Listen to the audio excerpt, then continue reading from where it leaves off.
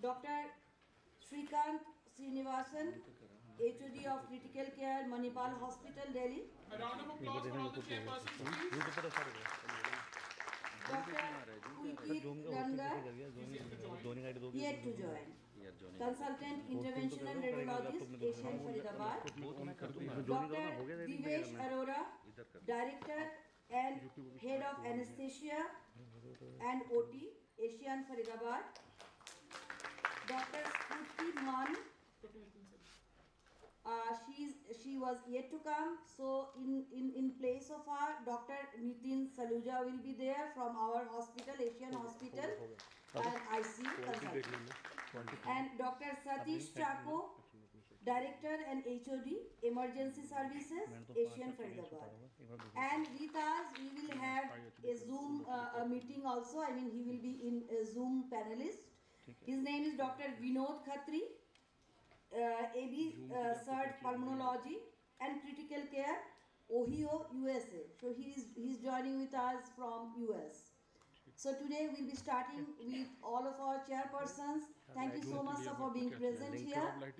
And today's morning session starts with the speaker, Dr. Rajnikant Prasad, Consultant Critical Care, Asian Faridabad. You all must be knowing his academic skill, and you all know him very well in ICU. You'll be seeing him running around with the patient. He is a very, very dynamic personality. So we start our session with Dr. Rajnikant Prasad, Senior Consultant, Critical Care, Asian Faridabad. Please round of applause for starting. Sir, we request you to be on the stage and start our session today. Thank you so much. आपको भेज दे link आ गया देखो अब जो बोलो उसका बेटे का में क्या बोलते हैं सेकंड कैमरा छोड़ देंगे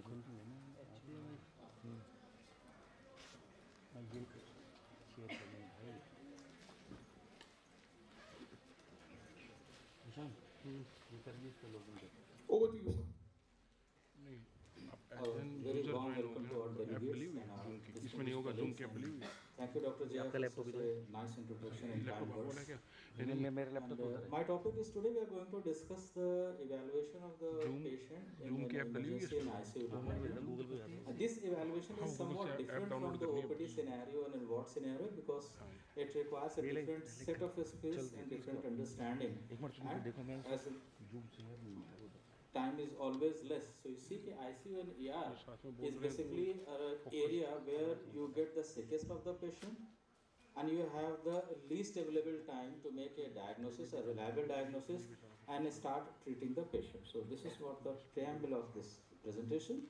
So there is a different structured approach how we see the patient in emergency department and in ICU.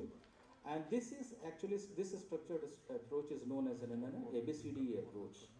An ABCD approach, this acronym stands for airway, breathing, circulation, disability, and exposure. So I will try to be as simple as possible. So in airway assessment in emergency department, right, this is a fundamental and very important to begin with. The airway assessment, we have to see whether it is a normal airway,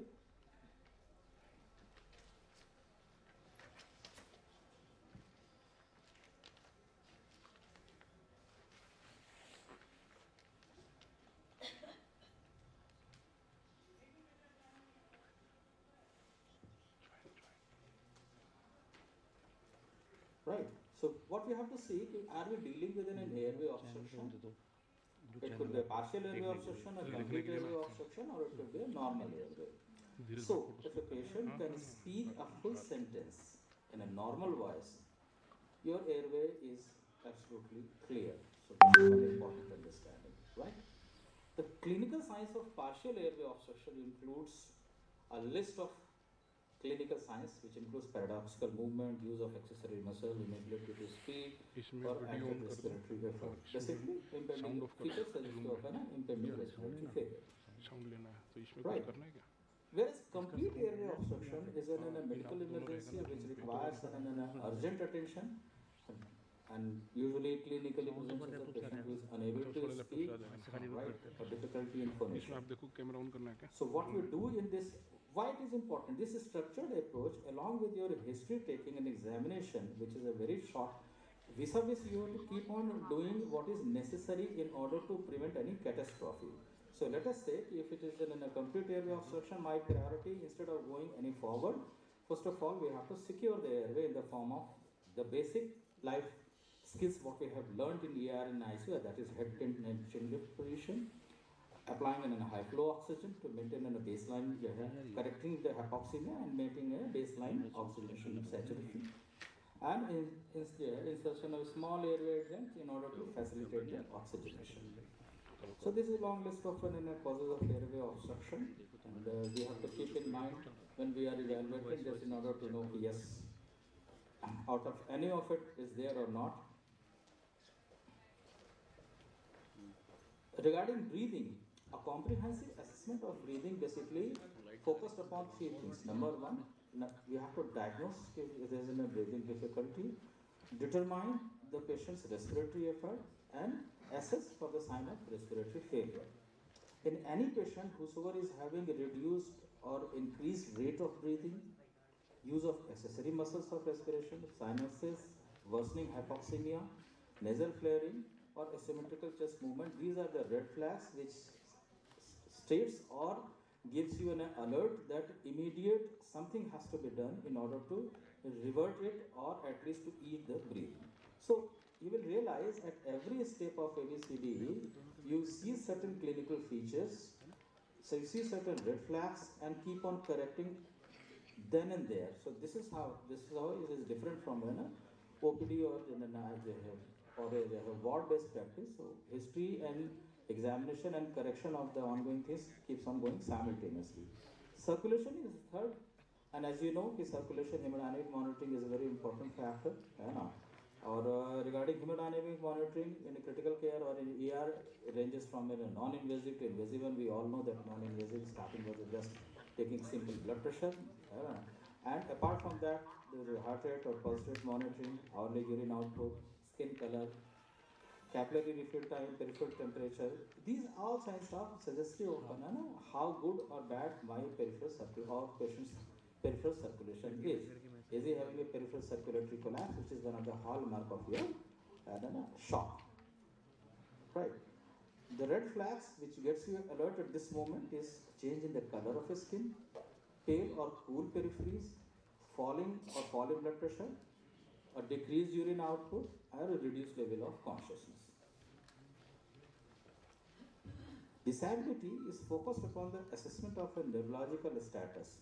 Now this is a very tricky and difficult one because disability or worsening neurological status, there could be variety of reasons. Simply speaking, it could be a neurological conditions which may cause it or a non-neurological ones, right?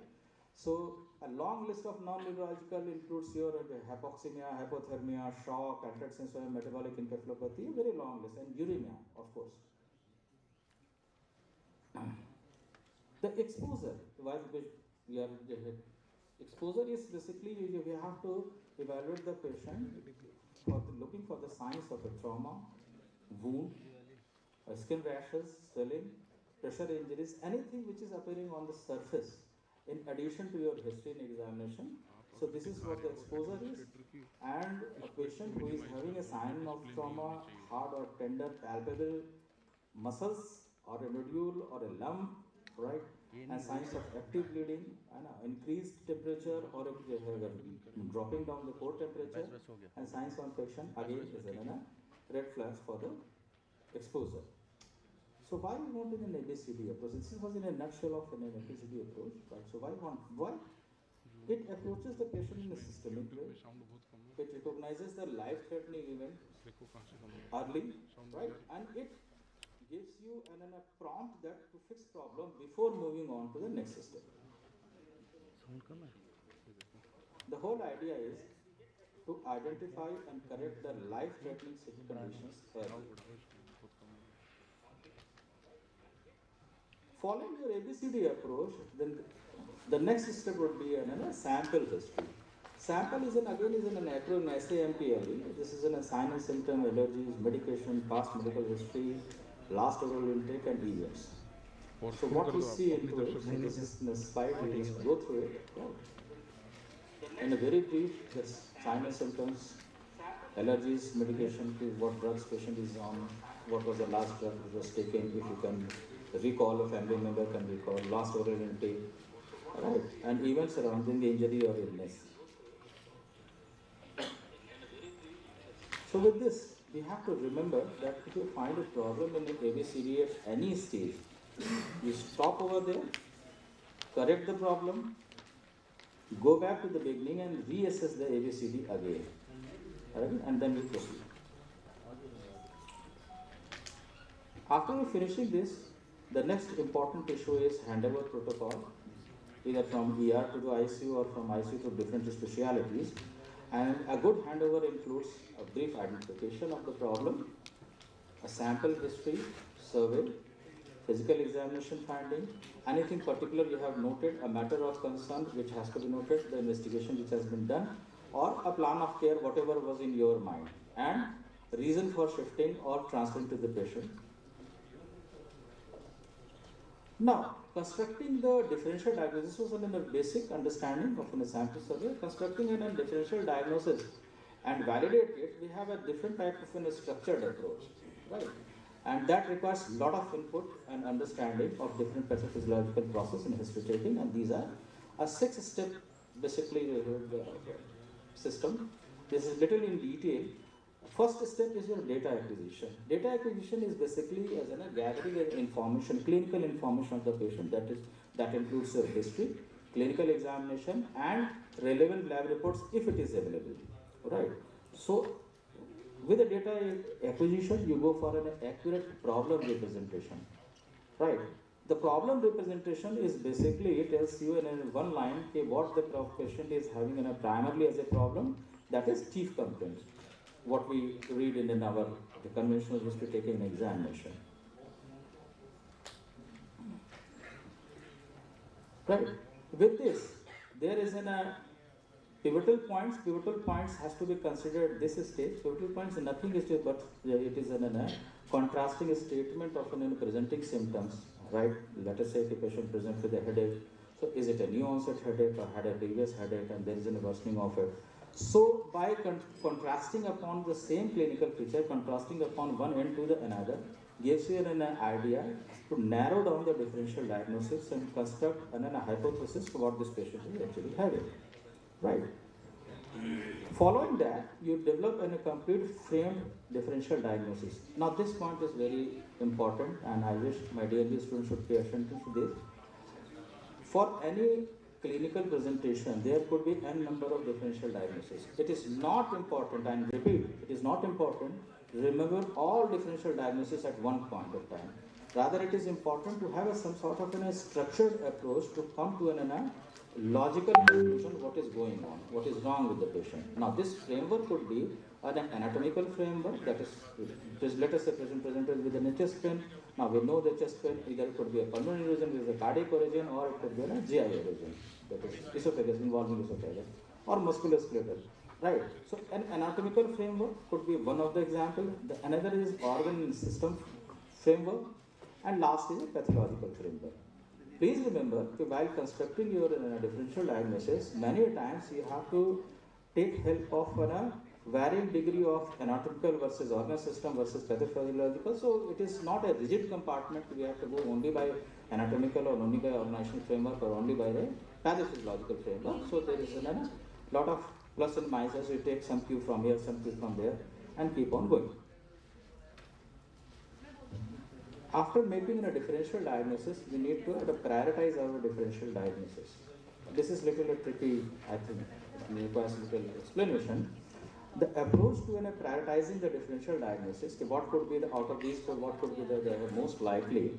So there are 4 approaches suggested for our differential diagnosis. That is probabilistic approach, possibilistic approach, prognostic approach, and pragmatic approach. Right. So possibilistic approach means that you consider each and everything, includes all, which is not very valid because we have already discussed in order to reach a differential diagnosis, you need to have a constructed or a structured approach. It is not necessary to remember 100 causes of a fever. Okay. Probabilistic approach, here comes the role of little stats, and this it says basically, simply speaking, he consider in a given set of a clinical presentation and problem, consider a probabilistic approach what could be the most probable or most likely diagnosis, and then you keep on developing over and above that. Prognostic approach focuses upon the most serious diagnosis first, and going from serious to most serious to the least serious, and pragmatic approach consider diagnosis most responsive to the treatment.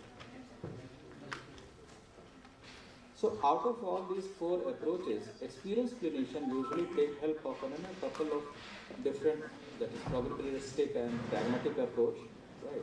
And with this, they develop a leading hypothesis. This will be the most likely possibility. They should not miss this diagnosis, and if it is not there, then have an alternative hypothesis, right? Why it is so? When you keep on revising your history in examination, many a times you figure out that the patient was having diagnosis, something which we have initially considered X, now the disease came out to Z, and that came out after day of 3. So it happens.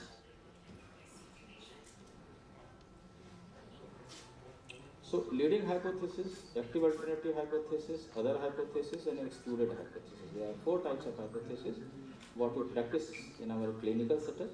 So leading hypothesis is basically, simply speaking, is a working diagnosis, and working diagnosis is a best single explanation to the current scenario, presentation, history, clinical, and relevant lab finding, if at all it is available, right? So now likelihood ratio is one thing which is incorporated into it, and likelihood ratio says if we are considering a certain diagnosis, how likely that it could be in a positive. Why? If likelihood ratio is higher, you order the test on that particular line. Let us say if a chest pain is of a cardiac origin, high likelihood ratio, I will go towards an ultra-pi and then pro-BNP, then cardiac marker, so on and so forth, right? But if likelihood ratio is low, it is not a cardiac, then I would prefer to go more towards an pulmonary. So this is how it works. So positive likelihood ratio, statistically speaking, is basically is a likelihood ratio which gives you if any disease, if you are considering and it is actually present, what would be the possibility? Any likelihood ratio more than 10 is a very strong indicator that disease is in. Between 5 to 10, yes or yes, no. Less than 5 of positive likelihood ratio is you can omit and start thinking of what is other hypothesis. Less than 1, exclude. This cannot. So this is how it works. Right. So giving an example of it, so let us say that this is European Society of Cardiology. They have given in a patient who came to emergency, evaluated for it, and depending upon the triaging and the first ABCD approach and sample approach, you prioritize this patient requires that is again likelihood ratio. Cardiac patient, likelihood ratio very high, will have a disease, shift to ICU, right? Somewhat less likelihood, general ward or an observation unit, and with the observation unit, if patient improves, let us say next 6 months, it's okay, it's not, shift to the general ward. Otherwise, after 6 observation unit, discharge and follow up at the OPD. So this is how it works. Right. Last but not least is perform ongoing assessment, and that is what is very important. The moment patient is admitted, is in, keep on evaluating again and again and again, and many times it improves your diagnosis, it adds upon the diagnosis. As the test comes in, then you have become more wiser, right? The history of previous medical records are available, then it again adds up in your diagnostic armamentarium, and it not only narrows down, it actually refrain you from doing an unnecessary investigation. So this is also very important. And instead of having a very wide variety, you have a very focused and stepwise approach. This is how the whole process is, to make you understand that the diagnosis, be it in an emergency or later on in the ward, you need to have a structured approach in order to understand how to construct an hypothesis, how to make a differential diagnosis, and how to test your differential, it is going in the right direction or not. And if it is not, then you try and think of some alternative hypothesis and diagnosis. So that requires a repeat initial assessment, repeat vital signs, repeat focus assessment. Thank you very much. Thank you so much. Thank you so much, Dr. Rajnikant Prasad, for this amazing and intellectually stimulating. We would open the dais for the chair for next 5 minutes. I also request all the faculty members to stick to the time limit. There are 2 rings. First ring is when 3 minutes are left to your session, and the last double ring, which sounds like ting ting. Can you do it? Karo? This means that your time is up, so kindly stick to the time. And now the dais is open for the chair to ask any questions. I would also request Dr. Khatri from Ohio. His screen is also shared. He can ask the questions to Dr. Rajnikant Prasad. So please come. Any questions from the audience, please?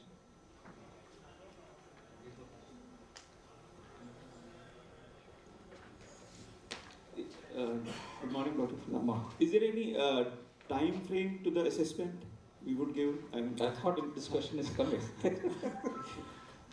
Right. It has not been proposed, but going through the different guidelines, that is European, American and British, I found the British guideline definitely says the initial assessment ER, they say the reasonable time limit is 5 minutes for obesity approach.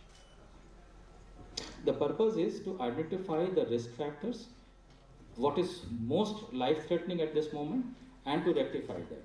So that requires around 5 minutes. Any other question? Hi, this is Dr. Vinod Khatri, and welcome, sir. Thank you for giving such a nice presentation. And I totally agree with your the plan that you presented with ABCDE approach with your primary survey for the patients. I think in addition, we can do a couple of things extra that we typically would do here in emergency room. One will be using a point of care ultrasound for the lungs, heart, and abdomen, as well as a point of care lab work like blood gases, glucose, lactate, like electrolytes, and a hematocrit. So these things kind of help us like trying to figure out what line of but which conditions could we be facing, and it's just I think that will be included in a primary survey.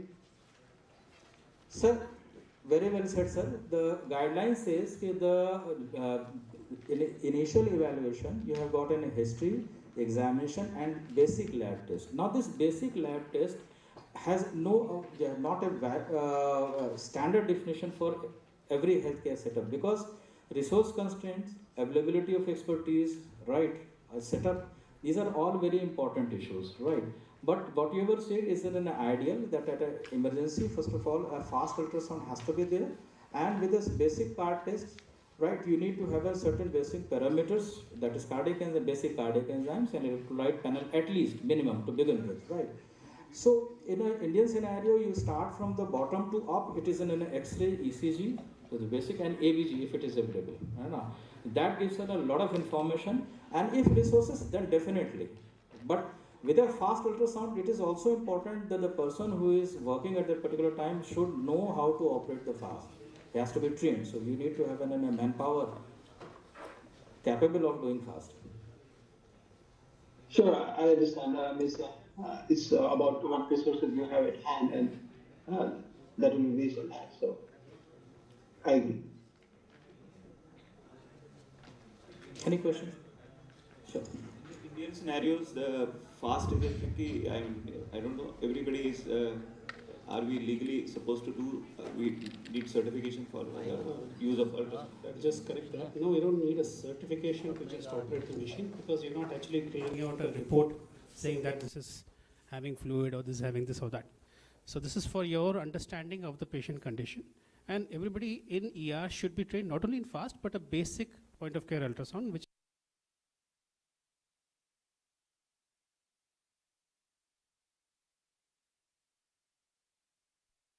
for trauma where fast comes into picture, but for every other condition, shortness of breath, suppose acute onset chest pain, shock, for whatever reasons, you need to quantify, classify, and react accordingly. So that's only possible if you just a baseline ECG and X-ray will not give you much. And a clinical examination, obviously, it's just an adjunct. Mind you, it's not a replacement for your clinical examination, but it has become an inherent part of all examinations, at least in the ER and the ICU. But what is the legal... legality of the aspect, since you are not issuing First of all, there are two aspects to it. Training, legality. Let's talk about legality first. There is nothing stopping you from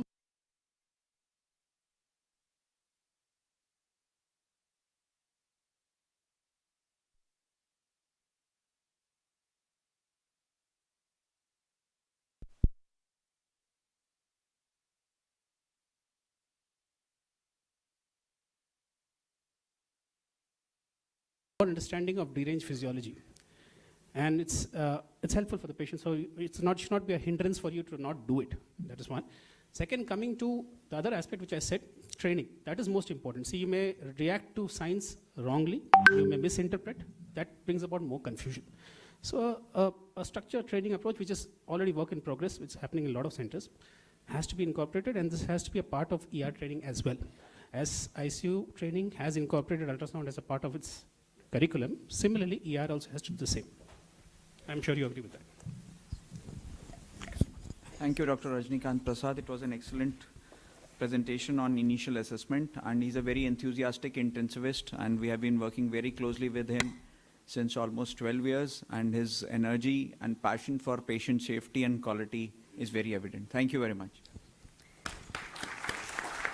Thank you so much, everyone. That was a wonderful session today to start with. Now, may I call up on stage Dr. Shrikant Srinivasan, HOD Critical Care, Manipal Hospital, Delhi, to felicitate Dr. Rajnikant. Sir, please. Please come.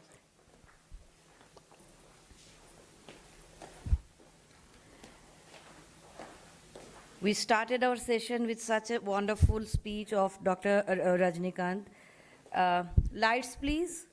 Stage light, please.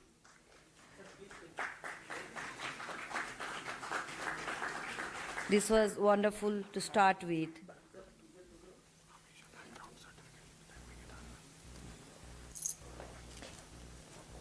Thank you so much, sir. Thank you, Dr. Srinivasan and Dr. Prasad. Now, our next topic is resuscitation and hemodynamic monitoring.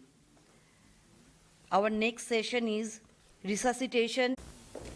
Yeah, thank you so much. Sorry for my poor knowledge in this subject of computer and all.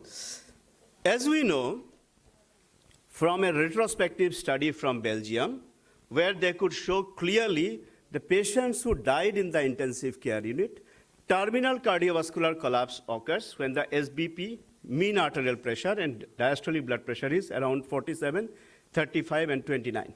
So a very low mean arterial pressure and diastolic blood pressure and systolic blood pressure itself suggests impending circulatory collapse.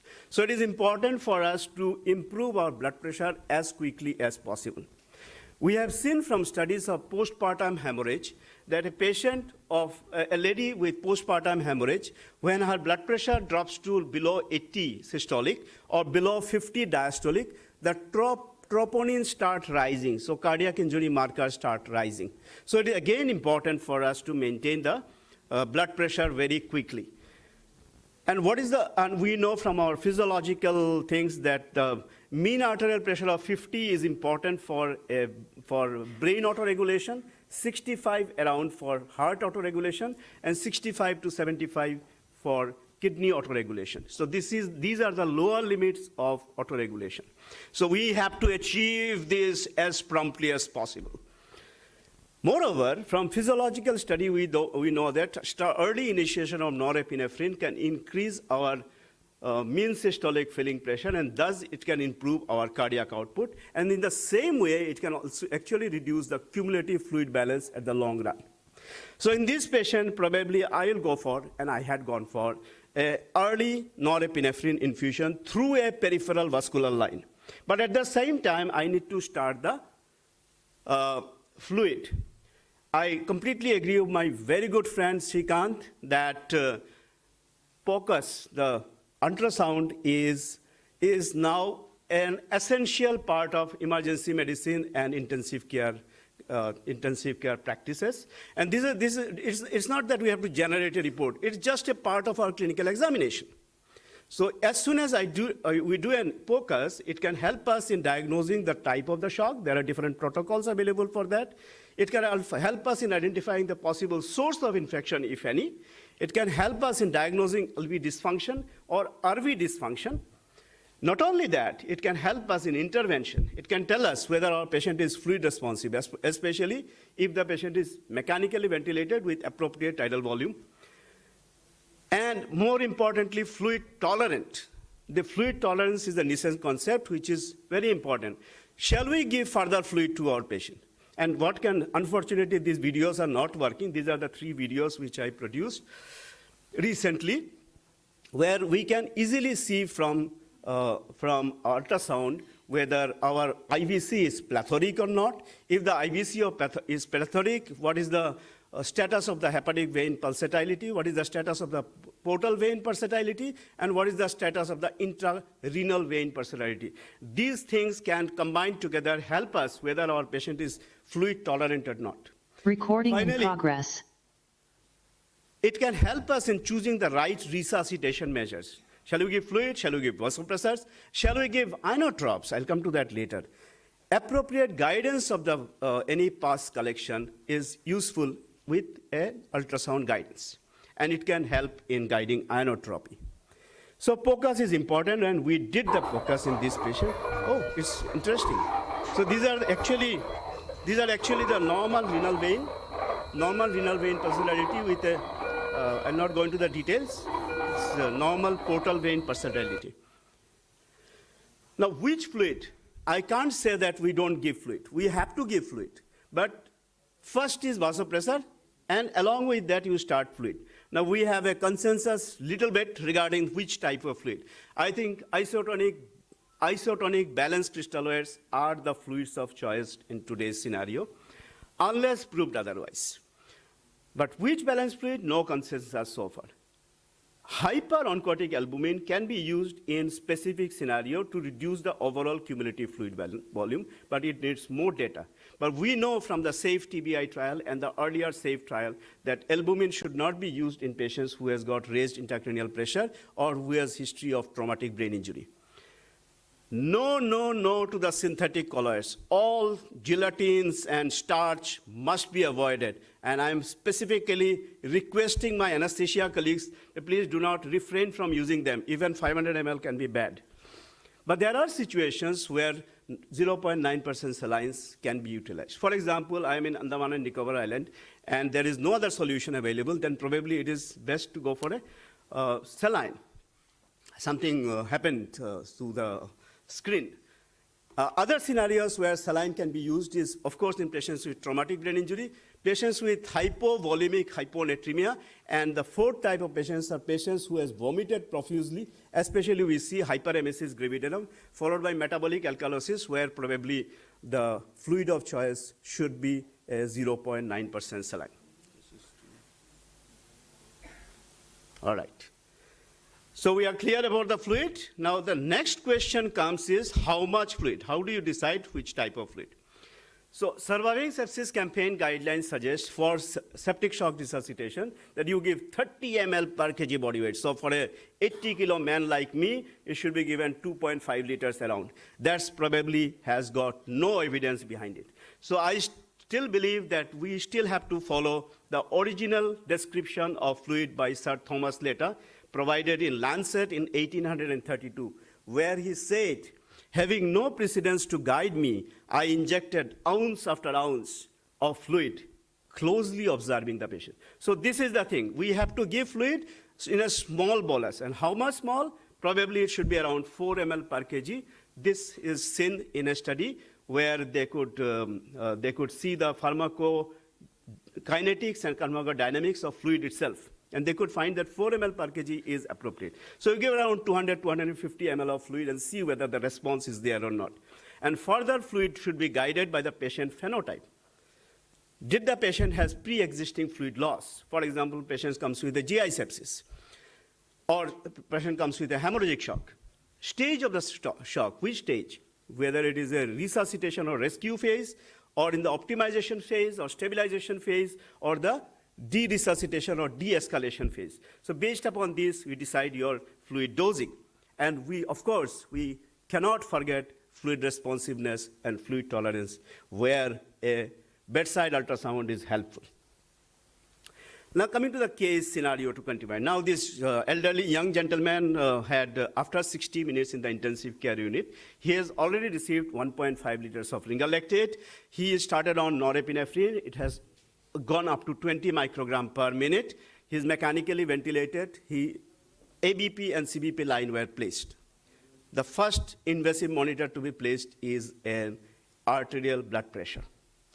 Foley's catheterization was done not only for urinary output monitoring, but also for preventing the incontinence. He received IV meropenem. I suspected possible urinary tract infection in this patient, and it confirmed later on. Heart rate was 120 per minute. He had atrial fibrillation. He still is hypotensive. He is still having a CRT of 6, and he still has a lactate of 8 millimole per liter. And there is no urine output in last 1 hour. So what shall we do? Shall we give further fluid? Shall we add a second vasopressor?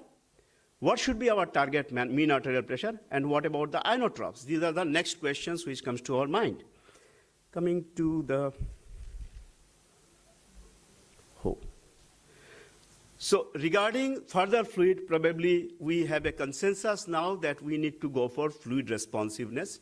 And there are different tests available for checking for fluid responsiveness. But unfortunately, in many clinical scenarios, these fluid responsiveness parameters are either not feasible or you do not have the machines, appropriate machines to do that. In that case, probably it is not bad to go for a conventional fluid challenge. But anyway, whatever it may be, we need to see whether our patient is responsive to fluid. If our patient is responsive to fluid and there is no evidence of fluid intolerance, like patient is hypoxic and getting hypoxic, further hypoxic, or the patient has got evidence of fluid intolerance in the bedside ultrasound, then probably we should not give fluid. Otherwise, any patient with fluid responsiveness with evidence of shock, give fluid. Regarding the second vasopressor, there are controversies. I don't think there is a clear-cut evidence behind it, but we have to see the data from VAST trial, where they randomized patients who are already on some amount of norepinephrine to either vasopressin infusion or to norepinephrine further infusion in a blinded fashion. And the last line, just focus on the last slide. In this study, in patients with less severe shock at the beginning, at the time of randomization, where norepinephrine dose was between 5 to 14 microgram per minute, there was a mortality benefit seen over with a vasopressin. So I would like to go ahead with a vasopressin when the norepinephrine dose is around 10 to 14 microgram per minute. So at this juncture, for my patient, I would like to start vasopressin at the dose of around 0.04 unit per minute.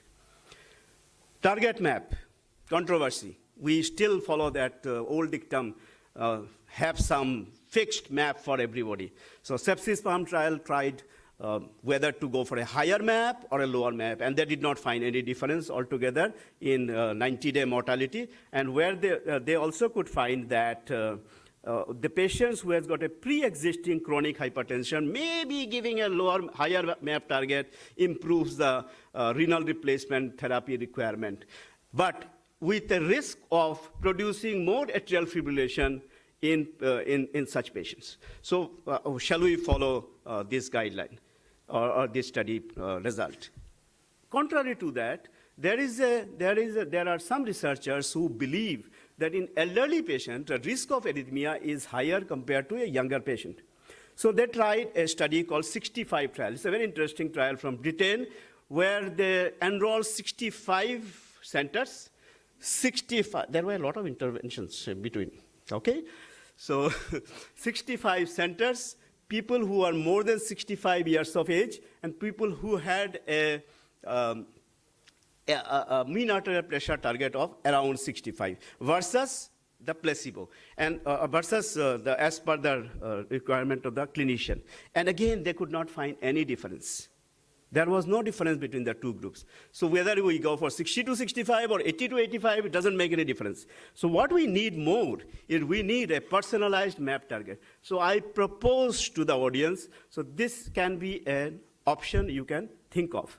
So if your patients, you start norepinephrine, your initial target should be, as per the guideline, 60 to 65 millimeter mercury, but I suggest do not forget that diastolic blood pressure. Please maintain a diastolic blood pressure of more than 50 millimeter of mercury. If your patients achieve a normal perfusion with this, meaning thereby the CRT is less than 3 seconds, and there is a decrease in the lactate by more than 10% per hour, please maintain with this map. But if your patient is hypoperfused, and there is no evidence of fluid responsiveness, or your patient is fluid intolerant, maybe you can try a test called vasopressor challenge. So, ladies and gentlemen, this is what you do. So, transiently, you increase your norepinephrine dose or vasopressin dose to a target map of 80 to 85 millimeter of mercury, and you see the CRT after half an hour or a lactate after 2 hours. If the CRT starts improving and lactate starts going down by 10% per hour, maybe your revised map target should be between 80 to 85 millimeter of mercury. So this is where you can go for a personalized map target. In case it doesn't improve, then go back to your 60 to 65. So this is one approach I can suggest to you. What about inotropic support? We have 3 ways to give inotropic support. One, you go for a focus, you see LV dysfunction, and the patient's stroke volume is low. You can go for a VTI of less than 18 as a surrogate of stroke volume. You can start the inotrop, and preferred inotrop is still dobutamine. SCVO2 is less than 70% or SVO2 of less than 65%, despite optimization of the preload, hemoglobin, and MAP. And this strategy was tried by the famous EGDT trial by Emmanuel Rivers. And there also, where you are in a resource-limited setting, you can use this strategy.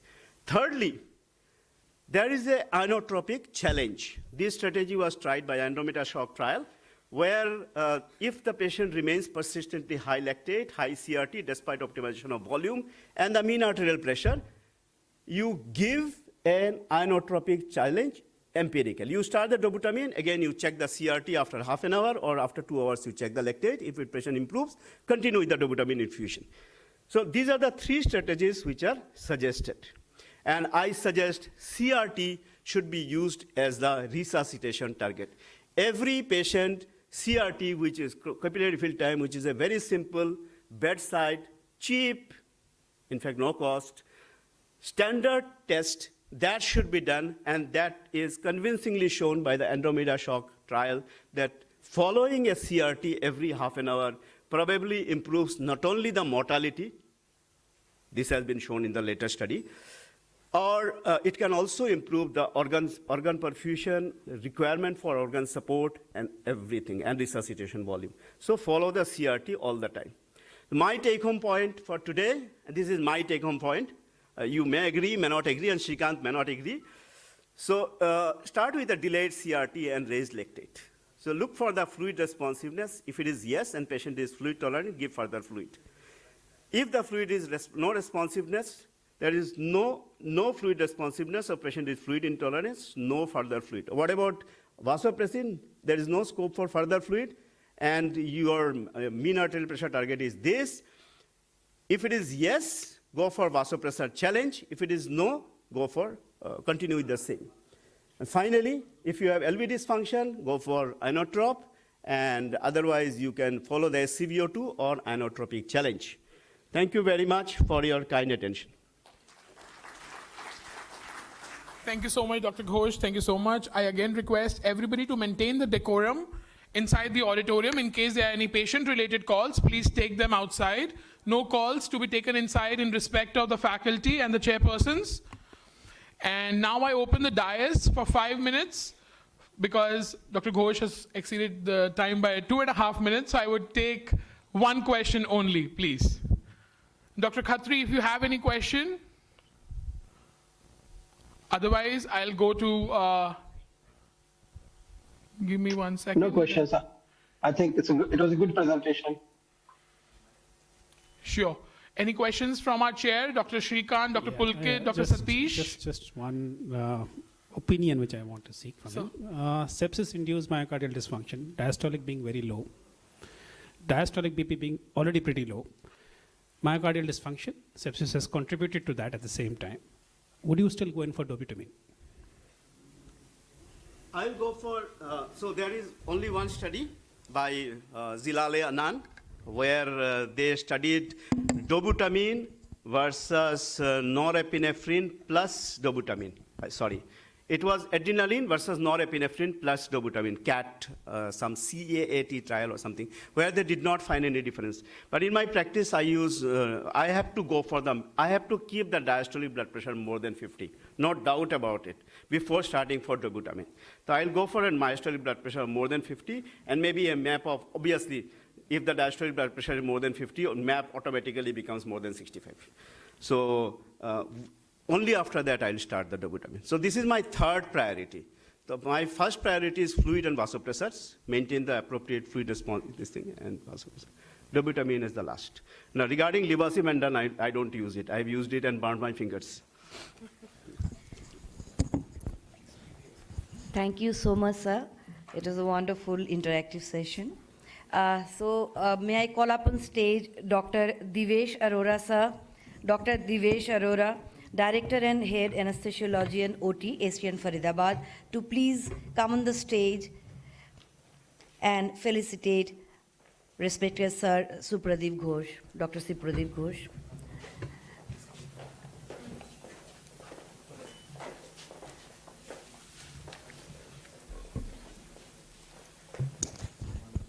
Can I have a round of applause, please? Dr. Supradeep Ghosh, felicitated by Dr. Divesh Arora. Thank you so much, sir. Now moving on, we have our next session. So please, you can have water.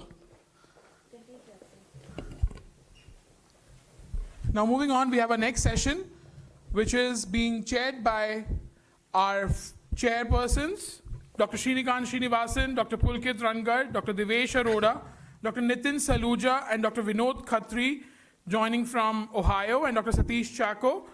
Our speaker for the day is Dr. Sweta Patel. She's the Associate Director, Critical Care, Medanta Hospitals, Gurugram. Can we have a round of applause and welcome ma'am, please?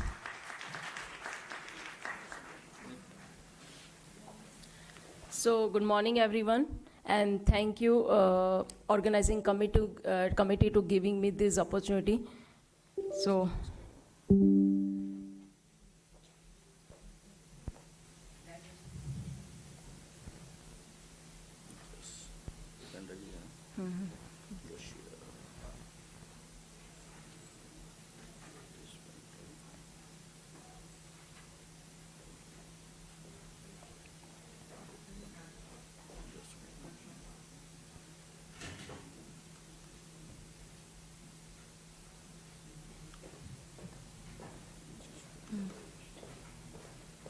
Diagnostic.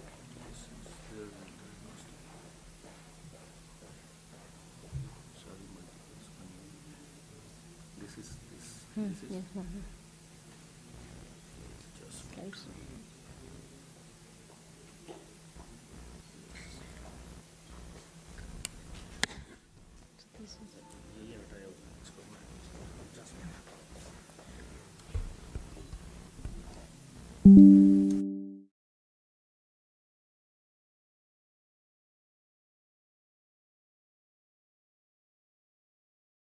Ultrasound. So we are all aware of point of care ultrasound. So point of care ultrasound has been widely used by critical care physician, emergency physician, and anesthesiologist for diagnosis purpose and to guide the procedure. So basically point of care ultrasound is basically limited focus and goal-directed therapy for diagnosis, for rapid diagnosis in critically ill ICU patient. So why do we use ultrasound? So because it's performed rapidly at the bedside of the patient, it's non-invasive, it's inexpensive, easily repeatable, and it also safe to use. So if we look back in 2015, so Harrison, they have written that ultrasound is not useful for evaluation of pulmonary parenchyma. But in 2019, they have changed their statement, and ultrasound is often readily available and can help to rapidly diagnose pneumothorax, pleural effusion, and consolidation of lung parenchyma. So there have been n number of papers and number of protocols for diagnosis in critically ill ICU patient. So we are all aware of Blue protocol for diagnosis of acute respiratory distress syndrome. For RUS protocol, rapid ultrasound sonography in shock patient while evaluating critically ill ICU patient to differentiate the undifferentiated shock. What happened? Yeah.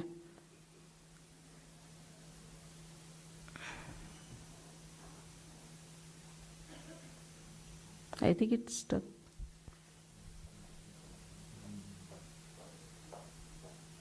Yeah. So the FAD protocol, the FEAR protocol focus echocardiography evaluation in resuscitation management, and the CSAM protocol for diagnosis of reversible causes of cardiac arrest in cardiac arrest scenario.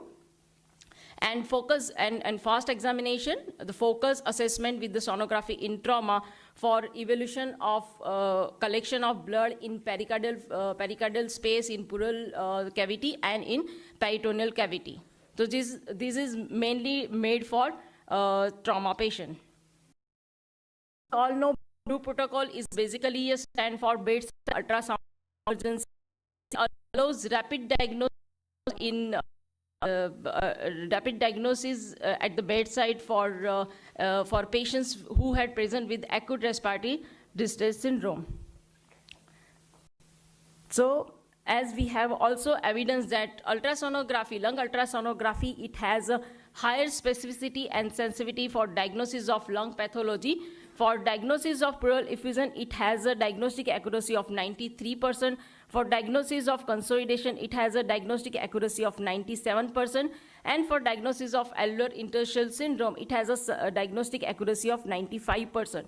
So so they have concluded at the bedside, lung ultrasonography is highly sensitive and specific and reproducible for diagnosis the main lung pathology entity in patients with the ARDS, and can be considered as an alternative to bedside chest radiography and CT scan. So a Blue protocol first developed in 1992 and then in 2005 in France, and after subsequently in 2015 we had this article published in Chest Journal. So they have studied 260 patients who had acute respiratory distress syndrome, and they did not have any other laboratory and radiological finding. So out of 260 patients, 31 patients they diagnosed with the pneumonia, pulmonary pleural effusion, and pneumothorax. And they did not have any other laboratory or other radiological findings. So that's why this protocol was considered as robust for diagnosis of acute respiratory distress patient. And they concluded lung ultrasound immediately provide diagnosis of acute respiratory failure in 90.5% of the cases. The additional value of saving time should provide the prompter relief for these severely dyspneic patient. So this is a Blue protocol. So at a first look, it looks very complex, but once it has been learned, it is very easy. So they have looked at. So if you look at, they have looked at upper lung point and lower lung point, and they have also looked at the posterolateral aspect for diagnosis of pleural effusion and pneumonia. So in stage 1, they have looked at they have looked at whether the lung sliding is present or not. In stage 2, they have looked at whether the A profile, B profile, C profile, or A prime profile is there or B prime profile is there. So, and in stage 3, they have looked at the posterolateral aspect for diagnosis of pneumonia. So, if the lung sliding is present and if the patient has a bilateral homogeneous B line is there, that defines the B profile of lung. So, that indicative of pulmonary edema. So if the patient has lung sliding is present, so its A profile of lung is there, and so that indicate you need to look for leg veins. So, so if the leg veins, if there is a DVT is present, if there is a thrombus, echogenic thrombus is present in a femoral vein or in popliteal vein, that indicative of pulmonary embolism. So if the leg veins are free, that indicative, you need to look at the posterior aspect to find out the cause of respiratory distress. So if pneumonia is present in posterior aspect, so that indicative, the respiratory distress, that is because of pneumonia. And if there is no pneumonia is there, that indicate if the patient has COPD or asthma. So if the patient has A profile on right side and B profile on left side, that indicative of C profile, AB profile or C profile, so it indicative of pneumonia. So if there is a lung sliding is absent, so you need to look for the lung point. So if lung sliding is absent, lung point is there, this is a 100% specific sonographic sign for pneumothorax, so that indicative of pneumothorax.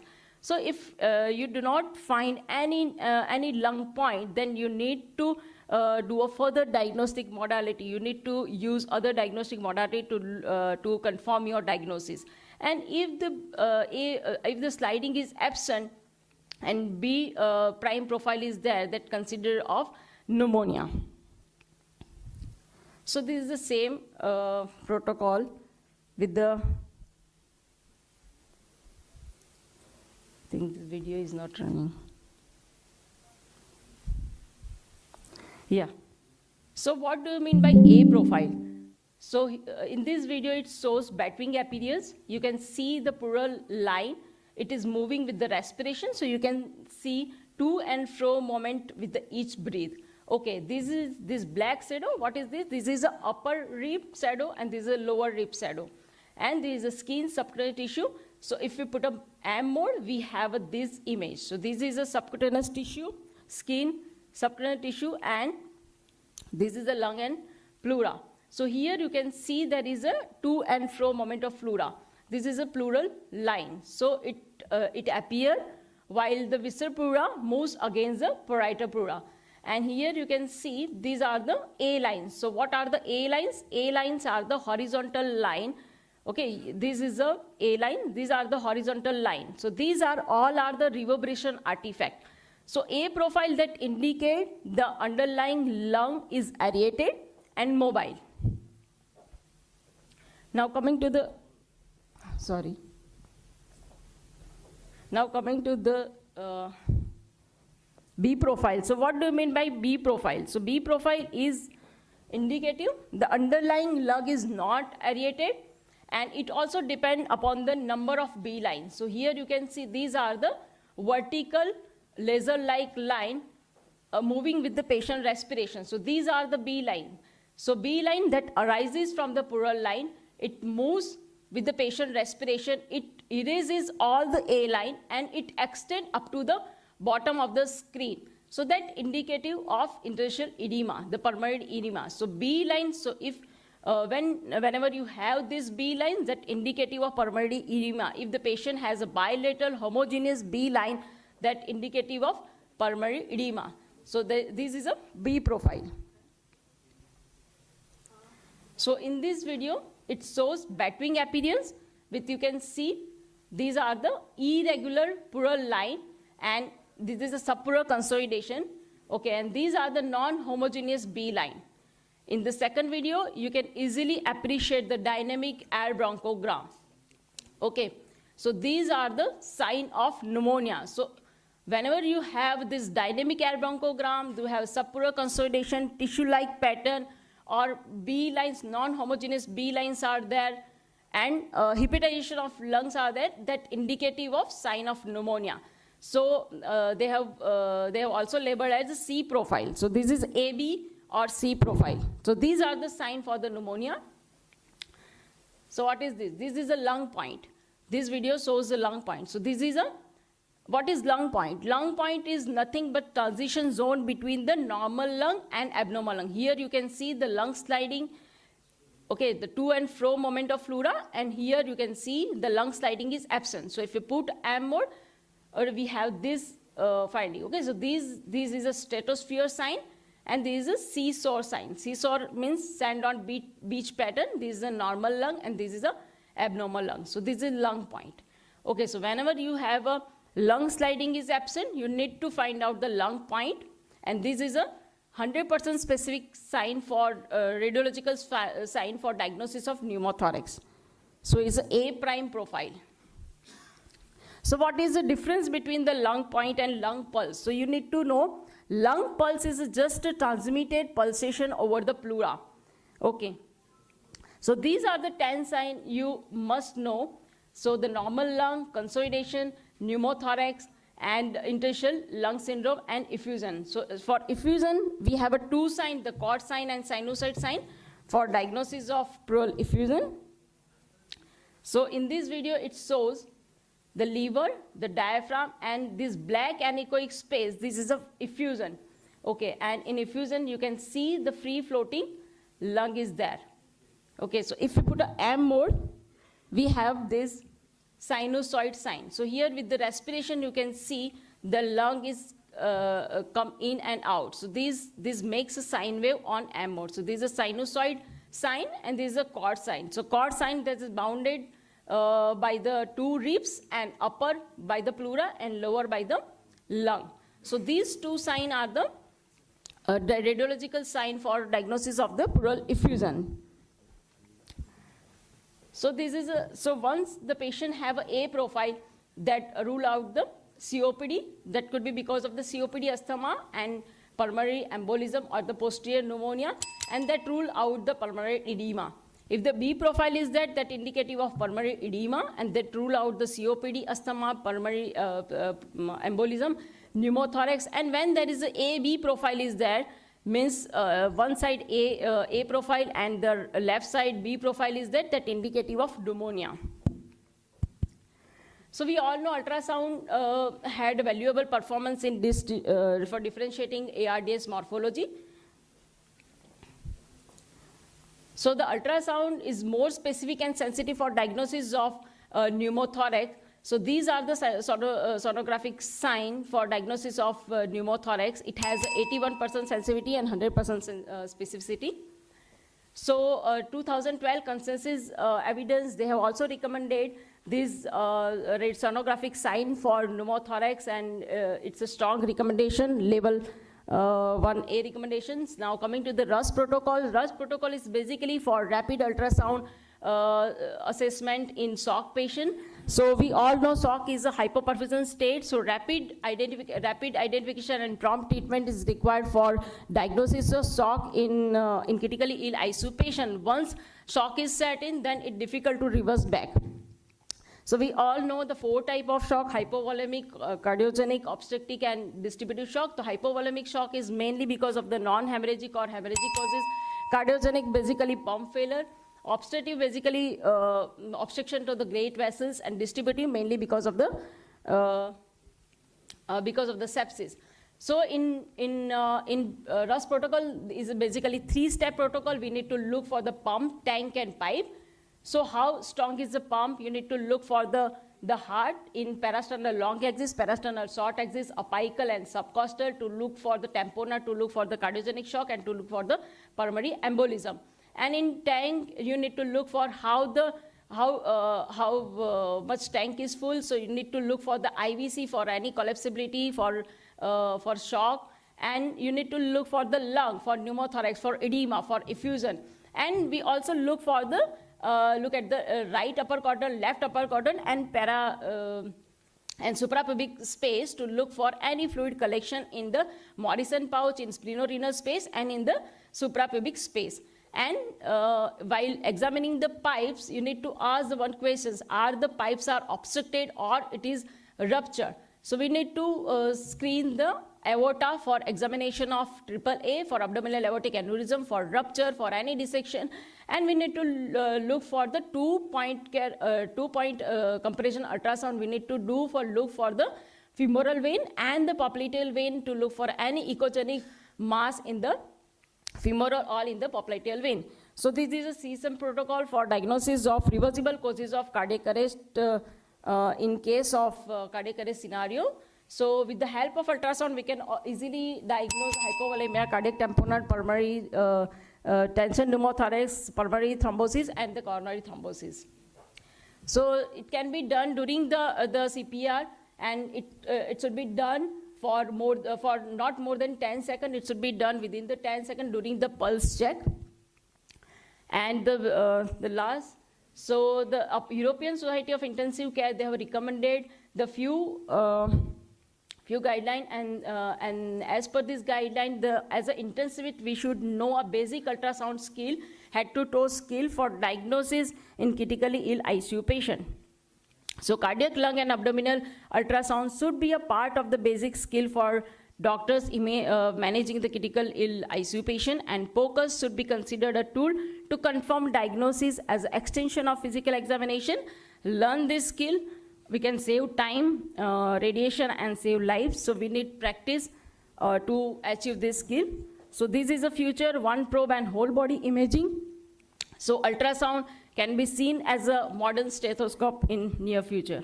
Thank you.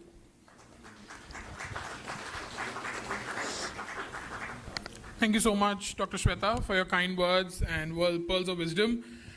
In view of time shortage, I'm sorry for this session, we won't be taking any kind of questions.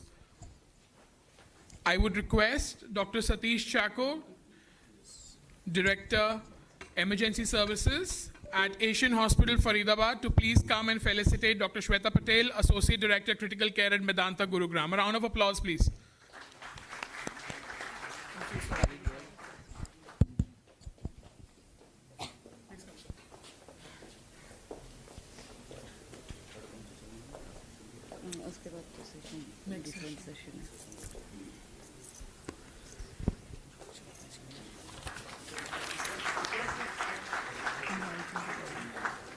May I request all the chairpersons, please come on stage for group photograph, please. Dr. Shrikant Srinivasan, Dr. Pulkit Rangar. Sir, be on the stage, please. Dr. Divesh Arora, Dr. Nitin, Dr. Satish Chako. And thank you, Dr. Vinod Khatri, as well. We can call the speakers. And please, Dr. Supradeep Ghosh, Dr. Rajnikant Prasad, and Dr. Shweta is already on the stage. Can we have a good photograph, please? Thank you so much for this lovely session of critical assessment. Today we started our session with this.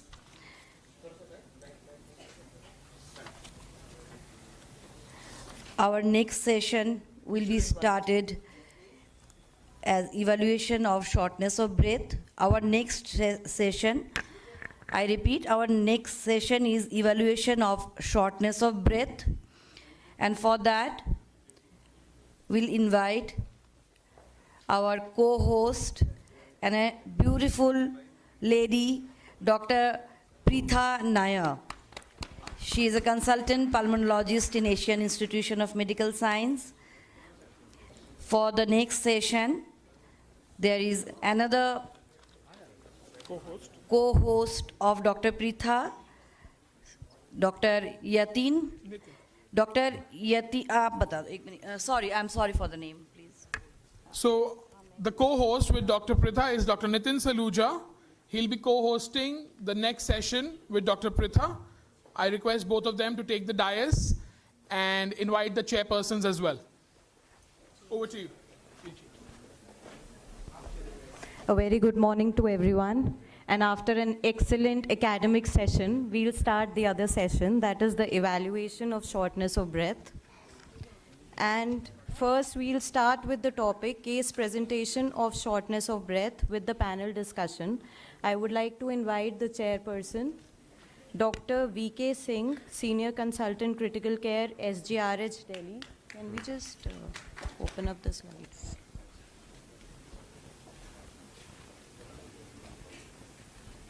Dr. Prateek Chaudhary, Consultant Interventional Cardiologist, Asian Faridabad.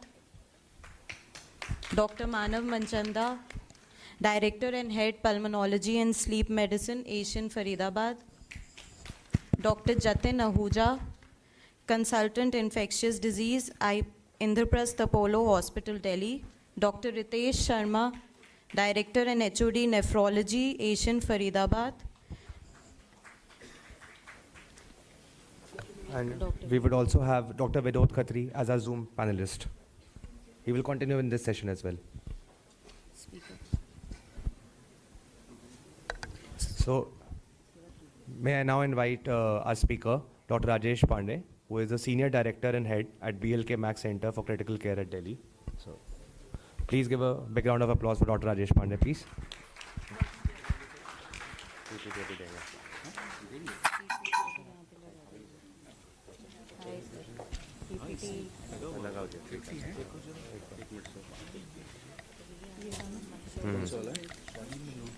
हाँ जी sir short ये वाला ना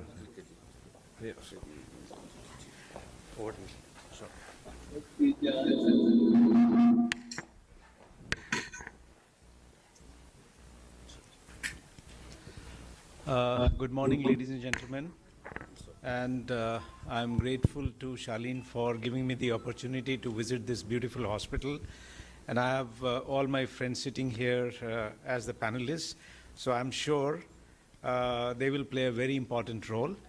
And the topic is shortness of breath.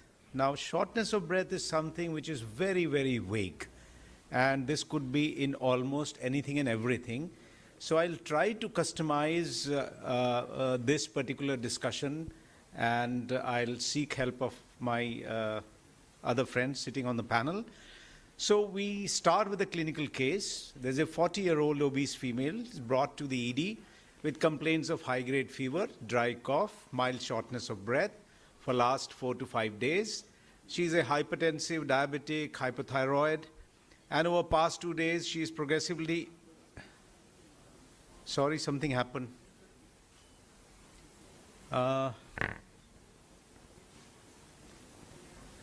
Who is controlling my slides?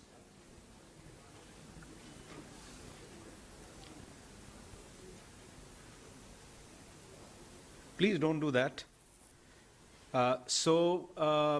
Over past 2 days, she's progressively deteriorating and now has respiratory distress. And she's tachycardic, tachypneic, hypotensive, desaturating on room air, and she was given oxygen with non-rebreathing mask, and the oxygenation improved transiently to 94%. On auscultation, there are bilateral coarse crepitations present. So my question to my friends on the panel is, what is the likely diagnosis? What comes to your mind when you have such a patient, and how should we go about the workup here? Starting with Dr. Vinod. I know it's very vague, so it's like...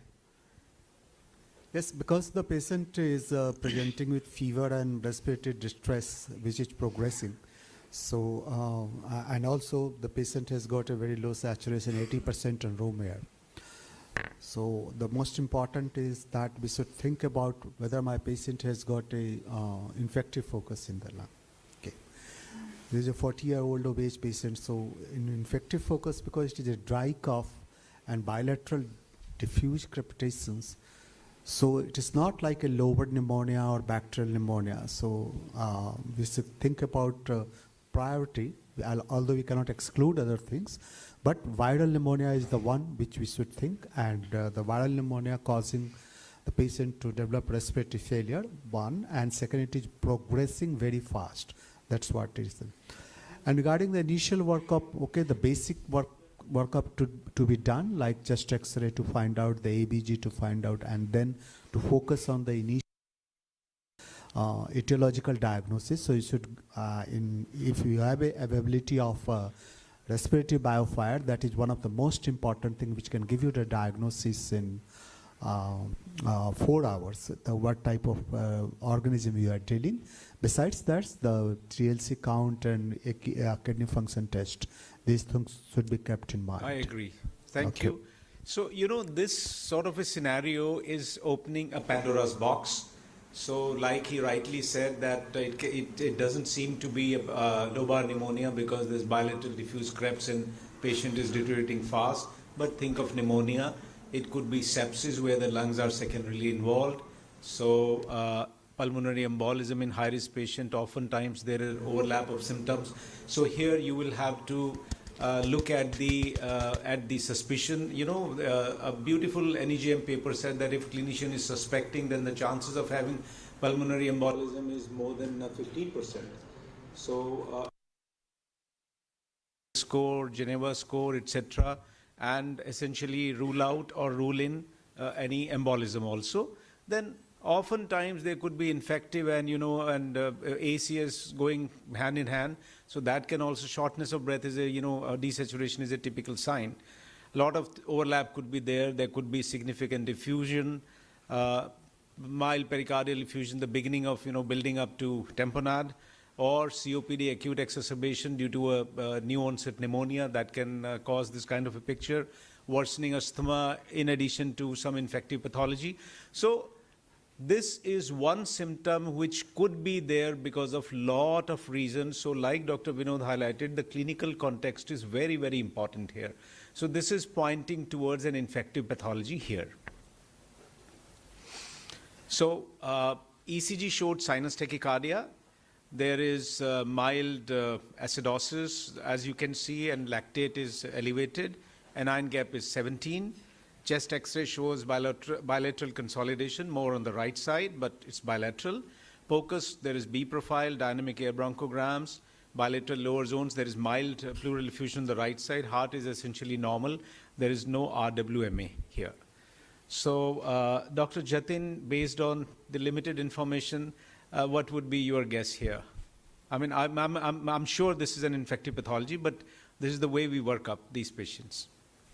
Based on the clinical scenario and the basic investigation you did in the ER, it looks more of a atypical pneumonia, I would suggest, with bilateral consolidation, more on the right side, and with a normal cardiac function, and over with the ABG suggesting of the type 1 respiratory failure picture, and maybe with the bicarb of the 70 underlying metabolic acidosis could be possibility. Please change his mic.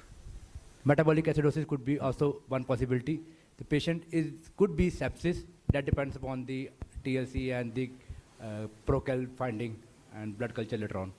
So what this is highlighting is the seriousness of the situation. It is not only desaturation, hypotension, it is having its metabolic impact in terms of metabolic acidosis with raised anion gap, and the lactates are rising. So it is a classic type 1 respiratory failure with metabolic involvement because of the consequences. And it has been amply highlighted that we need to go for POCUS, so I'll not go there.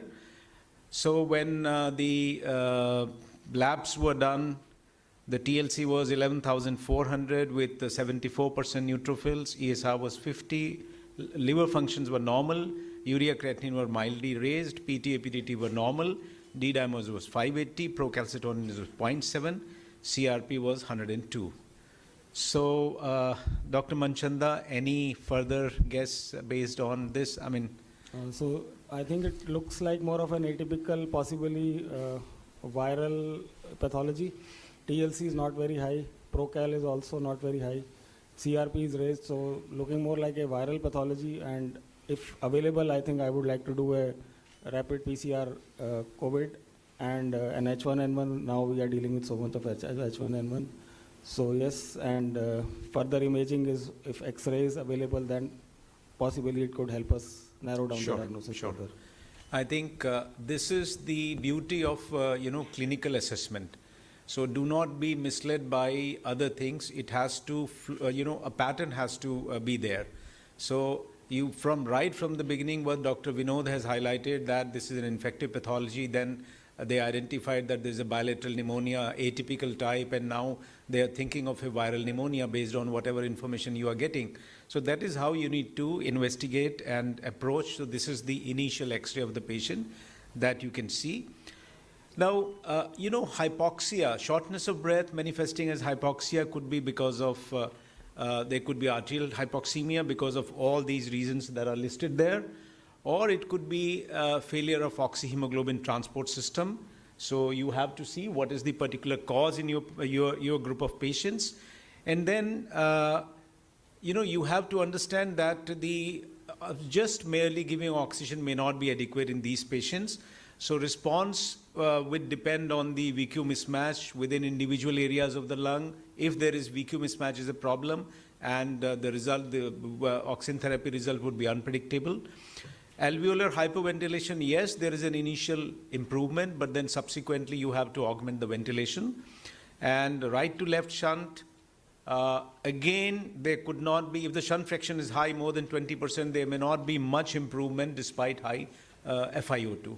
So that also should tell you, what is the impact of giving oxygen. And there are certain situations which may not manifest as frank arterial hypoxemia. So that also we should keep in mind. So the next question comes is, how do you manage the case? It has been amply highlighted by the speakers that we need to have, a fast diagnostics like upper respiratory biofire, and then simultaneously we have to treat this patient. So starting with oxygen therapy, the options initially whenever such a patient comes to the ER is we oftentimes start with oxygen. Here we started with what was the bell for? So with say simple oxygen mask, then move on to the high flow non-rebreathing mask, and then we have the option of HFNC and NIV. So this patient was admitted to ICU, conscious-oriented afebrile, and initially with NRBM, but subsequently the FiO2 requirement increased, respiratory rate increased, put on meropenem, clarithromycin, nebulization, some fluid bolusing was given, LMWH was started, other supportive medicine was started. Respiratory biofire, upper respiratory biofire showed H1N1 as the panelists have highlighted. So oseltamivir was added, and repeat ABG showed pH of 7.36, PO2 60, PCO2 40, lactate is still high, bicarb is still on the lower side.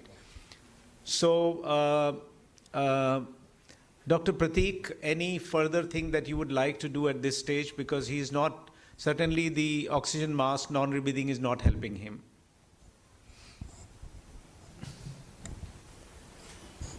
The lactates are still high, sir. So some amount of renal hypoperfusion, bicarbonates are also low. So the renal injury is also setting in here in this case. And okay, so what he is highlighting is that now the organ dysfunction is also starting. Initially, we started just with, the renal dysfunction was there. So what we did was we changed and put the patient on high flow nasal cannula. FiO2 was 90, nearly 90%. Flow was maximum 60 liters per minute. But patient continued to have tachycardia and borderline oxygenation. So it was changed to mask ventilation on NIV. Coming back to you, Dr. Vinod, now, how does HFNC help, and what is the difference between HFNC and NIV? Yeah, if you talk about the high flow nasal cannula, it has emerged as one of the alternative for respiratory support, and it is very, very useful. But it improves the oxygenation by increasing the flow. You can give a FiO2 of 100%. It can also allows a PEEP of around 5 to 6 centimeter of water, and because of the humidification, the patients are very comfortable. And also, if you are the impact of the mask, which is very, very often in such type of patients, they do not tolerate the mask. It actually remove this type of problem. So HFNC has emerged one of the alternative for the non-invasive ventilation for such type of patients. The problem with HFNC is that if your patient is not improving on HFNC, that you have to determine, because if you keep the patient on HFNC, there will be more hypoxemia, and there is a chances of delayed intubation. That you should keep in mind. So I'll involve Dr. Ritesh here. Dr. Ritesh, now he said HFNC has emerged as a good tool, and so we have option of HFNC and NIV. So how is your response to this? I mean, what do you do in your clinical practice? How do you judge one against the other? See, I am a nephrologist, So I leave this to Manav to manage. Yes. Oh, sorry. Okay. So sir, I'll take it. HFNC, I think if it's a type 1 failure, HFNC is the way to go. But if we are having more of a type 2 failure, then I would go with an NIV with obviously on a ventilator, NIV support. Because HFNC, we find that the CO2 washout is not good enough, even though we get a little bit of PEEP, but the carbon dioxide washout is not good enough. So depending upon again the profile, if it's already a COPD patient who has got a secondary infection, this would be more of a candidate for an NIV with a sure. So just to tell the audience, basically HFNC means you are giving humidified oxygen at high flow, and it creates some sort of CPAP in the airway and the lungs. That CPAP is said to be helpful in recruiting, but that CPAP effect is there when the patient is a nose breather. If he opens the mouth, the CPAP gets reduced by 50%. The maximum CPAP that can be generated at maximum 60-liter flow is about 5 centimeter. So that means it has its limitations. And studies have shown that, in terms of breathing frequency or tachypnea, it settles down. In terms of CO2, there is some improvement, but these are some of the indications. But by and large, the studies that have been done, both the Florali trial and the pre-oxyflow trial, they did not show a significant benefit of HFNC. They just showed that this was as good or as bad with NIV or high flow oxygen, but patient toleration was better. And so now people are trying to exploit it more in type 2 respiratory failure also. But please understand the limitation of the device. And whenever you have the, you are initiating patient on this, you can do a ROX index. So if the ROX index is less than 4 or less than 3.85, then the chances of failure are very, very high. You need to, switch over to NIV. NIV is a higher support. BiPAP or, either a, BiPAP device or with the invasive ventilator is a higher support, because you can control the tidal volume, you can control the pressures. And with NIV, you are of course controlling the FiO2 also much better. So these are different interfaces. I'm sure you are familiar with this. And these are the indications for NIV. He rightly said the best indication is acute exacerbation of COPD, also in weaning these patients from ventilator, and then acute cardiogenic pulmonary edema. Oftentimes we use in immunocompromised patients and other situations. It has lot of use and revolutionized the outcome in chronic conditions, particularly neuromuscular disease. So it has lot of beneficial use, and we can try this initially in acute hypoxemic failure. These are some of the indications where we should use oxygen. This is by the American College of Chest Physicians and the National Board. But please be mindful when you are prescribing oxygen. It is a drug, so you have to be very specific what liter, what device, and what to look for as far as the target is concerned. So targets are important. And if you look at various studies in ARDS, we go for lower targets, 88 to 92%. But in traumatic brain injury, we want a very good oxygenation. We don't want to further augment the injury, so 96 to 100%. COPD, 88 to 92%. Sepsis, septic shock, maybe 88 to 95%. So likewise, in cardiac arrest, you start with 100%, then you will titrate it based on what you see. So, and you should know the limitation of these devices as well. There is a nice paper published in New England Journal. I suggest you go through that. So this patient, to continue further, worsened. And eventually he was intubated, put on invasive ventilation. So he was on volume control with a PEEP of 8.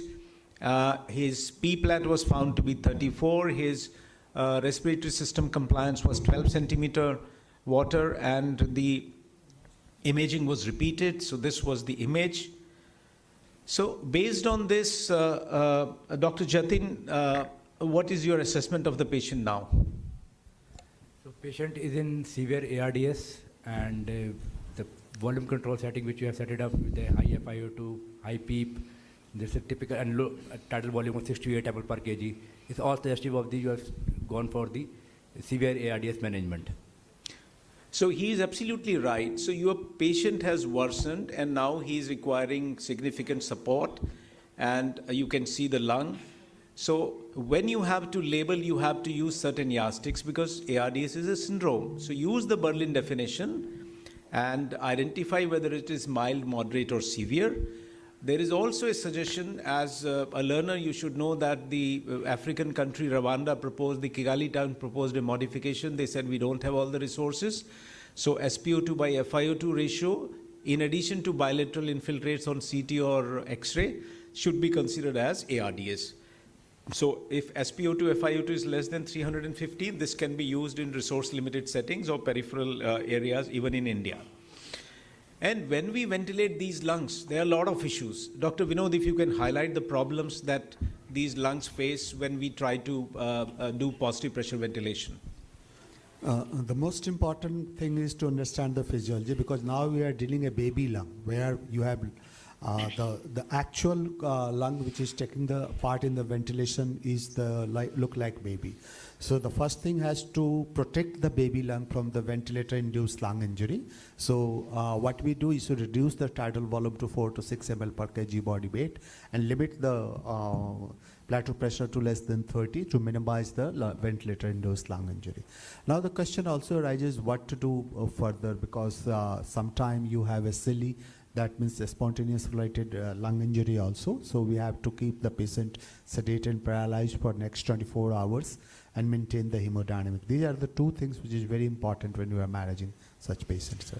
So absolutely, protective lung ventilation is what we need to do, because when we are pushing air to these diseased lungs, we may cause injury which is now labeled as ventilator-associated lung injury. These are the most common causes: pneumonia. As you can see, studies done 16 years apart, followed by sepsis, aspiration and trauma. So more or less the same spectrum. So this is where you can keep your index of suspicion high. And like he said, the priorities are to identify and treat the underlying cause and limit further injury when you are ventilating them. So what was this lung protective strategy? This was basically, 2000, they published a paper, the American scientists, the ARMA group, they published this, and they showed that if you are keeping your tidal volume low, 6 ml per kg, you are keeping your plateau pressure low, less than equal to 30 centimeter of water, and you are choosing oxygenation targets 88 to 92% of saturation, and you are allowing CO2 to rise, permissive hypercapnia, avoiding respiratory acidosis, then you can save 9% more lives. So this was the study. This became the benchmark now. All such patients will be ventilated by this technique. So, and again, we need to do a lot of things. In the interest of time, I'll be skipping, Dr. Manav, can you highlight a little bit about the newer concept of driving pressure that has come up in these patients, given by Marcelo Amato? I think it's a pressure difference between the PEEP. Plateau pressure and the PEEP. And the peak pressure. So that's how we calculate it, and it should be regularly done on bedside to look at our invasive ventilatory settings. Sure. So you see, for almost 2 decades, we just knew that we have to do protective lung ventilation and optimize the PEEP and limit the plateau pressure to less than 30. Marcelo Amato looked at all the published studies and he said there has to be something more. So he came up with a concept of driving pressure, which is P-plat minus PEEP. And he showed conclusively in these studies, when he looked at these studies, that if driving pressure is increasing, then the mortality is also increasing. If it remains constant despite a rising PEEP, then the mortality is constant. And if the PEEP is rising but the driving pressure is decreasing, then the mortality is reduced. And he gave us a number that if keep it below 15, the mortality is less. So what he said is, in addition to the 6 ml per kg of tidal volume, less than equal to 30 centimeter of plateau pressure, we should also focus on driving pressure and keep it less than 15. So this was another thing which will help us in reducing mortality. And also at the same time, the concept of transpulmonary pressure came up. Why all these concepts came up? Because these lungs would get injured easily. Dr. Vinod, if you can throw some light on transpulmonary pressure, why it is important? Yeah, transpulmonary pressure is one of the important pulmonary mechanics. That means we are separating the respiratory system compliance into two compartments. One is the lung compliance and other is the chest wall compliance. Okay. And to measure the transpulmonary pressure, we have to put a esophageal catheter, and this esophageal catheter represents that it is a surrogate marker of pleural pressure, and measuring the pleural pressure will differentiate whether the patient, what is the transpulmonary pressure, plateau pressure minus esophageal pressure. Okay. So this transpulmonary pressure actual representation of the pulmonary mechanics, and while ventilating we'll try to keep the end inspiratory and end expiratory transpulmonary pressure. So the end expiratory transpulmonary pressure, if it is kept positive, that means you are minimizing the atelectative trauma. Absolutely. And if it is less than 20 centimeter end inspiratory, you are minimizing the volume trauma. So this is one of the concepts which has emerged to minimize the ventilator-induced lung injury. This concept, he very rightly said, has come up that we should not be obsessed with a P-plat of 30 as the final figure. Put an esophageal catheter, measure the the esophageal pressure, which is the surrogate for pleural pressure, and calculate your transpulmonary pressure. Because if you see here, in this diagram, you have a very stiff lung. There is a lot of pressure from below. There could be significant ascites. There could be significant diffusion. So the pressures are already high. The pleural pressures are already positive.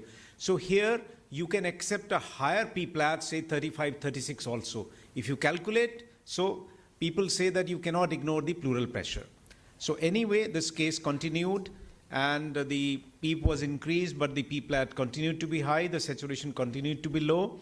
So, Dr. Manav, what are the options that we have now? Because clearly this strategy is not helping. I think we already proned him as per the diagram. So that is one of the options. So we do and proning for at least 12 to 24 hours, depending upon how he is going. The other option would be to consider ECMO early, because that is one of the better options available now. So he rightly said proning helps. Now what proning, if you look at the normal lungs, this is a patient who we normally ventilate in supine position. There is a big gradient of transpulmonary pressure, and the upper areas are overinflated, lower areas are atelectatic, and also the heart is pressing on the posterior part, medial posterior part of the lung and the posterior caudal lung. So when you put the patient prone, that pressure is gone, lungs can expand fully. There is a sponge effect, the water comes down because these are wet, overweight lungs. And also there is a homogeneity, the transpulmonary pressure difference becomes less, and previously dependent alveoli, they will continue to receive majority of blood flow.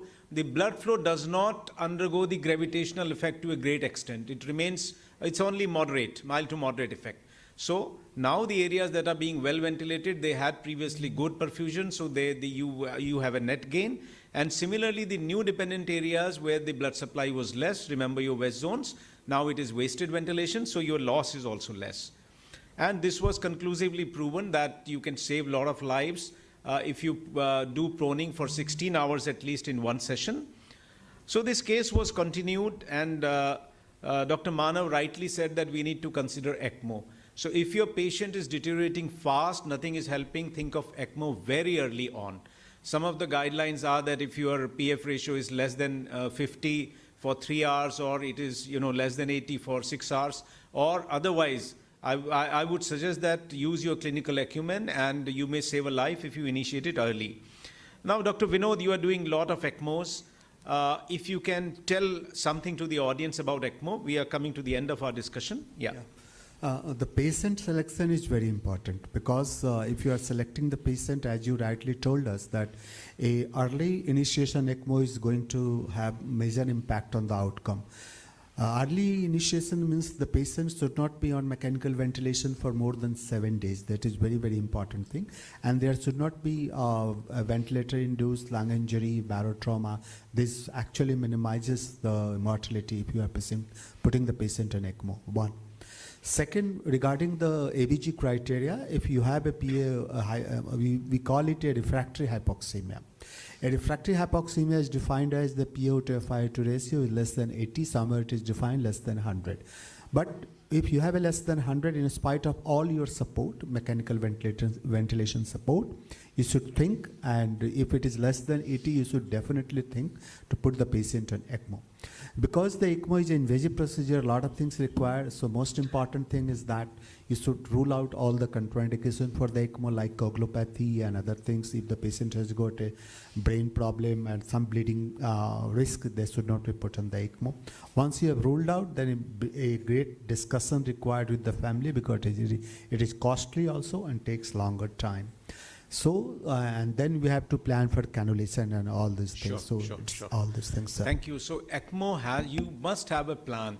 It is a bridge to recovery or a bridge to lung transplantation. It cannot be a bridge to nowhere. So that's very, very important. If you feel the lungs can recover, then only it should be used as an option. There were 2 studies the youngsters should know. One was a Caesar trial done in UK. All patients were shifted from different centers to one ECMO center, or they remained in their center and they were only ventilated. These were the 2 arms.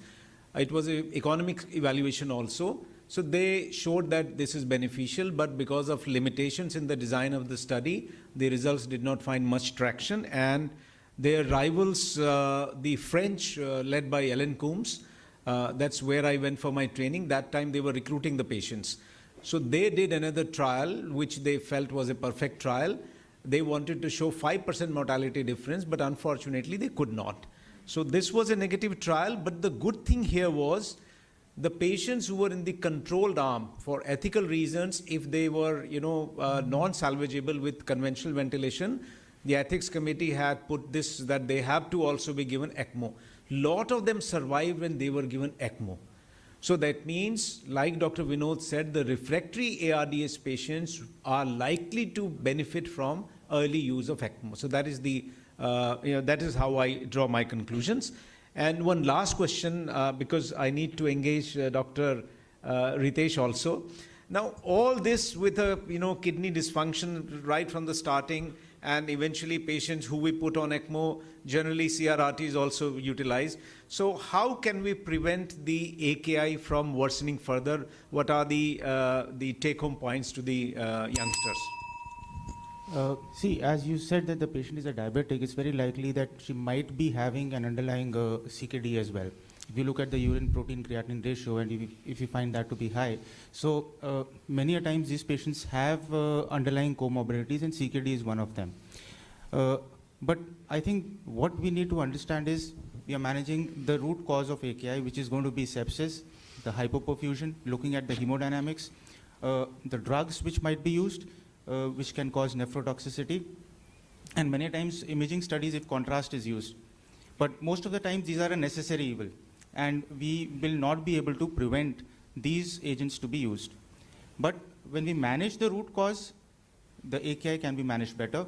Initiation of CRRT or SLED as per the clinical indication should be done. Thank you. So please remember these golden words, because I have presented an oversimplistic view where only one organ is shown to be effective. But in clinical practice, there are a lot of other challenges as well. So with this, I would like to conclude that shortness of breath may look like a very mild symptom, but there could be very deep pathology leading to the shortness of breath. So please use your clinical acumen, rule out one by one the possible diagnosis, and early diagnostics, they are really helpful. And I'm thankful to my esteemed panel for helping me out with this discussion. Thank you very much. Thank you. Thank you, sir. Thank you, sir.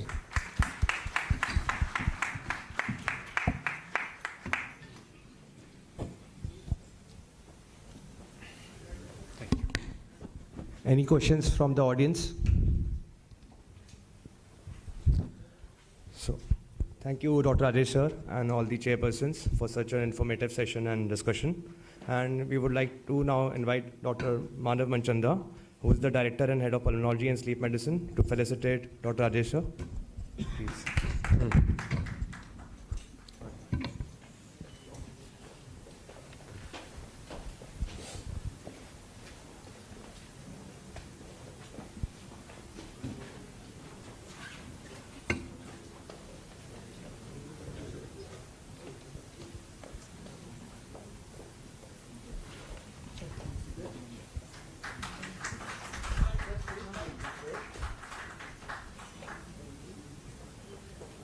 Thank you, sir. Please be on stage just for a small picture. And I would also like to ask from Dr. Vinod Khatri if he has any question or if he wants to intervene and any points from his side. No, I think it was a very good discussion, and I think, as you said, we should think about diverse differentials when you are taking care of patients with shortness of breath. And he clearly discussed all the aspects of the care that are involved. So thank you again. Nice presentation. Thank you, sir. So can I just ask all the chairperson to come on the stage for a picture? Dr. Shaleen and Dr. Ajit, please also join.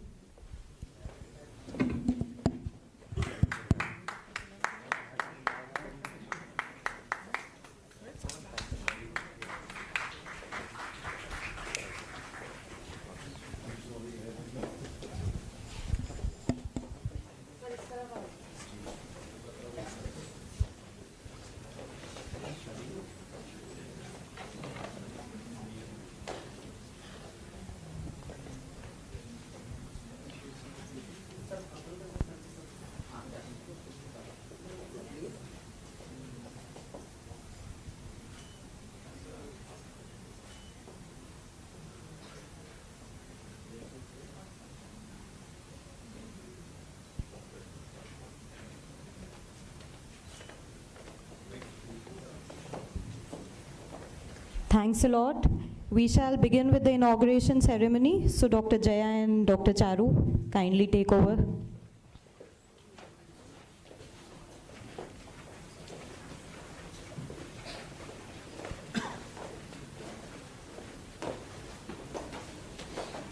Thank you so much, Dr. Nitin, and thank you so much, Dr. Pritha. And I must thank Dr. Rajesh Pandey, sir. I think he's an avid academician, and the kind of case presentation we all saw was so wise and so informative and it was like a stream of river, just flowing through and taking through the entire case. What do you say, Dr. Jaya? It was really a very much brainstorming kind of discussion today about ECMO and other pulmonary critical conditions. So we can proceed to our inauguration ceremony shortly. We have a couple of announcements, Dr. Jaya, before that. Yeah. All the DNB students and doctors are requested to please sign their attendance and send it accordingly for every topic, not only per session, but for every topic. All the nursing students and nursing officers are requested to sign their attendance and take their respective coupons from their nursing principal, DNS, Ms. Janet Chaudhary. The breakfast is now served outside. If somebody wants to have it, they can go and have and come back. We'll be starting with the inauguration in the next 5 minutes. We're waiting for sir.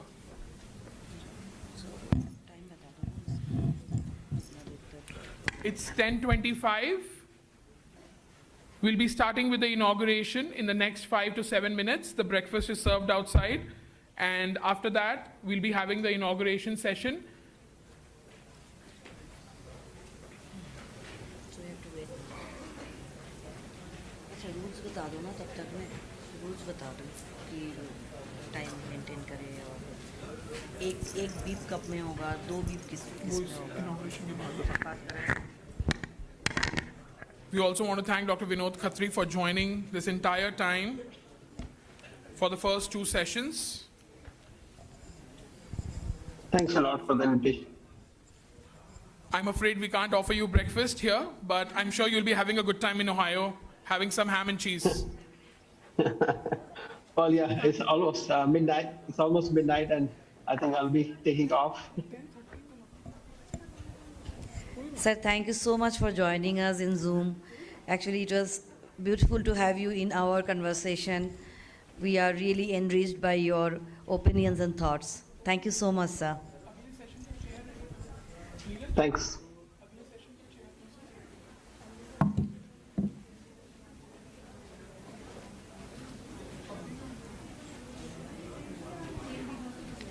We are waiting for our CMD sir to come. Dr. N.K. Pandey sir for the inauguration ceremony. Please, you can have your tea and come back fast as soon as possible. Sir will be here in any time.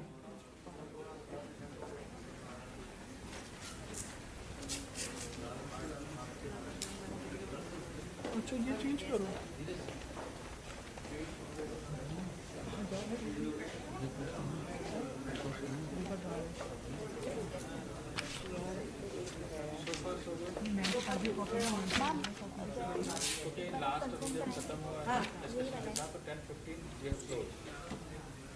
हमारा जो time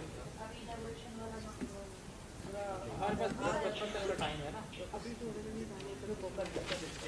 इसमें नाम अलग है ये वाले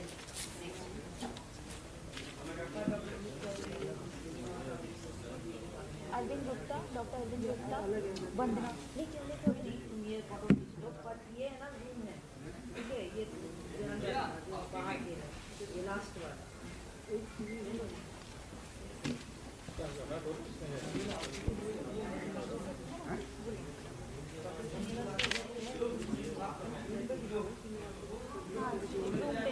मैं अपना वाला कहाँ रखूँ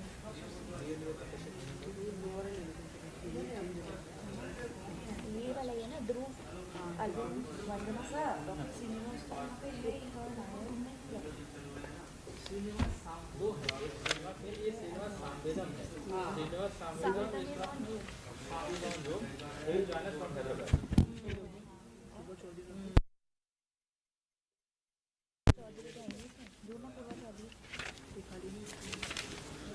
Mic testing 1 2 3 mic testing check 1 सागर भाई check 1 check 1 check 1 मैम अलग हो जाएंगे फिर डॉक्टर विजय अर्जुन गुप्ता विजय कहाँ पे डॉक्टर विजय के शर्मा अग्रवाल डॉक्टर विजय के अग्रवाल ये विजय के doctor Srinivas doctor Srinivas is वो चाय पी के आओ कुछ होने दो नहीं चलिए एक क्लास दे दीजिए आ जाओ विजय के अग्रवाल ना हाँ विजय के आ जाओ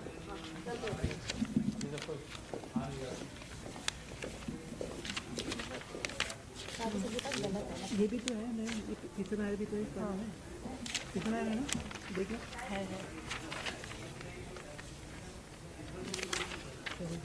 एक निकाल दो विजय के नहीं है मैम है मैंने चेक किया था विजय शर्मा है सुनील लगा पे जाना हेलो हाँ जी मैम अंदर हूँ मैम फैकल्टी वाले खत्म हो गए फैकल्टी वाले नहीं होते फैकल्टी वाले कर मैं चेक कर लेता हूँ एक बार जाके दोबारा बट मुझे जहाँ तक लग रहा है फैकल्टी वाले पूरे आ गए थे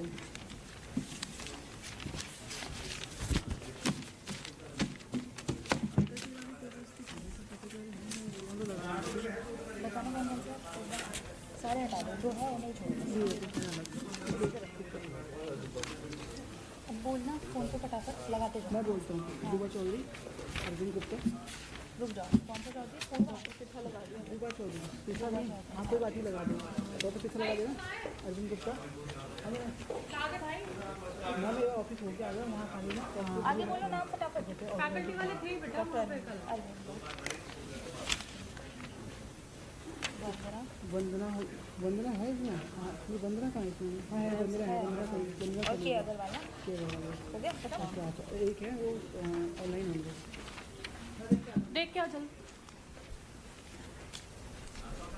ठीक है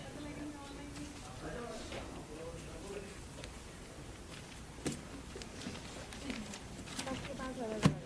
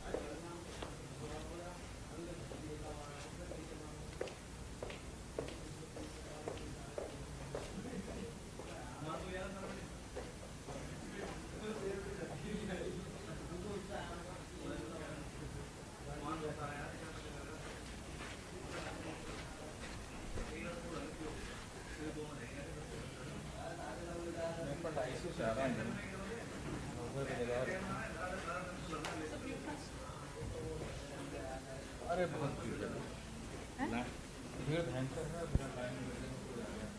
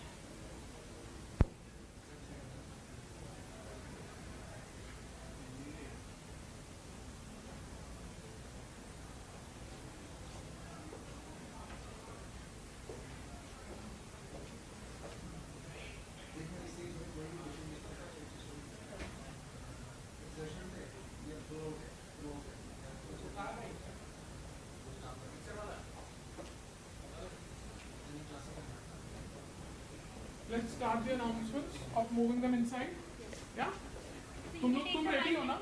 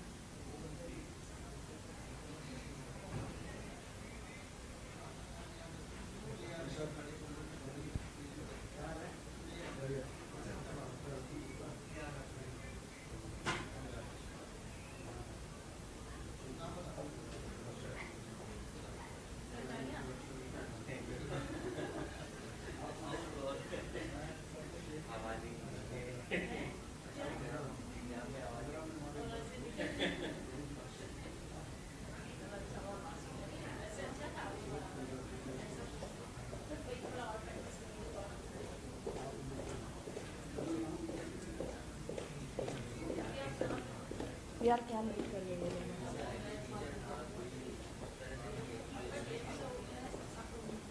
जय मैम वो गए हैं लेने के लिए डॉक्टर्स के आउट करते नर्स से खाती है डॉक्टर्स कैसे अनाउंस करें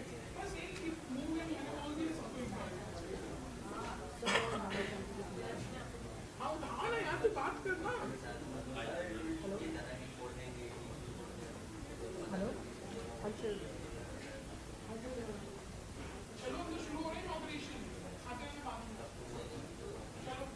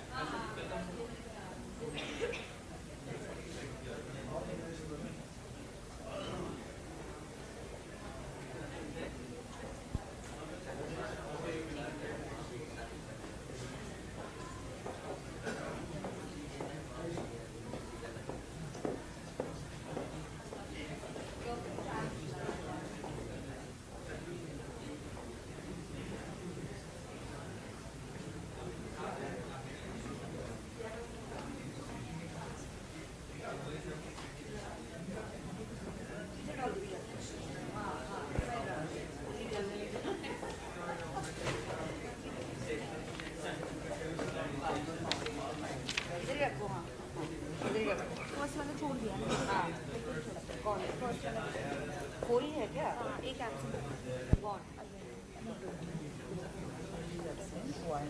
पिक्चर हटवा दो हाँ चेयर हटवा दो नहीं नहीं नहीं नहीं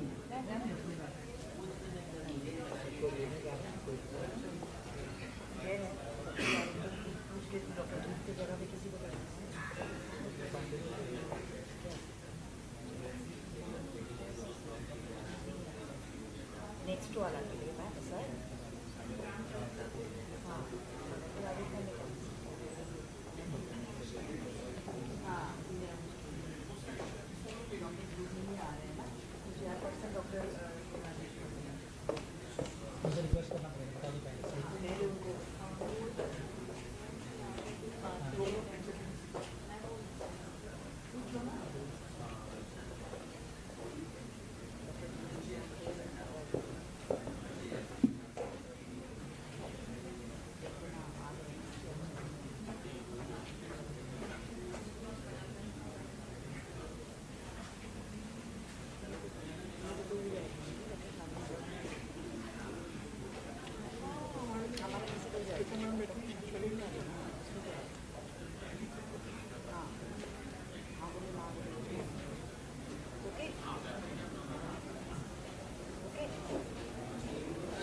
इस सेशन में कर लेते हैं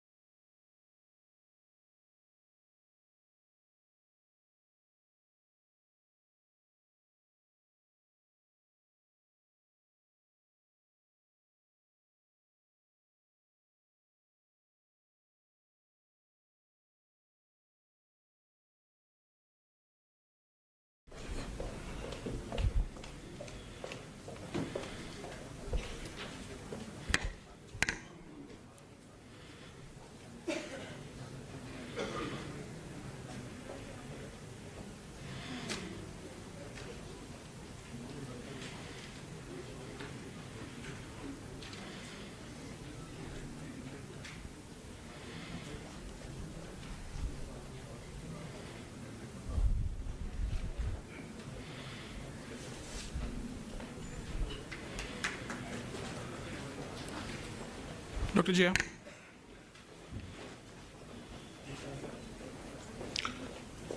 Please put the main screen, Mukesh. Can we have a round of applause for our CMD, sir?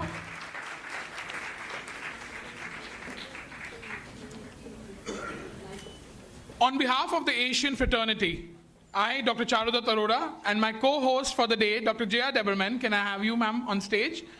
We invite you all and welcome all the faculty, delegates, and dignitaries to the first ever Asian Critical Care Symposium 2023. Round of applause, please. I also would like to welcome Dr. Prashant Pandey, Director of Medical Services, Asian Institute of Medical Sciences, and Dr. Smriti Pandey, Director, Asian Institute of Medical Sciences, Dr. Ramesh Chandna, Director, Quality, Safety, Blood Bank and Laboratory, Asian Institute of Medical Sciences, Dr. D.K. Kesar, Chairman, Internal Medicine, Asian Institute of Medical Sciences. And now, to do the lamp lighting, I would like to invite our CMD, sir, Dr. N.K. Pandey, Dr. Prashant Pandey, Dr. Smriti Pandey, Dr. Kesar, sir, Dr. Ramesh Chandna, sir, Dr. Geetika Virdi, our Chief Advisor of the conference, Dr. Rajnikant Prasad, Organizing Chairman, Dr. Shaleen Bhatnagar, and Organizing Secretary, Dr. Ajit Thakur, to be on the stage for the lamp lighting, please. A round of applause for everybody.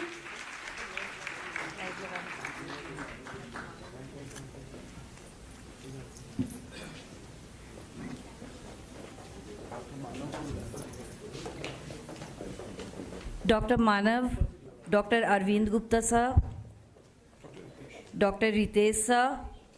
Please, can we have all the directors of our hospital on the stage for lamp lighting, please? Dr. Rajesh Pandey, sir, can you be on the stage for the lamp lighting? Dr. Rajesh Buddhiraja, sir.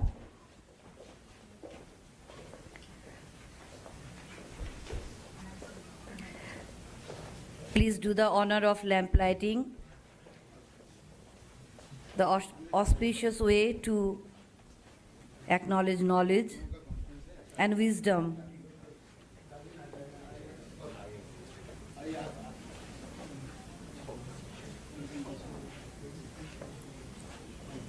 Inaugurating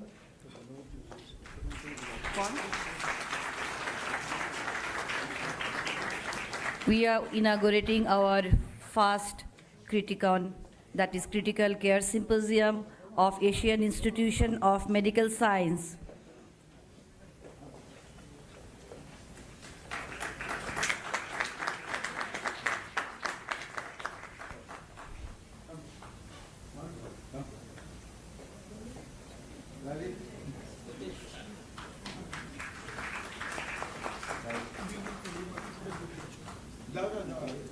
Yeah.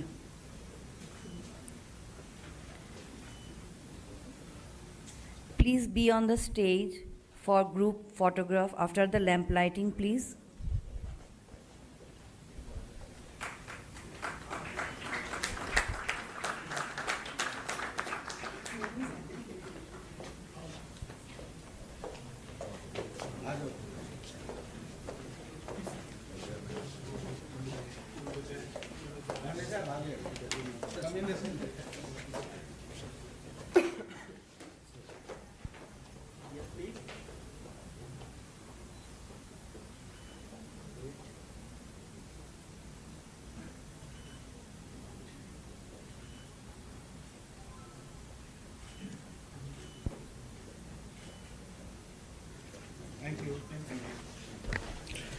And here we inaugurate our first ever Asian Critical Care Symposium. Round of applause for everybody. We would request our CMD sir, Dr. N.K. Pandey sir, to please be on the stage and say a few words for our dignitaries and audience, please.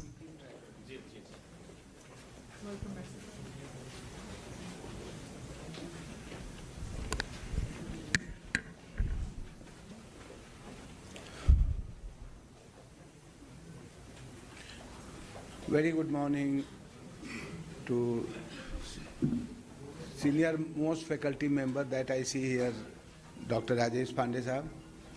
Good morning to all my directors. Good morning to all delegates, all my colleagues who are present in this auditorium.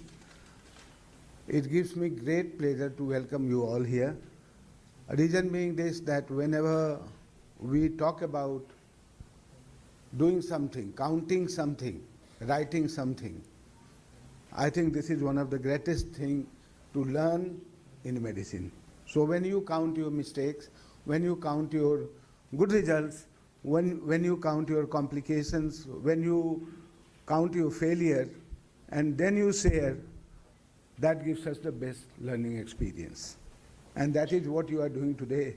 So I think it is all about how we can make and provide better care. Whenever we write, whenever we count, and whatever we count in whichever of the departments. I think this is universal. In surgery, we count our failures of procedure, we count our complications, we count our good results, and that is when you produce it in a conference like this, then we all get a chance to learn what not to do and how to improve the skill. Intensive care is one thing that the care is indifferent throughout the country. You know, we are present at many places, and I find that intensive care is much better when you look at the major city and you go out of major city, we have apology of intensive care. And difference between life and death.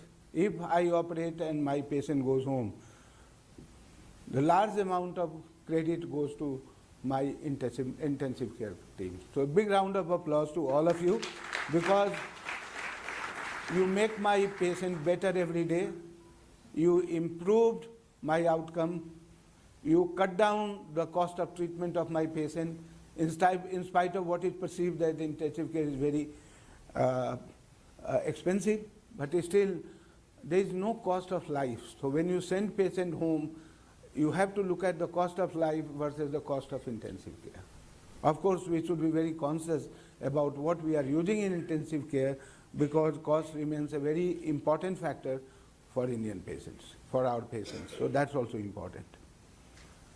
I think all of you are so educated that if I say a lot of things, it may be irrelevant, because surgeons usually are uneducated people. And one of the great surgeons has defined as egoist bastard. They are the surgeons. So he describes surgeons as egoist bastards, and we carry ego in large quantity. So I think I won't like to talk about anything literary here. I would talk about very simple thing. I think two things that we are missing out today, and those who will appreciate, that makes me difference between life and death, are very simple things. One is infection. And you go across the country, go across the world, it is one of the biggest problems that all hospitals face. It doesn't matter which continent they belong to. So infection remains one of the biggest challenges that our intensivists have to handle, and handle it well. And particularly in countries like India, Pakistan, Bangladesh, where you find that most of the things that you can use has been used in 1/4 of dose irrelevantly before the patient comes to you. So resistance is major problem. So when we overcome infection, when we can find a way to sterilize the thing cheaply, I think the person will get a Nobel Prize. My other concern, very major concern, is pain. So if any of you find a painkiller, a new painkiller that relieves the pain without affecting the function of the body, maintaining the sensorium, so I think that will be a very major breakthrough. So in my mind, these two are very important aspect to debate and come to a conclusion that what can be, and a lot of work is going on in direction. It's not that there is no work going on infection, or it's not that, but I still feel that these two remains one of the unsolved mystery of medical practice. So you take a child to simple thing, dentist is worried about the pain only. So you remove the pain, he is very happy to go to dentist. And my wife has not been keeping very well. I don't bring to hospital. Why? I am worried about hospital-acquired infection that is very difficult to treat. So I think these are the challenges, basic challenges that we have to really cater to or find the solution for it. I wish you all the best. I think deliberation today, if it can give you one lesson to take home from here, if you see one more patient, I think our purpose is achieved. So I would like to thank the organizing team for having organized this conference, and I wish you all the best. Please enjoy the proceeding, and please also enjoy the hospitalities. Thank you.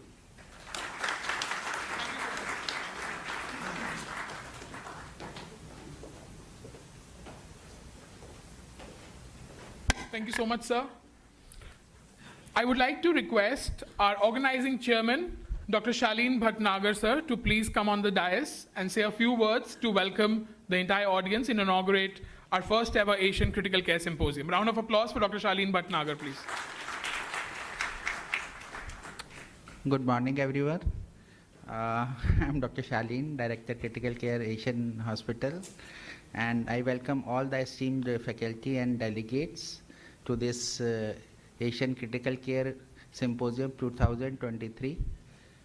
I would like to thank our Honorable CMD Sir, Dr. N.K. Pandey, who was supporting us throughout the preparation, and it's a great pride that we announced this symposium, which has session on diverse topics by faculties from all across the world.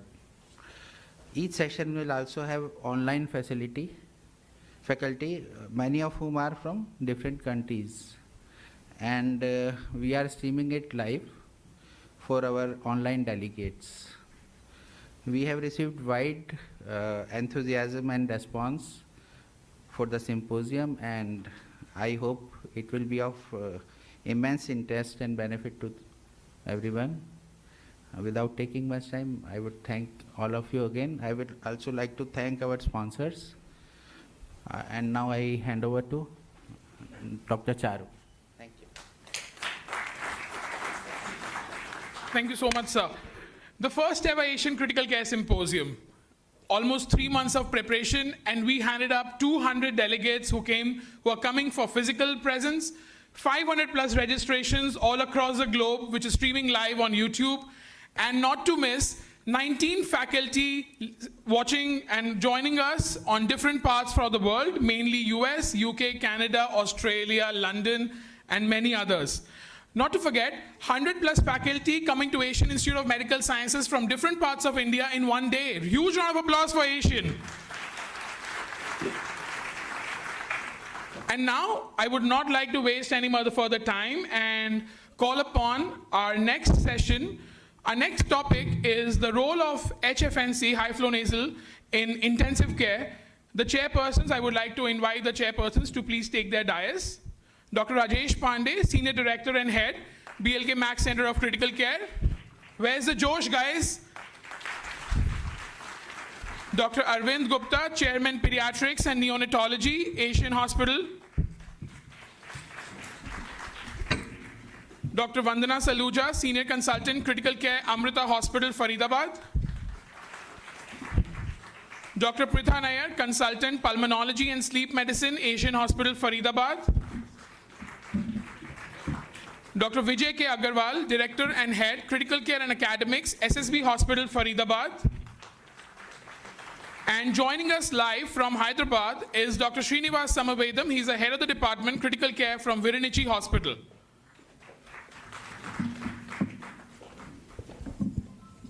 Can I request the speaker for the session, a very well-known name, Dr. Vinod K. Singh, Senior Consultant, Critical Care from Sir Gangaram Hospital, New Delhi. A round of applause for Sir, please.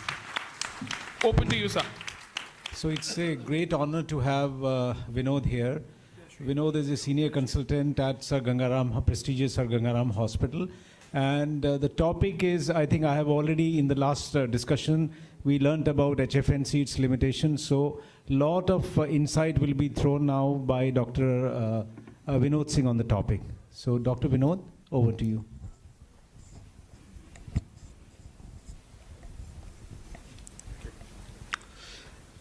Good morning to all of you, and thanks to Dr. Pandey for introducing me.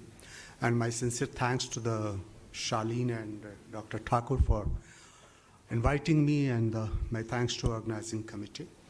So my topic is role of humidifier nasal high flow oxygen in ICU. Before going to the details of the topic, I'd like to share my experience. And also I'd like to share the experience of Dr. Pandey also, because we worked in the same hospital at that time. When first time non-invasive ventilation came into the practice, it was around 2002, 2003, and in between the non-invasive ventilation came into practice. Just make it. And believe me, before non-invasive ventilation came into the practice, many patients of respiratory failure, and particularly those of acute type 2 respiratory failure, once comes to the ICU, the only option we have to put on the invasive ventilation, sedate, paralyze, do tracheostomy, repeated chest infections, and then finally going to multi-organ failure and death.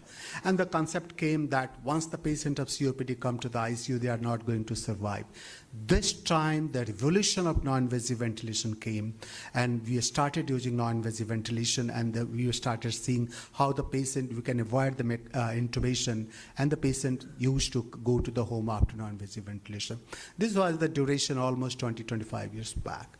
Since last 5 years, there is second change and revolution in the respiratory medicine and respiratory support, and that is a non-high flow nasal cannula. Already being used in the neonatal areas, but first time it is used around 4 or 5 years back, and more extensive use during the COVID time. And this has changed that.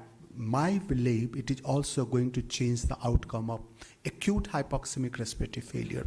Now see, non-invasive ventilation has changed the management of type 2 failure. It is going to change the management of type 1 failure. Okay, so we'll go to my first slide. Please project the slide.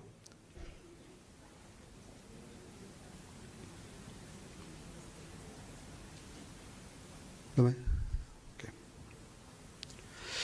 So what I'm going to, some of the principles of high flow nasal cannula, we'll discuss some cases and the current uses and the evidences. So I have already introduced this. It is going to change the practice of respiratory medicine, and you have to make it full slide, otherwise it will not work. It's not working. Yes. Yeah. This is not sharing.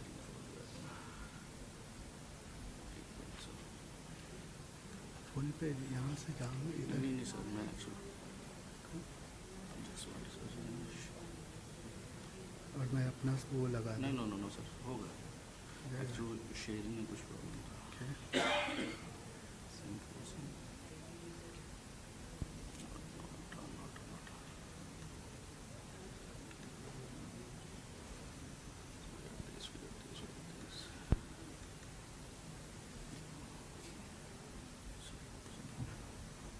This is yes. Phone से जाइए. This. Yes. Thank you. So these equipments are very, very simple. You have a gas blender which mixes the oxygen and air. Then you had a humidifier, and then it is a nasal cannula which is connected. So it is a very portable, very handy, can be used in the ICU, can be used in the high dependency unit, and how the cannula is there, but there are different sizes of cannula depending upon the patient's condition and patient size. So in one word, this is a very, very simple, and has made the oxygen supplement very simple way to provide to the patient. There are different machines. I'm not going in detail of the machine, but basically there are three types of principle on which they work. One is the air oxygen blender, second is the turbine, and third is the venturi. So we have an option to choose whether you are using air oxygen blender, turbine, and venturi. Most of the time in our country, it is a turbine flow which provides you the high flow, that is OptiFlow, which provides you the high flow nasal cannula. How it is going to benefit? First thing is that it is a humidified. So we have a more comfort, And also it can provide you a very high flow up to 60 liter. The maximum flow of oxygen you can give is the 15 liter on the nasal cannula. But when we are using a high flow nasal cannula, you can go up to the 60 liter. It will provide you a PEEP of around 3 to 5 centimeter, and it can also wash out the dead space. So we'll go to a case. This is 24-year-old woman with a 30-week of gestation and presented to us with a 2 days history of dyspnea and on 6 January 2018, and there is a history of sore throat, dry cough, fever, nausea, vomiting. On examination, she shows a hyperpyrexia, sinus tachycardia, severe orthopnea, peripheral cyanosis, and there was a crepitations on the auscultation. The chest radiograph demonstrated a bilateral opacity consistent with the severe pneumonia. Her sputum and the urine culture was negative. The lab work was leukocytosis and neutrophilia, and she was admitted in ICU. She was started the antibiotic as usual, and this was the X-ray of the patient, bilateral lower lobe infiltrates, suggestive of some viral or non-atypical pneumonias. The ABG was obviously a respiratory failure, so the patient was put on 10 liter of oxygen. The hemodynamic parameters were normal. It turned out to be a Legionella pneumonia based on the microbiological investigation report. And the patient was started with a 20 liter of flow of nasal cannula with FiO2 of 100%. And also she was targeted to a desired oxygen level of 94-95%, which is usual target in the ICU, and the further adjustment was both was done. And this patient in next 2 days improved with the high flow nasal cannula, and the patient was weaned off with a live fetus, and patient was discharged to the ward has gone. So this is how the high flow nasal cannula supported the respiratory support. The second case was more interesting. This is a COVID patient who was on 70% saturation and COVID positive, and this is the X-ray of the patient, which is extensive pneumonia to COVID. And the patient was not maintaining on oxygen within the supine position. So what we did, we proned the patient and put the patient in high flow nasal cannula. So this is a patient who is a spontaneous breathing patient and was prone. And surprisingly, we know that we have experience, and now we know that if you can prone the patient even with the high flow nasal cannula, which was very difficult with the non-invasive ventilation. So this patient improved significantly, and the ROX index, as discussed by Dr. Pandey, was 3.56, although it was less than 4, which is a predicted for successful. More than 4 is a prediction for successful. But we continued with the patient, and patient improved with the high flow, and the patient was discharged. So this is how it works. This was a very interesting. Recently, we have a patient who has got a leading angina. Patient has a severe large neck swelling, no mouth opening, and there was a severe airway obstruction, and there was a risk of hypoxia. No way how we can going to put a non-invasive ventilation in such patient. So what we did, we wanted to do a nasal intubation by bronchoscopy. So we put the patient on the nasal high flow nasal cannula. Patient was started maintaining the saturation. Then we did a nasal intubation followed by a it turned out to be about this non-Hodgkin lymphoma. We did a tracheostomy in the ICU, and patient improved, gone for the definitive treatment. So we have seen that how the high flow nasal cannula has changed the management of in ICU, whether it is an intervention, whether it is a respiratory failure, and there are so many indications also to put the patient on a high flow nasal cannula.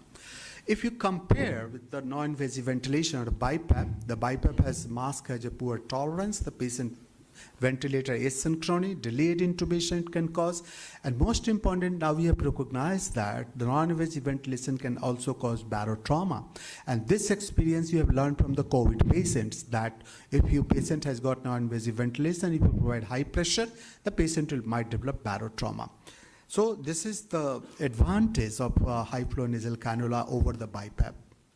Again, if you try to stratify the risk of delayed intubation with the non-invasive ventilation high flow nasal cannula, of course, NIV has higher risk of delayed intubation if you compare the high flow nasal cannula, because of the patients can easily communicate with you in a high flow nasal cannula. So again, it has advantage over the delayed in, an NIV. How it works, there are two things. One is the high flow, other is the humidification. The high flow has a PEEP effect, can minimize the work of breathing, can decrease the dead space, also can meet the demand of the peak flow which the patient will have, and finally it is going to improve the oxygenation and respiratory comfort to the patient. Because of the humidification, the patient is much more comfortable with the high flow nasal cannula. So how it works in these patients. And goal of therapy are, again, with like any non-invasive ventilation, we have to maintain the adequate oxygenation, we have to prove the enough ventilatory support, ensure that the patient is protecting the airway, and there should be a serial examination to avoid any delayed intubation or failure. So what are the situations where we are going to use this? The most important thing is that acute hypoxemic respiratory failure. The second and others indications, you can remember that whenever you find that the respiratory demand is very high, respiratory flow demand is very high, there you can use like post-extubation failure, like peri-intubation, emergency department, like palliative care, acute heart failure, chronic airway disease, other issue. Palliative care has also emerged as one of the better indications than other respiratory support. But here, the patient will maintain the oxygenation, ventilation, and communicate. That's why it is being first indications to respiratory support or first choice of respiratory support in those patients who are getting palliative care. Now, over the time, the strategy of management has changed in the respiratory failure. Now what we do, a patient with acute respiratory failure, you try to stratify what is the cause of the failure, what is the severity of the failure. So we choose our respiratory support according to the cause, according to the comfort, according to the cause, according to the pathophysiology of respiratory support. This is one part. And second part, try to have, nowadays we are escalating and de-escalating. We are starting from the nasal flow, going to high flow nasal, non-invasive, then mechanical ventilation, proning, and finally ECMO. And if the patient improves, we are going in reverse directions. So this is the how we have learned in COVID also. You choose your respiratory support according to the type of patient's pathophysiology, severity, and comfort of the patient. And high flow nasal cannula has emerged as one of the mechanism, one of the machine which can provide both support and comfort if you compare with the other things. As Dr. Pandey was telling, there should be some medicine to remove the pain, and you should not sedate and paralyze the patient. Here you don't have to paralyze the patient, you don't have to sedate the patient. Patient will be much more comfortable with the respiratory support.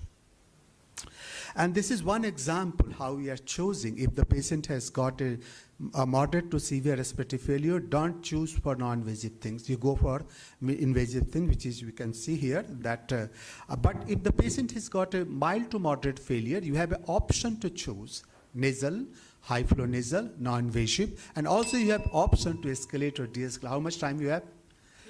3 minutes. So there are some disturbances also. Okay, so we have an option to choose that whether you are choosing a high flow, nasal, or non-invasive ventilation. And also you should keep in mind where I am going to escalate or de-escalate our treatment and how to do that. I'll not go in this. So what to monitor? Monitoring, we should have a continuous monitoring of heart rate, respiratory rate, and oxygen saturation. And also we can see that whether it is a positive response or not, because if you see that FiO2 has decreased to around 10% and the patient's respiratory rate has also gone down, there is a good chance that the patient is going to be successful. And predictors of success in more detail, that ROX index has emerged. If your ROX index is more than 4 or 4.5 up to 6 hours, there is a high chance that the patient is going to be successful. And how to calculate it has given, you have to SpO2 by FiO2 divided by the respiratory rate, and that is how to calculate it. There is one study which has shown that not only ROX index, but clinical acumen is also important, that if the respiratory rate is coming down less than 30 minutes at 2 hours, FiO2 is coming down to 0.5 and ROX is obviously more than 5, there is a good chance that your patient is going to improve, and that's how you de-escalate or continue the treatment. Now, the second thing, where is the role in COPD patient? Obviously, there is no clear-cut idea whether to give or not, but people are now using COPD or type 2 respiratory failure based on these small meta-analysis of these trials, and there is no harm in trying this in patients.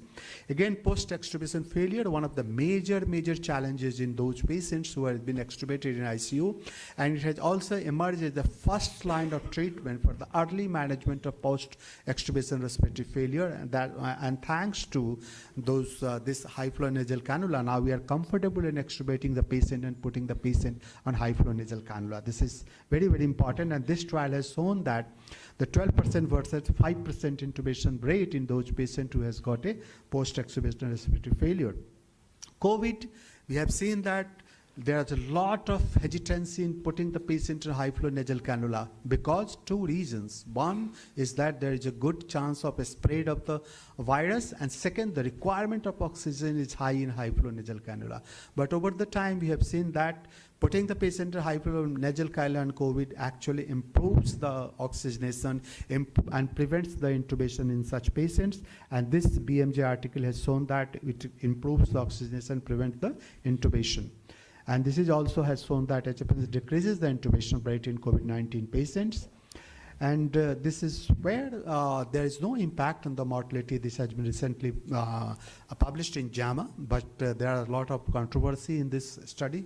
It is a French study.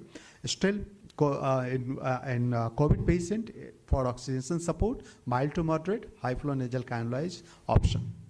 So my take-home message is that this is an alternative means of respiratory support for critically ill patients.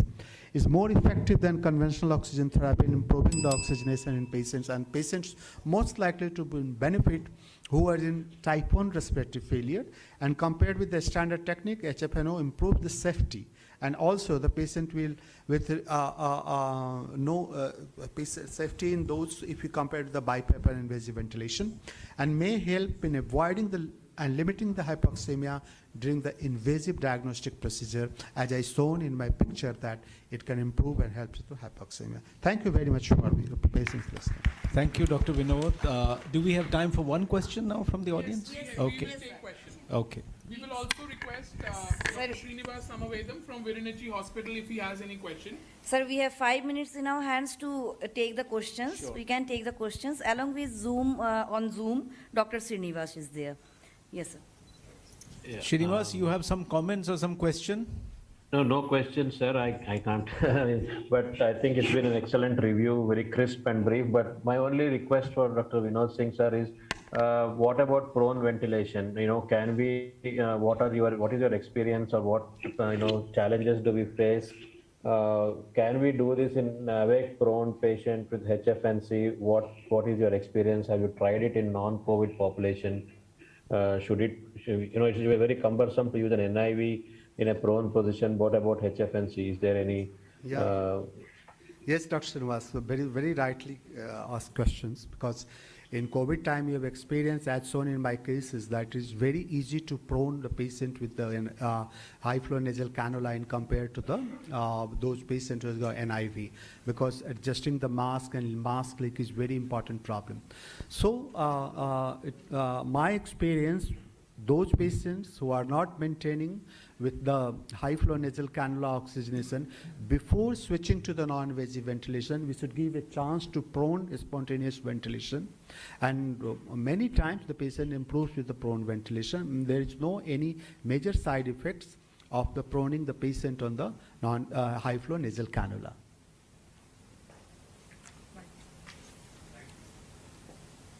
Any other questions from the audience?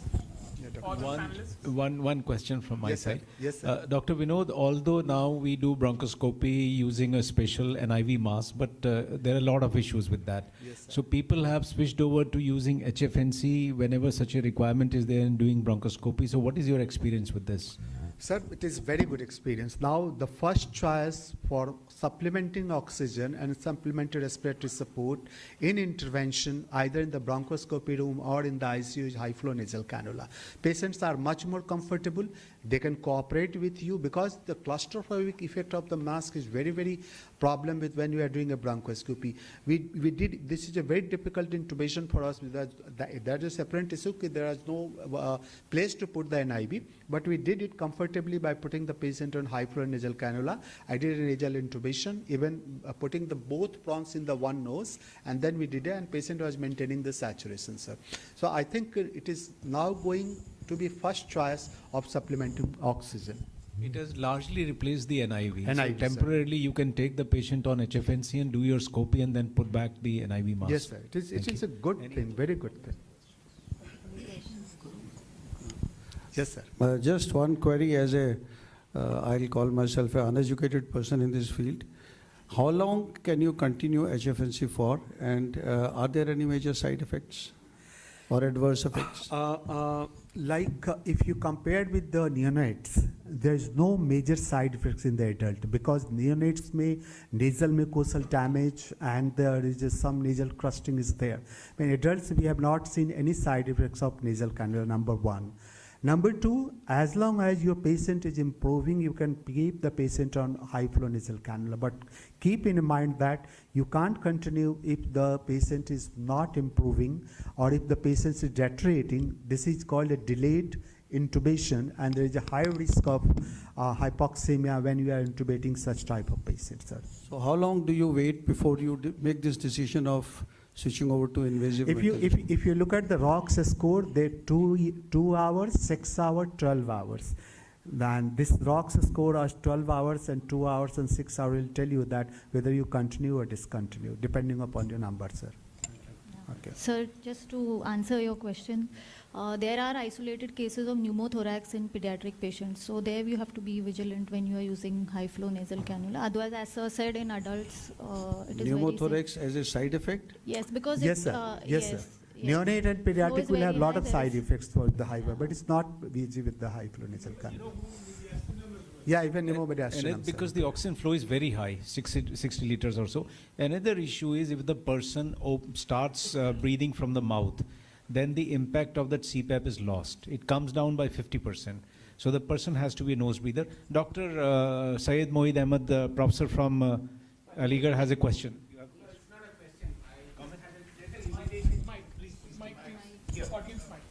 In fact, that's the limitations which when you talk about the HNFC, especially when you are saying that yes, it's a very good device to carry on when you're doing a bronchoscopy, but there are limitations because when you're putting an NIV with a high pressure, probably that pressure will not be maintained, so patients can desaturate very fast when you're talking about HNFC. That has to be kept in mind. Whether the patient with a high pressure of NIV is there, then probably your bronchoscopy in HNFC will not be helpful.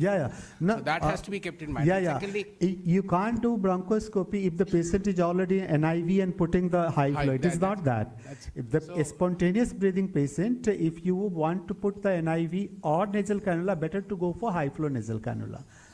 Of course, it is not going to replace the NIV, but it is for different indications, you will have a choice for putting the patient on high flow nasal cannula. Just to complete it for the resident's sake, what are the contraindications of HFNC? In children.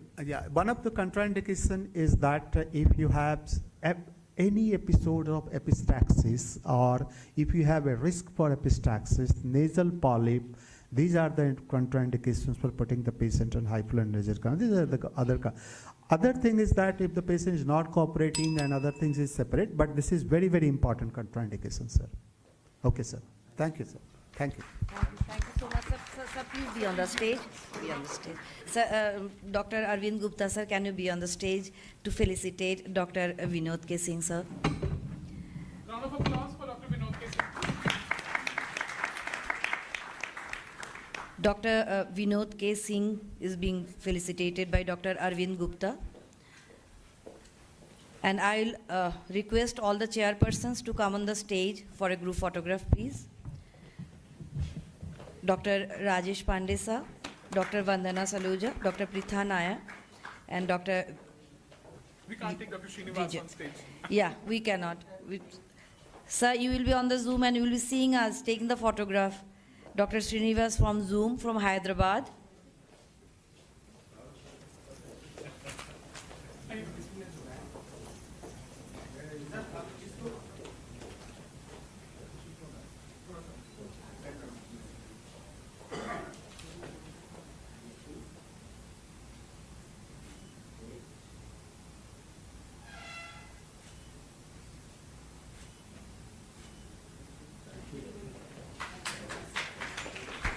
Thank you so much, sir.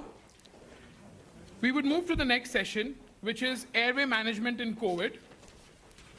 Can I request the chairpersons to please take their dais? Dr. Ajit Thakur, Senior Consultant, Critical Care, Asian Hospital, Faridabad. A round of applause for our chairpersons, please. Dr. Deepak Govil, Director, Critical Care and Anesthesiology, Medanta, Gurugram. Dr. Nitin Jain, Head of the Department, Critical Care from Paras Hospital, Gurugram. Can I have a round of applause for Dr. Nitin Jain? Dr. Divesh Arora, Director and Head, Anesthesiology and OT Services, Asian Hospital, Faridabad.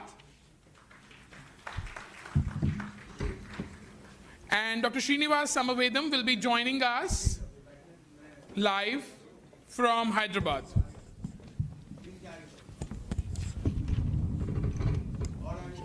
The speaker for the session, Airway Management in COVID, is Professor S. Moyed Ahmed. He's Professor Anesthesia and Critical Care from Aligarh Muslim University, Aligarh. Round of applause for our speaker, Professor S. Syed Moyed.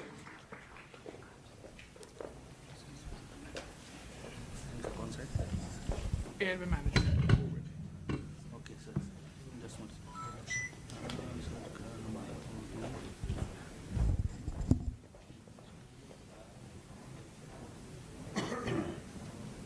आपका pen drive है? Pen drive.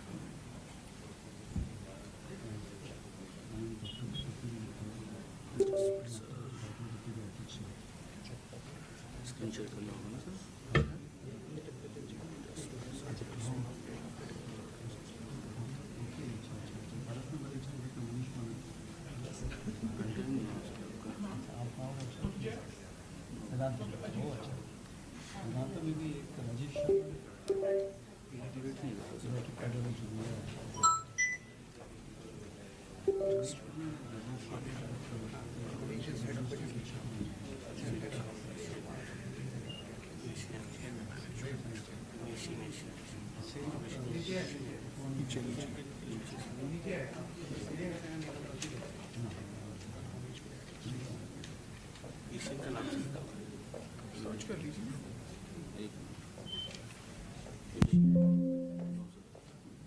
Yes, I again.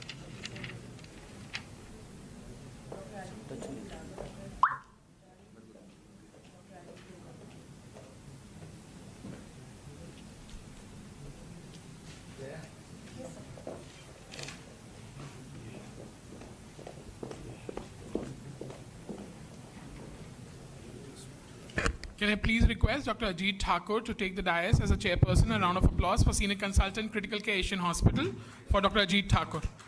Off to you, Professor S. Ahmed. Respected chairpersons and my dear friends, good afternoon to all of you. At the outset, I bring greetings from my university and my medical college. It's a wonderful morning, I must say, with an bubbling spectators on this audience. We are not away from COVID as of yet. We had a really chaotic nightmare, say a couple of years back. So I'll be just giving an overview of airway management in COVID ICU.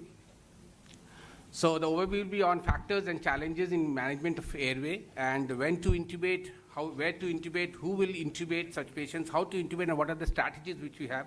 Then the extubation protocol and post-extubation plan and the key points which we need to remember.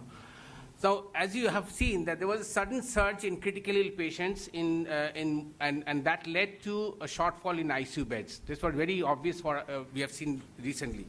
And that led to provision of makeshift arrangement of ICU. And this led to an ill-trained, at times we have seen that how the ICUs were managed, who were managing those ICUs. And there were inadequate equipment because wards were also being made into and makeshift in ICU. Naturally, we did not have those monitors, those equipments which were supposed to be there, along with the staffs as well. And there were no negative pressure room. So naturally, what are the challenges we faced, which could be related to the ICU, then increase in bed strength in the existing ICU, decrease in space between the ICU, makeshift arrangement because of the makeshift arrangement in ICU, and the general ward without meeting all the ICU specifications were there. Equipments, of course, inadequate equipments because we could not, cater to the requirements of those beds. And there were heavy viral loads, especially in the intensive care unit, because they were not having the negative pressure and the streamlined and laminar flow of the air. So these were the challenges, and then the challenges which were related to the patients. The patients were highly infective, and they were contagious, toxic, which we know that COVID patients were there. And then the patients were like suffering from ARDS, so naturally their respiratory reserve was less, and could rapidly desaturate. And the instability because of the hemodynamic status were all very unstable, because we have seen how fast they were deteriorating from as far as the hemodynamic status was concerned. And of course, they need all high flow oxygen, BiPAP, and so on and so forth. So they could be related to the caregivers also, because they were really in a panicky situation, because doctors were less experienced. We have seen that those who were not at all experienced in intensive care, they were also posted in intensive care unit, and they had inadequate trainings, and even the people from other specialty were also shifted to manage the COVID patients. And there were really inevitable stress because of exposure to highly contagious infection, and fear factor was always there, which could lead to breach in the PPE, which you have seen. So what were our primary concern? Primary concern was to manage to somehow protect our staff. Say the staff safety was one of the most important factors which we always were very concerned about. Prevent them from contamination, decrease their exposure, train and counsel them. But very importantly, need to counsel them because they were so panicky about the infection overall. And the patient's management of airway was very important for us, because they were really desaturating very fast. There was a term there is a term which is known as happy hypoxia. So naturally, we are not being able to exactly assess when we need to go for an intubation in such patients.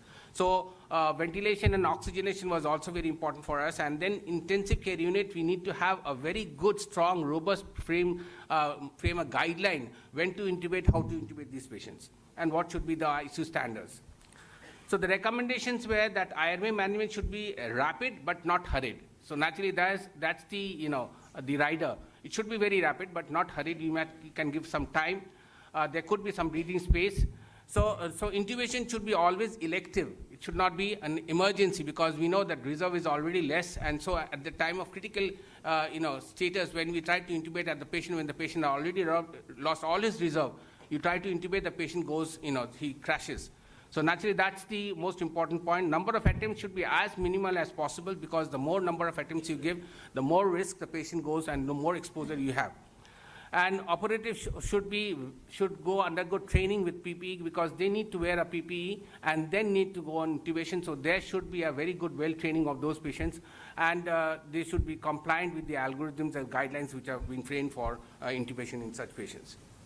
So when, where, who, and how are the strategies when we got to intubate? So when to intubate, there was a study which was there in China, where they did a study. They categorized the ICU according to the radiological findings, and I'll just not go in detail. But what I want to emphasize here is that the patients which were having more than 7 scoring, so they went for. They first saw that whether the patient has, they went for an NIV and HNFC trial.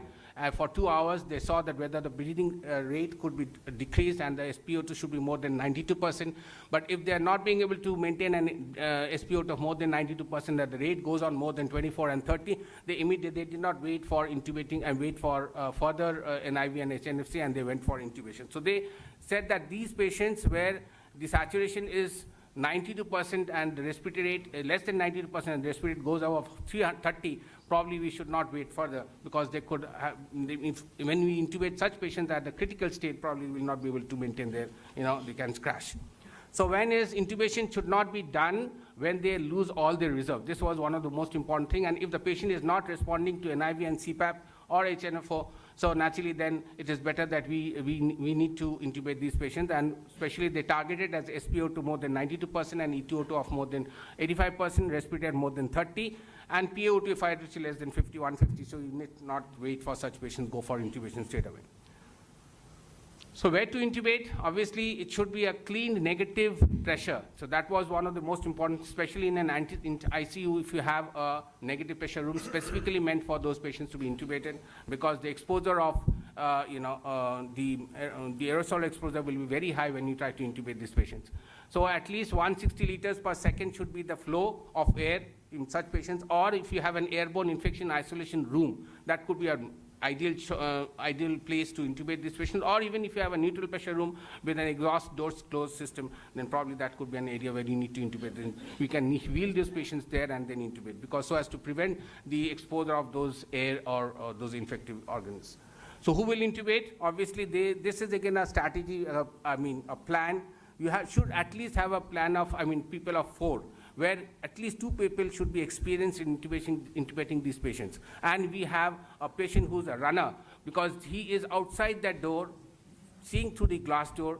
If there is any crisis, he will run into it with taking all the difficult airway cart and then intubate, help in intubation. So naturally, one intubator, the main intubator is an experienced person, and then we have a person who's going to give a drug, and then we have a cricoid pressure, a person who's going to give a cricoid pressure in such patients wherever we have a difficult intubation. So the first pass success rate, as we all know, that in critically ill patients overall, the first pass success rate is less than 80%. So naturally, the critical intubation should not be more than 2 attempts, and the operator should be very experienced. There is no chance of, window period or the chance of margin of, the error. So naturally, we have to see that the person who's intubating for the first time is an experienced person. And in some institutions, there are also an airway response team who is being comprising with the critical care trained anesthesiologist or critical care fellow or a trauma surgeon. So they are having a group, and they are responding. They respond to the call for intubating especially in COVID patients. Most experienced person, airway manager, should be there. How much time should be there? Oh my God. So how to intubate these patients? Obviously, we have to see that the patient has an assess the airway most importantly, because these patients, when they were wheeled in, probably they are conscious. And at that point of time, we have a Macocha scoring system with the help of which you can assess the patient's score. If the patient's Macocha scoring is more than 3, always keep in mind that this patient is going to have a difficult intubation. So you always keep an experienced person call for help beforehand. And why you need to always go for an assessment of scoring? Because at the time of assessment, probably the patient is conscious. But when you need to intubate, probably the patient will not be able to cooperate you. And so you should always document it that these patients are easy to intubate and these patients are not easy to intubate. So naturally, you always should assess these patients when you're intubating.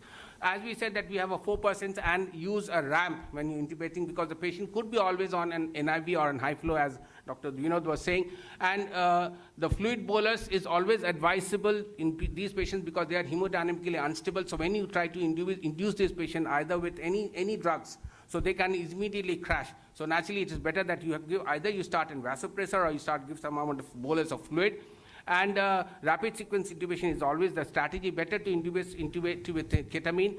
Obviously, we know that aerosol box was being instituted, but that had a lot of controversy. So that, in fact, increases more time and more exposure. So what studies have said that probably this does not hold good. So it all depends whether you're being practiced with this or not. So if the patient is whenever you see that we are being able to ventilate the patient with a mask, and if it is fine, if you're not being able to ventilate the patient with a mask, it is unsuccessful, then obviously a person comes in, you call for help immediately. If you are being able to ventilate with mask, if you are not being able to do it, call immediately for help. And then the person who comes in, he should be a person rescuer, which is having a doning. Single attempt can be given if the patient is having a 92% saturation. If the patient does not have a 92% saturation, if you are being able to maintain the patient with ventilating the patient with face mask, then you can go with a video laryngoscopy. That is one of the most important, very handy. You can keep yourself away from the patient and then you can intubate. So you can, if you have failed in doing that, then obviously you go for a mask ventilation, go for an external or laryngeal manipulation to identify the glottis. You can take the help of an assistant. go for a critical care patient if need be, and then if you're not being able to intubate, if you're successful, then finally you go for bilateral chest auscultation, where you need to see whether you can apply, you should not disconnect the circuit. If you fail in doing that, then obviously you go for the go for insertion of supraglottic airway device, which is a second generation supraglottic airway device through which you can intubate a patient. If the patient is being maintained fire enough, if not being maintained, if you're not being able to do it, if you're unsuccessful, then obviously you go for you go for another face mask ventilation. And if you're successful, you can carry on with supraglottic. Further, you can go for the bronchoscopy intubation. If not, you can go for a percutaneous tracheostomy as well. So if you fail in doing that, now you can go for a face mask ventilation. If you're not being able to do that also, you relax the patient, sedate the patient, and call for an additional help. You declare this step as complete ventilation failure. And you call for an additional help who comes with a fresh mind, with a PPE, and then he tries to help you out. If the patient is being able to you can ventilate and intubate this patient fair enough. You're not being able to do it. Ultimately, you have to go for a surgical airway. And finally, surgical airway is not the ultimate goal. You have to somehow maintain the patient's oxygenation. You can then go for a percutaneous tracheostomy or surgical tracheostomy in the long run. So the post-intubation procedure is avoid unnecessary circuit disconnection. Most importantly, if disconnection needed, standby ventilation clamp. Ventilation, you can clamp the ventilator, ventilator circuit so as to prevent any infection. Monitor the cough pressure. At least should be 10 to 30 centimeter water. Insert your gastric tube. Dispose the sterilize if need be equipment, whatever equipment you used. Strict adherence to proper doping should be there. Extubation protocol, always negative pressure, presence of experts should be there. You can go for a cuff leak test, especially when the patient has been prone ventilation. And then further you can go for an NIV and NF. Key points, finish, I'm over. Just a slide. Airway management of COVID ICU is a challenge. As I said, the major concerns are staff safety, improved patient outcome. Airway management should be always elective. Intubate when the SpO2 is less than 90 and respiratory is more than 92 and respiratory is more than 30. PaO2 is less than 150. Meticulous assess, discuss, and plan. Most importantly, because these patients can crash very fast. So you have to be very careful in that. Intubate in negative pressure room. Position ramp is again a very discomfortable, but you've got to use it because the patients are comfortable with it and an NY is always there. Stabilize the patient's fluid status, because when you intubation, the patient can give a bolus of fluid. Rapid sequence intubation is the choice. Most experienced should intubate, as I said, and HME filter should be always used whenever you're intubating this patient. Confirm intubation with capnography. Don't try to auscultate. Always be planned. Plan B should always be ready with the supraglottic airway device. After intubation, advocate proper hand hygiene, and of course, the donning should be always there. Thank you so much. Sorry for the delay. It's good 3 minutes. Thank you so much, sir. We are very sorry to intimate you for the timing, because for the whole day long symposium, we know we need to maintain our time also. So we have got time for 3 minutes to take any questions, please. From the audience, chair and chairperson. Any questions from the audience? And Dr. Srinivasan Samavadan from Hyderabad on Zoom. Mohit sir, good morning. Good to hear you and see you after a long time. Just a quick opinion from you. When the first wave started, there was so much apprehension about who will intubate these patients. There were so many drills and there were so many videos circulating how to intubate these patients. When the second wave came around, a significant amount of that fear complex had dissipated. What was your perception? How different were your experiences while your team was intubating in the first wave versus the second wave? And what is your opinion on whether the NIV was a bigger source of aerosolization, or was it just a good tool that was maligned because of some misunderstood concepts? So your first question was actually I would say that initially because we did not have any clue to it, we were not very aware of the disease overall process. So naturally, there was a fear factor. And no one was wanting to intubate these patients, to be honest. Everyone were a bit scared intubating this patient. But gradually, when we came to know about the disease process, so naturally, wearing PPE, we started doing drill and all. So we had always given the most experienced person to intubate, and at the same time we always used this, the video laryngoscope, especially video laryngoscope with not the monitor on the handle, the monitor which is away from the patient. I mean, away from the handle, means the monitor is having a cord, separate cord. So you can keep the monitor away, the patient is away, and you are also away. So that was one thing which we gradually carried on, and probably in the first wave, the fear factor was there. Subsequent wave, when we came to know detail about the disease, though the disease was much more contagious, much more virulent, and much more, chaotic, but intubation was not a great factor for us, because we knew that when to intubate these patients, what should be our deadline, what should be our limitations, and what are the things we should take care of. So this was not there in the first wave. We really were suffering from this, but subsequent wave, in the second wave, we took care of this. This was your first question, and naturally we could overcome most of the crisis while intubating. So this is your first question. Second question was regarding NIV. NIV and aerosol. See, there are a lot of studies, and if you see the studies, there are a lot of controversy. Some people say NIV is better option. Some people say the HNFC. But what ultimately, if you see the meta-analysis, HNFO is a better choice than NIV. Well, because what they say that NIV caused more spread of aerosol and more problem to the patients also who are intubating this, to the candidates also. So that is why the final this meta-analysis which came up, they said that probably HNFO is a better choice when we talk about intubation this patients. Thank you very much, sir. Yeah, so any questions from the panel anymore? I think most of the patients were hypoxic, and we were trying to manage them on NIVs or HFNC. So how did you take a decision when to intubate? Because that was the most difficult. That's the point. See, problem is, as I said, there were a lot of studies that probably you should not wait more than 92%, and if the patient's respiratory is going on increasing, and your NIV and HNFC is not doing any good. So that is, we give a time period of say 2 hours maximum, and when we see, because some people also came down to 88% saturation, and despite that, patient is very happy. 86% patient was also not very comfortable. They did not. But probably what we were trying to take over is that 90 to 92% we did not wait further.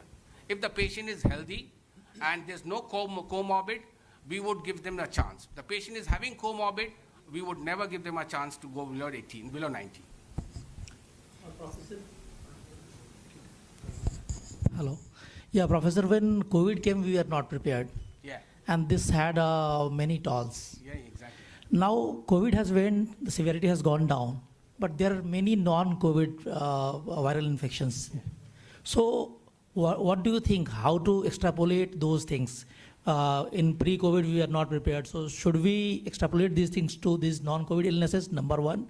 And if we extrapolate, what are the See, if you see the All India Difficult Airway Association, who came down in 2016, first came out with guidelines, which is to be what are the methods which you should follow when you're intubating a patient in intensive care unit.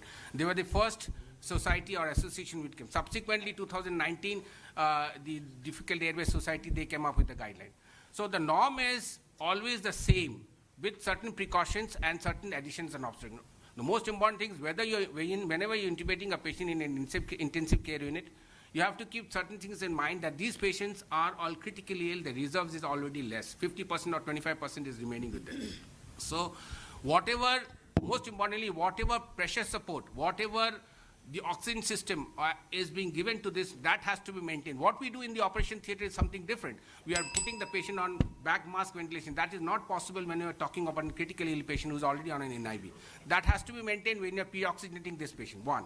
Secondly, these patients are all hemodynamically unstable. So naturally, you need to give some bolus of fluid, or you can start a vasopressor when you're starting. Before intubation also, especially when you're giving an inducing agent, whether it's a fentanyl or whether it's a midazolam or ketamine. Ketamine would always be a good choice. Relaxing these patients and intubating is, I would prefer, because an anesthesiologist, I can go for it. But some people, probably pulmonologists or some other patient, would always go for a fentanyl and midazolam intubation. So these are the certain things, but always keep in mind that since these patients, when they are wheeled in, if they are conscious, keep this in mind, that always go for an assessment of the airway and document it on the case sheet. Because when the patients are being intubated, they are not cooperative, and that time you cannot assess the airway. And suddenly you can fall in a difficult, because critically ill patients are always difficult to intubate, because you don't have the bed is difficult, the equipment is difficult, the person is itself difficult and inexperienced as well. So naturally, always document it on the case sheet that this is a difficult to intubate patient because of Mathews scoring. Always keep a man at hand. What IDA says that always 2 persons should intubate this patient whenever 1 person should be experienced. So these are the things, and we always extrapolate whether it is a COVID patient or a non-COVID patient, any viral patient. Always keep these things in mind whenever you're intubating a patient in intensive care. Thank you so much, sir. Please stay on the dais, sir. Can I call up on stage Dr. Deepak Govil, sir, to felicitate Dr. Professor Mohid Ahmed, sir?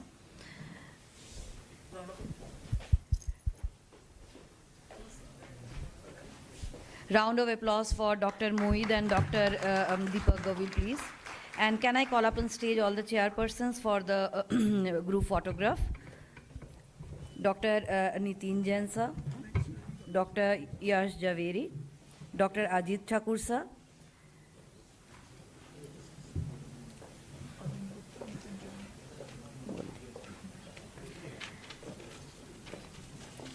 So after that, we'll be moving on to the third session of our day today. And Dr. Pritha and Dr. Nitin will take over. Next.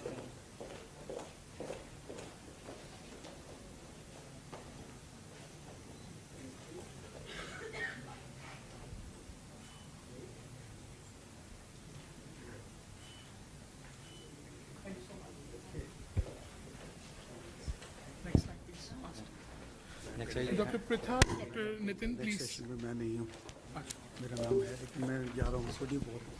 Dr. Srinivas Samavedam from Hyderabad, thank you so much for your presence in Zoom. Thank you so much, sir.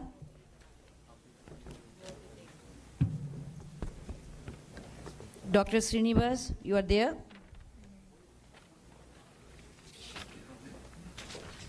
No, no? Okay.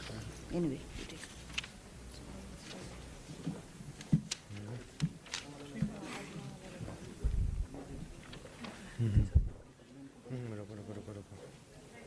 ये बंद करो हाँ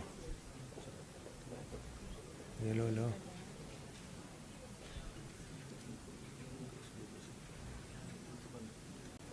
बस ये हो जाए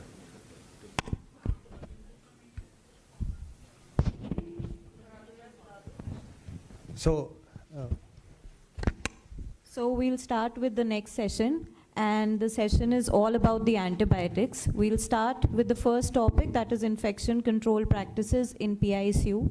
I would respect all the respected chairpersons to please come. Dr. Vijay Sharma, Associate Director and Unit Head, Pediatric Neurology, Asian Faridabad.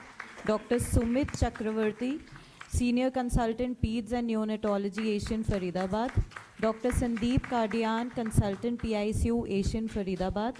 And we'll have Dr. Parimal through Zoom Connect. So could you just check? We should just check if Dr. Parimal is also connected. So you can invite us. Yeah, and we also have another Zoom panelist, Dr. Prakash. He's already with us on Zoom. So may I request now Dr. Maninder Dhaliwal, who is the Senior Consultant and Head Pediatric Amrita Hospital, and for this session, Infection Control Practices in PICU. Hello. It's a pleasure to introduce Dr. Dhaliwal, an eminent PICU specialist in India. And presently he's at Amrita Hospital as senior consultant, managing the PICU. He has been sort of, a popular figure in terms of educating sort of all the PICU trainees, and he actively has been sort of, participating in the training program throughout India and even outside. So welcome, Dr. Dhaliwal, and we would love to have a topic which is quite common in PICU. So infection control practice, whether it is in ICU or PICU, is really hugely important, and let's hear from him. Thank you. Good afternoon, everyone. Thank you, sir. So very important topic, infection control in PICU. As the chairperson in the morning told, it's not about equipments. It's actually about preventing infections now. We have gone to the stage where infection is now a major cause of mortality and morbidity in ICUs. And we should create a system which is so strong that infection can enter. And if you want to learn that system, I think so Dr. Deepak Govil's ICU is very, very strong in Medanta. And this is just a disclaimer that whatever you hear, you should follow your own hospital's policy and Government of India's guidelines. So this might be a little different from what is there because we follow our own institute's policies. So today's focus would be on ICU, though infection control should start from the ambulance and from your OPDs and clinics itself.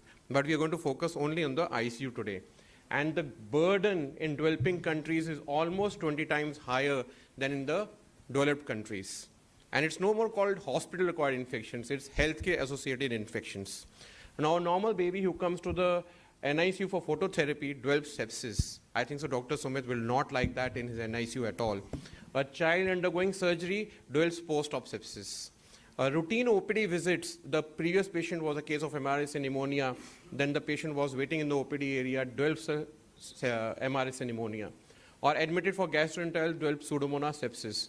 Now what is common in all of these things is there's increased patient suffering, increased hospital stay, increased level of care was given, increased cost happened, and ultimately the dreaded thing, a death can also happen. And this was all given when the patient did not come for that particular disease. And the first rule in medicine, it goes against that, do sick, no harm. Whereas we have to make our ICUs very, very strong. But India has its own fight. If you go to a government hospital, there's definitely overcrowding and you can see understaffing. They are the reasons that is so much of problem which is happening.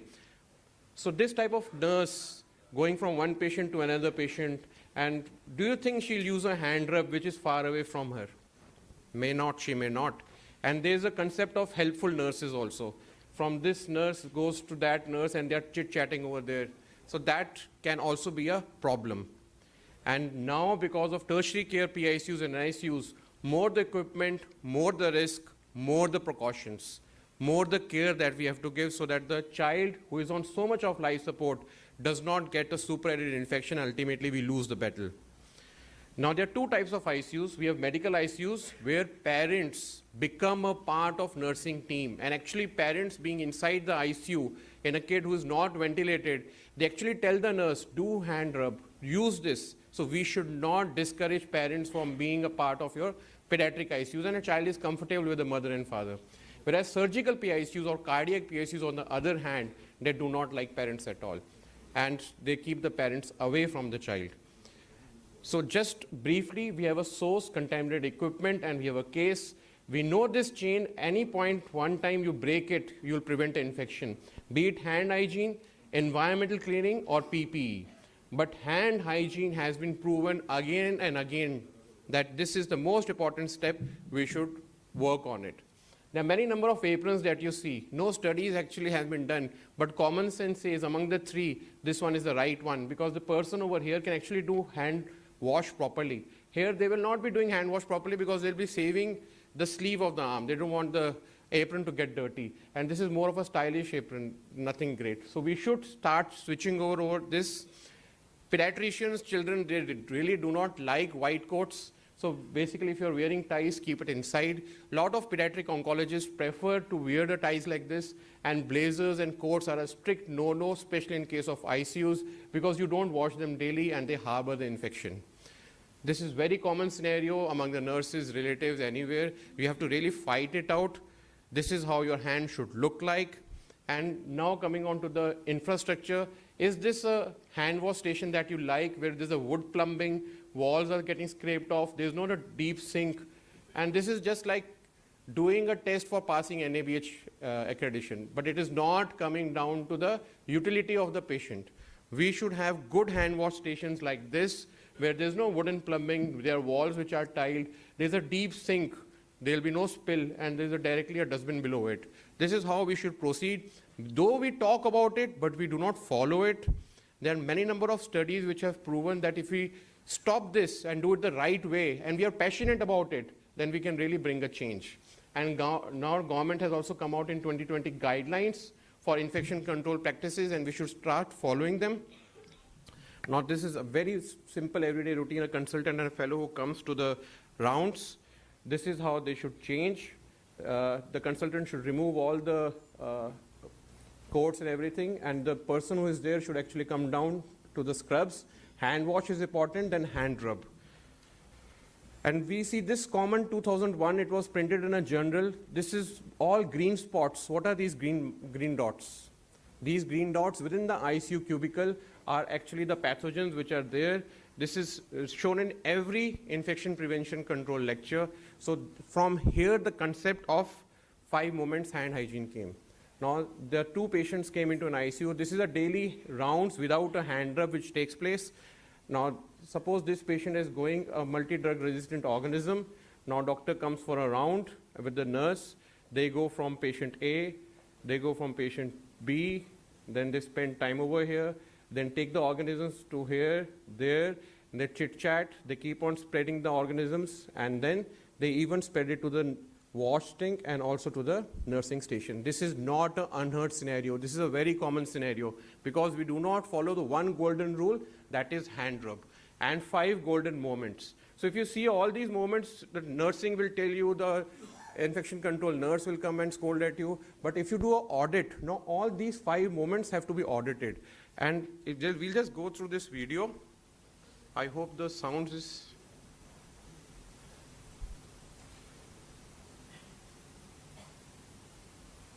Today we are going to demonstrate the 5 moments of hand hygiene. Good morning, ma'am. Good morning, sir. Okay. Let's examine the patient. So the first moment of hand hygiene is before touching the patient. This moment is usually followed by every doctor and nurse. Less than 20 seconds. So this is routinely done by every day by most of the people correctly. This was an audit which is done. Every hospital will have different errors. Thank you for telling me, sister. If such videos are played in your hospital, it will be a reinforcement.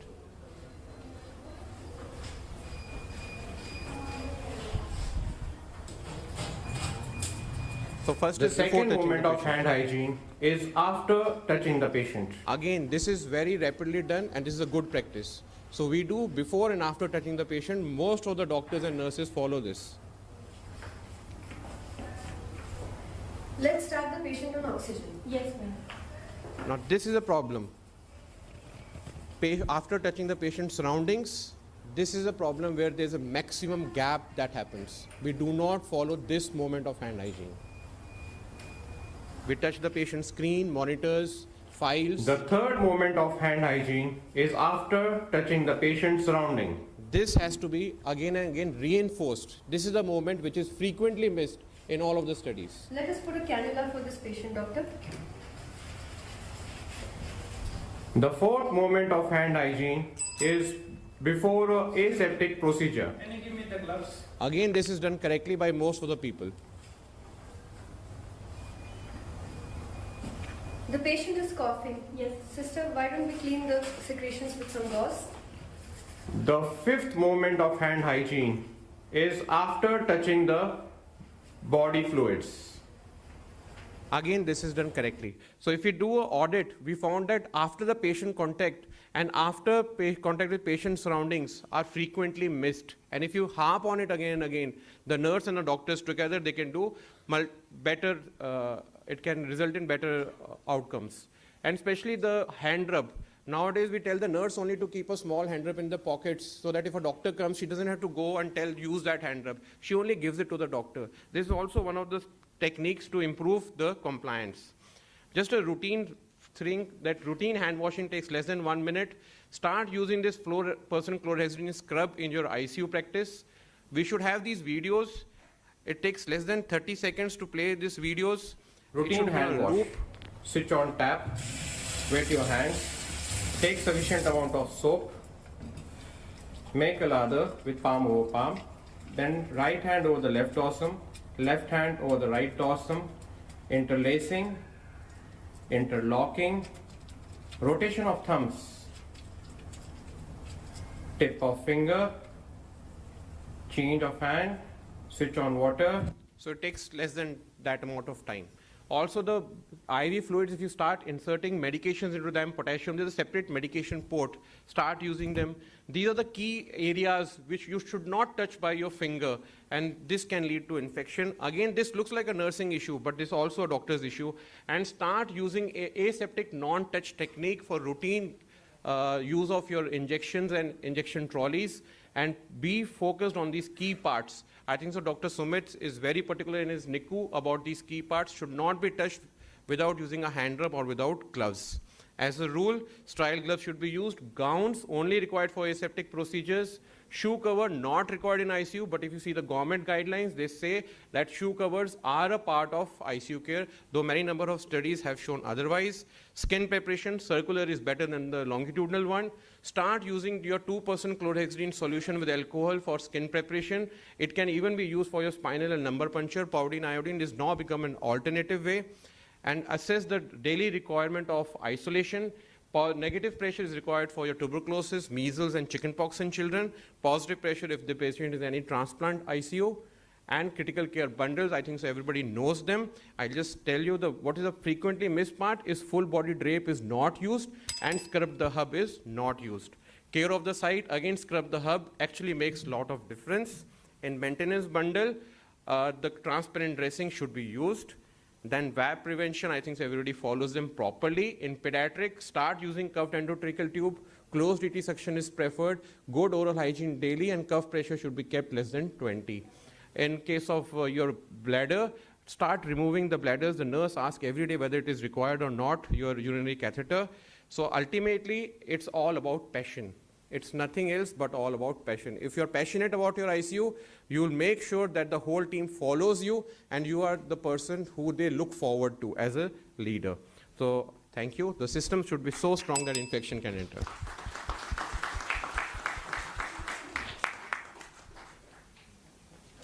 Thank you very much, Dr. Dhaliwal. We can only take one question at this time. Right. Let me just first check with our UK Zoom study and chairperson, Dr. Sharma, please, from UK. Do you have any questions? Dr. Prakash. And Dr. Parimal. Right. Sorry, Dr. Prakash, please. Dr. Prakash and Dr. Parimal. I think both of them are there. Hello. Good afternoon. Thank you for being a chairperson on Zoom. And do you have any questions? Hopefully you heard the talk quite well. Hello, thank you so much. I mean, if you can hear me, thank you, Dr. Dhaliwal. I mean, you have a very nice and crisp presentation. I completely agree with you, every point you said. I mean, the things I feel, is important is the compliance. Everything you said is very much needed and required when we are taking care of the patients. But the problem happens with the compliance. And the one thing which I feel particularly is basically the charge nurse of that particular patient should be leading the infection control. So if we allow her to take a lead and not allow the patient to touch with a bare hand, so I think that should be probably very important and crucial point. So the problem sometimes is with the hierarchy. I mean, sometimes she not able to speak to tell the doctors or the consultants. But if we allow her and empower her to speak more, more confidently, I think infection control probably would start from there. So in my institution, we don't touch patient with the bare hands. So it's like it's kind of like a sin having like you're touching a patient with the bare hands, and then that's so natural that everyone follows that thing, and it's not like you have to be asked for or you have to be told for that thing. So I think that's an important thing I say. The other points, which you have mentioned, so we stop using the stethoscope as an individual stethoscope. So we use we used to have a stethoscope for every patient, and then we used to use them. There are some other points as well, as you mentioned, but the important thing is, again, like I'll say, it's a compliance, which has been more important, and then the bedside nurses should empower to lead them. Thank you so much. Thank you, Ishan. We heard you loud and clear, and I think one of the sort of very valid points. Every patient should have their own stethoscope. I think in India, we are allowed to wear jackets or full sleeve shirts. In UK, when I was there, you just wouldn't be allowed into the PICU area or even anywhere, or everybody had to have a short sleeve shirts. It was a mandatory rule. I'll pass on to Dr. Sumit and Dr. Sandeep for further questions. Any questions from the audience? Anyone wants to ask anything? Shall we conclude? Just one line. Problem सबको पता है. Problem nursing staff को retain करने की है. If you can find a solution for that, that would be the best thing. जिसको आपने train किया वो भाग जाएगी फिर फंस जाओगे आप. So this is something which you need to work on. That's true. So we would like to conclude and we would like to invite Chairperson Dr. Vijay Sharma, Associate Director and Unit Head Pediatric Neurology, to felicitate Dr. Maninder Dhaliwal.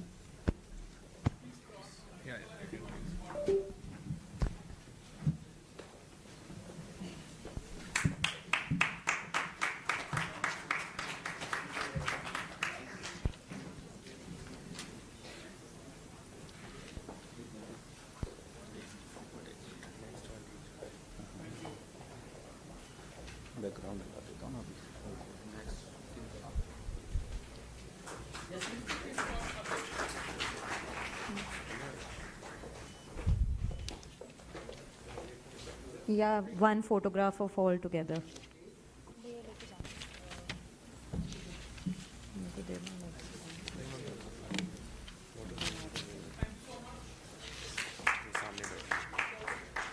So we'll start with the next topic, that is managing infections in post-transplant patients from OT to follow-up.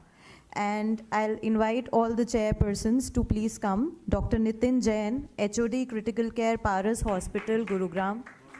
Dr. Neeraj Tyagi, Consultant Critical Care, SGRH. Dr. Ritesh Sharma, Director and HOD Nephrology and Kidney Transplantation, Faridabad. Dr. Jatin Ahuja, Consultant Infectious Diseases, Apollo Hospital, Delhi. Dr. Vandana Saluja, Senior Consultant Critical Care, Amrita Hospital, Faridabad. And we have the same Zoom panel.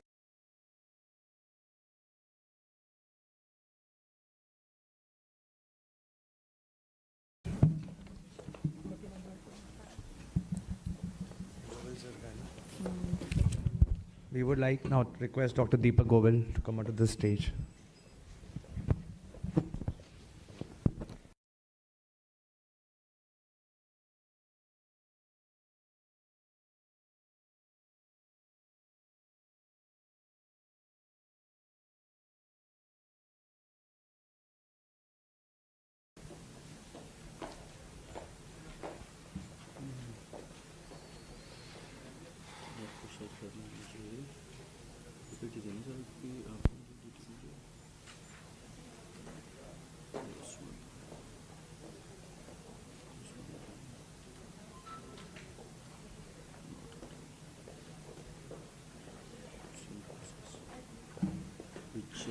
This?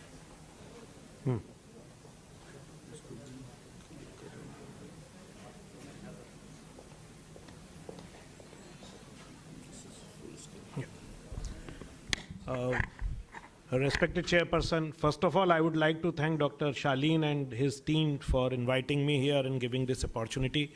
In next 15 minutes or so, I would like to talk about the infections in solid organ transplant.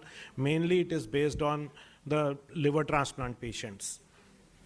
I have deliberately not covered the routine infection like gram-negative, gram-positive infection which we see in day-to-day practice in ICU. I have specifically put those infections here which are more pertinent to the transplant patients.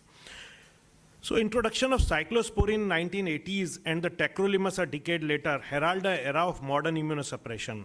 Transplantation advanced from being a quasi-experimental procedure to an established and accepted modality of treatment of variety of end organ disease because of development of these immunosuppressant. Because in initial phases when there was not good immunosuppressant was available, majority of these were died because of the rejection.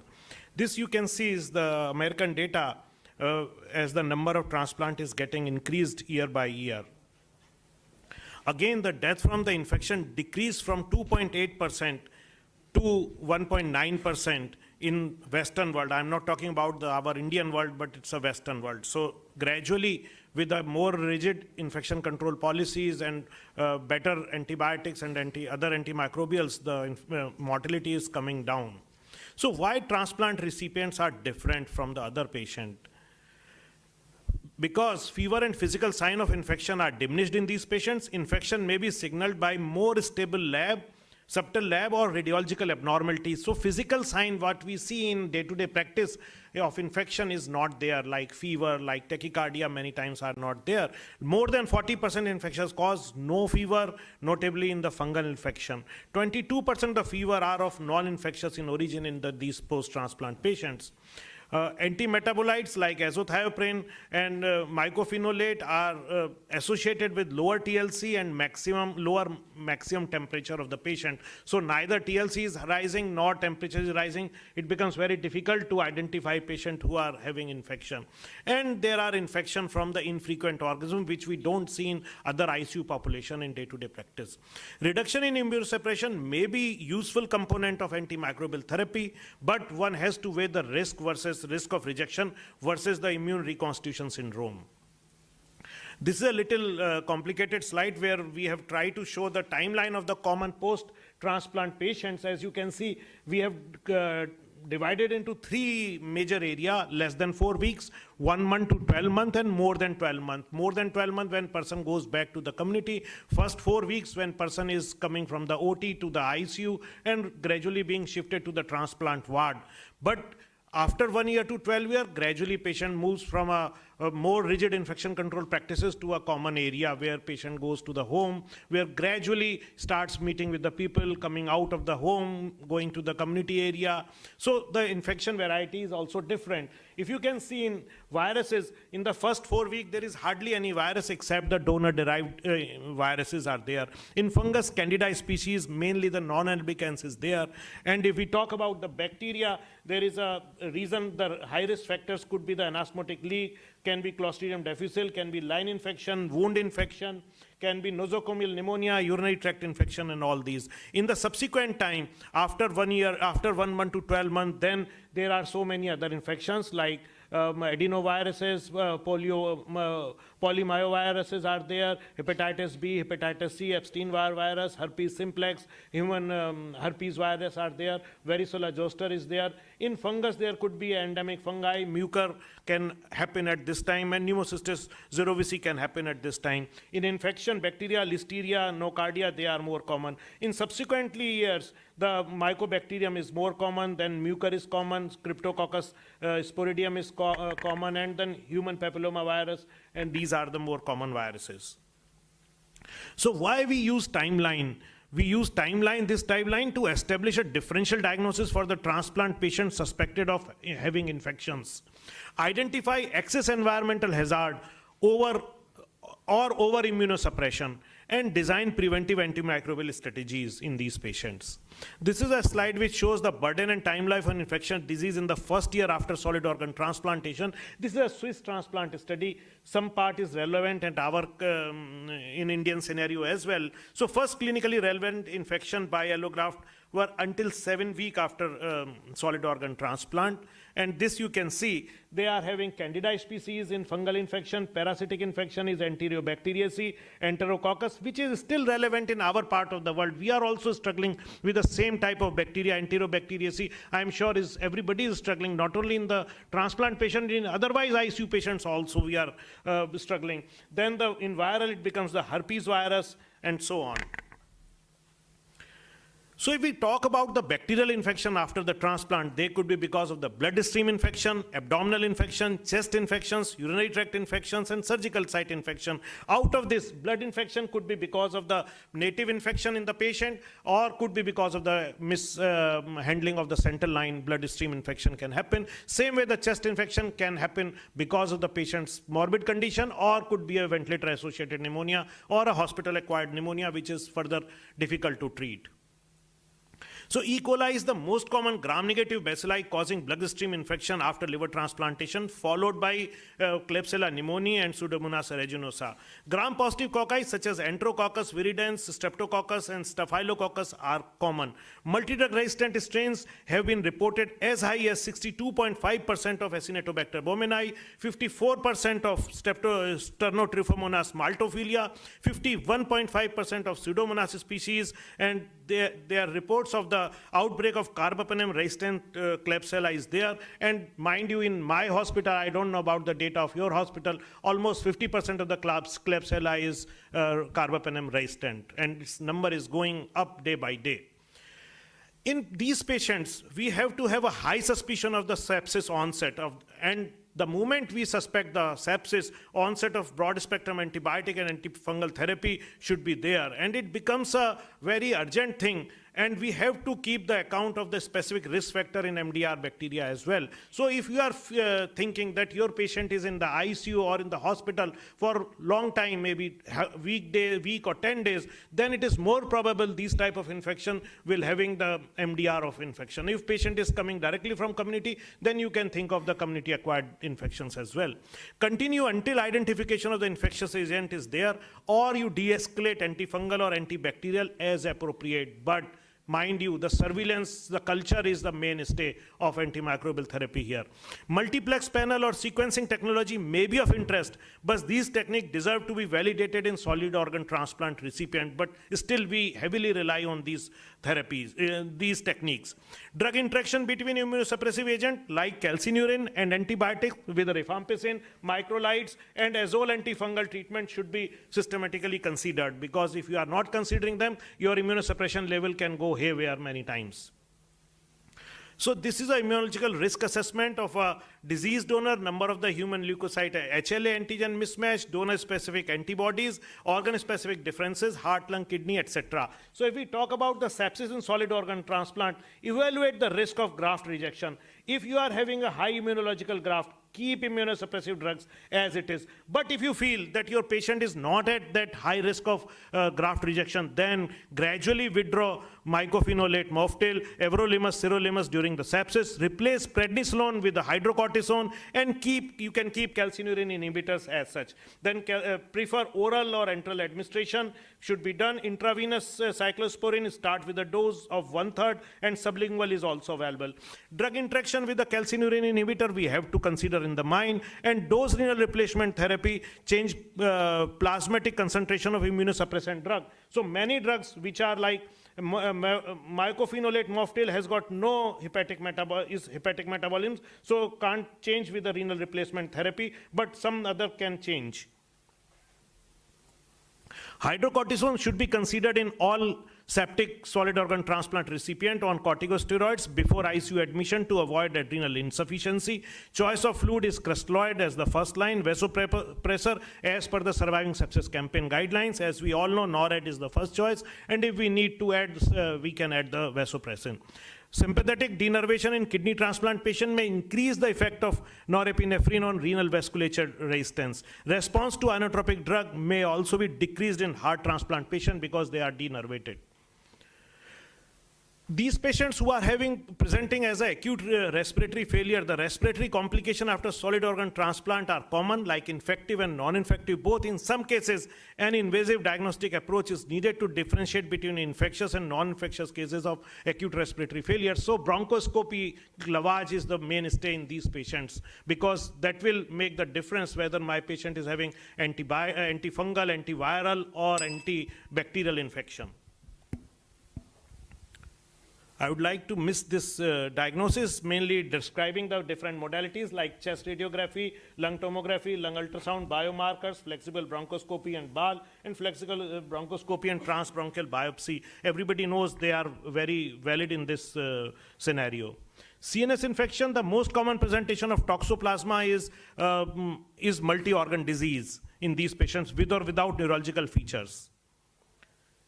Incidence of bacterial meningitis is 7-fold higher compared with the general population. So just imagine how high is the bacterial meningitis risk in these patients. Cryptococcus is the rare and severe complication of solid organ transplant, especially in the lung transplant recipient, with CNS involvement being observed in 50% of the cases. Just imagine, Cryptococcus, 50% of the patient who are suffering with this. HSV and varicella zoster virus are common viruses causing encephalitis in immunocompromised individuals, although clinical manifestation may be atypical, like again absence of fever, absence of CSF pleocytosis, atypical MRI pattern, etc. So one has to keep the suspicion very high. Invasive candidiasis is the most frequent invasive fungal disease, mostly in the first year of the solid organ transplant, represent 50 to 60% of invasive fungal disease in the solid organ transplant recipients. Mostly bloodstream infection around 44%, followed by intra-abdominal around 14%, occur mostly in the liver 41%, and kidney transplant is 35%. So again, liver transplant are having more risk of going to the bloodstream infection of the fungal infection. Diagnosis relies upon the blood culture. Treatment with echinocandin or fluconazole in non-severe, non-azole pre-exposed patients should be done. Invasive aspergillosis represents 25%, except in the lung transplant where it is around 60%. And Cryptococcus is 7% of invasive fungal disease in solid organ transplant patients. Serum beta-D glucan had a poor positive predictive value of 27% in a cohort of solid organ transplant. So please don't rely totally on that. Voriconazole for invasive aspergillosis treatment in both kidney and liver transplant recipient with demonstrated reduced morbidity. But again, voriconazole changes the TAC level. So that again becomes a catchy level. TAC level, the moment you start voriconazole, TAC level just jumps up. Mold infection occurs after the first year, especially in the lung transplant patient. The earlier onset is in the liver transplant. CMV infection, again a major problem. Reservoir for latent CMV infection is largely monocytes. It replicates in all transplanted organs. Without prophylaxis, infection is most common 1 to 6 months after the transplantation. And many centers, they are giving CMV prophylaxis to all the transplant recipient patients. Presentation includes pancolitis with ulceration and bleeding, as well as the inflammation of the multiple organ apart from the fever and leukopenia. Quantitative molecular assays used in the diagnosis. CMV inclusion or immunostaining by histology in the appropriate clinical setting is the gold standard. Virological response to therapy generally requires 7 or more days. Repeated samples at less than weekly intervals carries no advantage. No specific viral load cutoff are available for initiate antiviral therapy. Like in general population, sometimes we take 5,000, 10,000, but here in solid organ transplant, there is no cutoff, and any amount of the CMV infection should be treated. Standard care of the treating CMV disease is at least 2 to 3 weeks of the therapy with IV ganciclovir and dose adjustment for renal dysfunction, or when ganciclovir later on. As clearance of viremia within 21 days is approximately 50%. Most centers treat for 2 negative weekly assays and followed by prophylaxis for 3 months. Ganciclovir is maybe 2 minutes more. Ganciclovir resistance is more common in the lung transplant recipients where the donor is positive, recipient is negative. In those patients, high viral loads, inadequate dosing of the prophylactic or therapeutic ganciclovir, intensive immunosuppression including the anti-lymphocytic antibody induction, and prolonged antiviral prophylaxis. Alternative antiviral therapy could be foscarnet and cidofovir. So this is a CMV prophylaxis. Pneumocystis jirovecii pneumonia, risk of infection, PCP is greatest with the first 6 months after transplant. Lung transplant recipient, we have got lifelong risk of PCP, so they receive they receive prophylaxis for lifelong. PCP should be suspected with significant hypoxemia out of proportion to subtle finding on the chest examination by radiograph. Treatment, first line, trimethoprim sulfamethoxazole, 50 to 20 milligram per kg per day of the trimethoprim component. So PCP, cryptococcal meningitis, classic sign as we already discussed, headache, meningismus, fever, Kernig sign, Budonsky sign, and papilloedema is often absent. Unique risk factors include exposure to bird and bat excreta and T-cell depletion.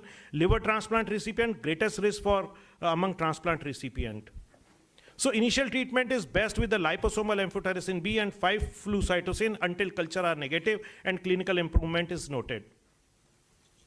So take-home message, infection in solid organ recipient is a frequent cause of admission in the ICU and is associated with both morbidity and mortality. Early diagnostic approaches are required to improve the prognosis. Empirical therapy should be decided early according to the epidemiology, clinical presentation, and emergent diagnostic procedures, taking into the account. Possible toxicity, pharmacokinetics, and interaction with the immunosuppressive therapy should be taken care of. Despite advances, emerging infection, increasing antimicrobial resistance, new immunosuppressive regimes, and newer technologies, including extracorporeal organ resuscitation, add new challenges to the clinical regime. Thank you very much.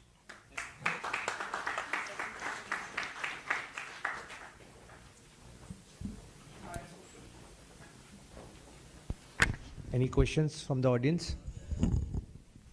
Yeah. No. Sir, good afternoon. An honor to be a chairperson for your talk. So two rather doubts rather than questions. So first doubt is that what is the routine anti-infective therapy which you use for your patients of liver transplant? And second is, if the recipient, prospective recipient has a positive MON2 test, then what are the precautions, or is there any prophylaxis we take before taking up the patient, and what is the time duration for which we wait? So coming to your first question, ma'am, in a patient who is not having any high risk, we start with the piperacillin tazobactam and meticoplanin along with fluconazole. So that is a standard regime. But if patient is exposed to all of these in prior hospitalization, then probably we go up. Coming to the Montu's text in the donor, if we don't deal with the donor preparations, so. Recipient, if recipient is having Montuc positive, hardly any, because at that time the immunity is not that they can have. But if they are having, or there is a suspicion of any tuberculosis, then the INH prophylaxis is given to them. How long do we give it before taking up the patient for surgery? I don't know exactly. I'm sorry. Sir, I'll answer this question, sir, being an ID specialist, sir. Yeah. So, especially in a country like high endemic of tuberculosis, whether in donor or recipient, we don't go for the Montux or IGRA. And if the patient even is positive and showing no sign and symptom of active tuberculosis, we directly go ahead with the transplant. That's the thing. Yeah, I think I'll agree on that. There's no role of actually screening for a latent infection. Latent TB. And again, no study has shown any benefit of giving INH prophylaxis in patients in country like ours. And 2 points very well highlighted that in transplant patients, we have to reduce the immunosuppression the moment we see an infection, because it is many times, except the first part where it is hospital acquired, it shows that the patient's immunity needs to be revived. And the second is that we have to be very aggressive in reaching to the tissue diagnosis. Early diagnosis changes the management, the outcomes. So many times it might seem like an expensive proposition to go for a bronchoscopy in a patient with a pneumonia, but it pays off very well in the long run. Thank you, Dr. Govil. Thank you. Thank you. So may I now request Dr. Ritesh Sharma to come onto stage and felicitate Dr. Deepak Govil. Sorry to interrupt, sir. I just have a small question. Hello? Yes, please. Yes. Yeah, thank you so much, sir. I mean, yeah, it's a very nice presentation. I mean, I'm fortunate that, I could hear you here. So thank you so much. My question was, so we usually, like when we decide whether the infection is active or it's recovering or not. So most of the time we also take consideration of CRP. So the white cell counts are always like a bit confusing because patients are usually on the steroids. So what is your take on that? Because when we do assess the things here, so we usually take 3 things together. One is the fever, one is the white cell count, and another is the CRP. So once the liver has been donated, so I think the CRP starts regenerating very well. So do you consider that regularly? No, I'm sorry, we don't consider CRP at all. Hardly we do CRP. We rely more on the procalcitonin. Okay. Yeah. So basically, do you do the procalcitonin every day or like? No, not every day. The first is the baseline, and then whenever the need be. Okay. So in my unit, we don't do a daily. Some unit they prefer daily, but you can understand there is a cost and unnecessary cost is increasing, so we don't do it on daily basis. And there is no fun doing daily basis. I don't do it. Okay, sure. Thank you so much, sir. Thank you. Pleasure.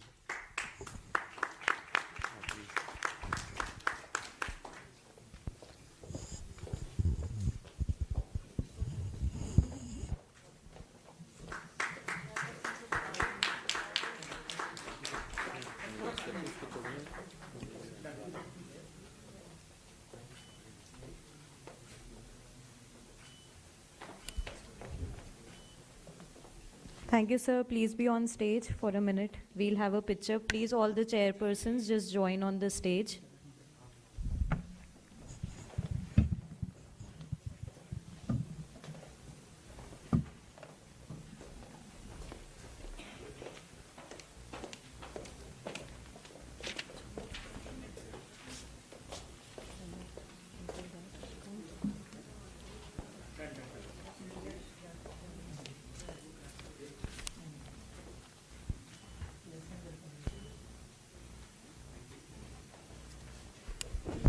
Now for our next topic, which is antifungals in ICU.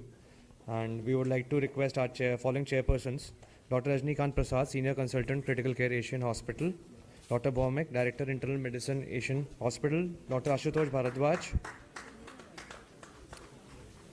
Bharadwaj, Clinical Lead and Senior Consultant, Critical Care, Dharamshila Narayana Hospital, New Delhi.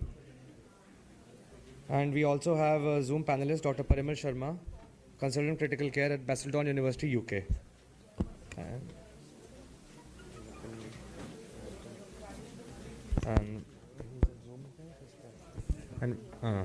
And we would also like to invite Dr. Ripanmeet Salotra as a chairperson, Consultant Critical Care, Amrita Hospital, Faridabad.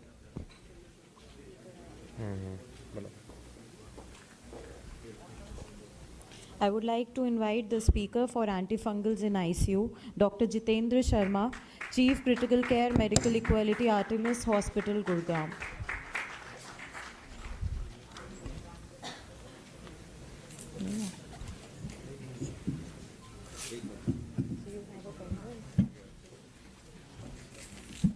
Good afternoon, everybody. So, this topic is a fungal infection in ICU and the uses of the antifungal. A little bit, a slight glimpse of this talk is already started by Dr. Deepak Govil. He has mentioned the certain fungal infection in his talk after the post-transplantation, where he mentioned the Aspergillus, Cryptococcus also. So this talk will have a more take-home messages rather than controversies and So which slide, sir? Which presentation? Date. Just which? This? Yeah. Okay, paradigm which issues your connection will connect to your pen drive will show. Some pen drive problem.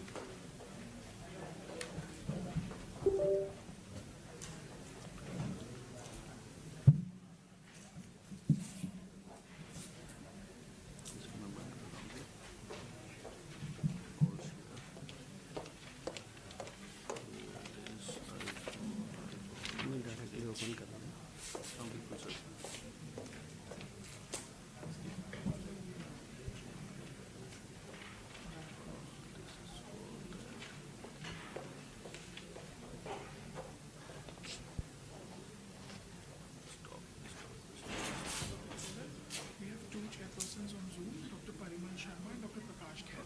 एक minute sir, आपके ना pen drive में कुछ issue है। एक minute sir, pen drive कुछ problem है sir. नहीं ओपन नहीं हो रहा। एक minute sir, you want to okay. एक मिनट, यही है ना सर? मैं एक काम कर रहा हूँ, मैं इसको कौन सा है ये सर ले लूँ। ये एक्चुअली क्या बीच बीच में डिस्कनेक्ट हो रहा है। मैं आपका ये पर ही पेस्ट कर देता हूँ, ठीक है सर? ओके, एक मिनट ये सर मैं शेयर कर देता हूँ।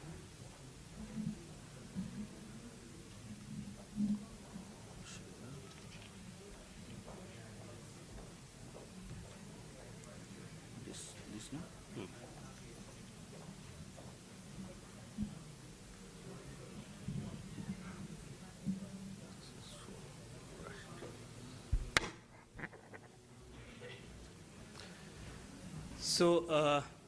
This topic I will cover in the context of the ICU patients, critical ill patient in ICU only. Definitely fungal infection itself is a major part of the infection, will not cover the all fungal infection. So when it comes to the ICU care, obviously we are having so many questions in mind, especially we are not routinely managing those patients who are likely to have fungal infection. Then first of all, things come to in our mind. Do fungal infections are really seen in the ICU in routine practice? When do I suspect the fungal infections? In whom do I suspect fungal infections? How will I confirm the fungal infections? How will I treat fungal infection? And here's the answer. All are related to the ICU care in the ICU context only. So we start with the case, a prototype case in which a 60-year-old female, actually the old case of the stroke, having diabetes, residual weakness, presented to the hospital, precisely diagnosed as the acute intestinal obstruction, undergone a laparotomy, TPN was started because the gut was not ready at that time, and on day 3 started having episode of fever. So when the here question comes, when and whom to suspect fungal infection, and what is the clinical approach to diagnose fungal infections in ICU? So here, what is the difference between the normal routinely which we suspect the infection in the bacteria is we are having a fever, leukocytosis, all are the routinely, and we go for the suspicion of the bacterial infection. There is nothing specific for the fungal infection as far as the presentation is concerned most of the time. Then it comes to a most important thing is risk stratification. We have to assess the risk. That is the prime and most important factor. Then only, otherwise no clinical presentation actually lead to you whether it is a bacterial infection or fungal infection. And this we categorize the patient into the high risk, intermediate risk, low risk. High risk is typically a prolonged neutropenia, hematological malignancy, and allogenic bone marrow transplant and liver transplant without prophylaxis. These are the highest risk, and intermediate, all are the transplant, even bone marrow transplant was autologous in nature, a liver cirrhosis, all the solid organ transplant. And low risk is the solid organ transplants other than the liver and lung. Mind it is a low risk, doesn't mean the least risk. Even the low risk population is having a risk for the fungal infection. That is the foundation of our fungal infections. How do we suspect? Once we suspect in ICU care, we main specifically focus for the candida. So once it comes to our mind whether I'm dealing with the candida or not, so we are having a tool for that. That is the colonization index, candida score, or prediction rule. So we can really further stratify the likelihood of the patient is having an invasive candidiasis. So here is the colonization index is the number of sites we screen over the number of sites positive. So the denominator is the total sites we screen. Mind it, these sites would not be a sterile site. So I'm not talking about the blood culture, I'm not talking about the CSF culture. Those sites who are prone for the colonization, these are the total sites, and the number of sites positive. This is if it is more than 0.5, then likely colonization index suggesting there would be a likely infection of the candida. There may be a different species, but still the number of sites positive. And technically, who are at risk? We have to repeat once or twice per week to know the colonization index. Next tool is the candida score. Based upon the patient, here is in the colonization index, there is no consideration of the patient, only the high-risk patient, and you are using it. There is no clinical factors is taken account. In candida score, there is a certain clinical factors are taken account, like a surgery on ICU admission, TPN, multifocal candida colonization similar to the colonization index, and the clinical severe sepsis. That cutoff value would be more than 2.5. And lastly, when we can really combine and make it as a prediction rule, then we can apply the prediction rule for that, and that is the commonest tool which we are using in ICU. Those are the at risk of the fungal infection. So first is Ostrowski-Jenquier prediction rule, Egwald Oman, and Pemfitu. So commonly which we are using Ostrowski Jenquer. That actually taken consideration is the mechanical ventilation, systemic antibiotic, and central line. These are the three main factors they are scored, and one out of all these, like a TPN, dialysis, major surgery, pancreatitis, steroid use, and other immunosuppressive drug. So if we are really finding a substantial score on that, that prediction is very much high for the possibility of the Candida infection. What are the laboratory methods for diagnosis of fungal infection in critically ill patient? Next question comes to once I defined my population who was at risk, then I typically predicted for the Candida specifically. In this case, I'm talking about. Now it comes to how really I can confirm it. Of course, blood culture remain the cornerstone of the any infection diagnosis, but it is a 30 to 50% only. So what are the other tools we are having here for the laboratory is the biomarker or serology, which is divided into the Menin, that is the galactomannan, which commonly we know as 1,3-beta-D glucan, and anti-Menin antibodies. These are the three, you can say, biomarker and serological tests. Combination of the Menin and anti-Menin antibodies actually increases the sensitivity, but reduces the specificity. Immunofluorescent assay, we can directly know the antibodies against the Candida albicans. So that is one of the, again, tool which is available. And lastly, the PCR-based and the advanced technology, immunofluorescent based, we can really establish the diagnosis. In last talk, Dr. Ritesh has already mentioned about the ones one must go for the confirmation is the histopathological diagnosis wherever possible. So this is the a brief slide which gives you all are the possibility how we can diagnose by the culture, histopathological sampling, radiology, and the serology, galactomannan, beta-glucan, and fungal PCR, and the recently PNA fish is also a new technique where we can diagnose the fungal infection and especially Candida. Now one question comes, why we are doing all these things? Is really existing Candida in a critical ill patient, or just is it is a industrial gimmicks over there? So yes, it is there. 19% of the infection is the Candida, 17% is 19% is the fungus, 17% Candida, and the third common cause in the infection. Treatment option of the Candida depends upon the prophylaxis, preemptive, and empirical treatment. So that the prophylaxis is only when risk factor is present, preemptive is when biomarker risk factor is present, and empirically where you think a patient might have in the presence of the risk factor, rest of the things are not present, then you can use the empirical therapy. So all here is all the guideline actually suggests the fluconazole as in a stable patient and not exposed to the fluconazole first, and the next line of treatment is the echinocandins. This is the common for all type of guideline. In nutshell, what we get the message is the fluconazole, very naive patient, stable patient unstable or exposed to the fluconazole, then should go for the echinocandins. Then one more question comes into our mind is amphotericin resistant Candida species are there.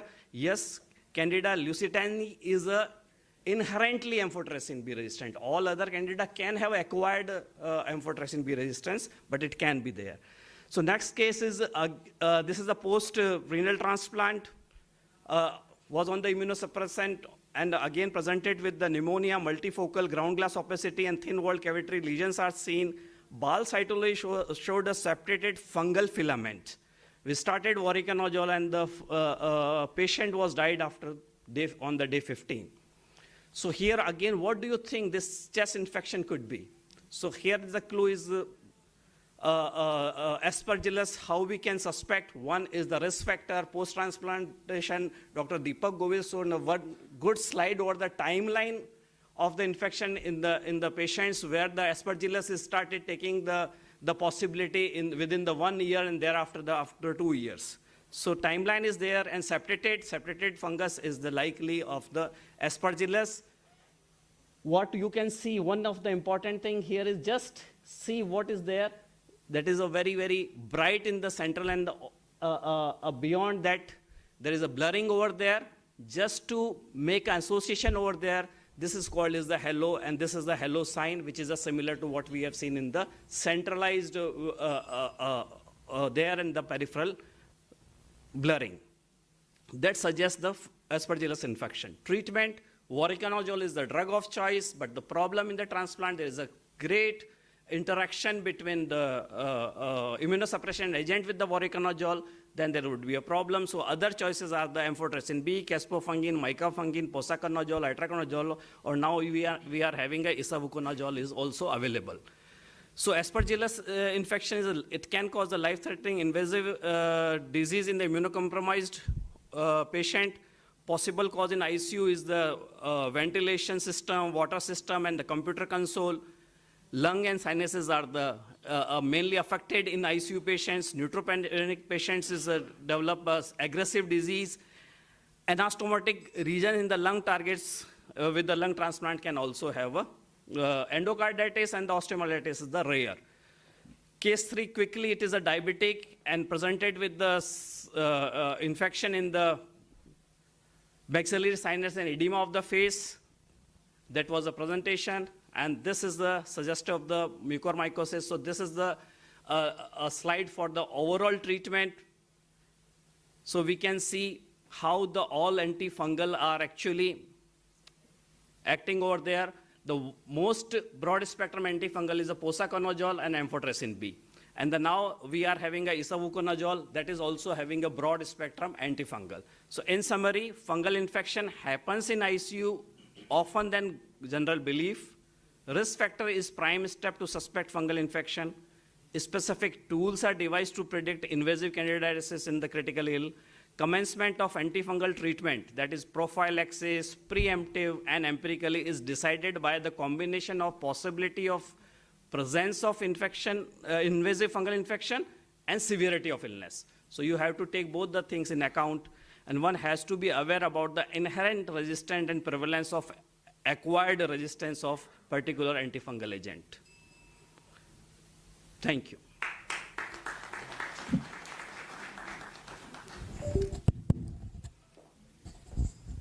Thanks a lot, sir. So any questions from the dais?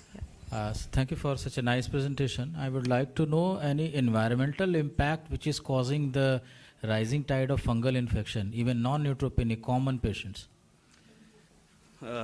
I'm glad this is a very, very important question, because all our classical teaching and all this thing is the first assess the risk factor. Of course, this is a time constraint ratio. We are having a ample number of the patient diagnosed fungal infection without any risk factor. So when we are evolving all this, point number 1, even the fungal infection can present without the risk factor. So in ICU, what we understood over there, there may be a transient immunosuppressive state which cannot be really revealed by the conventional method of measuring the immune activity, which we are usually seeing the neutropenia or any other exogenous agent or steroid. Definitely at some point of the time, patient body may have an immunosuppressive state, what I label it as a functional immunosuppressive, which you cannot really see in terms of the tangible factors over there, and the fungus actually enter, and we all are carrying the fungus most of the time. That could be a reason. Thanks for the very lucid presentation, though in nutshell it would, because of the time limit it was very difficult to do the justice, but you tried your best. My question is, how frequently are you encountering Candida auris in your ICU, and do you think this is the real menace nowadays if we talk of the day?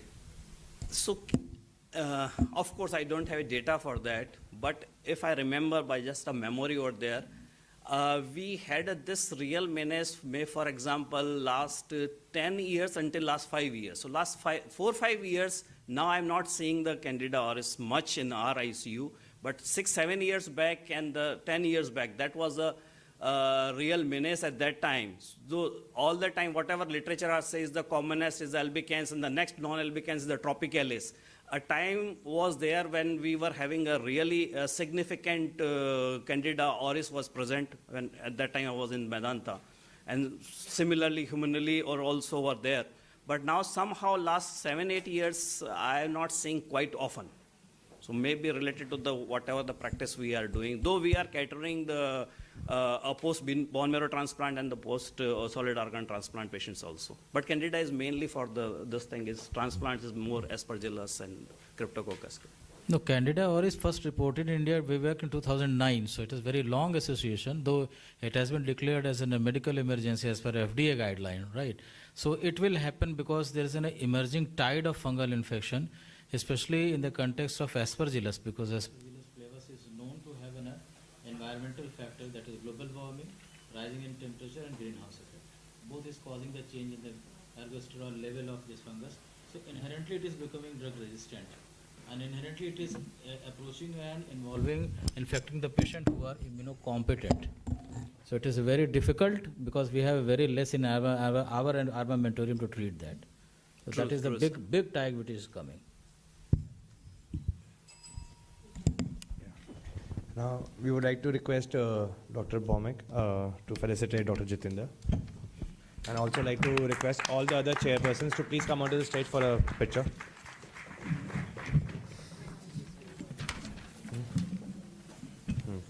Dr. Prakash, if you have any questions or you want to give any insight over it, please do let us know. No, thank you so much, Dr. Sharma. I mean, it's a very nice presentation. I mean, frankly speaking, I'm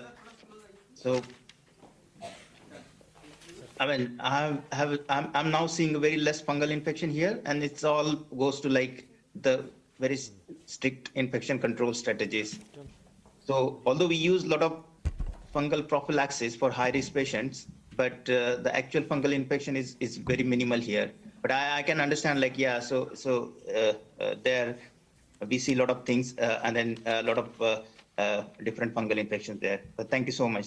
Thank you so much for nice talk, Dr. Sharma.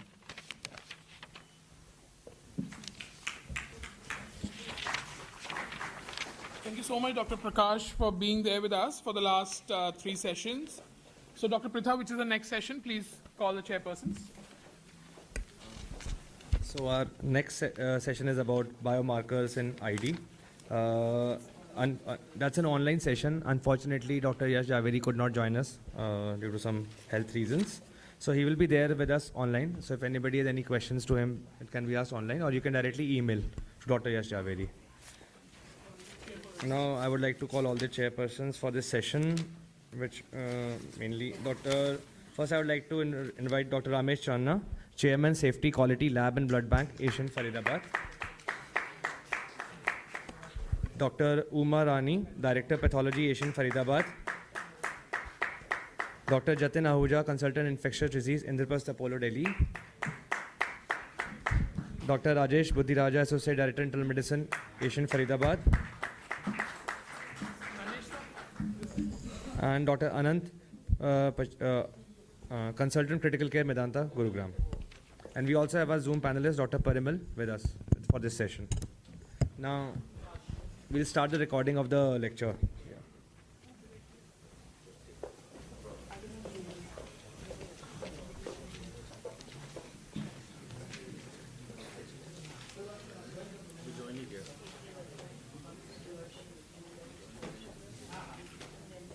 So I would like to introduce Dr. Yash Javeri myself. I've been his student. He is currently the head of critical care and emergency at Regency Hospital in Lucknow.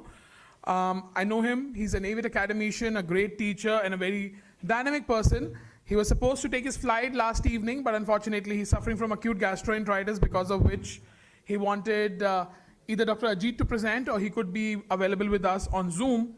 And we have a very, very amazing chairperson panel as well, from Dr. Chandna to Dr. Uma to Dr. Jatin Ahuja from Apollo and Dr. Buddhiraja from Asian. So I'm just waiting for Dr. Yash to join in. For any questions from the audience, you can directly email him. I'm sure he's very active on Instagram as well, though.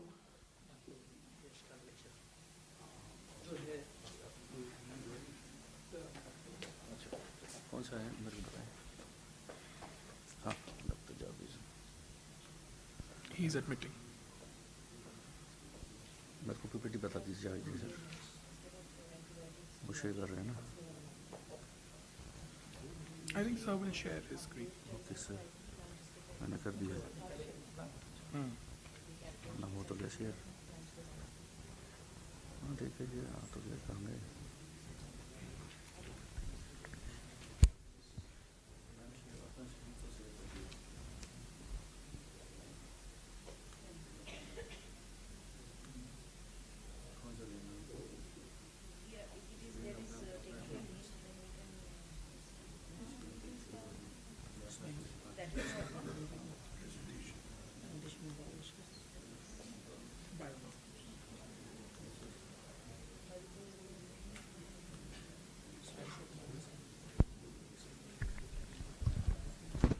So Dr. Ajit will start. He's a senior consultant, critical care at Asian Hospital.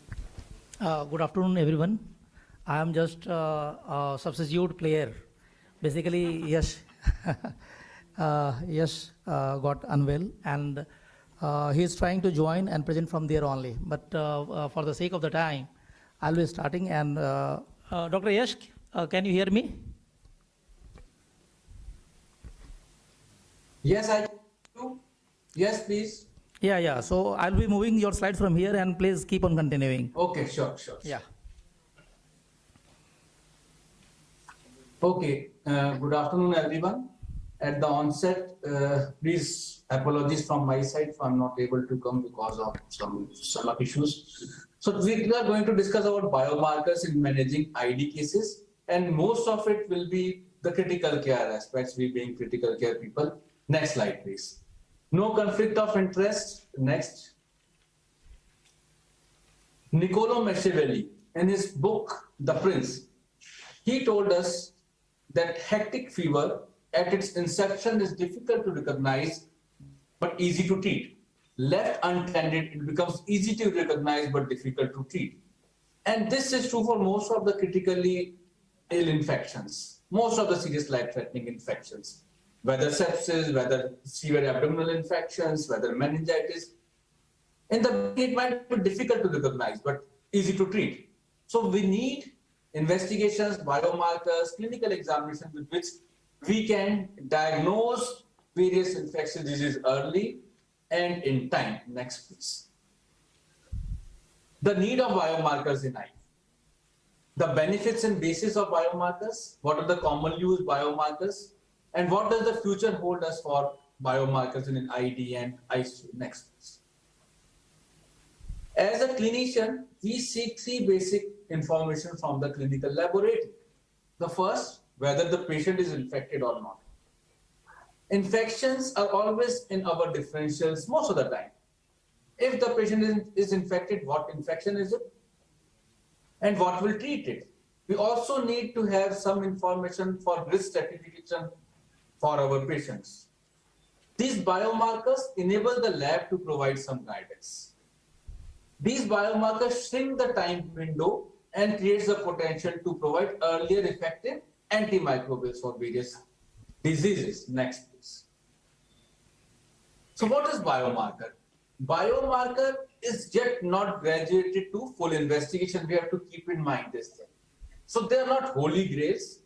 The cutoffs are quite variable. There are many factors which affect the cutoffs.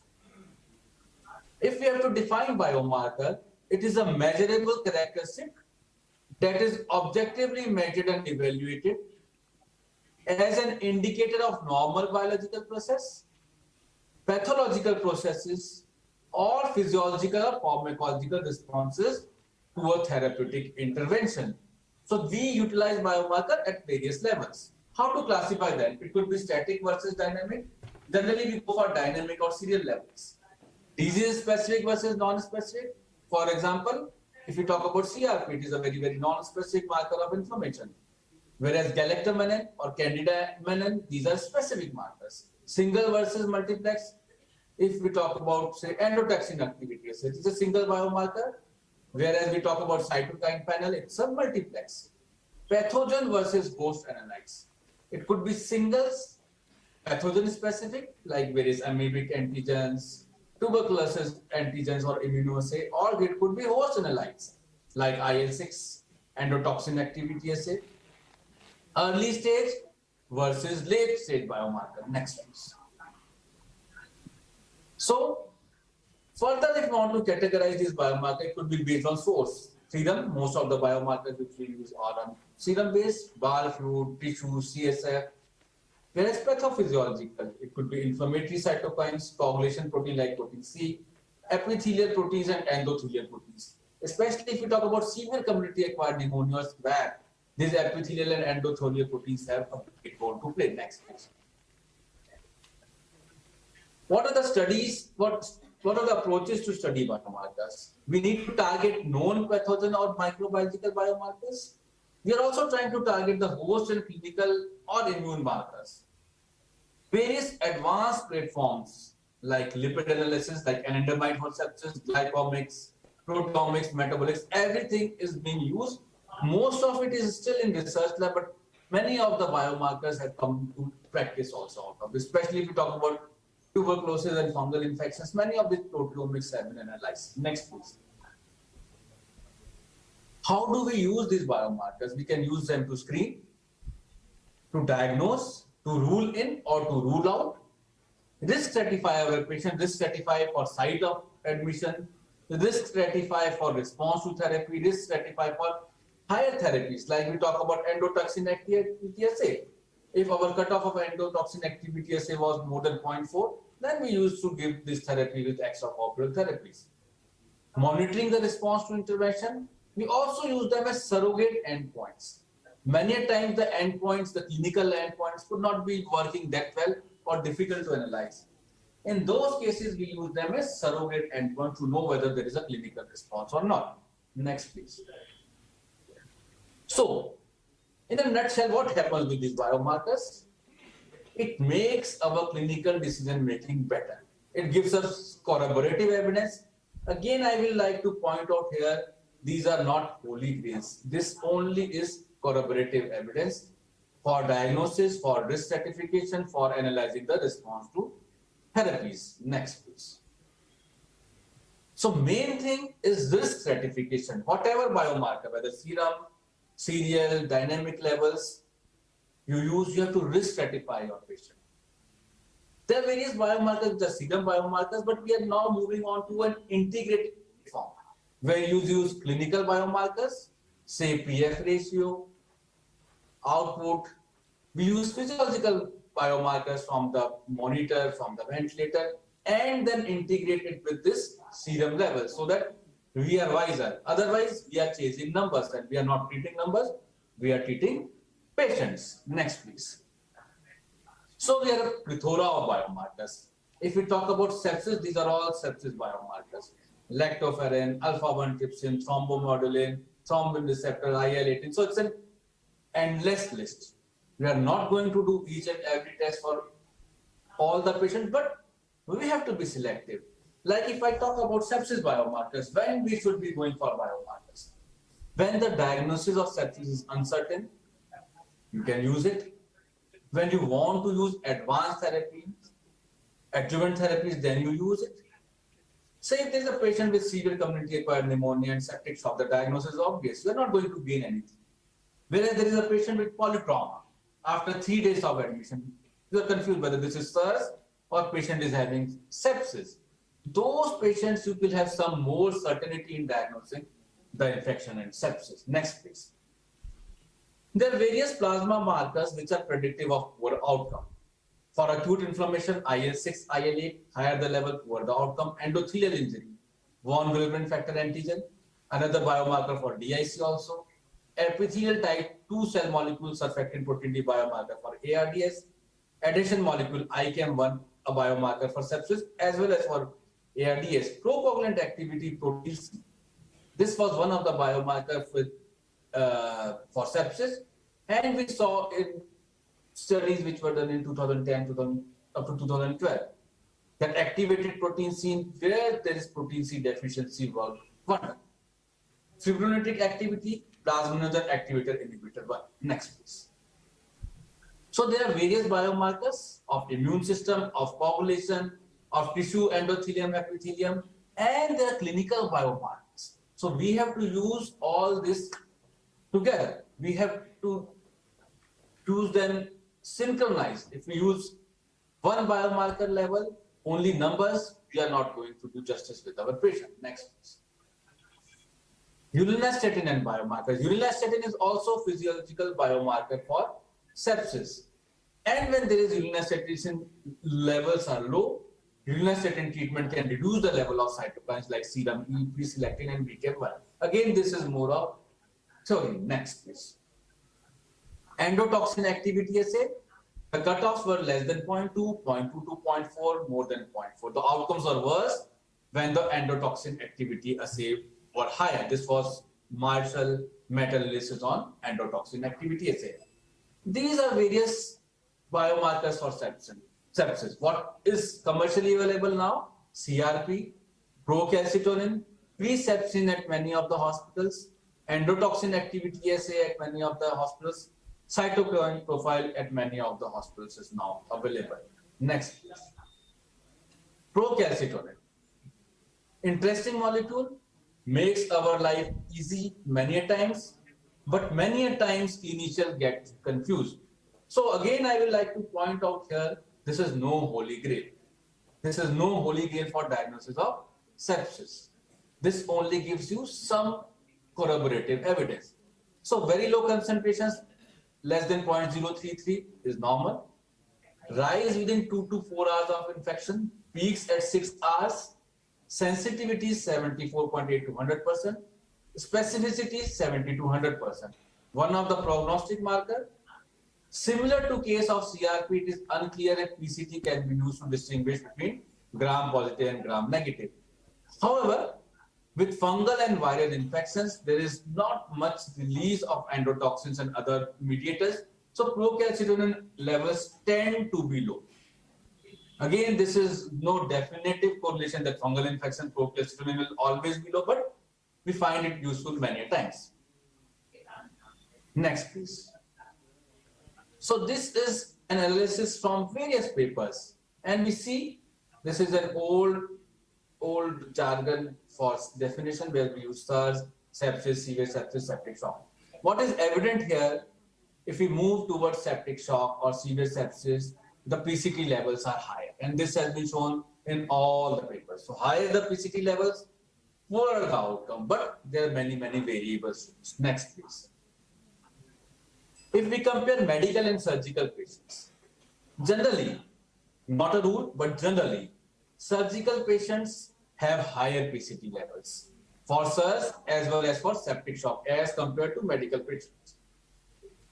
We should not be escalating our antibiotics based on PCT level. This is a clear guideline from Surviving Sepsis Campaign guide that we should not base our antibiotic therapy based on the PCT levels. However, we can be guided for de-escalation based on the procalcitonin level in alignment with the clinical picture. Less than 0.25, antibiotics strongly discouraged. 0.25 to 0.5, antibiotic discouraged. So, procalcitonin works wonder for de-escalation. Next, please. Next, please. Many benefits with PCT, but there are drawbacks also. Reduced efficacy in localized infection, doubtful role in patients with ARF, restricted availability, high cost, not useful in certain diseases. So these are various drawbacks. And if there is secondary sepsis, the results could be biased. Surgical source of infection, again, the result could be biased. Various panels, a combination of PCT and CRP, has been found useful for acute encephalopathy with biphasic seizure. Another protein, MLKL, after 3 days of ICU treatment for sepsis patient has found to be a prognostic biomarker for sepsis. Next, please. Next, please. Dengue cytokine profiles. Dengue is again a rampant infection in this part of the world, and various biomarkers, especially if we talk about IL-10 and IL-8 levels, they were upregulated after dengue infections. And various inflammatory cytokines can base our therapies for dengue during acute stage of dengue infection. Next, please. There are various infectious diseases where biomarkers can be used. When to use them? When your diagnosis is unclear, when you face exotic infections, when you have two disease processes which are going simultaneously, and you want to rule it or rule out infection, like pancreatitis. You suspect pancreatic abscess or infection in the necrotic material, you do procalcitonin, you will be guided. Anthrax protective antigen. Candidiasis, D-arabinitol, diphtheria antigen. For salmonella, biconjugated nanoparticles, hepatitis B, microfluid devices with microfeed array. For tuberculosis, we have many techniques which are available now commercially also. Cell-detox, mass spectrometry, protein amyloid, transerythropoietin. Next, please. TB, Gene Expert MTB and RIF is already available and that has been used for a long time. Volatile organic compounds in breath, this has been analyzed so that the diagnosis becomes faster and there is loss of biocontamination in the lab. Sir, we are short on time, so maybe you can just summarize. Next, please. Next. Urinary clustering. This is one of the biomarkers for Pumela virus infection. Rarer infections, but if we want to use it and diagnose these infections early so that we do not have any major outbreak, this is again useful for nephropathia epidemica because of this rare Pumela virus infection. Next, please. What does the future hold for biomarkers? They are not holy grails, and search for holy grail for various diseases still on. We need to have a combinatorial approach. Various biomarkers, clinical pictures, physiological pictures. Genetic alleles have been studying for genetic biomarkers. This will land us in personalized medicine. Theranostics. We measure the biomarker, do the intervention, and see the biomarker levels also coming down with the improvement in clinical picture. Next, please. The future is at the bedside, especially if we talk about life-threatening infection. We need investigations with faster turnaround time and on the bedside. IL-6, PCT cassettes are available. HBP, quantitative assay, another biomarker for sepsis. Concluding my talk, the importance of biomarkers is underscored by the fact that they can also be utilized to predict response to therapy and prognosis. Each biomarker has its pros and cons. They are not holy grails, they are just corroborative evidence. We need to use them judiciously, dynamically, and contextually. Ideal biomarker in infectious disease should have high sensitivity, specificity, and good predictive capacity. Thank you, organizers, and again, apologies for not being there. Thank you so much, Dr. Yash, for this informative lecture. In spite your health was not fine, still you could take it. Really appreciate it. Yeah. And now the ice is open for discussion. Just we can't take more than one question. Yeah. No questions. Thank you, Dr. Yash. Thank you, Dr. Charu. Sorry again. No problem, sir. Thank you for joining in such a state. Thank you so much. Dr. Jaya, please come on stage.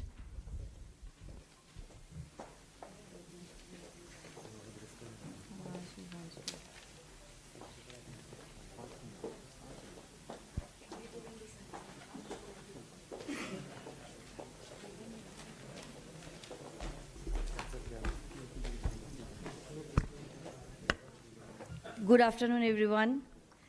Good afternoon, sir. We are really so delighted, happy, and grateful to you that you have taken out some time for us. Our guest of honor today, Dr. Dhruv Chaudhary. Please give a standing ovation, everyone. Sir, we are very happy to have you here today on our Critical Care Symposium, the first Critical Care Symposium of Asian Hospital. Is he going to talk now? Though his name is good enough for us he doesn't need any introduction. Dr. Dhruv Chaudhary, we all know, he is the senior professor and head of pulmonology and critical care, PGIMS Rohtak, and he is alumnus of PGIMER Chandigarh and PGIMS Rohtak. We feel immensely grateful to him that he has managed some time from his busy schedule for us. As we all know, he is working for decades now in the field of medicine to help mankind, and with his ocean of knowledge and skill. His vast arena of Karma Yoga will not be possibly able to be wind up or covered up in few minutes, but we need a full day for that. But then also I'll take the privilege to little bit give you the idea of his work in few minutes. He was awarded prestigious Commonwealth Academic Start Fellowship in Pulmonology in 2009. He is also recipient of Hansraj Nayar Memorial Award of India Society of Critical Care Medicine, ICCM, for best of his research in, is a fellow of Indian College of Critical Care Medicine and Indian College of Physicians in March 2021. He was been elected as a fellow of National Academy of Medical Science, AFMS. He has had various academic and administrative positions in our India as well as in Haryana government also. He is as well as a dean of student welfare. He has served in various capacities in our country to serve mankind. So these are few things that I can tell, but it will take long time if I want to really list his awards and his work for this country. So why not just hear it from him? Sir, can we have you on stage for words of some wisdom? Thank you so much, sir, for being here.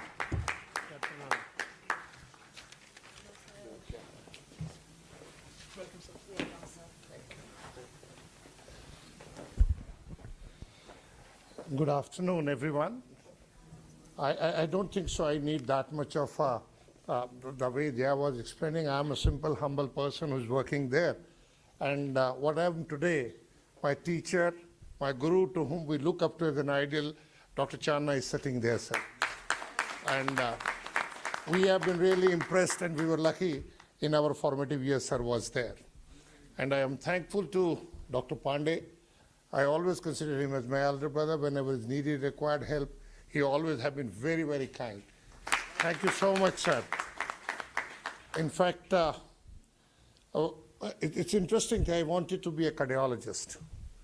But as every MD medicine wants to be, and it was late 80s, early 90s when I finished my MD in internal medicine. And I was one of the few lucky ones who did it before 25 years of age. But nevertheless, I realized over a period of time, one thing which totally changed my direction was the malaria epidemic, which had happened in Haryana in 95, especially at Rohtak when we had the floods. I didn't have the resources, or where I had it, I never wanted to tap because it was something like asking for a charity. So we thought, why not do it? I was earlier working at PJ Chandigarh. Why I'm telling you the story to the youngsters, that if you want to do anything, you can do it. The only thing which is required is a little bit of a vision, foresight, and patience and perseverance. Most important is perseverance. You need to continue to do it. That's what I learned it over the hard way. उस समय समझ नहीं आती थी चीज़ें तो because पहले pulmonary medicine लिखा होता था, we used to think it is all TB. But when they changed the name of the pulmonary medicine, it became pulmonary critical care. Wanted to do critical care, and that's how it is there. So I describe myself primarily as an internist, and then intensivist and pulmonologist by chance. And I'm very happy that I'm here, and I'm very lucky that at different levels of my career, I got mentors. Undergraduate, we used to play cricket along with Harpreet sir was there. He used to tell us where we are going wrong, and he used to sometimes pull our ears also, and I think that stood us very well. Dr. Mrs. Manny, Dr. Manny, there have been few other people who we look up and cherish still till date, and the bonds which were built up. Coming back to the critical care, And sir, what we learned in PGI Chandigarh, it was a branch which was coming up. And it obviously, we all used to think that ventilation, you put it up, it was very nihilistic. And at Rohtak, we used to have a 4-bedded respiratory intensive care unit. Today, I can say with a sense of pride that at Rohtak today, we have got more than 215 intensive care unit beds with 190 ventilators with us as of today.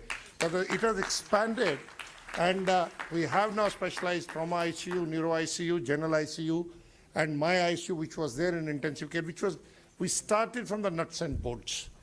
And my request to all the youngsters, DNB fellows who are there, please learn the basics of the machines. That is very important. Somebody opens the car, we sit, we drive, but when it becomes wrong or when it breaks down, we don't know what to do. But that is very, very important for all of us. Nevertheless, try to find a mentor, and seniors, my request will be that we need to become a mentors. And I think we need to pull them up, and at the same time when we are going up, they probably will be the ones where we can look after it. And I can say with sense of pride that Rohtak was the 3rd place in the country to start DM in pulmonary and critical care medicine. And we have now till date, sir, doing it, more than 22 fellows have passed out and they're doing. And for me, as a sense of teacher, the best thing is that I can also see Jatin. He did MD medicine with us. We were there. Now he done his DM in infectious diseases. But when I got a call from, and it's because of your hard work, we are getting recognized, my students. That's all I look at it. And I got a call from a professor and head of medicine, Agra, around about 3 months back. I was wondering why Dr. Maheshwari is calling me time and again. And then he said, I just called you to say thank you. I said, what have I done? He says, nothing. Your student who is practicing in Agra. My mother was on ventilator, 88. She was not being weaned off. He took charge. We called him, got consultation, he took charge, and after 48 hours of his taking charge, she could be extubated, she's at home and well. So I've just called to say thank you so much. Now that's what our earnings are. So our students are our earning, our colleagues are our earning, and that's what I always say. Please continue to work hard, strive, but final one word. It's the patients, after students who have made us what we are. Wherever you go, one complaint is coming up, that cost is very high. What we need to do, I will request all of you to go through and read a book written by Professor Lon, who got a Nobel Prize, The Lost Art of Healing. I think that is very important. Technically, I have no doubt about you are the brightest minds. But at the same time, remember William Osler also. This is as an internist I am talking about. Good doctors treat the disease, great doctor treat the man or the woman who has the disease. So please look at from that angle. That is very important to bring back the respect which is there. Respect is there, but somewhere people have that lurking suspicion. And that's what Dr. Chandra Prakash, majority of you must have done, but Dr. Chavanna has worked under him. We have all worked under him. Before his death, we just invited him. He was hospitalized to talk to the young residents. He said, I always felt that every doctor should have some disease at some point of time, but all reversible disease, preferably when they are young, to realize what empathy is, what suffering is, so that when a patient comes to them, they look at from them. So we are not technicians. That is one part of it. But I think social skills and also providing care. I'm seeing it with my mother, practically bedridden for the last 1.5 years. It's very easy to talk about diagnosis. It is very easy to talk about giving medicines. But care is the challenge. And that is what I'm saying. We need to heal people. We need to take care. The day we do it, whether it is intensive care or any branch of medicine, which includes surgery, probably things will be taken care of. I wish you all the best, and I'm very happy. Ajit Thakur, who has been our student, who has done his MD medicine with us, he has done so well. And same way I saw Manav also. Well, I had selected him as an assistant professor with me. He worked for some time, but he then left because he was from Faridabad. But nevertheless, I see him. I wish him good luck. I just saw him. So that keep on growing, keep on doing it, and keep on doing good for the society. Thank you so much. Thank you so much, sir. This really gives us goosebumps. Now I would like to request our CMD, sir, Chief Patron of Asian Critical Care Symposium, Dr. N.K. Pandey, sir, to please felicitate our guest of honor, Dr. Dhruva Chaudhary. Can I have a standing ovation for this, please? Thank you.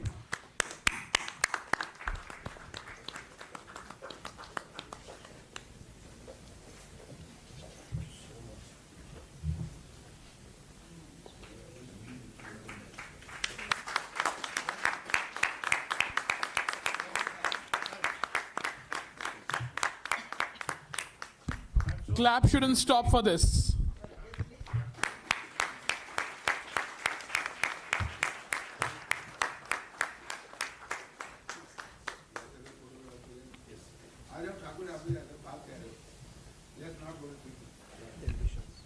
I'm so sorry, sir. Another colleague was not there, so I had to take round and then come. So that's all.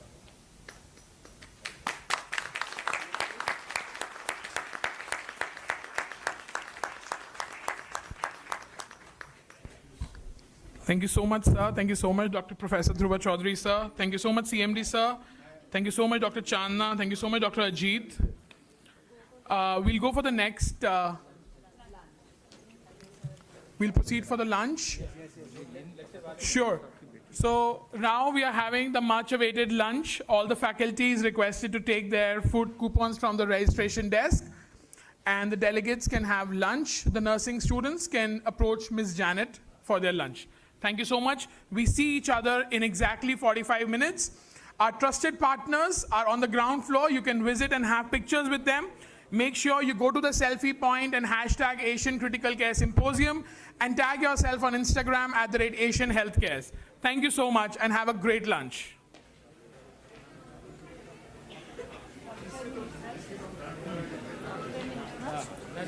Mute करना पड़ेगा ना मेरे को इसको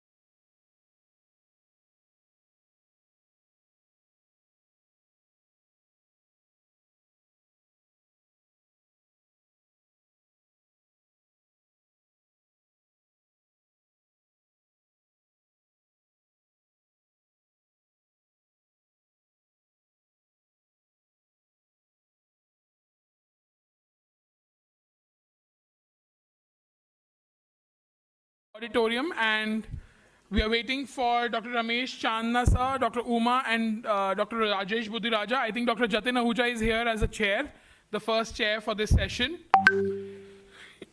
The speaker for this session is Dr. Chitra Mehta. She's an Associate Director for Critical Care at Medanta, Gurugram. And the topic that she's going to talk about today is antibiotic stewardship, a topic which we all focus on every day and we struggle as well. She's going to throw some light on it. And I would like to welcome ma'am to please start, and so that we do not waste further time and be back on the schedule. Can I please ask to share the Zoom on screen and put off the lights, please? Thank you.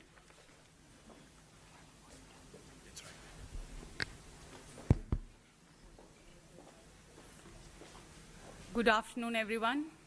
I welcome you back from a presumptuous lunch. And I was always thinking that, I always regard antibiotic stewardship as a finger bowl topic, because you have gala of antibiotics, antifungal, and then you have to go back to stewardship. It's like finishing a 4-course, 5-course meal and washing your fingers with it.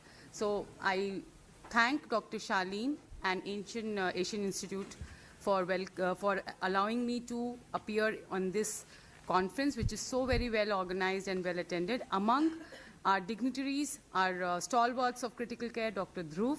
So with your permission, sir, I want to proceed with my lecture, which was actually supposed to happen before the lunch, but as whatever happens for good, it is coming right after lunch because it's a finger bowl topic. So let's move ahead. So antimicrobial resistance, we all know in today's world we are facing challenges every day to treat our patients who have multi-resistant infections. And what multi-resistant infections I don't want even to talk about, because we are dealing with extensively drug resistance and pan-drug resistant organism these days. So in this current time, which is the way forward, it is only the antibiotic stewardship program which seems to be the only significant savior in this crisis. So menace of antimicrobial resistance is rampant worldwide, but as you can see, just one second. Where is the pointer? Okay. So as you can see that India has shown exponential increase in these infections in last 2 decades. And ICU remains the hub of these infections. And about 50 to 60% of nosocomial infections, we are having challenges of MDR organisms, XDR organisms, and PDR organisms. And choosing the correct empirical therapy while balancing, the antibiotic therapy on one hand to get your patient well and not overdoing it is quite challenging in current times. This was published in Times of India way back in 2012, where it showed that these organisms were much more common in Indian ICUs as compared to general ward. And these are as you can see, these are the cumulative data of the studies conducted in Indian ICUs, where the incidence of these infections has been found to be pretty high, ranging right from 8% to 83%. That's the highest we have, or from 83%, yeah.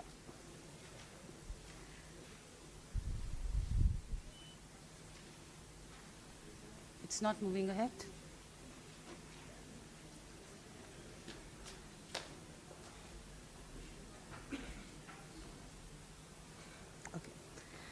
And the top 6 multi-drug resistant organisms which haunt us are the escape organisms.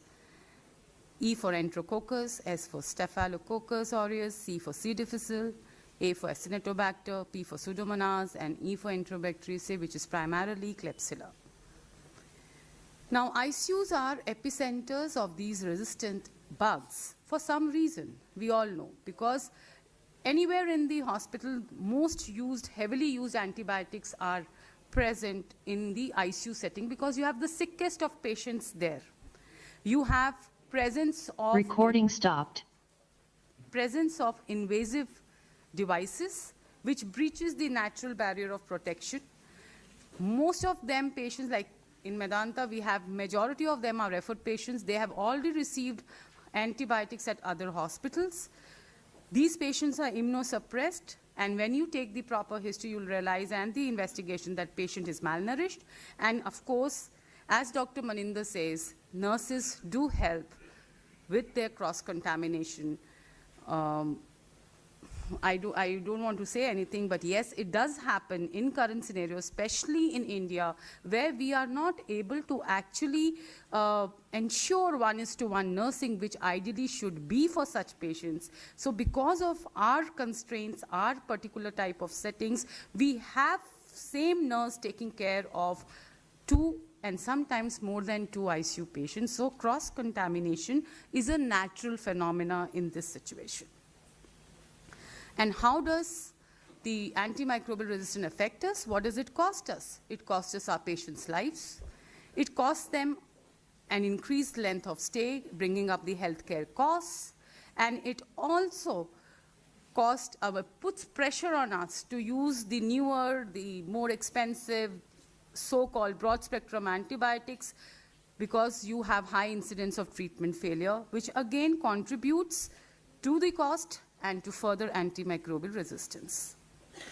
So why is it so? What is responsible for this major public health concern?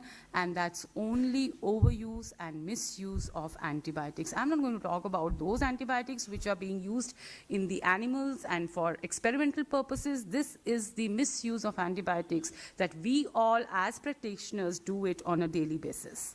And I thank Dr. Shalin for giving this topic to me, because while you are practicing on a daily basis, sometimes you lose touch with this reality. And thank you, Dr. Shalin, for bringing it back to me that yes, I have to be careful, even though I don't have to forget this fact that antimicrobial stewardship is the only savior. So what is the misuse of antibiotics? So misuse of antibiotics is said to be present if the antibiotics are prescribed unnecessarily. That is, if you're dealing with a viral infection, you're treating with antibiotics. And when antibiotic administration is delayed in critically ill patients, which usually happens in our setting, turnaround time from the time that it is prescribed to the time it is administered, there is a huge delay. And this, again, we know that every hour of delay of antibiotic increases the mortality risk. And when broad-spectrum antibiotics are used too generously, you don't even think twice before starting a high-end antibiotic. If that's your daily practice, then that is a misuse of antibiotic. We have to be judicious at every step, all the while. So when the dose of antibiotics is lower or higher than appropriate, this is also very essential.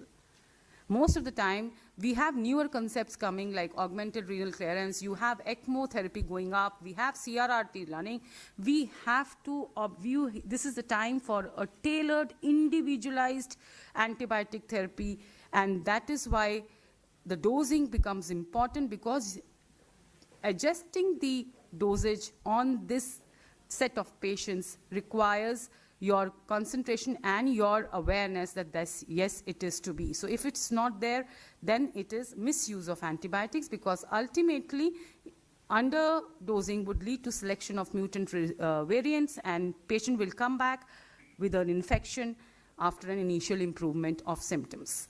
So when the duration of antibiotic is either too short or too long, and when antibiotic treatment, see, me included, we hit hard, we all agree, we are very good at it. But I think where we go wrong is to revisit our antibiotic therapy after 72 hours or once the culture reports are available. If the patient is showing improvement, there is some hesitation at the back of our mind to actually change the combination. You really don't want to take a chance, because at the end of the day, all doctors want their patients to get better. And this is the biggest resistance to antibiotics, successful antimicrobial stewardship program.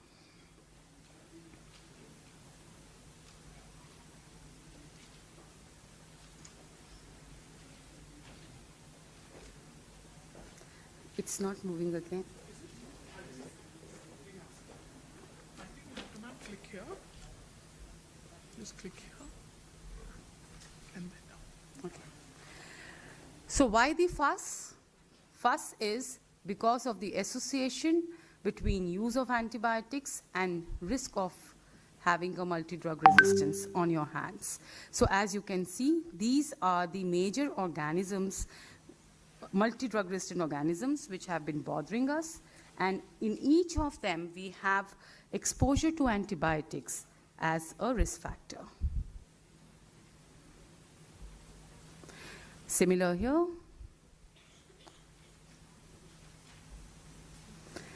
Then again, we all feel the moment the patient spikes fever, as Dr. Yash Javeri mentioned, that we have a tendency to start the patient on antibiotics. Nobody wants to take a chance, especially if it's a new fever in ICU, a patient who's been there with you for a while. But then we forget the long list of non-infectious causes of high fever in the ICU, like subarachnoid hemorrhage, pancreatitis, drug reaction, which we always overlook, most of the time overlook, transfusion reactions, malignancy. So we have to be careful about these. Inadequate therapy is also, so that was misuse where we were practically overusing the antibiotics. Now this is one aspect where we don't utilize them properly, and that is the initial inadequate therapy, which is said to be present if the antibiotic did not cover the infecting pathogen, when the pathogen was resistant to the antibiotic, when the dosing was not adequate, and when we refrained from using combination therapy even though indicated. So here again, inappropriate therapy associated with increased mortality. And the pipeline is drying. We know that we have only a handful of antibiotics which have been invented in released in last few years. So yes, we have a major problem. And what is the solution? Only two ways, either to prevent nosocomial infection, as by having infection control practices and protocols being strictly adhered to, as Dr. Maninder highlighted, and the antimicrobial stewardship program. And it came into being good 60 years after first antibiotic was discovered, and MRSA was the first MDRO to haunt us. And it keeps on doing it till now. So what is the definition of antibiotic stewardship? The CDC defines it as the effort to measure and improve how antibiotics are prescribed by clinicians and used by patients. And the IDSA defines it as coordinated interventions designed to improve and measure the appropriate use of antibiotics. Core elements, you have to have a leadership support because you need resources to carry on such a program. Accountability, a physician leader has to be there to be responsible for the program. You have to have a pharmacist on board. There should be some auditable interventions. There should be tracking, whether for resistance patterns or prescribing patterns. There should be a feedback. You must have a closed loop mechanism where you give the feedback to the prescriber and update him about the current scenario, whether it's regarding the local antibiogram or the resistance patterns or the prescription patterns. And education is the backbone, ongoing education. So these are the stewardship team members. I think we all are aware of it. And yes, because of the shortage of time, I'll just come to the interventions. So we have 10 interventions under this program. 6 happen before or at the time of prescribing antibiotics, and 4 are after the antibiotics have been prescribed. Interventions, yeah, just 2 minutes. So interventions prior to the time of prescription, clinician education, we all have to be educated. It is our responsibility to keep updating ourselves. And patient and public education, yes, this is more relevant for on OPD basis. Institution-specific guidelines should be there so that everybody knows that what kind of infections, these are the standard guidelines. So you have a protocolized treatment, and you have to have a cumulative antibiogram of local susceptibility pattern, so that you don't have to think. It becomes an this thing that what organisms and what antibiotics would work in your scenario. There has to be a process of prior authorization of restricted antibiotics. Yes, delabeling of spurious antibiotic allergy. We get many patients with history of allergy to penicillin, and you will be surprised that when by chance the patient receives piperacillin, tazobactam, and there is no reaction. So it is also a part of anti-stewardship program, microbial, to delabel these allergies, because it prompts us to use high-end antibiotics. And interventions after prescription are prospective audit and feedback, timeouts for self-assessment, dose optimization, and duration optimization. 48-hour review, antibiotic cycling. or rotation should be there. Automatic stop orders if the clinicians fail to justify the use of restricted antibiotics. All this should be there. This I've already said. Just remember the antimicrobial creed, which is the mind me, and I've pretty much said it. So remember the antibiotic principles, that shorter duration helps. Usually you can use procalcitonin in certain situations as suggested for de-escalation of antibiotics, some exceptions to rule, longer duration of antibiotics for multi-resistant organisms and immunosuppressed patients.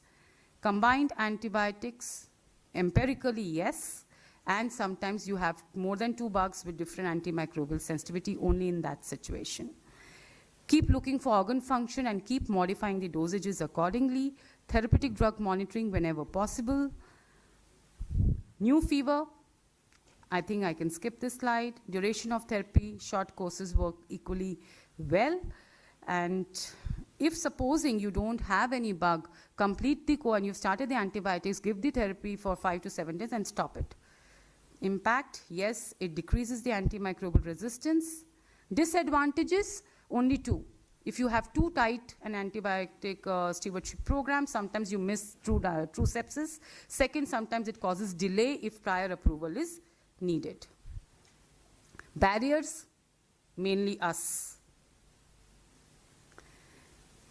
And my final thoughts, critical care practitioners are important causes and potential solutions to the crisis of antimicrobial resistance, and antibiotic stewardship should be considered as core competency of critical care practitioners. Thank you so much.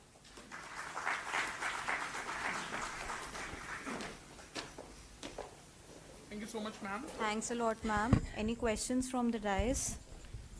We have our chairpersons, Dr. Chandna, Dr. Umar, Dr. Thakur, and Dr. Ahuja. Yeah, Dr. Mehta, you have excellently pointed out all the core concepts or principles of AMSP program running in an hospital.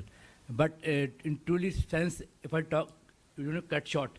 So it's a duration which is more important, or dosing, bolus given or not.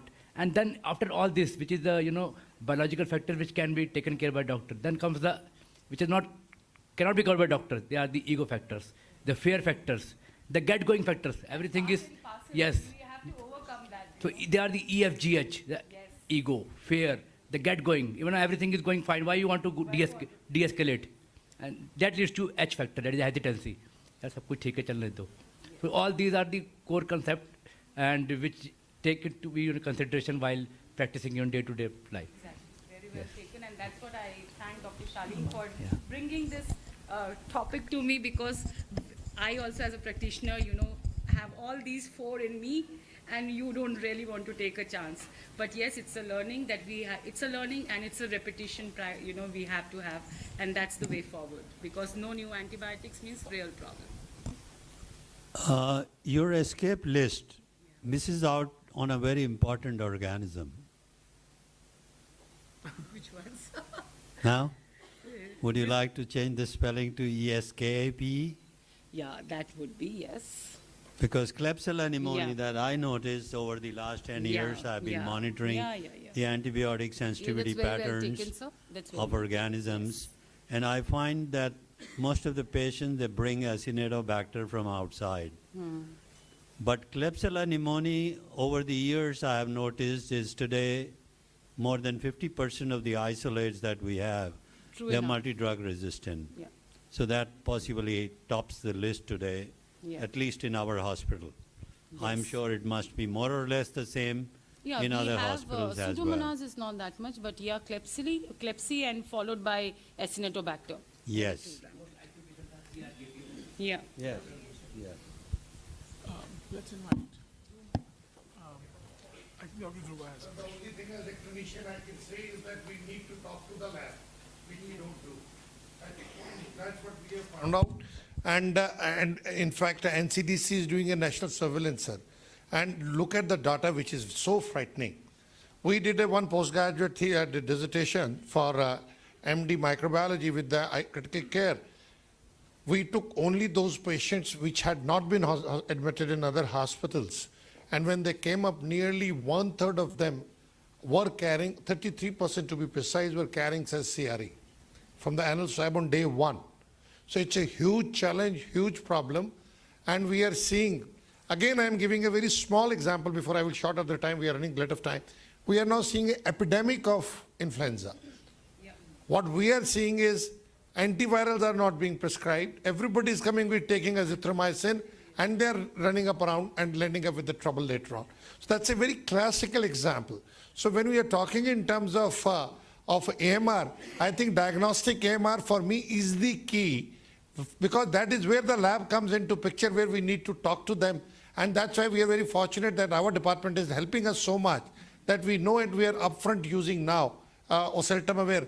And practically, you can see that if you start in 48 hours reduction, myself had it, we are seeing greenish phlegm. Please don't start it unless until you have an evidence of, because any necrotic material which is going to come up is going to cause, and without any antibiotic, everything is recovered. So URI is one. Similarly, one other abuse drug in the OPD practice, though it is a critical care, is a ferropenem. I don't know from where people are coming and writing right, left, and center. So probably we need to be more responsible, and whatever we may teach, Jatin is there. We learn passively what the bosses write with whom you work. So I think that's again, the amount of thing which you absorb from there, we also need that may not be all the time the right things. I think that's also as important. But nevertheless, it's a very, very important topic, and we need to look at it and hammer it up. My only humble submission to everybody, please talk to the lab. Thank you so much, sir. Can I please request Dr. Ramesh Chandna, sir, the Chairman, Quality, Safety, Blood Bank and Labs, to please felicitate Dr. Chitra Mehta. Huge round of applause for Dr. Chitra Mehta and Dr. Ramesh Chandna. In the meantime, can I also request Dr. Jatin Ahuja, Dr. Ajit Thakur and Dr. Uma to please be on stage for a photo op.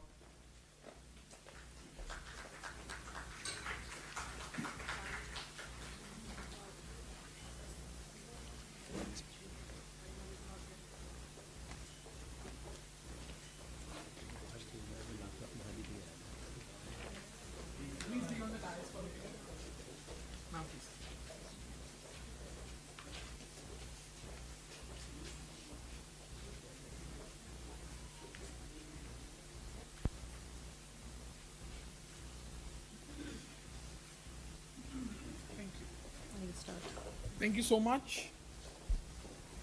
So Dr. Pritha, what is next with us? I think we have a lecture by Dr. Avinash K. Singh, right?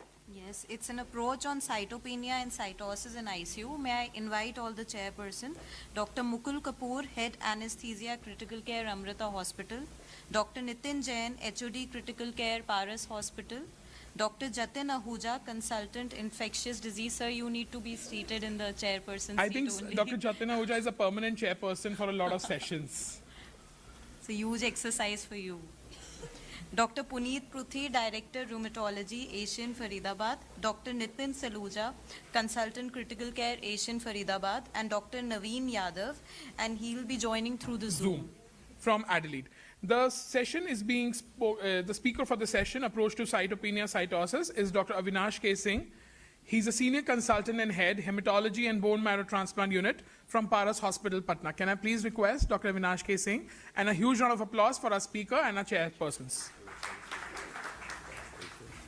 We just lining it up. Okay. So, thank you, respected chairperson.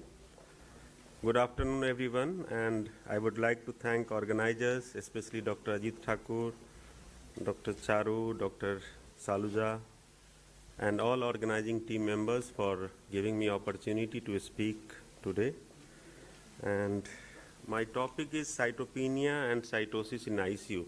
So it's a very huge topic, and I would like to start with comment of sir that we should talk to labs. So cytopenia and cytosis, you will be able to diagnose them well if you talk to lab, your hematopathologist. You should have very good friendship with your hematopathologist, otherwise you will not be able to diagnose them well. And a good transfusion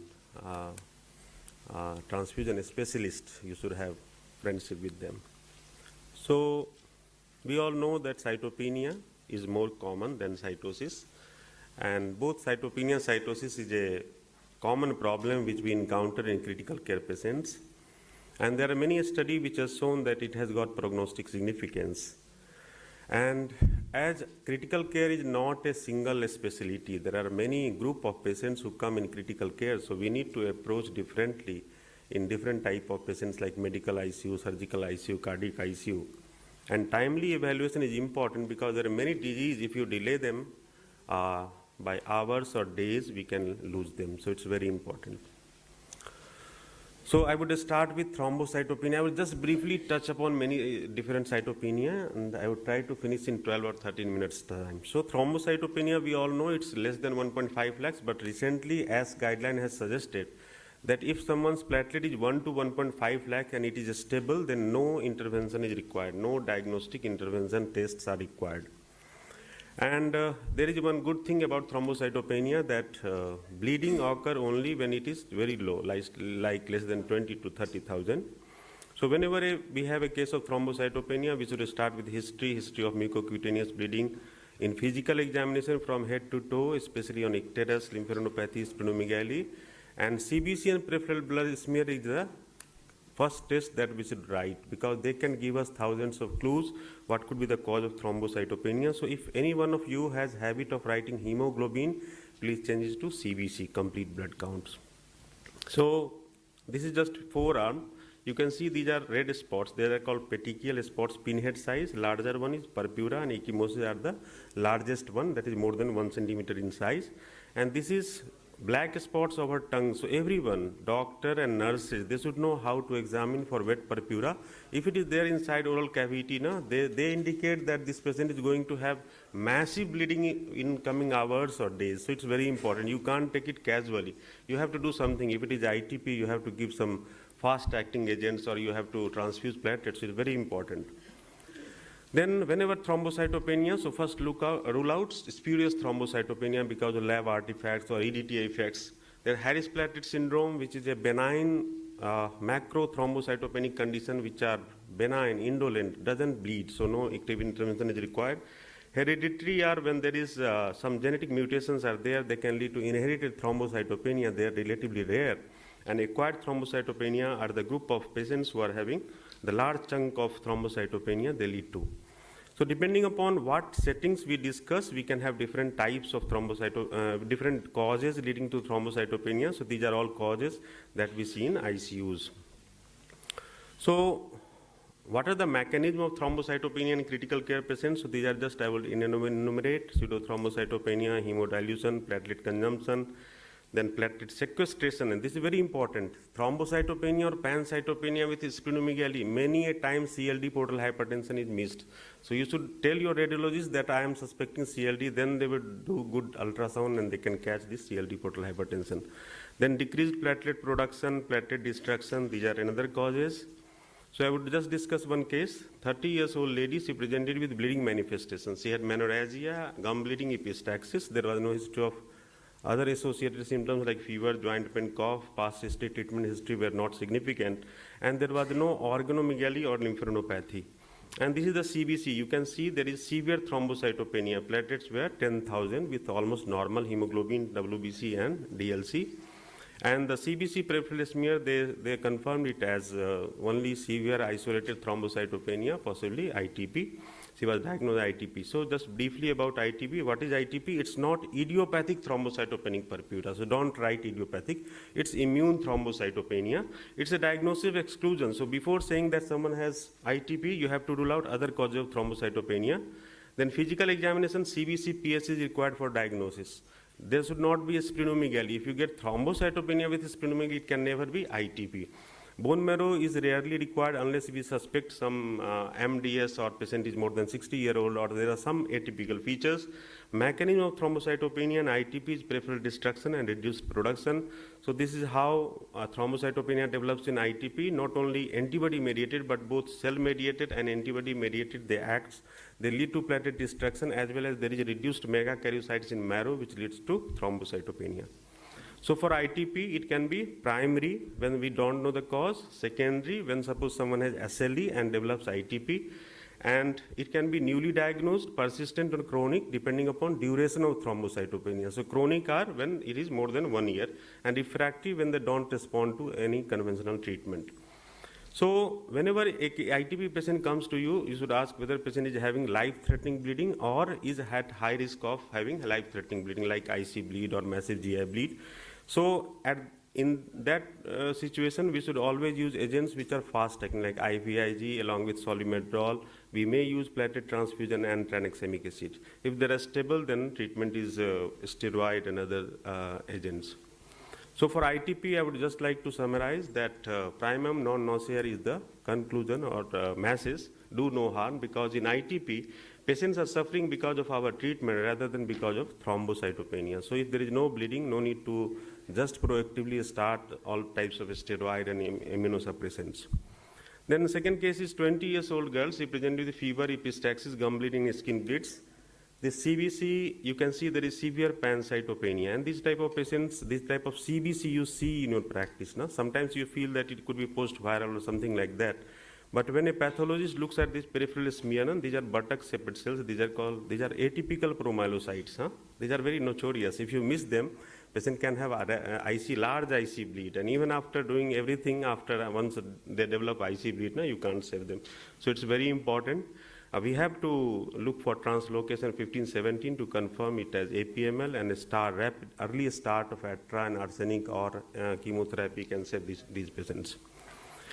Then many a times pregnant lady, they come with features of pregnancy-induced hypertension, eclampsia, preeclampsia. These are common. So sometimes what happens, they can come with these features, hypertension, thrombocytopenia, and kidney and liver dysfunction.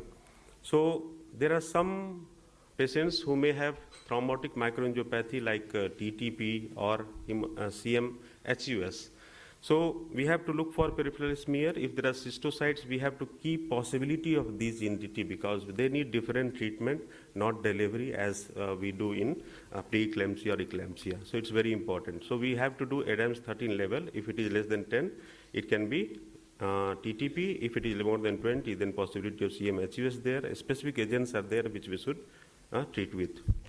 Then HLH is another entry which can present with thrombocytopenia or bicytopenia or pancytopenia, and doctors who work in critical care, they should know everything about HLH because these are also patients who can deteriorate very quickly if we don't diagnose them. So we have to, out of 8 criteria, that more than 5 criteria should be fulfilled.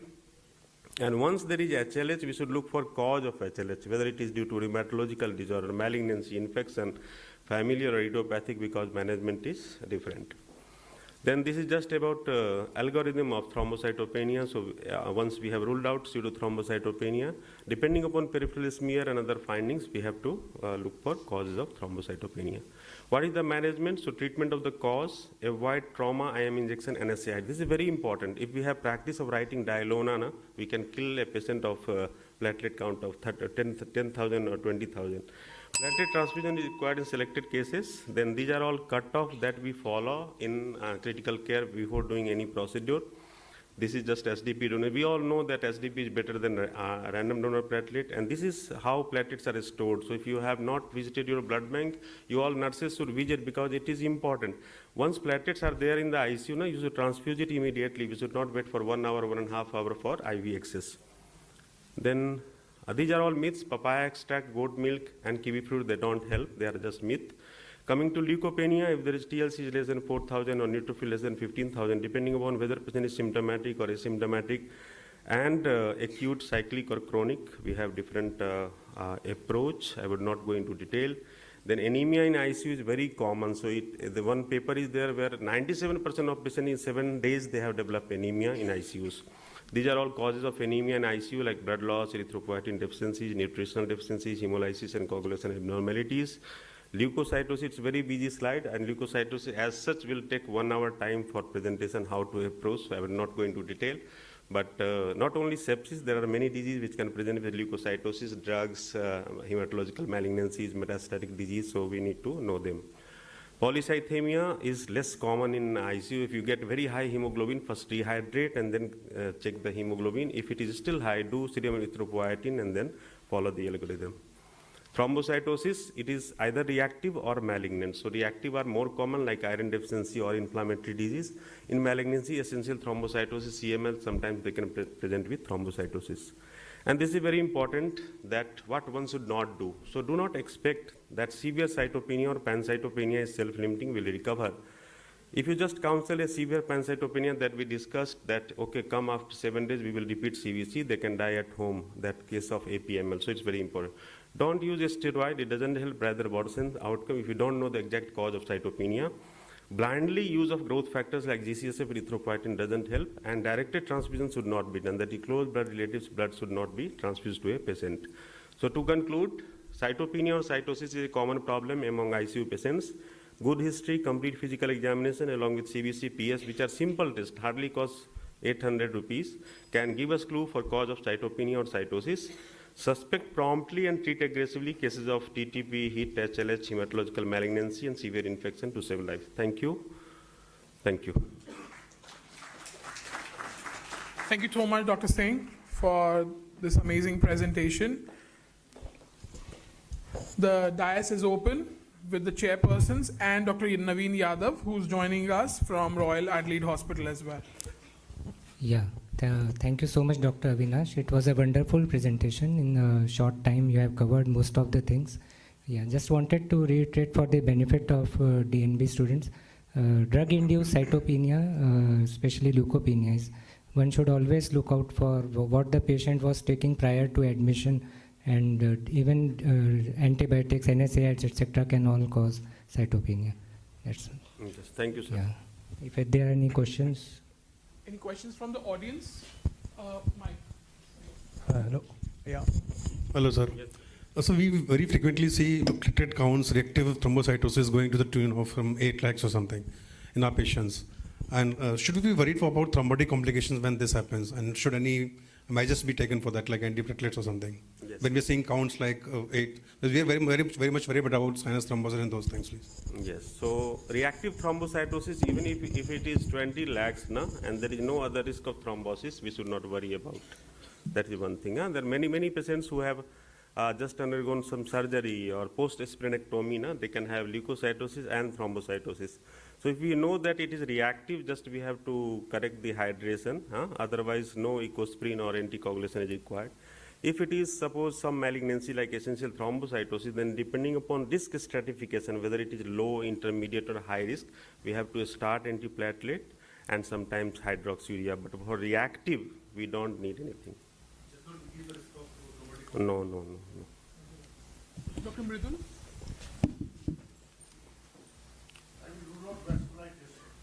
Yes, sir. Inflammatory. Yes, sir. So, in the algorithm, it was just brief. This one, CRP, ESR, we should do. Inflammatory etiology, we should rule out, yes. Right. Congratulations, sir. Great deliberation. So, it's more of an experience sharing. Recently, we had around 9-year-old girl who was a case of Down syndrome, and she was also having thyrotoxicosis. She was on neomercazole, and she presented to us with thrombocytopenia. And on evaluation, she had hypothyroidism, and then she had persistent upper abdominal pain. We evaluated her, in fact, did her bone marrow. It was all normal.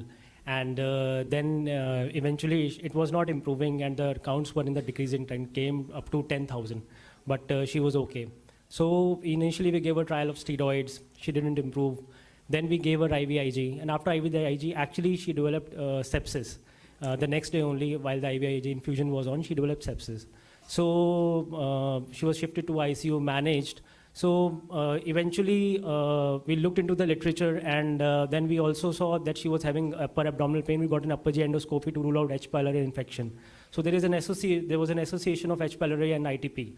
So we treated her with for this H. pylori plus probably the neomercazole, and this thyroid part had an impact on this platelet count also. So managing these multifactorial causes, and eventually then this patient, she recovered from this case of thrombocytopenia. So any experience of yours, mainly H. pylori associated thrombocytopenia? Yes. So H. pylori has association with ITP, but for For all ITP, we don't do upper GI endoscopy, but there are many patients who doesn't respond to conventional treatment like steroid. So we just give a course of 2 weeks of NTH pylori, and there are some 15-20% of patients who respond. So regarding cytopenia, I would just like to say that we have to keep our mind open. It's very important. There are many causes. You must be knowing that 10% of HIV patients, they can present only with thrombocytopenia, no fever, no lymphadenopathy, no weight loss. And many times HIV is missed. When you do, it comes positive. So it's very important. Thank you. Thanks a lot, sir.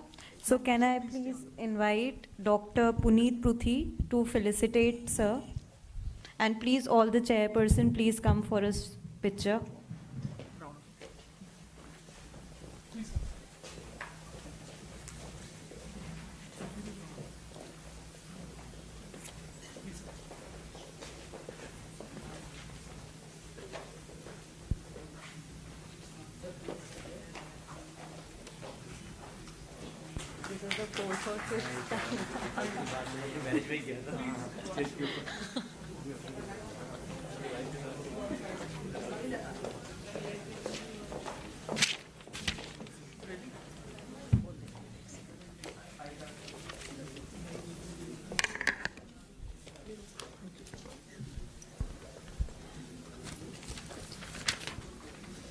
Thank you so much, Dr. Avinash K. Singh, Dr. Puneet, Dr. Yatin, Dr. Nitin, Dr. Jatin, for your presence and valuable informations. So now we are going towards the next session, that is evaluation of altered sensorium. After a sumptuous meal, what do you say, Dr. Charu? What a relevant topic it is. Huh? We all are in altered sensorium. We all are in drowsy and altered sensorium, but please gear up. We need to be very much fast because we are already running little short of time. We are already half an hour late for our schedule.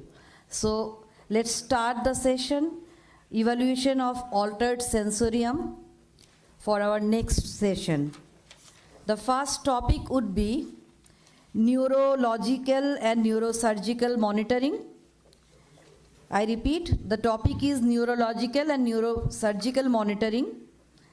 And the chairpersons would be Dr. Nitin Jain, Dr. Mukesh Pandey, Dr. Neha Kapoor, Dr. Vikas Maurya. Dr. Deepak Govil is not present right now. Dr. Nitin Jain, HOD Critical Care, Paras Hospital, Gurgaon. Dr. Mukesh Pandey, Associate Director and Head Neurosurgery, Asian Faridabad. Dr. Neha Kapoor, Senior Consultant and Head Neurology, Asian Faridabad. And Dr. Vikas Maurya, is he there? Yeah. Dr. Vikas Maurya, Director and Head Pulmonology and Sleep Medicine, Fortis, Shalimar Bagh. And our Zoom panelist would be Dr. Naveen Yadav from Royal Adelaide Hospital, Sydney, Australia. So can we please start the session with speaker Dr. Kapil Zirpe. He will be on Zoom. He is Director and Head Neuro ICU, Ruby Hall Clinic, Pune. He will be joining us with the Zoom session, and let us start the session. Dr. Charu? Yeah.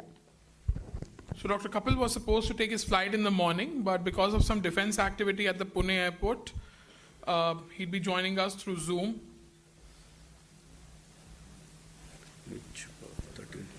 Yes. Is Dr. Zirpe online? Yeah, I am here. Hello, sir. How are you? Yeah, I am fine. I hope, sorry for the inconvenience early morning. No, it's absolute fine. There's some technical issues. No one can help anyone. So, okay, my voice is clear. My voice is clear. Yes. Yeah, and who is going to play the slide, because I am not able to operate from here. I'm there, sir. Please tell me. Okay, so without wasting time, we'll go ahead with the multimodal neuro monitoring. I'm not going to speak on a neurosurgical because I am not a neuroanesthetist. I am a neurointensivist. So I will restrict my talk to the 15 minutes with the neuro monitoring and what's the place in day-to-day practice. Next, please. So during my next 15 minutes, I will cover what is the neuromonitoring, why neuromonitoring, how to monitor, and what are the current recommendations for the neuromonitoring. Next, please. Now, this slide is self-explanatory. When you go through the neuromonitoring, you from simple to complex interpretation, you need to make it more complex as per the situation. Otherwise, as far as possible, make it simple. So if you would like to know the pressures, either the ICP or CPP monitoring, if you would like to know the blood flow, you can go ahead with the transcranial Doppler, local as well as a regional blood flow. If you want to know the oxygen delivery happening to that particular part of the brain, either you have to go ahead with the oxygen tension measurement or jugular venous oxygen saturation. If you would like to know the metabolism of the brain, then you can offer the microbiodialysis. And if you would like to know what is the CNS function, then EEG or electrophysiological study. So this is what the neuromonitoring. You have to pick up your monitoring system as per the patient. Might be sometimes you can have ICP plus EEG combination or microbiodialysis with the ICP combination in a traumatic brain injury. So it's not it's like an umbrella where you offer everything to the patient, but you have to decide your therapies which will give you the maximum input regarding the patient. Next, please. Now, the next question is why neuromonitoring? What is its place? Whether it is just hi-fi technology to for the adding the cost? No. If you go through the neurological deterioration, 40% of the traumatic brain injury deteriorates in first 24 hours. 42% of the hemorrhages increase in value or change in the volumes in 42% of the cases. And if you do the CT, in 38% time, you may get a change in the management. So to detect the early neurological worsening before irreversible brain damage, you need to act fast. And that's why that's what I mean by the neuromonitoring. So it allows the clinician to the better understanding of the pathophysiology of the complex disorder. It's not necessarily the very simple, straightforward management in each and every case. There are a few cases you need to evaluate them as per their deterioration. Next, please.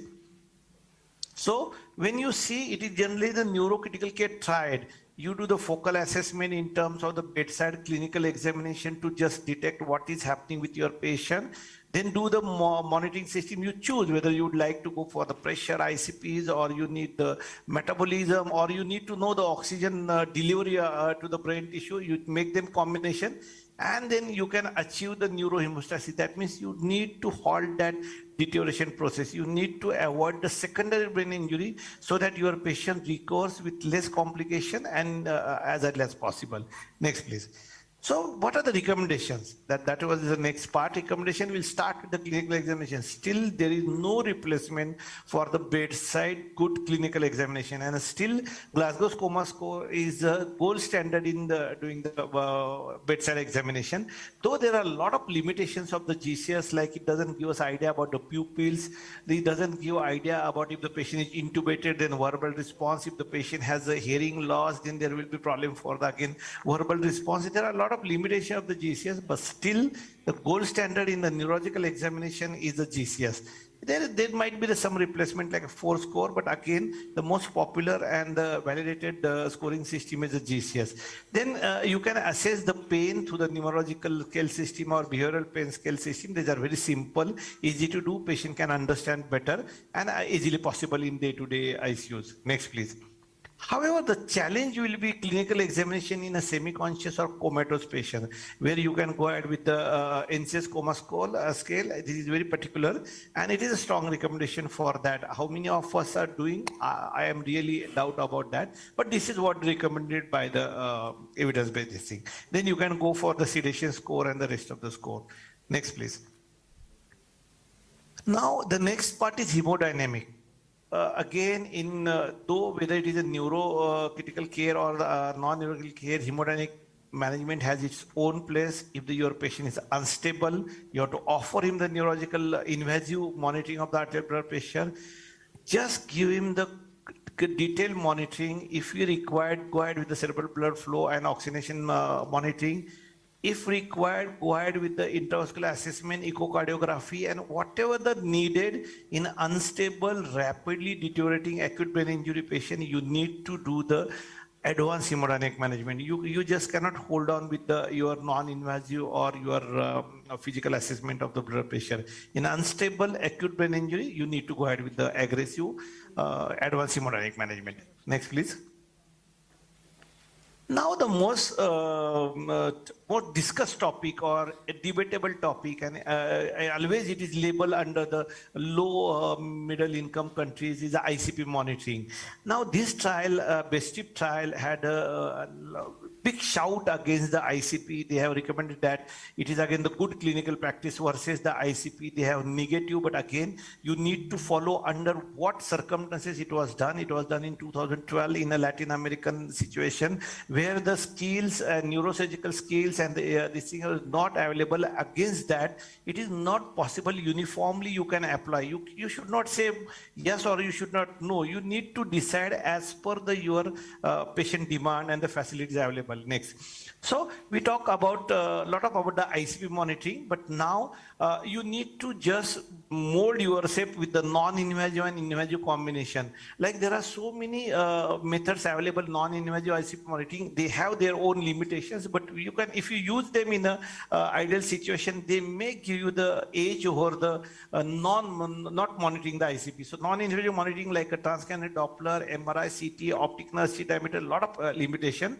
But accuracy is also low, but against the ICP monitoring invasively, either do it with the external ventricular drain or the devices. But again, they have their own advantage and disadvantage. Next, please. So what one need to do, one need to understand the place for the non-invasive intracameral ICP monitoring. So you need to see that they are portable devices, they are dependent on the operator experience. Monitoring is possible bedside, cost effective. They are generally the low cost and complications are less. So they have, though they are less accurate, they might help you in which patients you can decide the ICP monitoring. Next. And that's what this, next please. That's what this was a beautiful editorial in a Lancet came across. They said, don't get carried away with the BESTIP. Don't get carried away with the overinterpretation of the SYNAPT ICU recently published trial regarding the ICP monitoring. So you need to find out the golden point where you can both things meet together. So in a patient, in a acutely brain injury patients, deteriorating patient, you utilize the non-invasive ICP monitoring devices to just decide which patient may need the ICP monitoring with the real-time measurement of the pressure, and it may get help. So don't rule out the non-invasive, don't rule out the invasive. Just decide. You need to now shift towards the multimodality monitoring, and you should not be adamant. No, ICP is very highly accurate, invasive, and non-ICP has a lot of limitation. You need to find the way out. Might be what I understood about the ICP monitoring. Non-invasive methods are now reliable bedside tool for the screening. Screening means to pick up those rapidly deteriorating patients, and in few of them where the facilities are available, I will go ahead with the invasive ICP monitoring. Next, please. And that's what your recommendation is, the protocol-driven care. You need to develop the protocols in your ICU regarding in which patients you will do the ICP, in which patients you will do the non-invasive, invasive, when to do, when not to do. So protocol-driven care will definitely going to help in a management of the traumatic brain injury as well as the raised ICP patient. Next, please. Cerebral autoregulation, yes, there are facilities are available. This should be the part of the multimodal monitoring, but again, it depends on the facilities available and your team, how much has gained experience in that. Next, please. Brain oxygenation. If you would like to know that, again, you have to decide which combination you will put. If you would like to know the brain oxygenation, oxygen delivery, brain oxygenation by it doesn't mean that, it means the oxygen delivery to the affected region. Either you can do directly putting the bolt and mentioning the oxygen tension, or you can put a bulb oximetry in a jugular venous this thing, and just try to know that what is the oxygen delivery that particular affected area, and that will give you the idea that whether this particular patient will need the further intervention. Next, please. Like if there is a jugular oxygen pressure is less than 50%, that means your patient is worsening, ICP is raised, your systolic blood pressure is dropping. So there are so many things you can correct it. This might be the reason where you have to concentrate to improve this saturation to 55 to 75, which is a target. So if you are concerned with the local injury, you have to go ahead with the ipsilateral. If you are a global injury, you can go ahead with the dominant IGV. But this gives you the idea what intervention you can do and how to improve that deteriorating oxygen delivery in that particular region. Next, please. Regarding the brain tissue oxygen tension, again, it is related with the regional cerebral blood flow. It gives you the idea whether that oxygen delivery is poor in that area, and you need to improve the oxygen supply and the consumption in that area, which will give us a better prognosis. So it depends on the facilities available, and it depends on the training of that particular unit. Next, please. Cerebral blood flow monitoring, like optic nerve sheet diameter. Now there is a transcranial Doppler is available in every ICUs. You can measure the cerebral blood flow. Generally in a SH patients on traumatic brain injury, it may help a lot. It's a bedside tool. It's a reliable, low cost. It requires some training, but it is portable. So I explained what are the advantages of these techniques, which may guide you in patients to further proceed with the next intervention or whatever the therapy you would like to go ahead. So it has its own place. Next, please.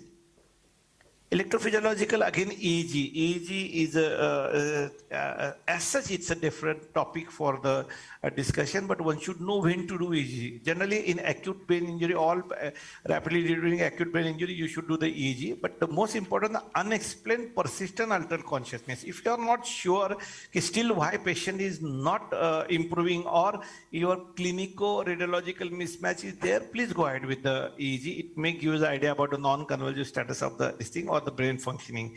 Generally, after the therapeutic application of the warming, during the rewarming stage, you may get within 24 hours to exclude the non-convulsive status of that particular patient. So these are the certain very common indication, but it gives you the idea about the function of the brain. And it has a lot of bedside utility in a rapidly deteriorating brain injury patient. Next, please.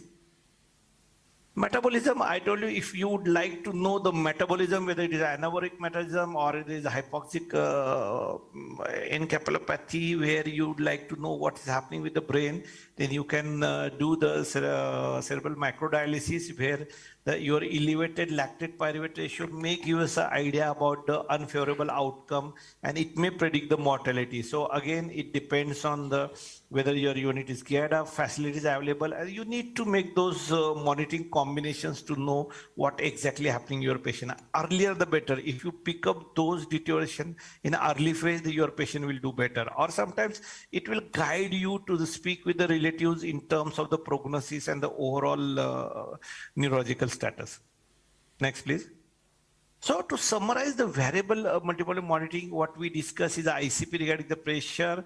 One of the advantage of the invasive ICP monitoring is that you get the continuous ICP monitoring. It's not the static one. So that is one of the advantage of the your continuous, and it gives you the therapeutic application. So if suppose ICP is raised, you can just drain the CSF and you may reduce the ICP. So these are the certain advantage, disadvantage of the invasive ICP monitoring. Brain oxygenation in terms of to know what is happening with the oxygen delivery at that particular brain.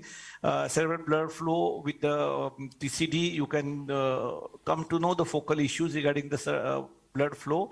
EEG shows the seizure activity. You can pick up those early in unexpected or not waking up patients, and microbiology for the metabolic derangement. So you need to decide what exactly you would like to know.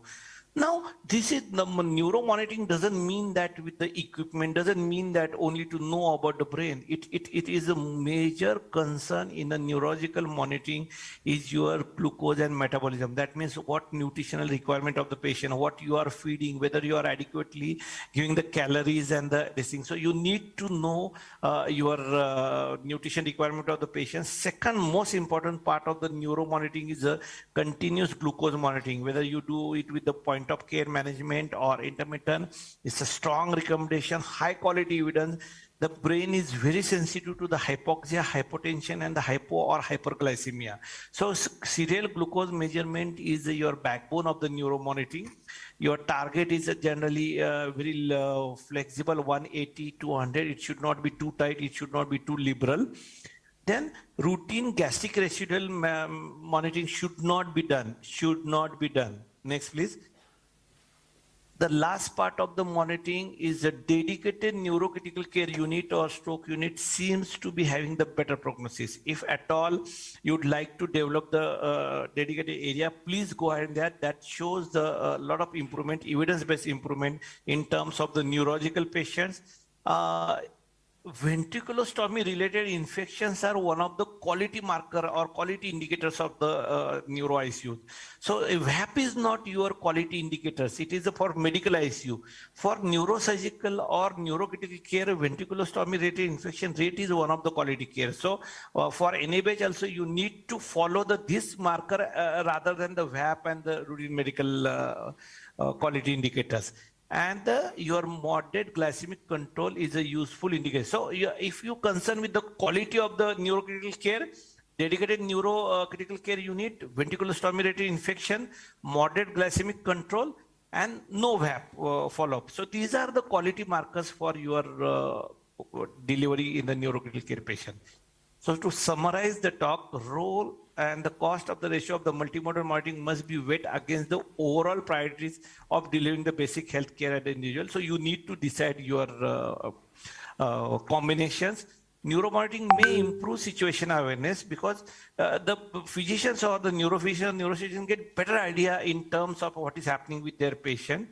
It will help to reduce the therapeutic intensity, unnecessary interventions, you may avoid it and allow the individual approach to the therapy. So your every patient is different. So it is again, will come to the personalized care, but these devices, these therapies, this approach may give you the better perspective of the patient in terms of avoiding the delay pickup and deterioration.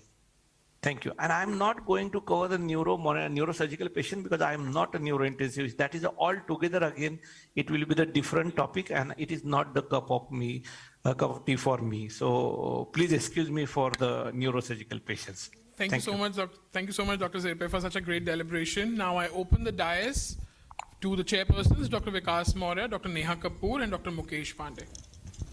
Yeah, first of all, I'd like to thank Dr. Kapil for the nice presentation.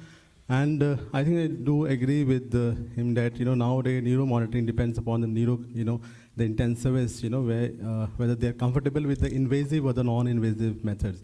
But yes, having worked in, for example, in the Western country, I've seen that they're more comfortable with, invasive ICP monitoring, specifically in patients with trauma, in patients with subarachnoid hemorrhage, and obviously all patients were going for neurosurgical interventions. And most of the decisions that they take in ICU, in neuro ICU, based on in these patients on ICP monitoring and the CPP, and obviously they also do transcranial Doppler flow. Apart from it, yes, hemodynamics plays an important role in these patients and glucose metabolism, as I said. So yes, it's depend upon how comfortable you are with the the non-invasive and the invasive monitoring, which depends on how you do your monitoring of patients in ICU. Dr. Neha Kapoor, anybody from the audience, or Dr. Naveen Yadav, our Zoom faculty from Royal Adelaide, Australia, any questions or comments on Dr. Kapil Zirpe's evaluation of altered sensorium neurosurgical monitoring? No, it's a great talk, Dr. Kapil. I think I totally agree with you. I think it's all should be individual patient-based care. Yeah. This is what we follow. I don't think you need to look into what exactly you're doing, whether it's invasive or non-invasive. It all depends upon the patient care at that point of time, and then look and definitely avoid unnecessary surgical procedure. It's great talk. Thank you. Thank you. Thank you, Doctor. So we close the dais, and I would request Dr. Vikas Maurya, Dr. Neha Kapoor, and Dr. Mukesh Pandey to please come on the stage for a photo op. Sorry, Dr. Kapil, I can't invite you to be on the dais, but we can have you in the background for sure. Okay. A round of applause. Why is everybody sleeping? Please come.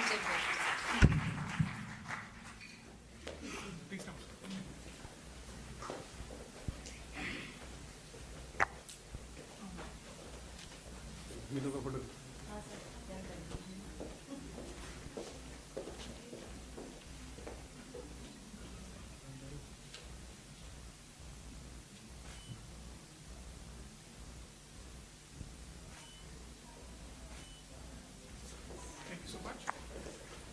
Thank you so much. Thank you so much, Dr. Zirpe. Thank you. For connecting, and have a safe flight. So we move on with our next session. Our next session is on the metabolic causes and management in altered sensorium evaluation. The chairpersons are Dr. Deepak Govil, who's the Director of Critical Care Anesthesiology from Medanta, Gurugram. Dr. Vinod K. Singh, Senior Consultant Critical Care, Sar Gangaram Hospital. Dr. Pragati Gupta, in charge Critical Care and Anesthesia, Yatharth Hospital, Noida. Professor S. Moyed Ahmed, Professor Anesthesia and Critical Care from Aligarh Muslim University. Dr. Sandeep Kharb, Senior Consultant Endocrinology from Asian Institute of Medical Sciences. And along with us, Zoom faculty, Dr. Naveen Yadav from Sydney, Australia. Round of applause for our chairpersons, please. The speaker needs no introduction. He's an authority in himself.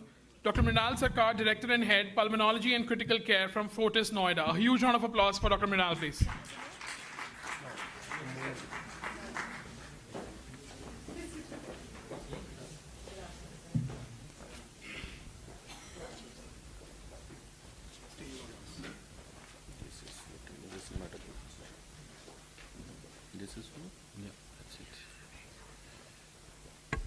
Right, good afternoon. Thank you, organizers, for inviting me for this talk. It also gave me an opportunity to meet some of my very old friends in this part of the NCR. So not to waste any more time, we're going to talk about metabolic causes of altered sensorium. Encephalopathy or altered mental status or sensorium, AMS, which we keep talking about, refers to impairment in unconsciousness. Wakefulness or arousal can occur due to focal or global brain insults, more of a symptom rather than a disease. A cerebral hemispheric dysfunction or dysfunction of the reticular activating system must be present, and it can vary from confusion to deep coma. If this panel can be made to disappear, it will be nice. Panel at the bottom, any way we can do that? So the states of acutely altered consciousness would vary. This can be made. No, this one. It's on share, sir. No, if this can go down or something. So it varies from coma, stupor, lethargy, delirium, and catatonia. All of us are fairly familiar with these states. So the various factors which can cause encephalopathy include metabolic, toxic intracranial insults, and of course miscellaneous.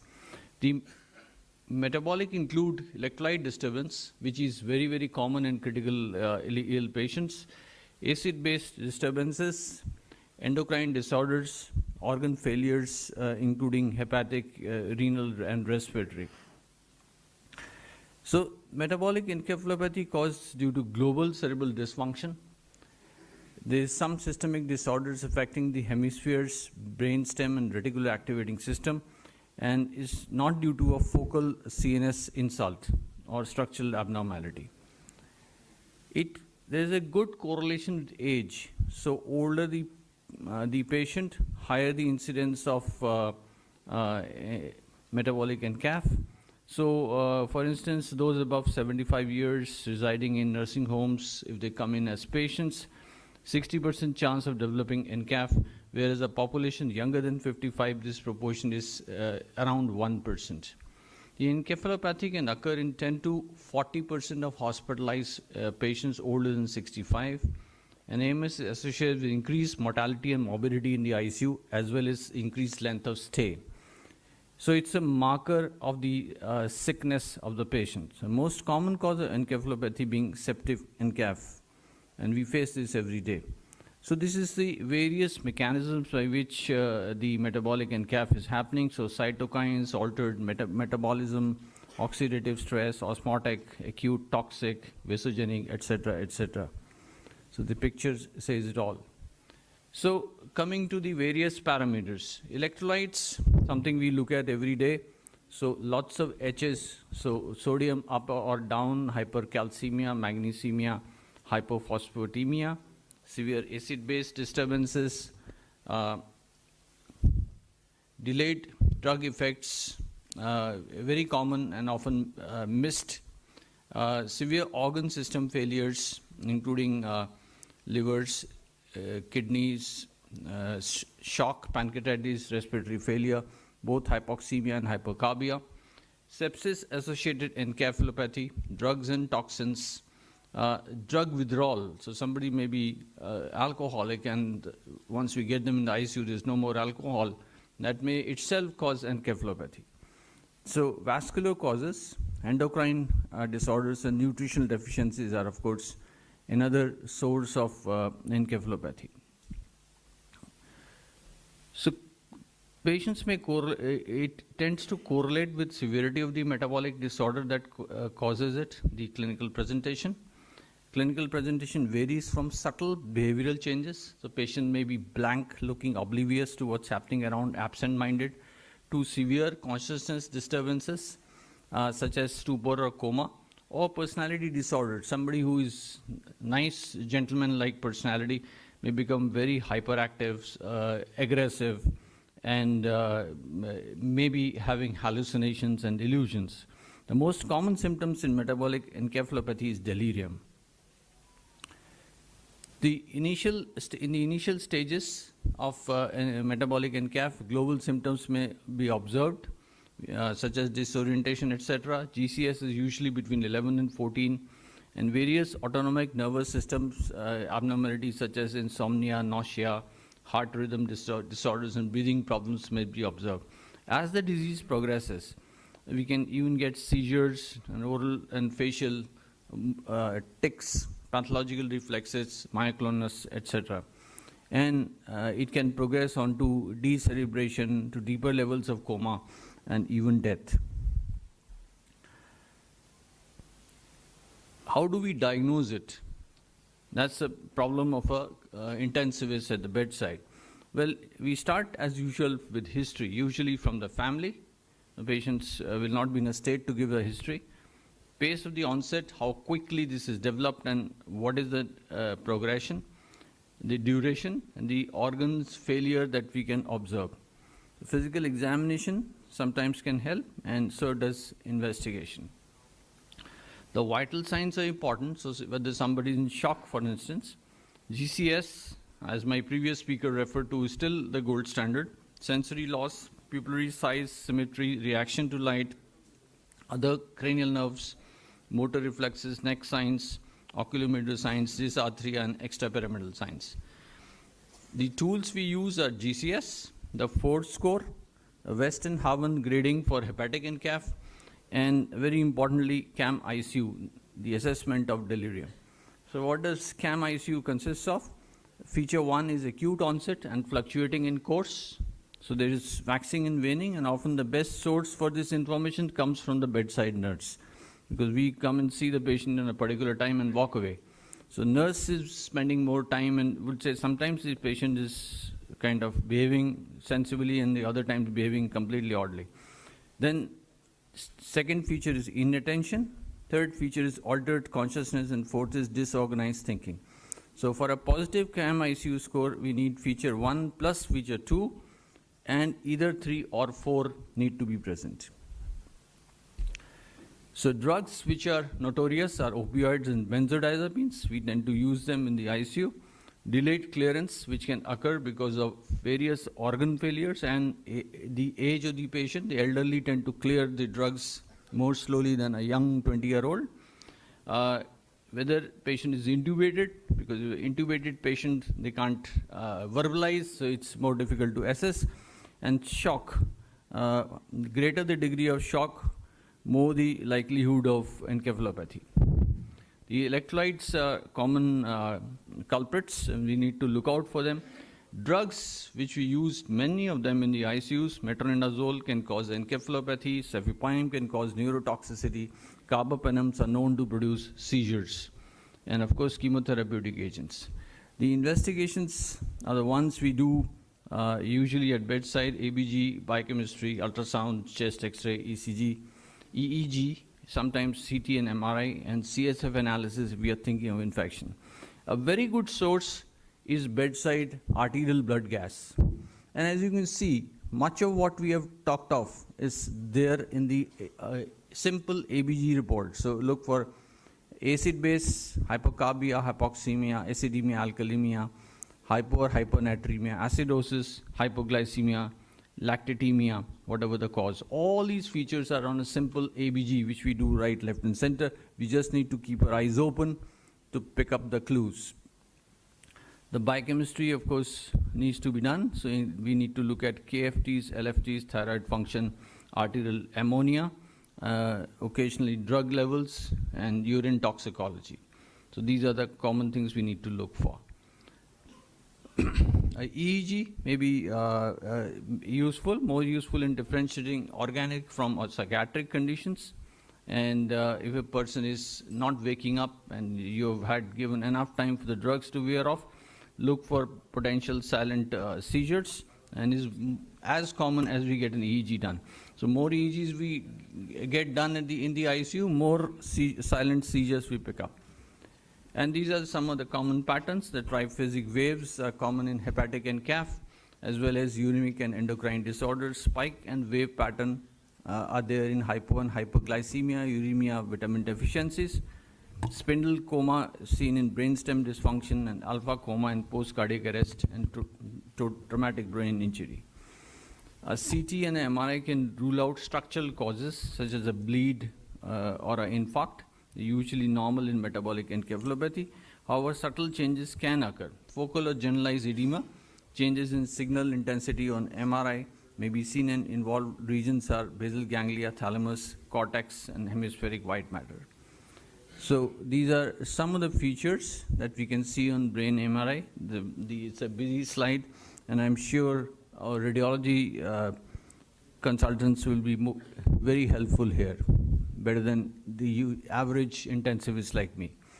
So the ABC approach to management is important. Airway control establishment is necessary. Hemodynamic stabilization, investigating blood work should go into the same time. Treatment of the underlying cause. So if somebody is in renal failure, you need to sort that out. Some etiologies are quick to respond to, such as hypoglycemia, opioids with an naloxone dose. Intubation may be avoided in some of these patients. The prognosis will depend on the cause and severity. So survival statistics are those with cirrhosis and hepatic encephalopathy is less than 50% annually and less than 25% over 3 years. In patients with hypoxic or anoxic encephalopathy, prognosis is even worse and depends on the length of anoxia.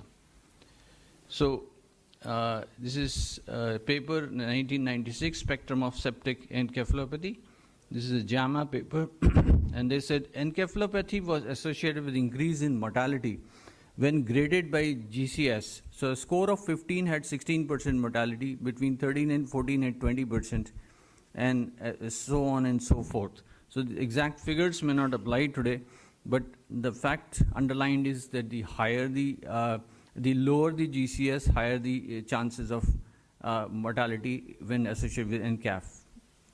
So severity of septic encephalopathy correlates with mortality, bacteremia, renal dysfunction, etc. GCS is a useful tool. So hepatic NCAF is again a common problem we face in the critical care units, and what causes are ammonemia, altered cerebral and glucose metabolism, altered excitatory glutaminergic neurotransmission and astrocyte swelling, GABA benzodiazepine receptor activation, and cerebral edema, especially acute liver failure. And we know the Western Haven criteria, so that can help us grade the coma. The ABC approach includes management of precipitating factors, lactulose, rifaximin, L-ornithine, L-aspartate, EEG to rule out seizures, neuroimaging, and liver transplant in few cases. Uremia usually develops when GFR is less than 10% and more severe in acute renal failure. And the pathophysiology includes toxins implicating, mostly implicated are some of the guanidine, glutamate, NDMA, etc. Thrombotic state in the electrolyte abnormality. The features are well known to us. We can jump that slide. Rapid dialysis can lead to this disequilibrium syndrome and can be a cause of encephalopathy, and during or shortly after dialysis it may present, and presents with confusion, headache, vomiting, myoclonus seizures, usually resolves spontaneously. Thank you so much.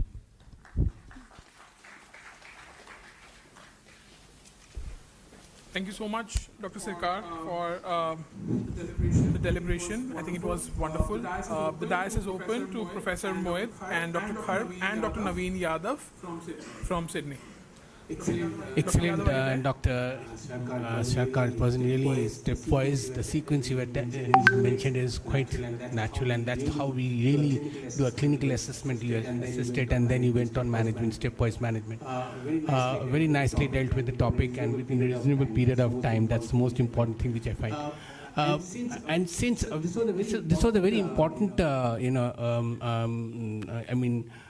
paper which you showed, that even a patient with a GCS 15, he still has a chance of encephalopathy of 16%. Now, the point is, then you've been managing critically ill patients. Which patients do you think is very difficult to diagnose and then manage as well? Because if a patient who's having GCS 15 means absolutely fine, but despite that, you said that the patient can have a mortality of 16% with an encephalopathy. So how do you think it's very difficult to assess and manage in those patients? I think GCS is rather generic, so that's one of the problem. The problem patients are elderly, so higher the age, more the encephalopathy, greater the mortality, and the other thing which is often missed in ICUs are drugs. Yeah. So what we expect to disappear in 2 hours may actually take 3 days. And the third thing which is very important, and despite years in the ICU, we tend to miss is silent seizures. So there's no motor activity, the patient is seizing. So these are the things we need to see. The GCS in between those episodes may be perfectly all right. And very important is the input from the nurses, which I feel we often fail to talk. We look at the charts, we've talked to our doctor teams, we never usually speak to the nurses. Nurses, if we've spoken, we'll say, he did this, okay, but last half an hour he's behaving very oddly. One point in this paper is when the assessment of GCS was done, because we know we have a very waxing and waning situations in patients with encephalopathy. So when the GCS is being done, whether probably the patient have been absolutely fine.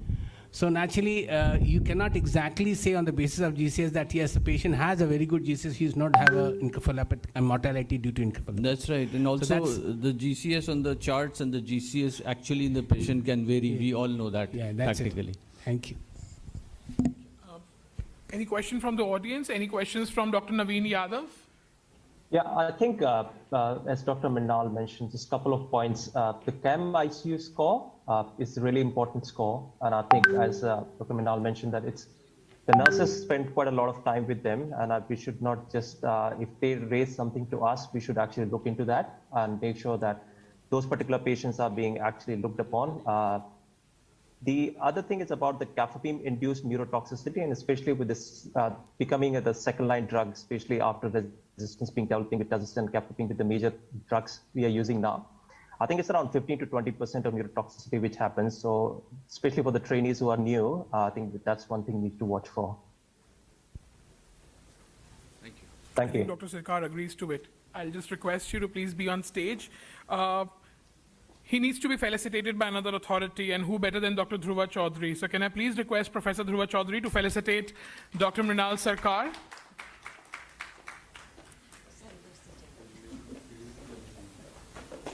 Can I please request Dr. Kharb and Dr. Mohit also to join the stage for a photo op?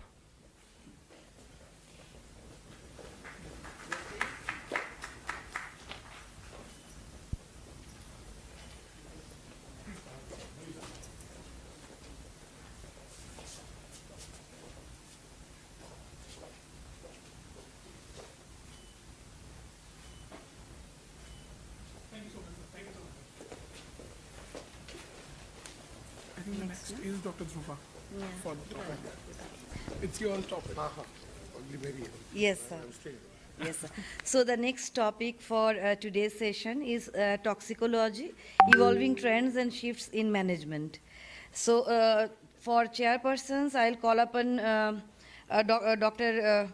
Professor Moeed Ahmed, S. Moeed Ahmed, Professor Anesthesia and Critical Care, AMU Aligarh, and Dr. Himanshu Diwan, Dr. Rajnikant Prasad, Dr. Ajit Thakur.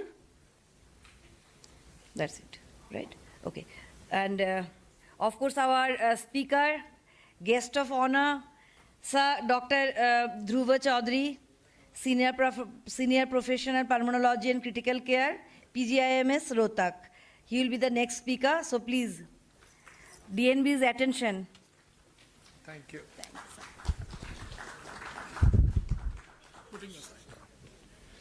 Thank you.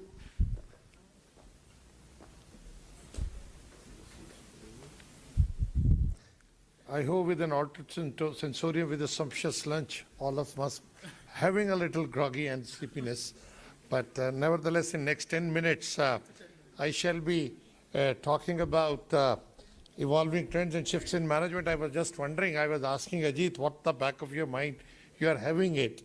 But he says, looking at what are the recent practices, etc. So I started looking at it, where to start, how to look at it. And I have just kept around 10 or 12 slides only, because by and large in 10 minutes you can't, we can just have an overview. But nevertheless, fundamentals, they remain the same. More you change the things, more they remain the same. And that's what we are seeing in toxicology. The principle remains the same. The only thing what is happening is that probably which excites the critical care people is the extracorporeal support or the outcomes if they are there. But it's a jigsaw puzzle when the patient comes to you.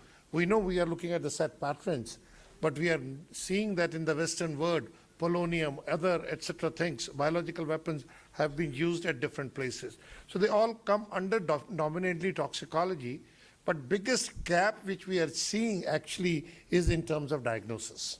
Because that we are all going by the clinical symptomatology, identifying the symptoms which we label it as toxidrome, and then on the basis of that you treat them, and subsequently obviously outcomes tell us, and whenever we get the reports from the labs, they come up pretty late, which have no relevance at that point of time. Nevertheless, it is important as a clinician. I was looking at our data at Rohtak, nearly 1% of our hospital admission are actually because of poisoning.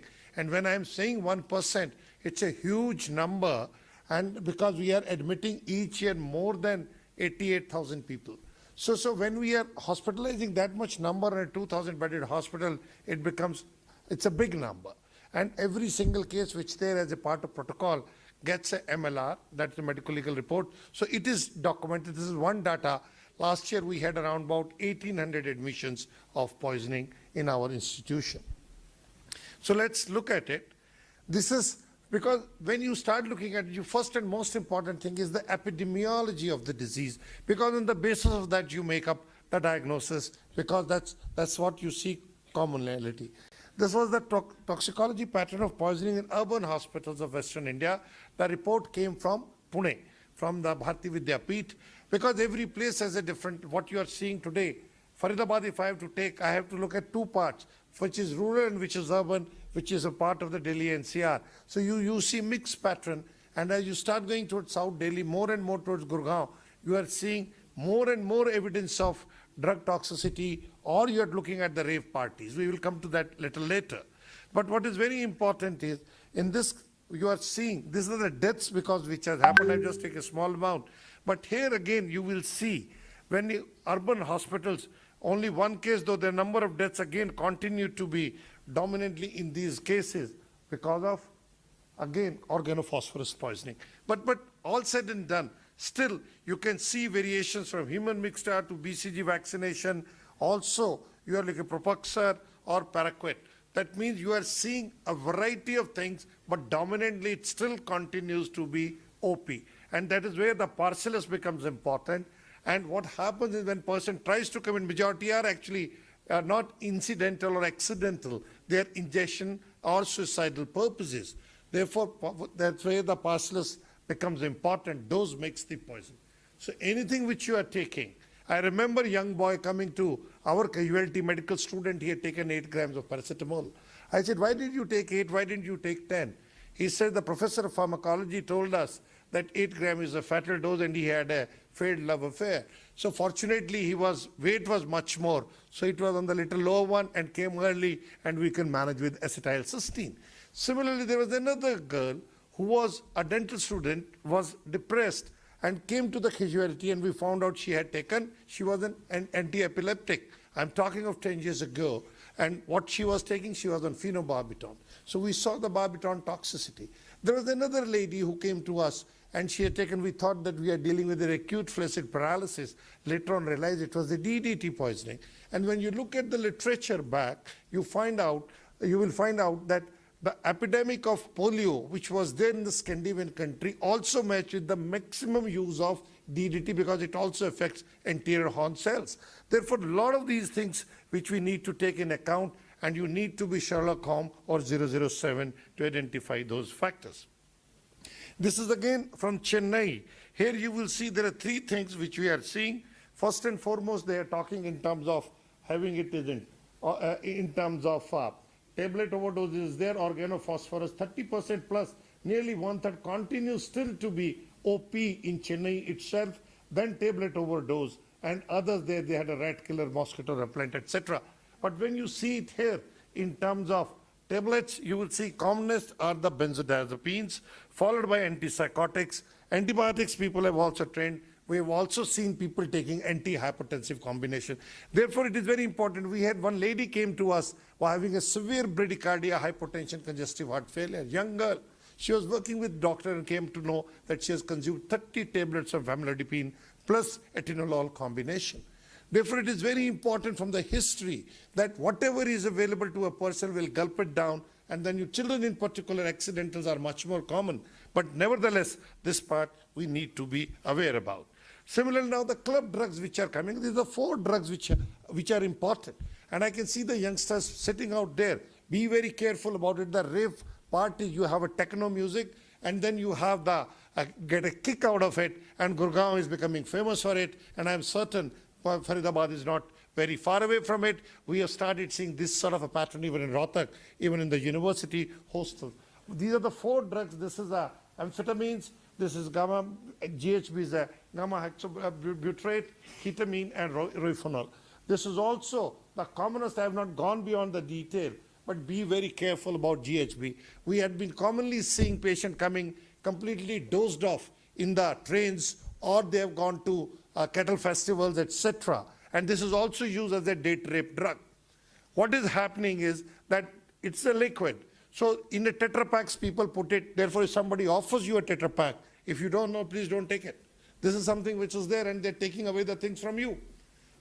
But by and large, treatment is conservative. Ketamine as such is not, but people try to take a euphoria. And similarly, you will be surprised that a couple of deaths have been reported from Chennai, where people were taking a snake bites, basically venomous snake bites, for a kick, for relaxation, from stress. Especially you are seeing much more in IT people than anywhere else, because the stress of work is too high there.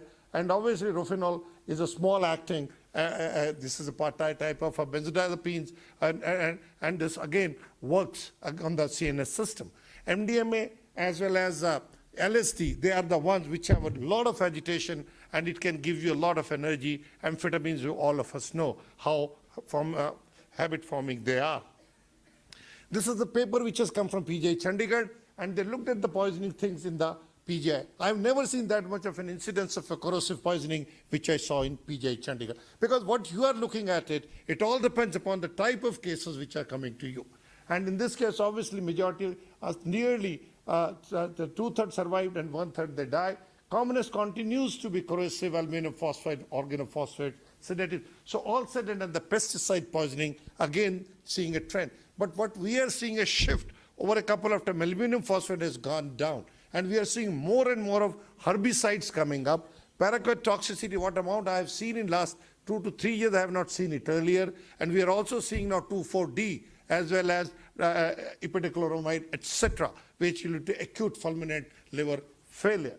Therefore, these are again deaths from poisoning in a 5-year period. They have taken at a 5-year period once, and over 20 years they have shown it up that all pesticides, they continue to be at the top, and among them aluminum phosphide was there, but the numbers have gone down now. As I was saying, organophosphorus still continues to be there, and it is the #1 killer as of today.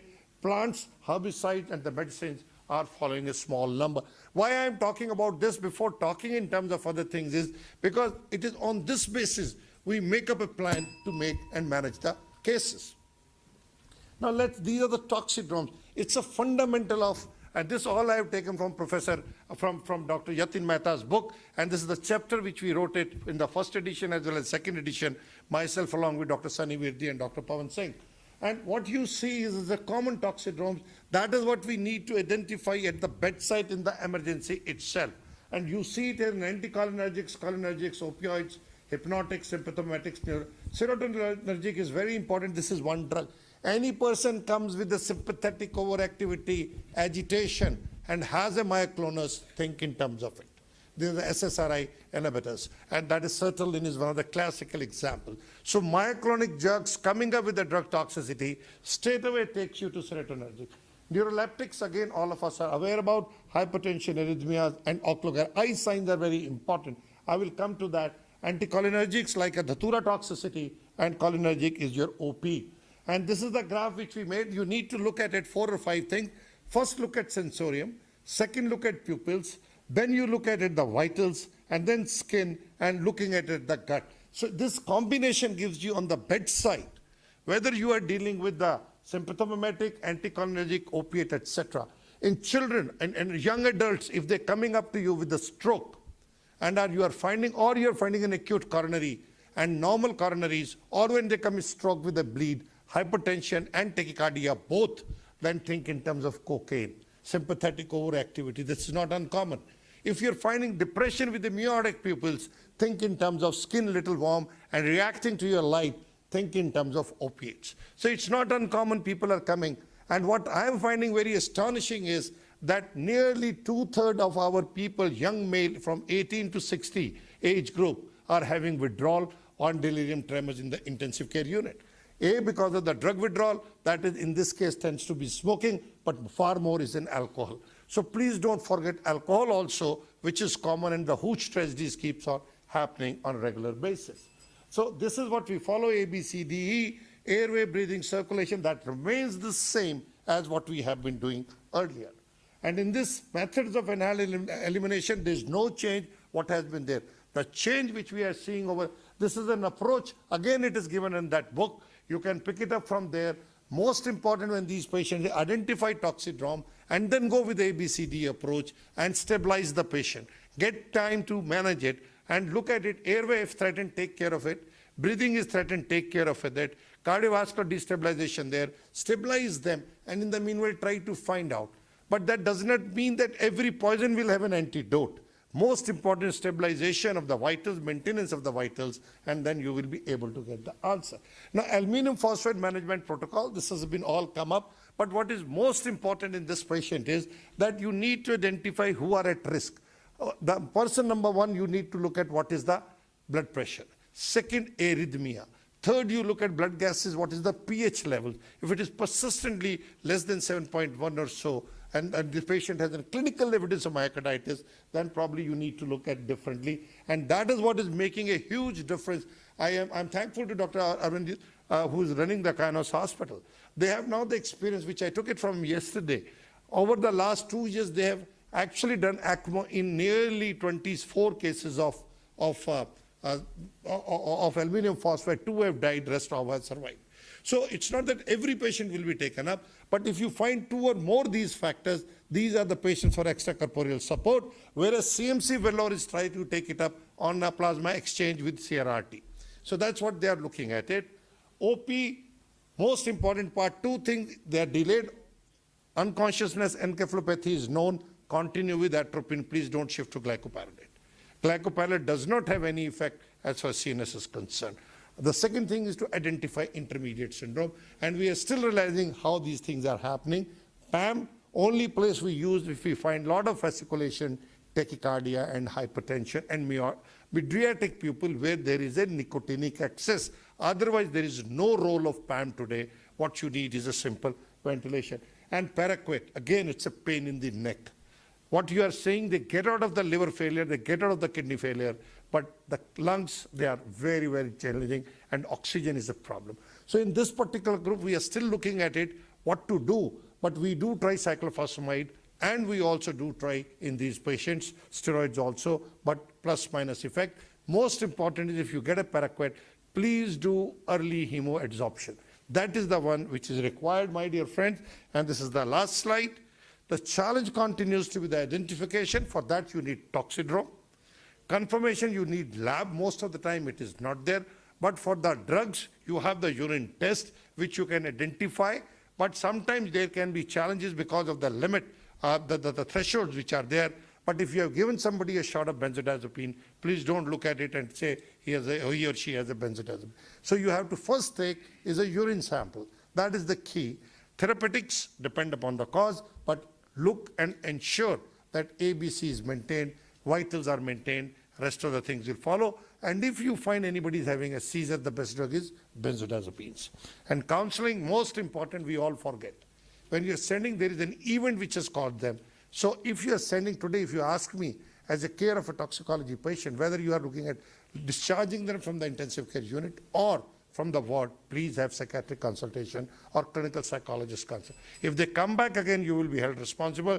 Then don't blame the patient or the family. And lastly, the legal aspect, very important. Don't faithfully record what you have seen, what you have done. That saves you in the court. Thank you very much. Thank you so much, sir. I open the dais to the chair, Dr. Thakur, Professor Moed, Dr. Divan, and Dr. Rajnikant, and Dr. Naveen Yadav from Sydney. Any questions, Dr. Yadav, before we take the dais from here?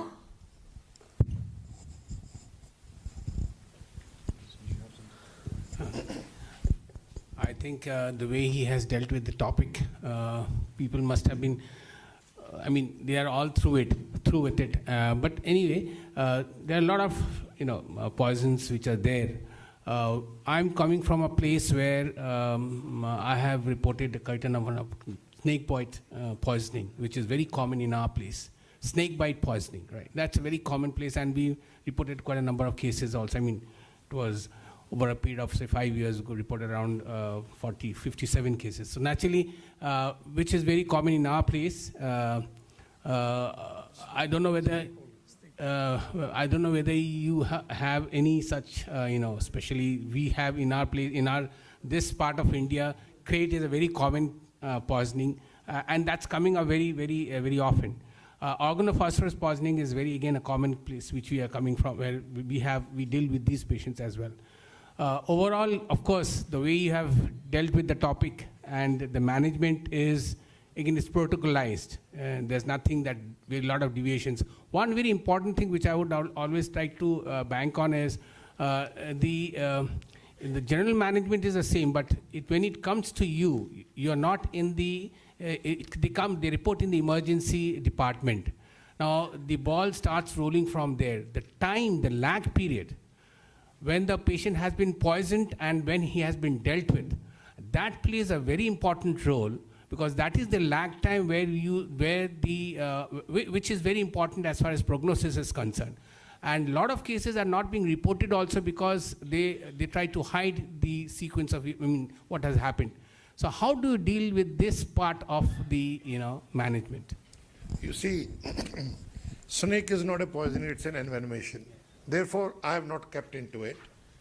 We looked at our data in the last 3 years, we have ventilated 198 cases.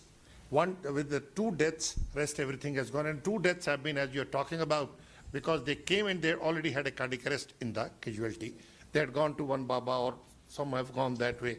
But by and large, 198 last year. We also published our data in Journal of Toxicology, where we had ventilated 193. That was 183 cases, which again was in 2014-15. So we are seeing on an average this year, we actually 72 cases of snake envenomation, 2 deaths, rest everything fine. So looking at it, that's not unusual thing which comes up. And that period you start with the monsoon, more rains, we are more ready with the things, especially with the crate. That's what we are seeing, and we are quite comfortable, happy with it. And fortunately, our residents also are. As far as your question of the turnover time or the reporting time, it's key, because that is the crux. If you come up, you act early, the probability of their doing is better. And therefore, reporting to emergency is not in your hand. You have to sensitize to the people that they should immediately report. But as far as once it comes to the hospital, then it depends on the coordination between the Department of Emergency Medicine and ECO or the critical care teams, or whether the Department of Emergency Medicine itself has been elevated to a level where it can handle it, stabilize it, and then subsequently. So nobody can underplay it. So that is why whatever you may change, the most important thing is the initial actions which you take. And that's why when you say more you change the thing, more they remain the same. As far as the turnover time, you can reduce it by sensitizing the people and telling them to report to the institution, but they can come with anything. My encounter with ethylene glycol was your car technician, mechanic. Maruti car has come at that time. We had only theoretically heard of ethylene glycol. And he came and we found out then oxalate crystal. That was in 1991. That's where when we saw these cases, maybe a little early also. That's one point. And if you go to the history, sulfonylate, the sulfonylate tragedy which has happened, which ultimately led to the formation of EUA and FDA's regulations, was nothing else but they had put ethylene glycol and sulfonylate and sent it before 93 deaths took place, before they could out in 1938. So this is the history of it. So I do agree with it. That is why most important is awareness of it. Somebody has given somebody a radiation, polonium-64 in London. And then they later on realized it, because nobody will suspect that somebody will give someone a radioactive substance. So it's the key. The clinician who is sitting there, he has to think. That is where the toxidromes identification becomes important. So don't you think that emergency medicine, establishment of emergency medicine department is very important to... It is. To deal with this? You see, everything was internal medicine. Now gradually, I will finish it off quoting Professor Chandra Prakash. He said, I was general medicine. Dermatologist took my skin away, I became internal medicine. Psychologist took away my brain, so they became psychiatry. The neurologist took my brain, nephrologist took away my kidney, endocrinologist took away my glands, cardiologist took away my heart, and the pulmonologists have taken away the lung. Where I am, that is where you require an internist. Therefore, you need to have a people who have an intimate knowledge of internal medicine when you are practicing critical care or any other specialty or subspecialty, because that is the bottom line, and rest of the pyramid is put on that. If your edifice is strong, you will not have a problem. I think that is very important. Dr. Naveen Yadav. I think, Dr. Naveen, do you have any comment or question for Professor Chaudhary? No, I think it was a brilliant talk, to be fair. And to be honest, I think Dr. Chaudhary covered almost everything. But there are two parts, as he covered. The medical management part we can always do as intensivist. I think the most important thing is to make sure that the patient is being seen by a psychiatrist or psychologist. We here make sure that it's done within 24 hours because they are sectioned under the law. And that's very important. And then one last part is obviously the communication with the family, because the things might not end up really well. So I think those two things needs to be looked on. Sure. Thank you so much, Dr. Yadav. I have Dr. Himanshu has a question. Mike, please. And I believe everybody's up from their postprandial nap with your lecture. A few thoughts regarding aluminium phosphide. So nowadays we are able to save a lot of patients by giving them VECMO support, because we need to tide off 5-6 days of toxic myocarditis, and the myocardium may recover and the patient may get hemodynamic stable, and you have a VECMO that does that job beautifully. Now, having said that, the criteria you laid out were acidosis, hypotension. Do you think it's a bit too late when you look at these while referring, or anybody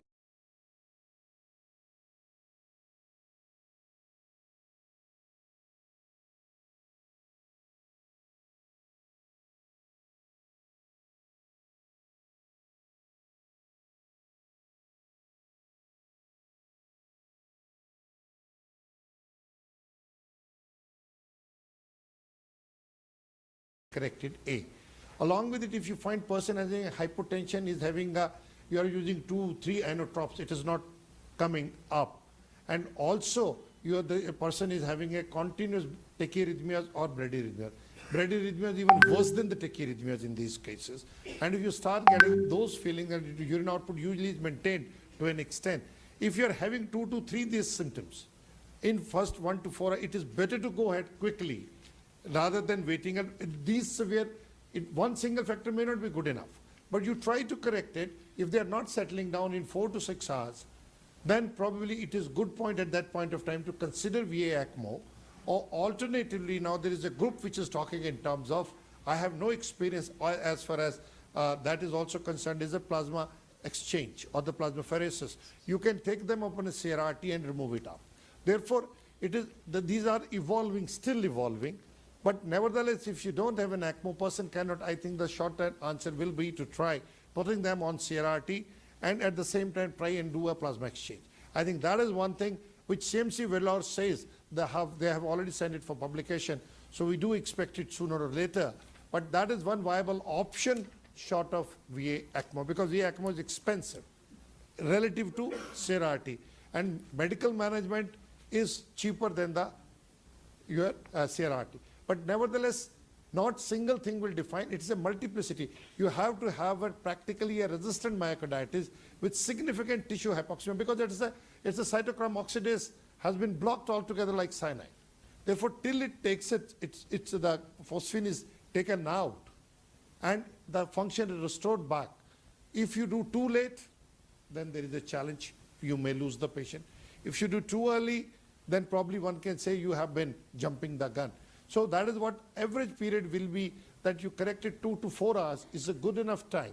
And in the meanwhile, because when you try to arrange the things, this is the time which there you put your team on standby.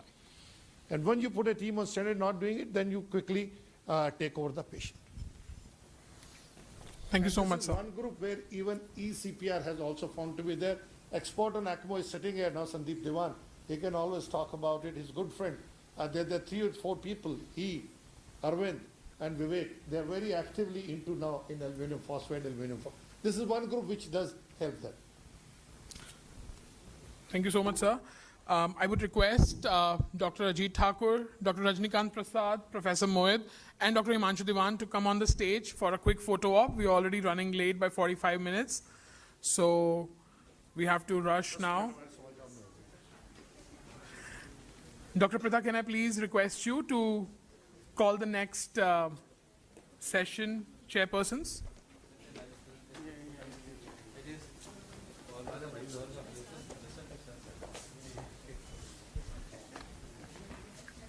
So we'll start the next session, that is the end of life care. The first topic is palliative care. I would like to invite the chairperson, Dr. Tariq Ali.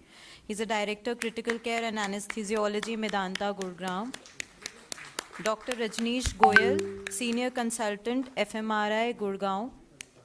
Dr. Mridul, senior consultant in medical oncology, head of unit 2. And Dr. Prashant Nasa joining us. Yeah, Dr. Prashant Nasa will be joining through Zoom. Yes. Joined in. So the speaker is our very own dynamic, our mentor, my guide, Dr. Prashant Mehta, senior consultant, medical oncology and bone marrow transplant from Amrita Hospital, Faridabad. Round of applause for our speaker and chairpersons, please. I would like to call Dr. Sandeep Diwan also to chair the session.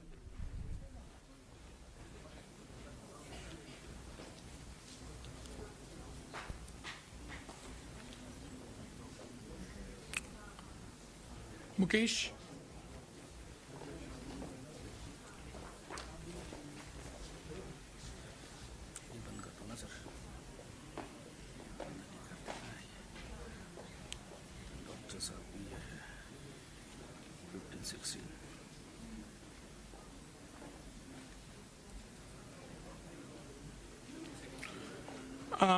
Dr. Mehta, can I please request you to be on dais and have your session started? Thank you. Thank you so much, Charu, for having me here. And I'm back here after, few months now. And I've been here for I've worked here for 6 years, actually. And so I'll be speaking on palliative care and integrating, because I'm an oncologist. Although I'm not a palliative care physician truly, but a lot of oncologists have to deliver palliative care alongside our palliative care teams. So palliative care is, pretty, well-known entity now. And, this Dame Cicely Saunders established the modern hospice movement. Hospice is basically end-of-life care and, patients who are near death and near terminal. And I always tell to myself that life is but a preparation for a dignified death and having a better understanding of death. So, and it is going to come to everybody. So we should not, be very, we should not shy away from talking about it. So this is the first hospice in the UK which was established. And the US also, another one was established by Florence Wald. So various models of palliative care are there then. Could be hospital inpatient, could be hospice inpatient, could be at home. It could be anywhere. But basically consists of symptom relief and comfort at a time when the patient has a serious illness. And mostly many of these patients cannot be cured, but they can be relieved of their symptoms and can be comforted. And it involves a lot of team members, which is a multidisciplinary effort, which involves a physical and mental and psychological and practical well-being of the patient, and also providing logistic support and counseling and bereavement counseling. All of this is a part of palliative care. 78% of people who actually need hospice and palliative care, they are based in developing countries, and 40 million need palliative care. 20 million are at the end of life every year, and 18 million still die in unnecessary pain and distress, and many of these die in our critical care units and ICUs, and that is not the right place for them to be at the end of life or for terminal patients. But yes, is a place for serious illnesses and critical illnesses, but not for the terminal ones. So we see that acute illnesses and chronic illnesses, there is a time when you can actually modify the course of the illness. And then for chronic diseases also, there is a time when you can modify the course of illness. We can prolong their life and survival. But there comes a point when they are ill and they are, let's say they have, less than probably 6 months of life left, and the disease is advanced, it's life-threatening, and they need support with their symptoms and comfort. So that is the time when, the hospice care and end-of-life care, is important. But what is early palliative care? Because palliative care is not only end-of-life care. Palliative care actually starts with diagnosis of an illness which is discomforting, which has symptoms. So those symptoms have to be controlled. The patient has to be given a dignified time, a good quality of life. Time in the hospital and being admitted is not a dignified time. It's not also added years to the patient's life. The time which actually matters is with the family, doing what one wants. So that is also the goal of palliative care. The quality of life is improved. It is appropriate and apt at all stages of serious illnesses. It could be early illness, and it could be curative intent also. At that time also palliation is important, because symptoms have to be controlled. If the patient is being cured of his disease and still has pain, a lot of pain, quality of life is poor, no treatment matters to the patient. It signifies that we have not done well as a team. So it starts at the early phase, in the early phase of treatment and diagnosis of a disease which is serious. And then it continues during the treatment. If the patient makes it and gets cured, it's good. But still, if the patient is terminal and nearing end of life, the palliative care continues, and the care of symptoms and comfort has to be continued, and that's generally called best supportive care in the oncology terminology. So this is the hospice care, which means that the prognosis is less than 6 months, maybe can be, it could be even shorter. The patient could be actively dying, which is also an ICMR definition, by the way. So all this would be part of end-of-life care, and we want to prolong the symptom-free life. That's what hospice palliative care would aim at. Symptom management, providing support to the family, and also aid in their decisions and how to manage a certain procedure. Would an aggressive procedure be beneficial to the patient or not? It would be prudent to do a certain pleural tap or whatever procedure and give morphine or the pain meds. All that is a part of hospice and a part of end-of-life care. So what is the problem? Is death a problem? Quality of death a problem? Actually, problem is the quality of life throughout treatment and till the end of life. That is the problem we are facing, and that is what we need to, take in our hands as a team, MDT team, and control it better. So when should palliative care be initiated? There is data, and this is a paper from NEJM, that if you start early palliative care in patients with metastatic NSCLC, they are better off, and the aggressive care actually, early palliative care actually gives a better quality of life, as well as can prolong the survival. So we need to actually integrate, and all the data is in favor of this. We need to integrate our palliative medicine into routine oncology care, and that is all the evidence also. So the possible models could be oncologists become the cornerstone of providing the palliative care, or the patient goes to one doctor and then another doctor, the nutritionist, the counselor. So, and it's kind of very difficult for the patient. We need to have an integrated model, and that is a preferred model. The team should take care of the patient, and obviously one of those could be a leader, like the palliative care physician ideally should lead the palliative care for the patient, and the oncologist should discuss with the palliative care physician, okay, this is the goal of treatment, and this is how the disease can be managed, and then the palliative care team and the physician takes over and manages the symptoms after fully understanding what the prognosis is all about. There is some, guideline statements also from ASCO, AHPM, and it provides guidance on defining and providing high-quality palliative care. And, specialist palliative care and specialist oncology care, there's a lot of overlap. As you know, the chemotherapy, immunotherapy, all of these could be palliative in many situations. So they're labeled as palliative chemotherapy or palliative systemic therapy, or systemic anti-cancer therapy, which you could call it. In many situations, this is actually palliating the patient. Palliation could be prolongation of quality of life and life as such. And there is an overlap between the two. So they work in a cohesive manner to provide the palliative care to patients.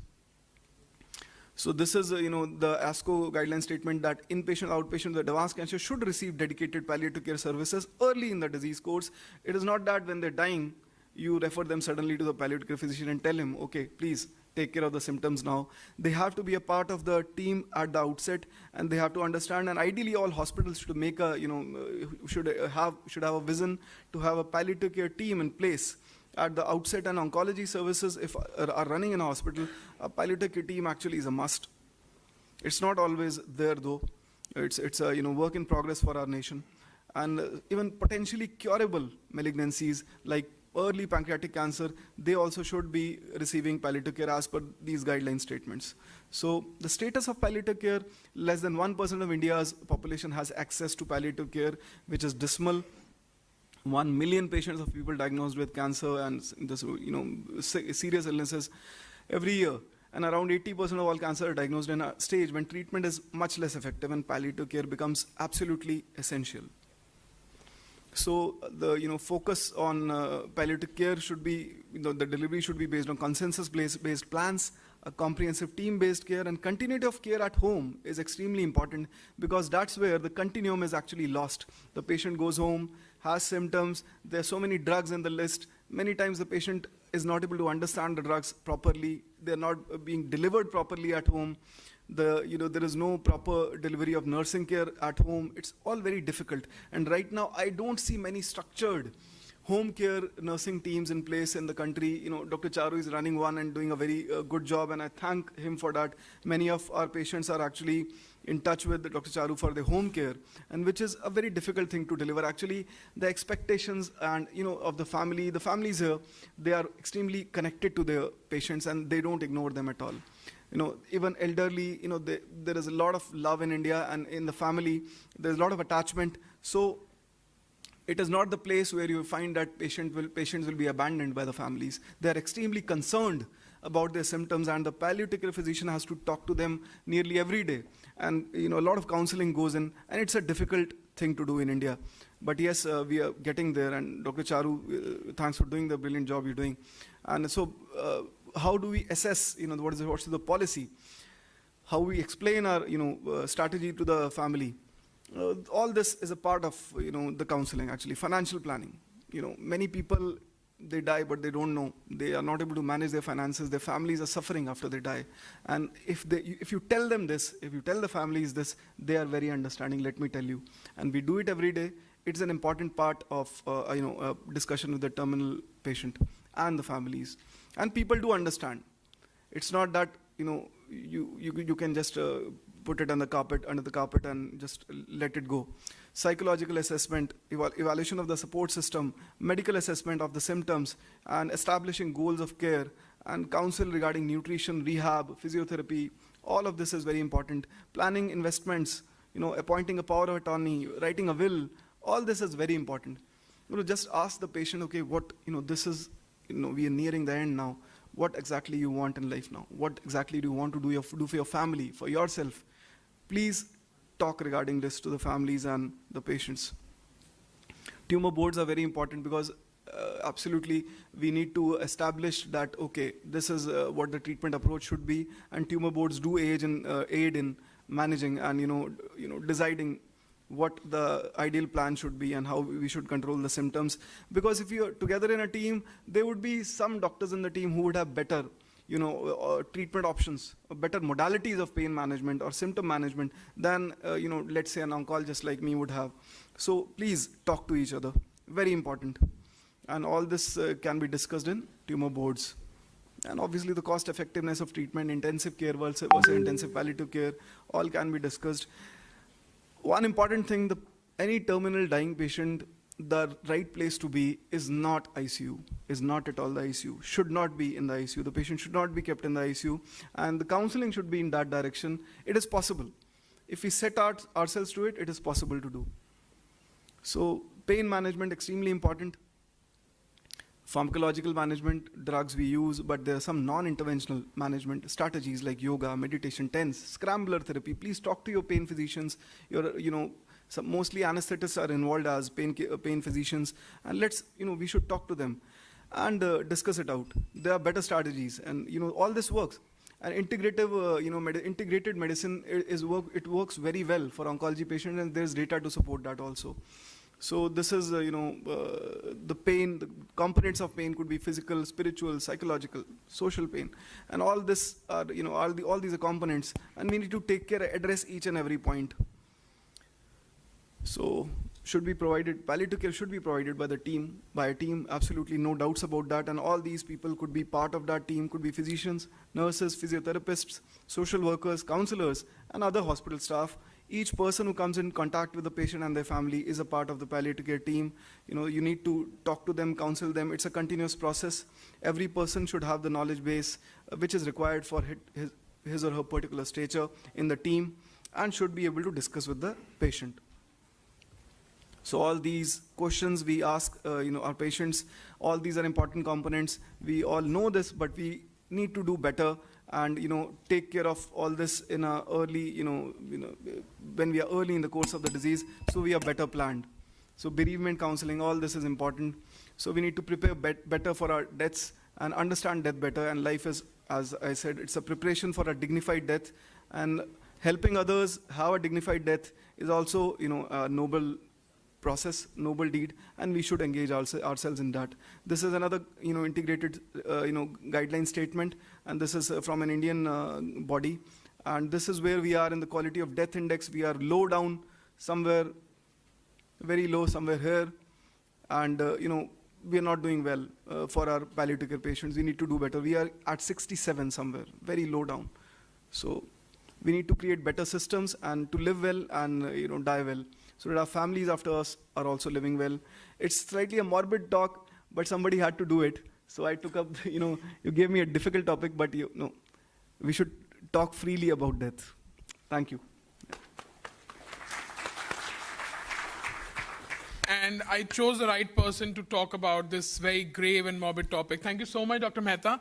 I open the dais to the chairpersons, Dr. Mridul, Dr. Tariq Ali, Dr. Rajneesh Goyal, and Dr. Sandeep Diwan, and also Dr. Prashant Nasa, who's joining us from National Medical Dubai. Dr. Mridul, please. Great talk, sir, as usual. And just to add my 2 cents, because in India, many times we cannot break the news to the patient. So, you know, involving the palliative care person simultaneously may complicate things. So it becomes more so the responsibility of the primary treating oncologist.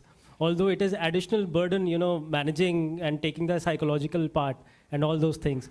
But many times, you know, most of our time goes into counseling and all those things. So how to face that challenge? So I think breaking the news is a different, you know, it's a, you know, a different, part of the whole process. But yes, the oncologist is a primary driver of breaking the news, and that's generally not the palliative care physician. The breaking news part happens before, you know, you generally send to the palliative care team. But yes, I would say breaking news is most important, and it's better to spend time at the outset. It could be an hour, it could be 1.5 hours, but I think it is important to do, and we should make it a point that we do it, however difficult it would be. But, you know, establishing a rapport with the family is the most crucial part. Many times you won't be able to do it because many of those patients are not your primary patients. You would be they would be coming from another center. But if you have some patients who have come to you upfront, it's better to give them time upfront and establish that rapport. And I think it is possible. And also it is possible to not hide the information from the patient. It is possible. But if you set yourself to it, you would be able to do it. And in fact, what I do generally is I tell the family, okay, I am giving you this much time. I will not disclose right now. You talk to the patient, go home, take 2-3 days, take a week, but tell your patients, because ultimately they would be able to take the treatment better and understand their symptoms better. And I'll tell you, if you don't understand something, then it is very difficult to cope with it. If the patient doesn't know I have this kind of a serious illness, they will never be satisfied with any amount of treatment we do. They will never be happy. So part of keeping them happy is disclosing transparently. It could be initially difficult, disturbing, but ultimately your patient would be happier. Okay? Any remarks from Dr. Nasa in Dubai? Dr. Tariq Ali, please. Can we hand over the mic to him, please? Okay, so very well covered. I think the questions you've raised are very relevant. Is it ICU care where palliative care should be initiated? Or once the decision is made about palliative care or end-of-life care, then I don't think that ICU would be the right place. Agree. In fact, that's the time when you... Yes. As well as the oncologist is all right, we need to move towards the ward, probably the ward or home. Maybe home. Yeah. It's working. Invariably, I've seen that. Invariably, we've seen that the carers, especially in the ward, some people employ private nurses, okay, and the quality or the competence of that, you really have to see it for yourself. Are they well versed with the hygiene care of maintaining the patient, suction, and basic nutrition? Most importantly, I believe in anybody who's having an oncological problem or a metastatic problem, I think the first and foremost thing is analgesics, right? Analgesics. Second, I believe, is antiemetics. And third, if they cannot handle their secretions, it is the anticholinergics like glycopyrrolate or whatever. But you should have a something like a timetable or an algorithm where we can institute whatever things they're needed. And lastly, I think arranging for a priest or a pastor for spiritual care. Yes, yeah. That's one thing. But bottom line is that ICU is really not the place for end of life. Agree. Yeah. No, I absolutely agree to whatever you said. Thank you so much, Dr. Mehta. I would request Dr. Tariq Ali, Director Critical Care Anesthesiology, Medanta, Gurugram, to please come on the stage and felicitate Dr. Prashant Mehta. Can I have a round of applause for the speaker and the chairpersons for this session, please? I would also like to call Dr. Mridul and Dr. Sandeep Diwan and Dr. Rajneesh Goel to come on the stage for a quick photo op. Please come, sir. Hello, Dr. Ali. How are you? Long time.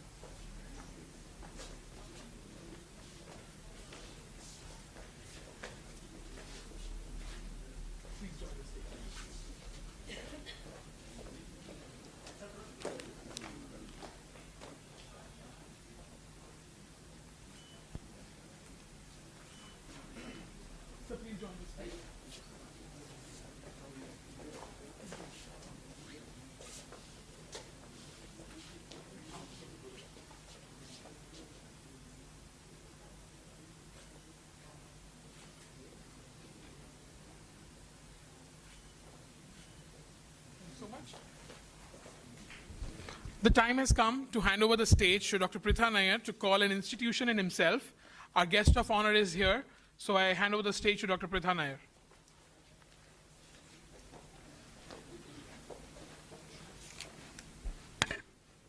Hello, sir. Welcome, Dr. Yatin Mehta. We've been really grateful that you could spare some time and give us the opportunity to actually be a part of this symposium.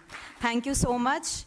Just a brief introduction. Actually, a guy who needs no introduction. So it's basically, you are a pioneer in critical care medicine. You are a guide, clinician, teacher, as well as an intensivist. We all really look up to you and follow whatever instructions you've been giving. So he's a chairman in the Department of Anesthesiology and Critical Care with the experience of nearly 42 years and a fellow in TE, whereas awarded many awards, more than 350 publications, more than 35 chapters in the books. So we look forward to welcome you, sir, and please come on the stage for the words of wisdom.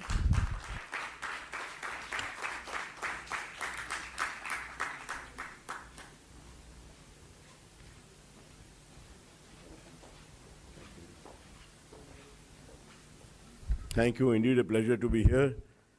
Thank you, Shaleen, for inviting me. And thank you for considering that I am wise enough to give some words of wisdom. Nice to see my old friend, Dr. Pandey. We have literally grown up together in India. He is a surgeon in Faridabad and me as the head of critical care at Escorts Heart Institute. We had a long journey, an interesting career together. So, what words of wisdom can I give you at this stage of my career? Few things which I will talk about. I have not made any slides, so this is coming straight from my heart. So when you work as a critical care physician, you have to work as a team. Although you are the captain of the team, you are responsible, but don't forget, not only you are interacting with your team, but we are interacting with the referring doctors who are admitting their patients there. We talk about the ideal situation of closed ICU, but most of the ICUs in India are not closed. They may be semi-closed or semi-open or whatever way you want to take it. So you have to keep them together. You can't say this is what I have said and this is what should be done. Also, when I am on the rounds in the morning, I tell my team that if you disagree with something, you're most welcome to argue it out with me. Either with the diagnosis or with the treatment or future plans for the patient. But once the decision is taken by me, then that decision has to be followed. Because things don't work if there is no clear-cut demarcation of responsibilities and duties, and patient will suffer at the end of the day. So that is what we follow. I'm totally open to criticism or suggestions till that final decision is taken about the patient PM. Also, simple thing, when you're trying to climb up a ladder as a young doctor, you neither need to pull down the man who's at the top, because he will slow down with time and you will be able to overtake, nor do you need to kick the guy down just because he's younger than you. I remember when we started Escorts 30 years back, we had just begun the hospital, and director of SGPGI Lucknow had come for a quick visit, and he had known me since All India Institute. He was my senior there, much senior. So he just said, Yatin, how do you stay ahead of others? Simple, you walk faster. You don't slow down your team.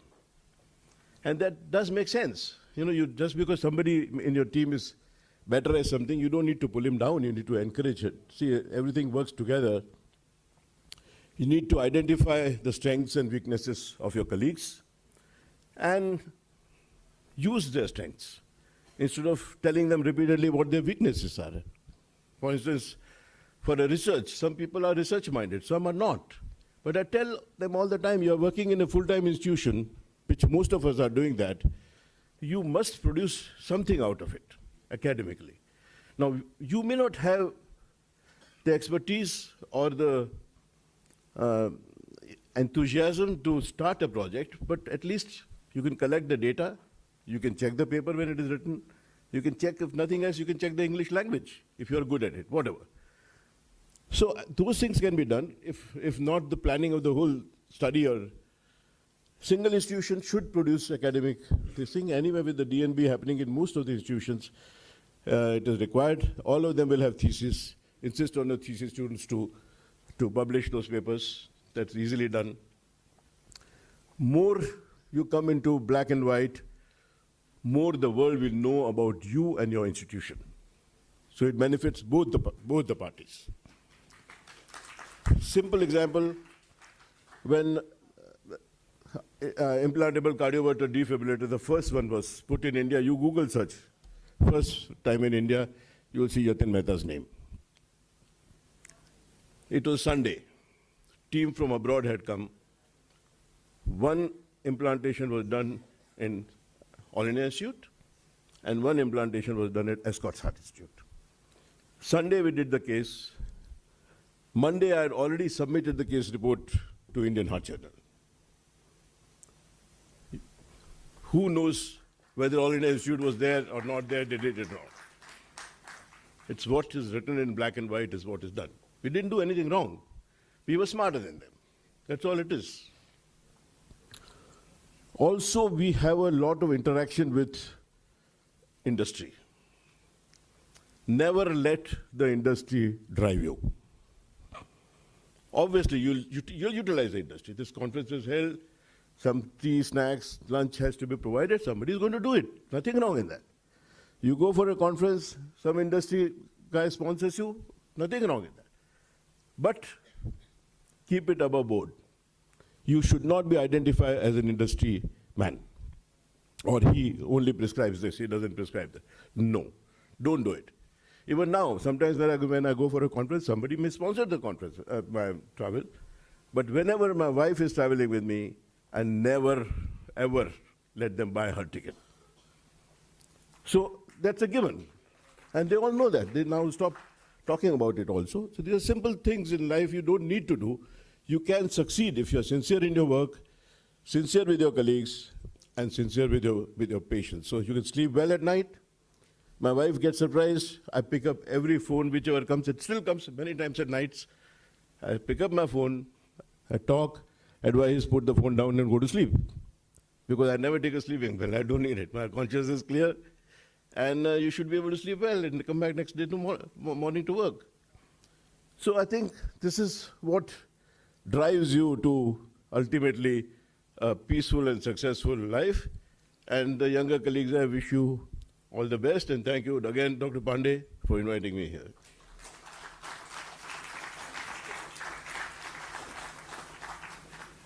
Can I please request our CMD sir, Dr. N.K. Pandey, to please, he's the chief patron of Asian Critical Care Symposium 2023, to felicitate our guest of honor, Dr. Yatin Mehta. A round of applause and a standing ovation is deserved.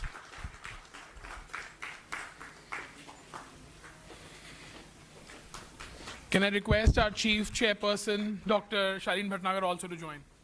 Yatin is, you can say we are study buddies and savior as well. 2.5 years ago, 3 years ago, my wife was very sick. And we could not pull her out of ventilator. So he came to know. He came and gave very simple solution. He says, whatever happens, you can't go backward.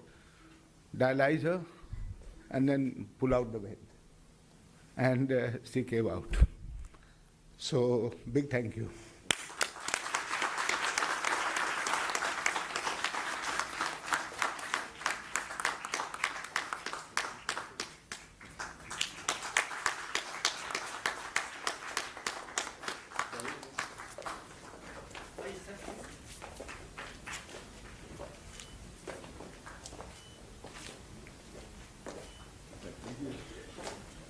Thank you so much, sir. Thank you so much.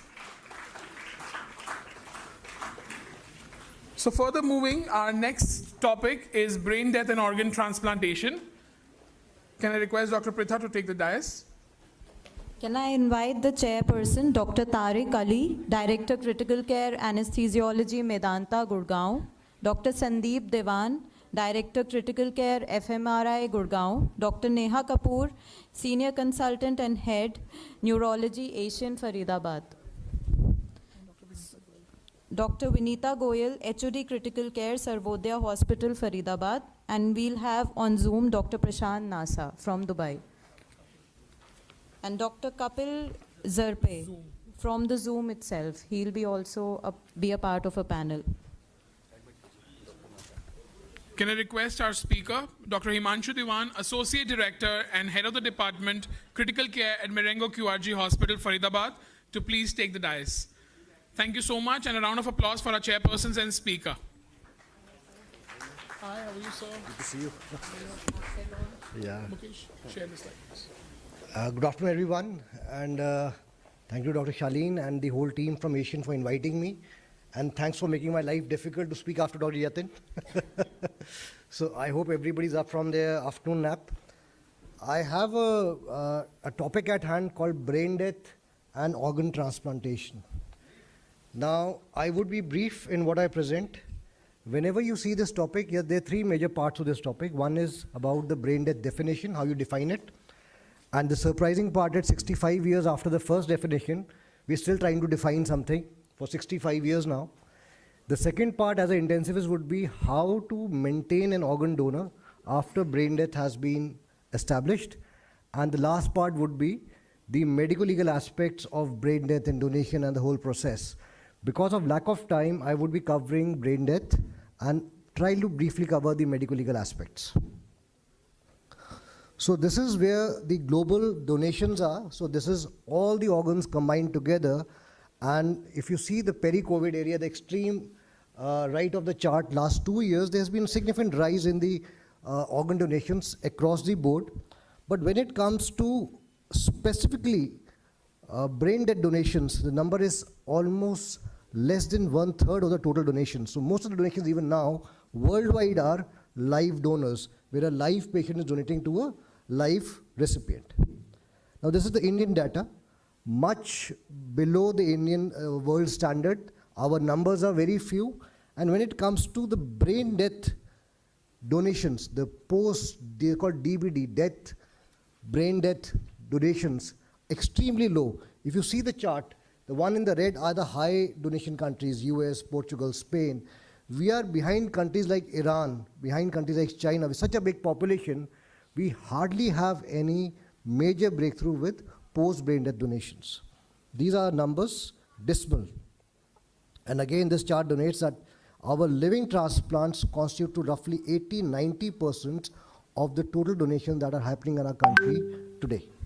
Why?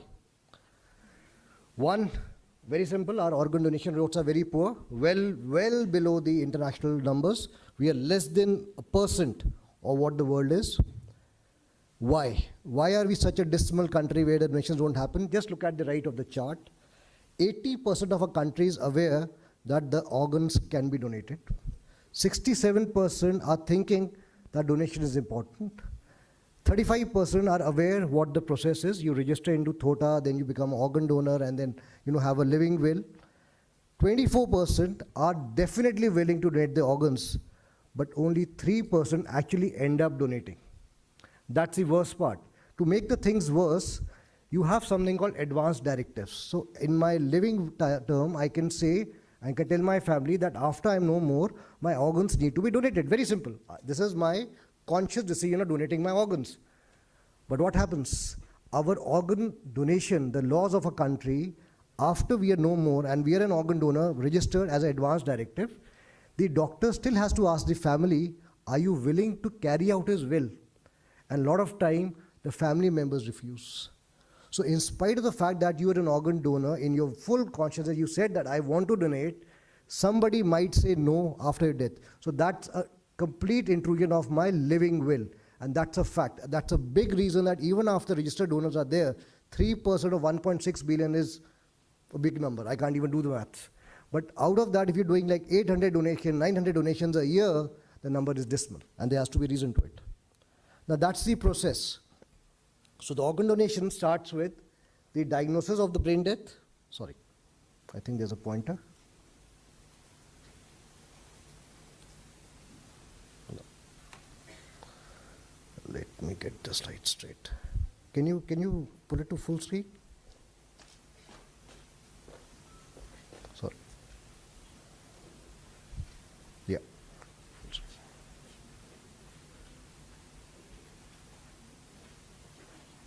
Just the Holy Grail downstairs, yeah. Thank you. So the problems are at several levels. Number one starts with the diagnosis. A lot of intensivists, I'm not talking about ICU physicians or anesthetists, a lot of intensivists, trained intensivists, either are not fully trained with diagnosis of brain death or shy away with diagnosis of brain death in a lot of suitable donor organs patients.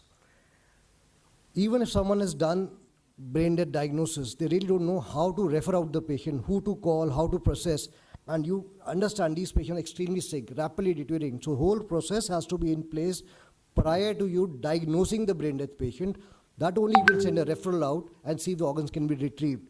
Family discussions, a whole lot of time is taken in family discussions. You know, my ex-uncle will come, a senior guy from the family come, the patient's deteriorating, eventually a lot of potential organ donor end up dying and without the donation happening. And the rest of the part, after the, the consent is done, the transplant retrieval teams are informed, after that the process is pretty smooth because then they act swiftly. But the first three parts take a lot of time.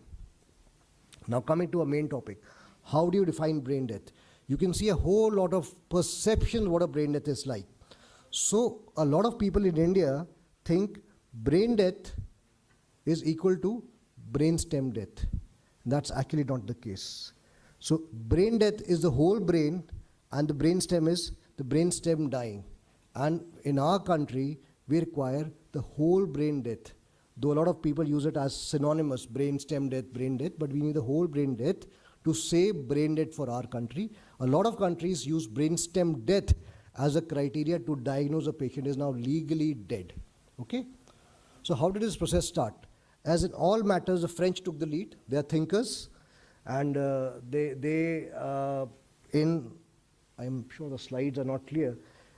Around 1959, these two French doctors coined a term called le coma de passe. Le coma de passe means a state beyond coma. That means the patient's eyeballs are frozen, they're not reactive to light, the absence blinking the stimuli, absence of swallowing reflexes, jaw droop, no motor stimuli, and no breathing. Very important, no breathing. And this was taken forward by this guy called Henry K. Beecher. So we'll be a little interactive. Does anybody know this Henry K. Beecher, who's this guy is? A very important role in modern day medicine. Henry K. Beecher is the anesthetist from Harvard who gave you the concept of informed consent. What you sign these days, informed consent. This concept, the form was given by Henry K. Beecher. He said, we should first abandon the ancient signs of death, which is the stopping of the beating heart. And that is where we have to let go and define something else. So 1968, the Harvard definition for brain death came into picture. Unreceptivity, unresponsivity, no movement, no breathing, no brainstem reflexes. They added a few tests, abdominal encephalogram, EEG, and ruling out any confounding factors like antidepressant, neuromuscular blockade. The first proper definition of brain death came in 1968. Today is 2023, still discussing brain death. Okay. A few years later, the US government put this into law in the form of Uniform Determination of Death Act. This gave you a legal basis. Now you can define somebody as brain dead and possibly go on with human experimentation or organ donation, but this gives you a legal basis for that.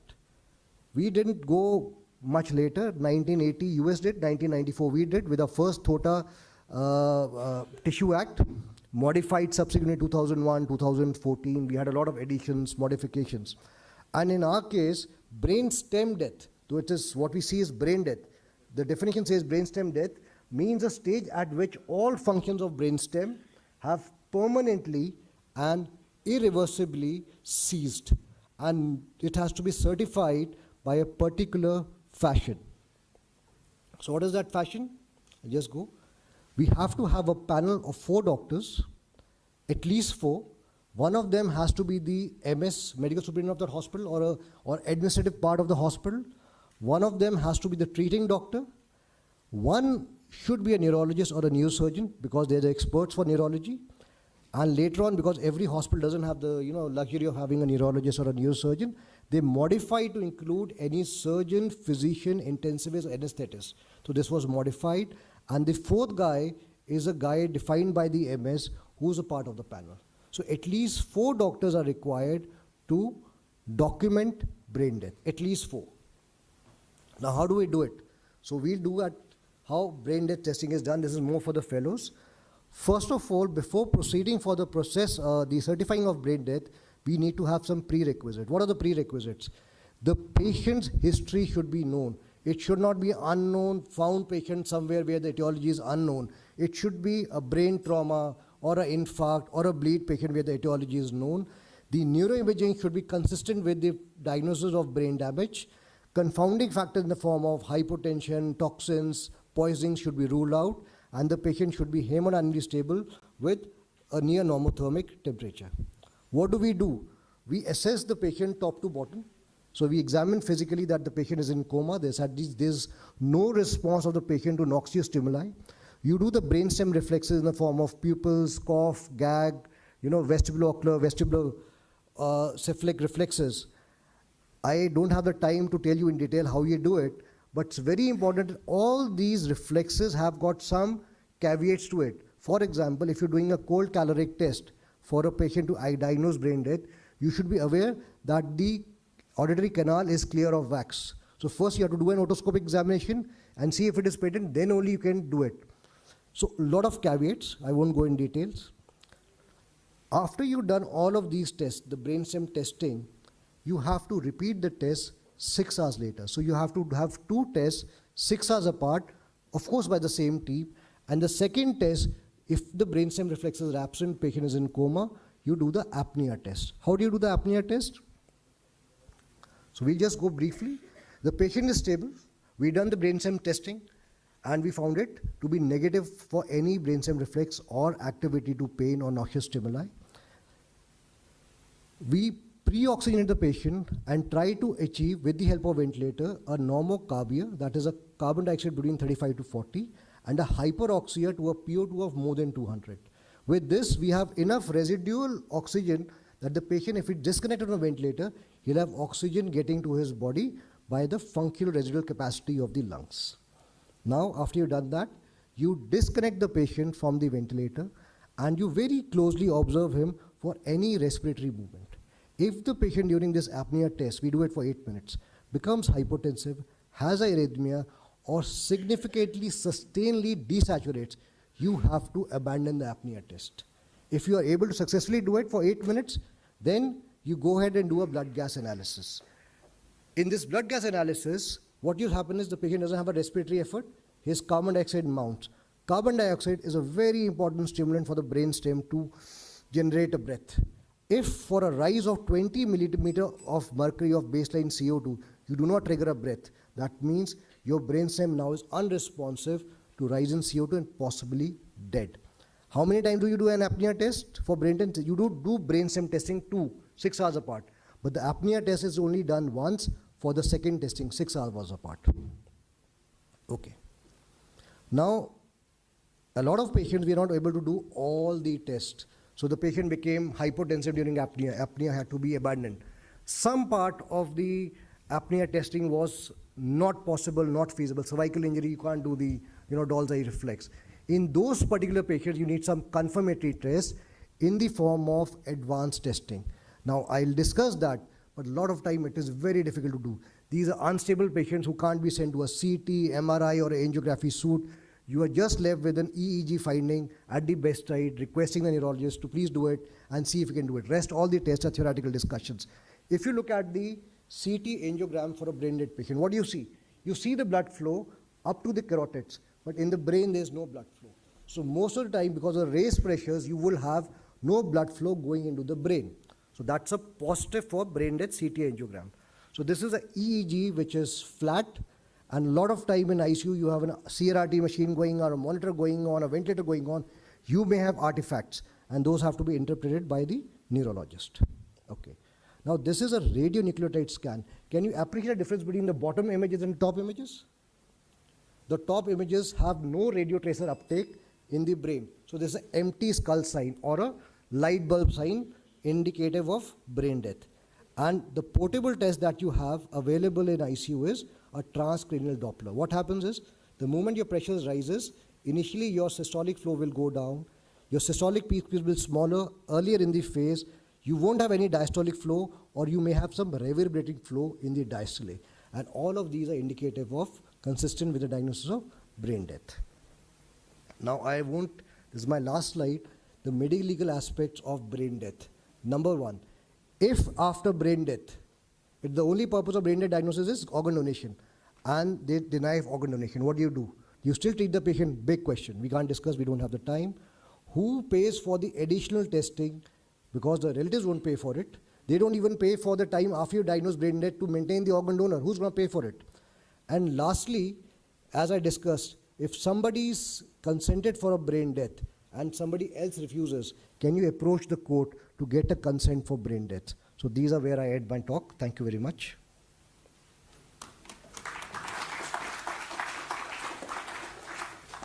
Thanks a lot, sir, for an excellent talk. Any question from the dais? Please restrict it to little less because we are running out of time. And Dr. Prashant, please, if you have any question or anything you want to share.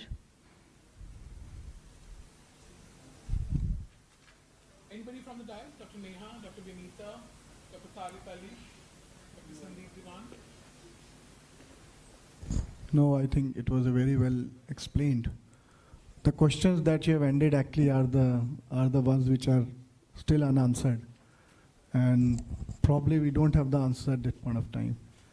The way our protocol stays is that, just to add on, is that once you have declared the brain dead, as an organization, Fortis doesn't bill those patients now.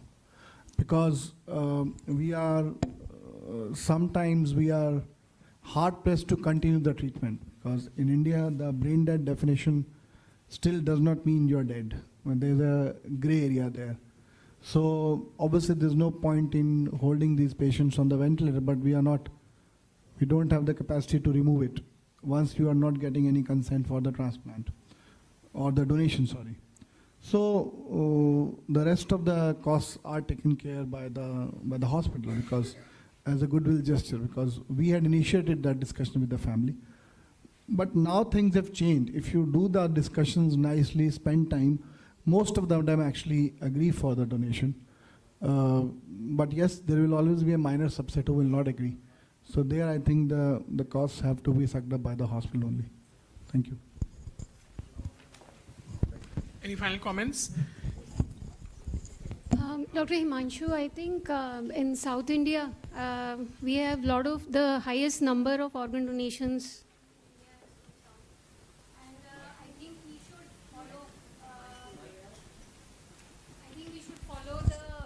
That they follow there.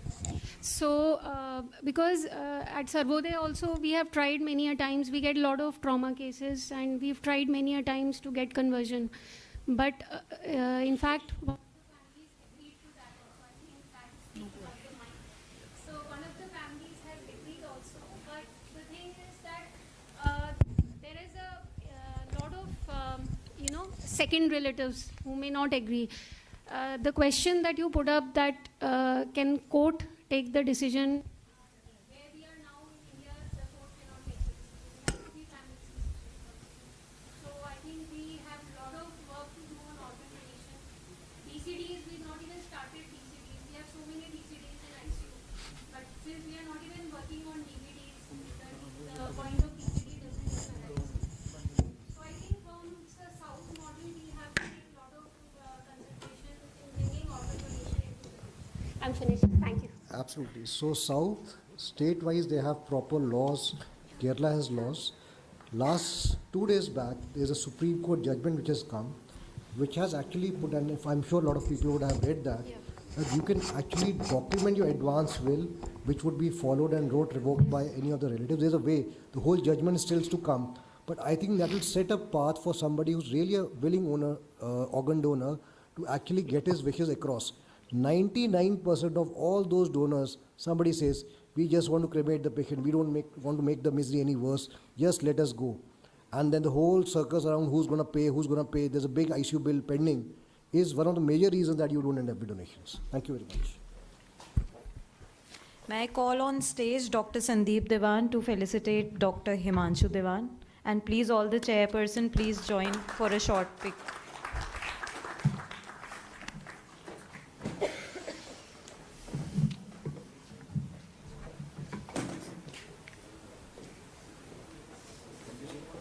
Light, please.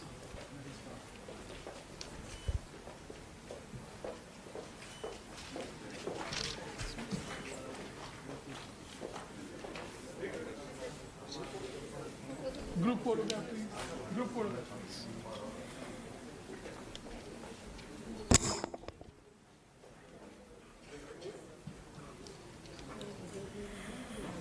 Video play.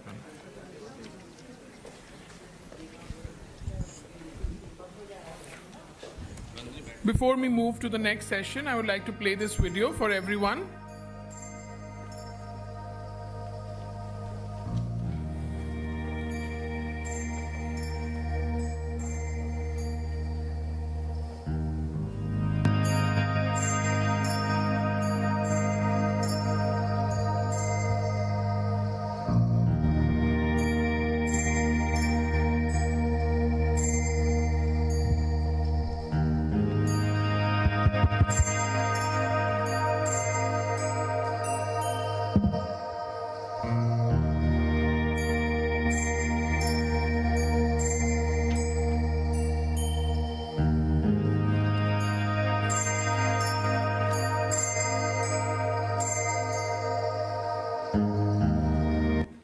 So for your colleagues or your friends, all the delegates, they have received their GHA DEM course booklet. In case anybody wishes to apply or have more information, they can reach out to the email ID mentioned. Moving to the next session, we have cardiac support system and transplantation. And the next topic is cardiac support system. I would like to request all the chairpersons, Dr. Mohan Nair, Director and Head Cardiology, Asian Hospital, Faridabad. A round of applause. Dr. Gaganpal Singh, Senior Consultant and Head Cardiac Anesthesia, Asian Hospital, Faridabad. Dr. Himanshu Devan, Associate Director and Head Critical Care, Marengo QRG, Faridabad. Dr. Prateek Chaudhary, Consultant Cardiology, Asian Hospital, Faridabad. And Dr. Rajay Narayan, cardiologist from St. George's University, London, and Dr. Rahul Singh Sardar, Director of ICAT, is joining online through Zoom. The speaker for the session will be Dr. Sandeep Devan. He's a Director, Critical Care from Fortis Memorial Research Institute, Gurugram. Can I have a round of applause for all the speakers and the chairperson? Dr. Sandeep Devan is here.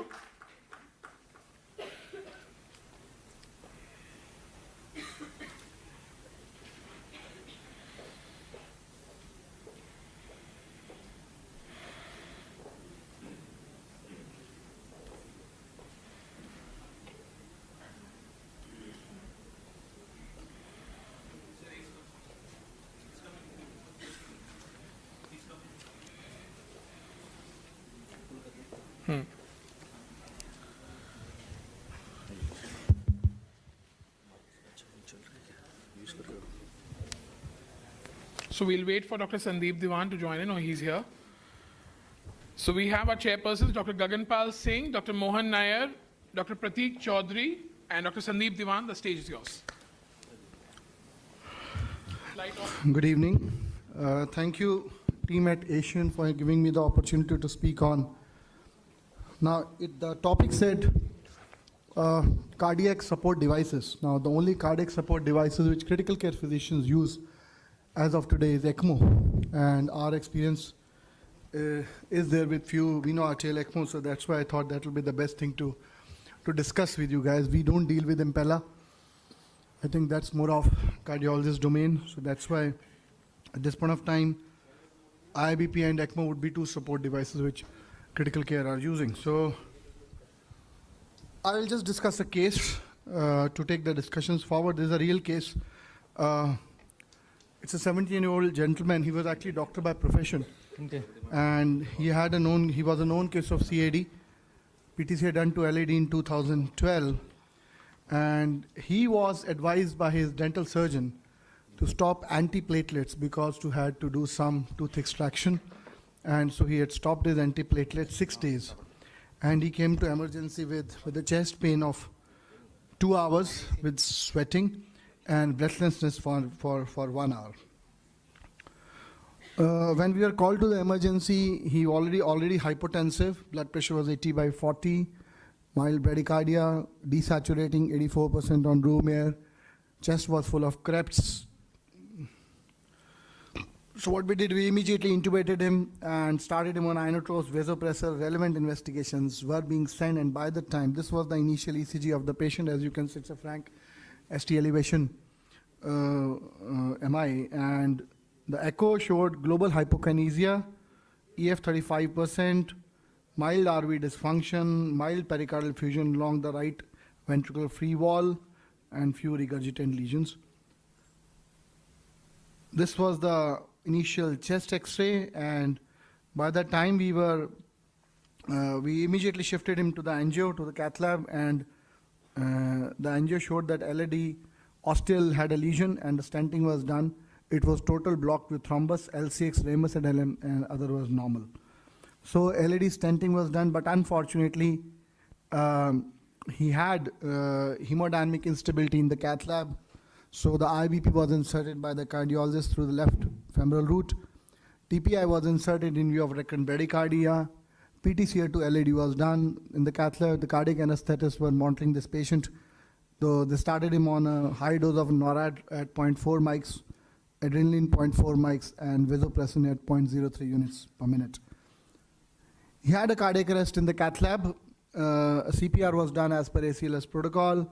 Multiple episodes of ventricular fibrillation developed, for which he was defibrillated. And ultimately, the critical care team was called in during ACLS.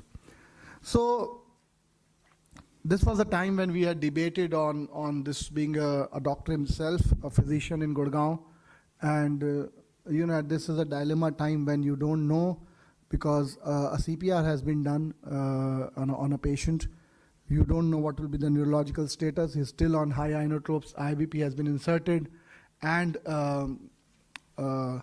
revascularization of the coronary has been done. So this is a stage where we generally get involved in critical care for a VA ECMO. So we had detailed discussion between cardiology, critical care, and family members. Fortunately, the family members, both the sons and the daughter-in-laws, were doctors, so they understood the medicine well, and it was decided to go ahead and put him on a VA ECMO. Cannulation was done with the right femoral artery. We put in a 18 French for the return, and a vein we had taken as a 22 French cannula for the drainage. So it was a veno-arterial ECMO. All the complete blood counts are sent, liver function tests were done. We have a protocol for sending certain tests on a routine basis, and some things are done every 3 days. Procalcitonin, X-rays, and everything was done. Limb perfusion, we all know veno-arterial ECMO can cause limb ischemia, so limb perfusion was assessed hourly. Dopplers with handheld Dopplers we do every 8th hourly, every nursing shift we do a Doppler. Pupillary assessment and ACT targets as per the VA protocol was kept at 180 to 200. And till stabilization, we do hourly ACT, and once the ACT has stabilized, we move to 2 hourly. Neurological status was done in the ICU after 2 hours, and fortunately, patient was responding to verbal commands. So no neurological damage done during the CPR in the cath lab. Eye opening was present. There was some gaze fixation, and so after documented whatever neurological recovery we could do, we restarted him on some sedation. This is the initial ABGs. As you can see, there was a rising lactate at 145. The lactate was 7.4, then 6, rising to 9.4. And just at the time of ECMO initiation, or just immediately after ECMO, it has already gone up to lactate of 16 with a base excess of -15. And 4 hours after ECMO also, there was still a lot of lactates. still acidotic, and both inotropes and vasopressors still had to be continued on a higher dose. We were trying to maintain a mean of around 60. So once you put in a VA ECMO, the acidosis and the lactates won't clear immediately. Obviously, it takes time. Unfortunately, ECMO is not the, I would say it's not the ideal mechanical circulatory support device, because ECMO increases the systemic vascular resistance. So for first 24 hours, you can actually see a rise in lactate, you can actually see a deterioration in the heart failure, but after that, the things start to settle down. So CRRT was started on this patient in view of metabolic acidosis, and there was no urine output. Lactate started decreasing from the next day onwards. Metabolic acidosis was persistent, the patient was anuric. So the first debate that always comes to a critical care physician's mind is whether to use IABP or to remove IABP in these situations. So patient continued to be on high vasopressors along with mechanical support, and we continued with IABP and ECMO both, because IABP can be used as a left ventricle unloading device in these scenarios. So we continued with ECMO and IABP, and probably now there's a lot of data which shows that you should not remove IABP once you're on a VA ECMO. Post-ECMO, the ABGs, if you see, it started clearing. If you looked at the lactates and the acidosis, 7.7, 6.7, 4.8, 4.6, 4.1, 5.6. So yes, we could decrease the lactate with ECMO to about 4 to 5, but there was a situation where the lactates persistently were in that range. So inotropes could be tapered, no vasopressors, no inotropes. Mean was very well maintained in the range of 65 to 70. This was the pump flow on the ECMO. We were maintaining at around 3 liters, which is not a very high flow on an ECMO, and FiO2s were not high. So overall, looks like a good situation to have. But if you look at things very, very closely, the acidosis got improved by -5, but the lactates, we were persistently around 4, 5, 6, 4, 5, 6. So the lactates could not be cleared in spite of ECMO and IABP. Echoes were screened multiple times, and there was no improvement in the ejection fraction. Normally, when we put a VA ECMO as a circulatory device, we expect that the myocardial stenting will improve in about 5 to 7 days, and hopefully as the stenting goes off, the ejection fraction will improve, and we'll be able to get these patients off ECMO. Now, this is where the challenges start coming when you use these devices in your day-to-day practice. As I can show you, every day echo was being done, and the EF never improved beyond 25 to 30%. Global hypokinesia, EF 25%, global hypokinesia 30%. So no improvement in the EF. Throughout ECMO, we maintained a pump flow of 3 to 4.5 liter, gas flow of 3 liters, ACT 180-200, hematocrit 30 to 35, and there was still patient at high FiO2 requirements because the pulmonary edema had not settled completely. Neurologically, some issues came on third day when we found that the patient had poor neurological status. Neurologist was called in, EEG was done, which showed encephalopathy. And on day 5, we X-ray revealed some hemothorax, probably because the patient was on heparin, anticoagulated. So on the right side, as you can see, there was a hemothorax, so a chest tube was inserted to drain it. Day 7 was the day when we had a discussion with the family, because patient was still requiring some inotropes, lactate was still on the higher side, 4 to 5, 2D echo, did not show any improvement, and that is when we actually gave the family the projection that probably in this patient we are reaching nowhere. Why I have initiated the discussion? Because I think the next topic is cardiac and transplantation. And we discussed all the modalities with this family. Unfortunately, we were not a cardiac transplant center. So whenever you put an ECMO, you have to be very clear why you are doing that modality. The way in critical care, when we put a ventilator, you always start planning about weaning from the very first day. Similarly, when you're putting an ECMO, you should always have a strategy on when would you want to exit. Now, the exit strategy in these kind of scenarios is difficult. Obviously, you're looking for ECMO as a bridge to recovery. Means you are hoping that the myocardial stenting will recover, the ejection fraction will improve, and the patient will be off ECMO in about 6 to 7 days, which is the normal plan in a VA ECMO. The second scenario will be bridge to nowhere, where we were here, because this family was, when we discussed with them, they were very clear they did not want a transplant. 71-year-old, multiple comorbidities, family of doctors, they were very clear we don't want a transplant. So the third option that was left is as a bridge to nowhere. So this is a situation which, when you put in your circulatory devices, you will encounter very frequently, because as the age goes up, in Indian situation, it will not be an easy candidate to convince them for transplants. Myocardial stenting can recover, not recover. You cannot have that analysis on the 0 post-op day. So we ended up in this patient on reaching nowhere. Option of LVAD heart transplant was given to the family, and finally the family said we want a de-escalation and withdrawal of ECMO support. Now, we already have heard a lot in the last lecture about end-of-life care, on whether we can withdraw advanced life supports, on what criteria can you support. These are all legal and ethical issues which you have to deal with in critical care day-to-day basis. Now imagine you are doing it on an ECMO. The patient was alert, still high inotrope, so we had to de-escalate the ECMO and finally let him go.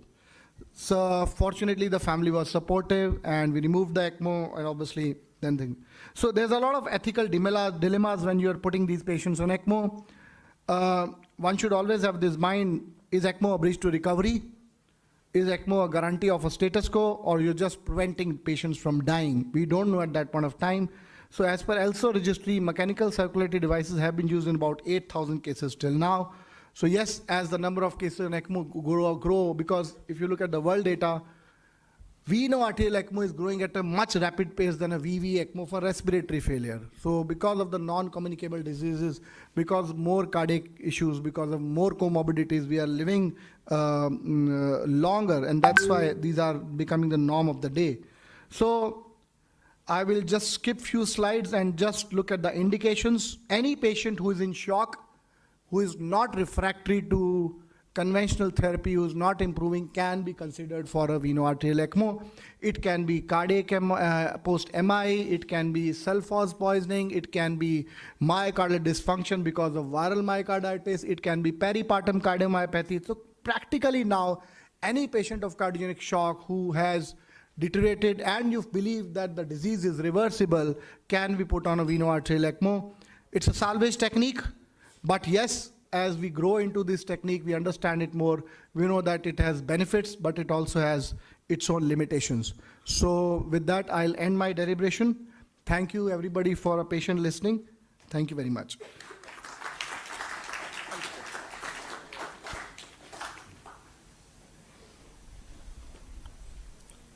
Thank you so much, Dr. Diwan. I open the dais to Dr. Gaganpal, Dr. Mohan Nair, and Dr. Prateek Chaudhary, and also Dr. Rajay Narayan and Dr.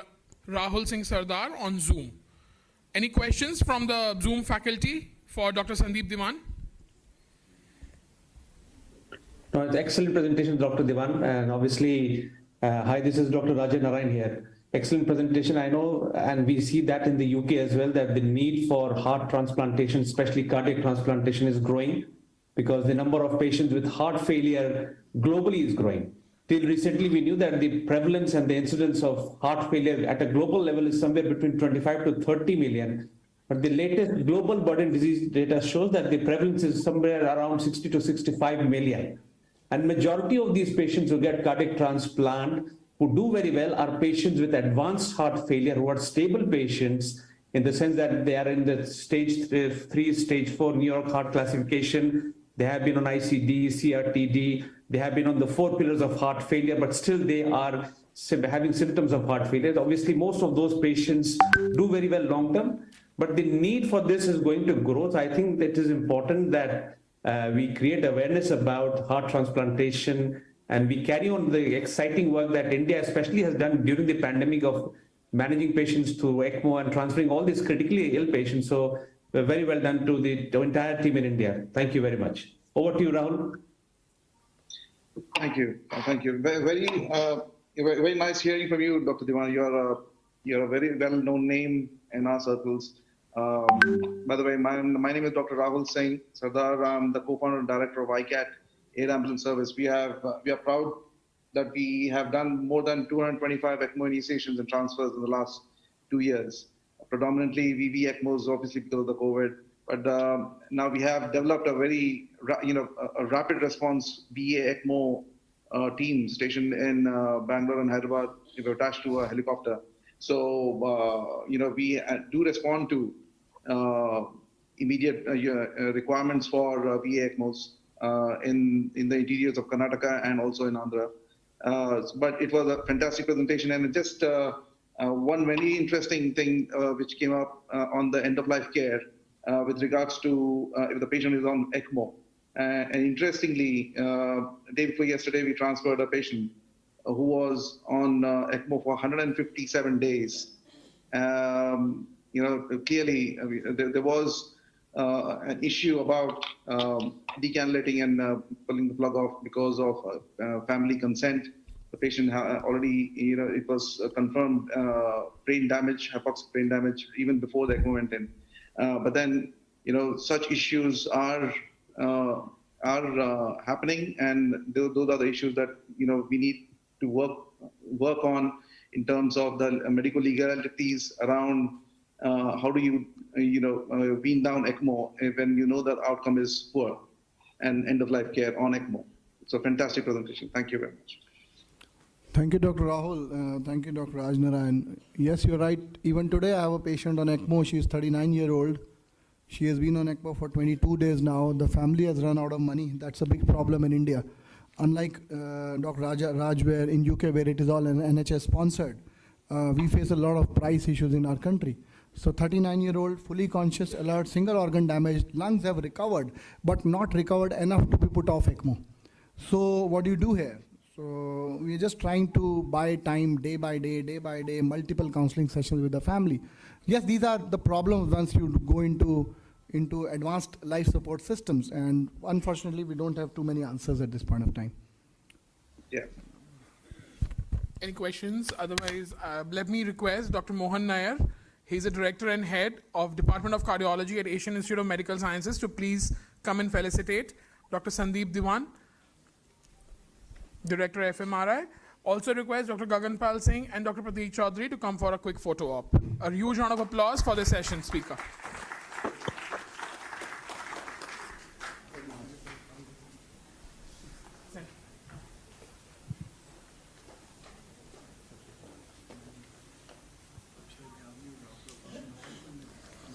Would request Dr. Rajay Narayan and Dr. Rahul Singh Sardar to stay for the next session as well. Sir? There was a movement.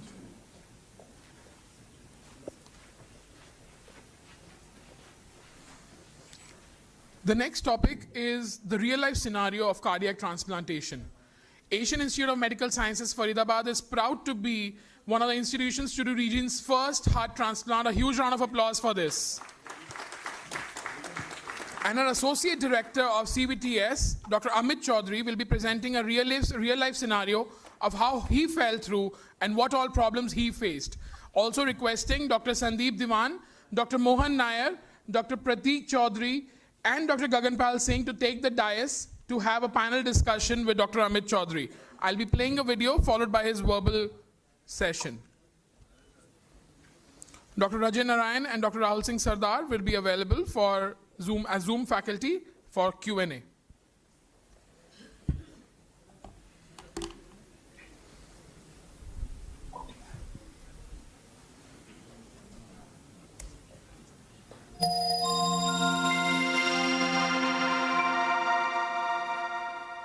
Lights off, please.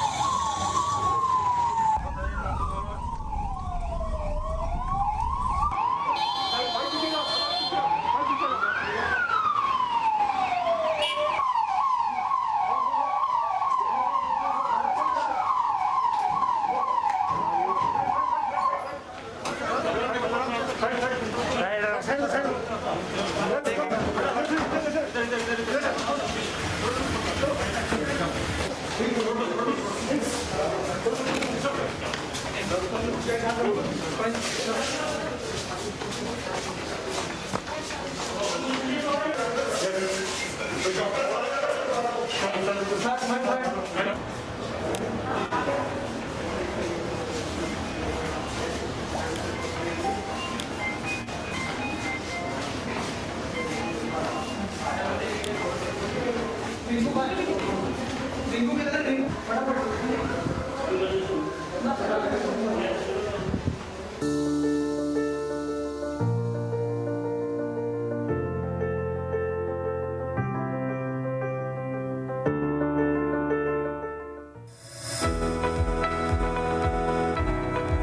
round of applause for our CVTS team.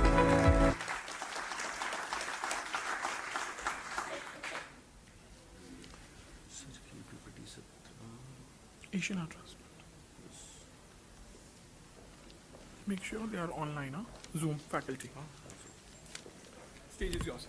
It looks like everybody's tired, so I'm not going to take much of your time here. I can see that I'm the only surgeon here among critical care physicians and anesthetists. So, anyways, it will be showing torch to the sun when it comes to post-operative management and pre-op, because Dr. Mohanar is still sitting here. So, I would like to present this case in a couple of slides and open the debate for the panelists as well as the whole audience. Because it is not about we have discussed about, we've seen ECMO, we have seen life support, cardiac support and everything. Last but not least, cardiac transplant. And if you look at the global data, we lag much behind the rest of the world. And to be more precise, if we see Indian data, you can see that 90% of the heart transplant, or for that matter of fact, lung transplants are done below equator. Primarily in two or three centers in either Chennai or Hyderabad. Right now, one center in Ahmedabad is doing pretty well. They are coming up. They have established good program over there. What has been the reason behind, not being able to develop good heart or lung transplant program in whole of North? There are many factors. Apart from cost, you look at logistics, you look at political will, support of state for the programs. What we have noticed in Tamil Nadu, there are a lot of schemes. They pledge financial support for domiciled patients for heart failure and transplant. We don't have any program like that in our neighboring states as well, not even in Delhi, Haryana, Punjab, Uttar Pradesh. And availability of donor is very scarce, particularly even if they pledge for being donor, the families at the last moment refuse to give organs, especially if it comes to heart or lung, cutting the breastbone. Nobody wants that, most of them. But this is not the case in, especially in South and West. They have been able to create awareness among masses regarding organ donation. And one thing very important I would like to emphasize and re-emphasize here, that the key and the solution lies with critical care specialists, because they are usually the first point of contact with the prospective donor. So I'll just go through the journey of this patient. She was actually 31-year-old. She was a mother of 5-year-old girl. She was suffering from heart failure for past 3 years. In class 3 or 4, swapping, despite optimized medical therapy, anti-failure therapy, which becomes a class 1 indication. She waited almost 2 months, and after registration with NOTO. We did this transplant on 6th of January 2022. Donor was basically a road traffic accident, 35-year-old female, brain dead. All protocols and apnea tests done. Fulfilled all the criteria for retrieval at Vadodara, Bhailal Amin Hospital. You can imagine the desperation our team had with the patient who is almost on the verge of sitting on the cliff to be pushed. We had to rush to Vadodara. To the best of my knowledge, no cardiac transplant team has gone from North or Delhi NCR to retrieve an heart to Vadodara. But we said this is our last or the only chance, otherwise she's going to die anyways. It was not an easy job just to plan it and execute it. Weather was bad. We had to book a charter. It took 3 hours for us to even take off from here. Weather being bad, it took us more than expected time to land at Vadodara. From there, anyways, after retrieval or cross-clamping at the donor heart, it took us, with all the green corridors both ways, it took us 3 hours, 27 minutes to land inside the OT with the organ. Now, we don't have much time.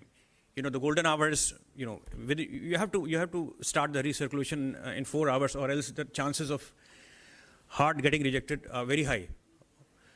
Ischemia time is too much. So 4 hours is the golden time. Sometimes people have done it in 6 hours as well, but then we thought we will not be so lucky. So better do it in time.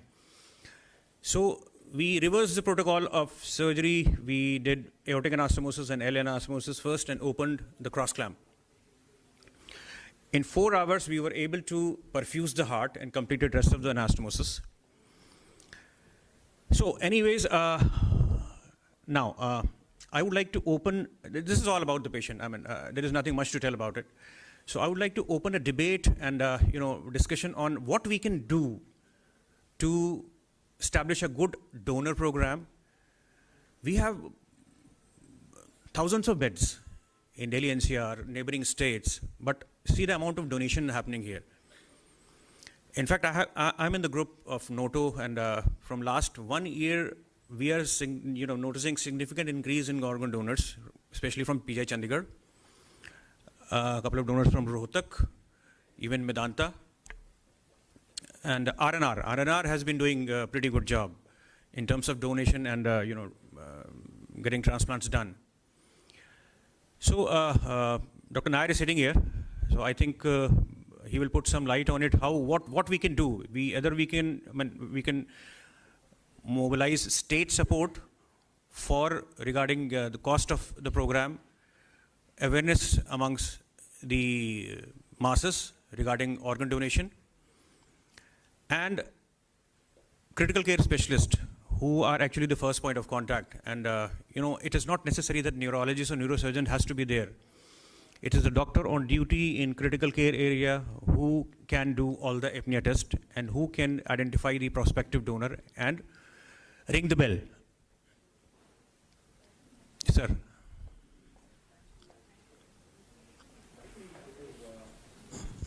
You already, in a broad sense, told the points which need to be taken.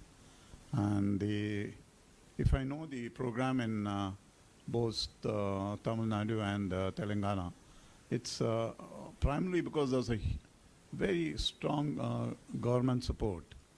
So I think without that you cannot do. So the support for both the program in terms of logistics and the money comes from, they have the Chief Minister's fund, they have the Amma fund when Jayalalitha was alive. All these things go into, so you don't need to really work on that once you have a donor, and so it has to be state funded to a large extent. The second, I think, is the ability to increase the public awareness. If that grows as your survivors out of a transplant increase, the awareness starts increasing. But I know for sure that in Kerala, for example, the church there's some churches which have taken it as their mission to spread awareness about, those, as compared to Tamil Nadu and Andhra Pradesh or Telangana, Kerala was behind. But they are slowly starting to pick up, at least in renal transplants.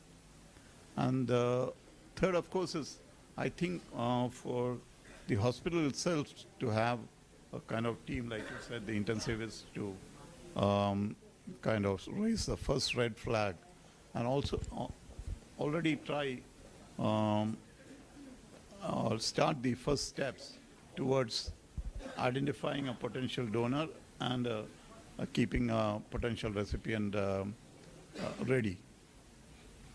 I think at least some of those hospitals have a very strong liaison with hospitals which have a large number, this is for cardiac transplants, if you have a liaison with a large number of, with hospitals which have a large number of road traffic accidents along the highway, etc.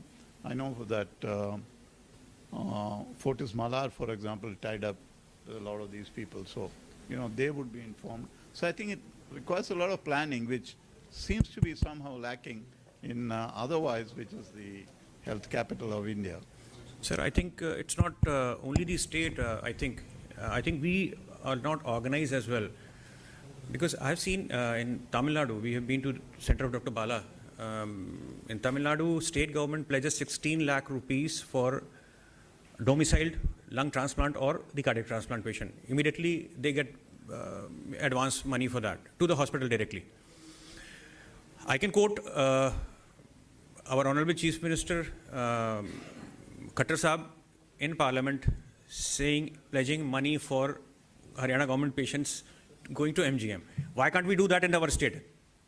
Probably we are not able to communicate this thing, or maybe we are not able to bring them to that level or to table to talk about it and plan something like this. So Dr. Gagan has been hand in glove with me in all this, partner in crime. I think you have highlighted the main issues regarding the recent low rate of conversion of heart failure patients going to the heart transplants in this part of the country. I think this is beyond the topic of discussion at this place. As far as critical care specialists are concerned, yes, the role of brain death declaration, as beautifully highlighted by Dr. Himanshu over here, yes, we should take a lead on that, and we should start at least, if not heart, then other organ donations. Yes, that should we consider it firstly. And then, as the things go on, no one knows, we'll have a better outcome in this field also. So, Dr. Diwan is here. What about, sir, Gurgaon? What about your center, your experience? No, our story is also the same. Both the surgeons that you're talking about actually have come from Fortis only. One failed and one successful. So Dr. Bala was at Fortis Malar, and they created a very successful program thanks to the good donation. Yes. Sandeep was at Fortis Gurgaon, Sandeep at Tower. And then he resigned for want of donations, and he moved to South, because even after creating a very good organ donation, I would say exercise in the name of Fort, which did help to create some donations, but it was not good enough for creating a wave of cardiac transplants. Lung transplant has come only post-COVID. I would say cardiac transplant was the first one to be established. So I think, yes, there's a clear-cut divide. Frankly speaking, I think we undermine the role of the government. The government has a lot of role to play in this, because if the government's role is not only for financial, but if government also jumps in, I would say there's a lot of credibility that comes to the program. Please understand, right now what is happening is the transplants are being done in the private hospitals. If the government jumps in the bandwagon and government is working shoulder to shoulder with the hospitals, then the common man will think, yes, this is a program which is supported by the state also.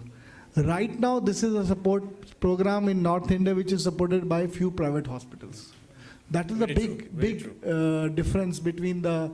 so it's not sometimes about money, it's actually also about the government stating to the common man, no, this is important. For example, Himanshu showed the donation in Spain. Why there are so many donations in Spain? Because they say, in fact, the critical care specialist has to write why he did not counsel for a donation for a brain death patient. It's a reverse. To the government they have to write. So they have moved to that level, that they have made it binding on the critical care physician to actually identify a brain death. And if you have identified, you have to talk to the family and actually give a report to the government. So right now, I think the role of government is actually very, very important in getting these donations. See, all those things like brain death, donor, all things are in place. You have critical care in practically every department where you have a transplant program. In fact, you don't need a transplant program to diagnose brain death. That has also been amended in the declaration now. So you can very well be a brain death, declare it and shift the patient to a transplant center. But problem here is still that the government has to jump in. Otherwise, it does not give enough credibility to the program. Right. Thank you, Dr. Diwan.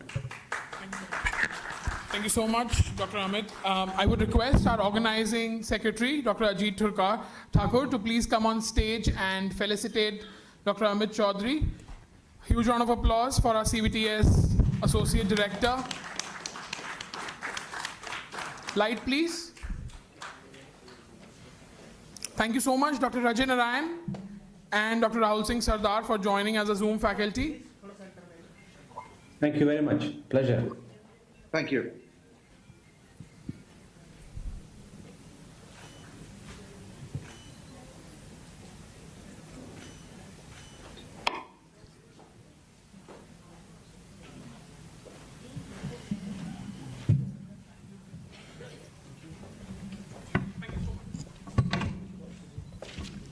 Good evening, everyone. I think we all are quite exhausted till now. So we come in the end of the session of this symposium, and this is continuum of care. And the first topic is quality of home care in India. And our chairpersons would be Dr. Samir Gupta, founder and director, Aurum Senior Living Gurugram. He will be on Zoom. And Dr. Ajit Thakur, Senior Consultant Critical Care and Academics, Asian Faridabad. Dr. Prashant Saxena, Director and Head Pulmonology and Critical Care, Max Smart Saket. And Dr. Mahmood Ali, Consultant Critical Care, Asian Faridabad. And our speaker, and as I say for some people that they don't need any introduction. Okay, Dr. Sanjeev Sharma is also here. He is consultant, Asian Faridabad Critical Care.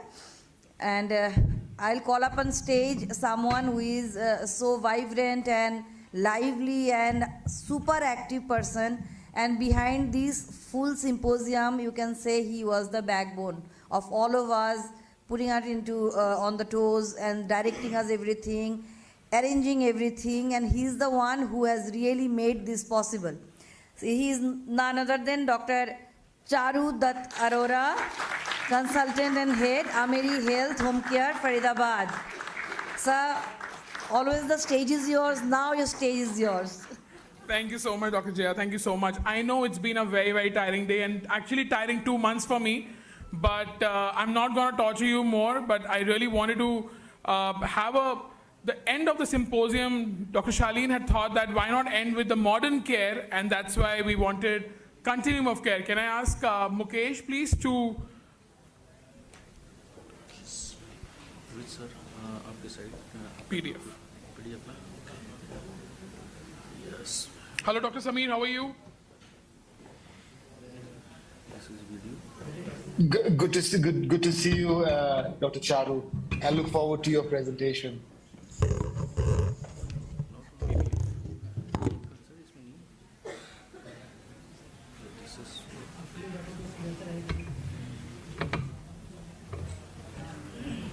Full screen.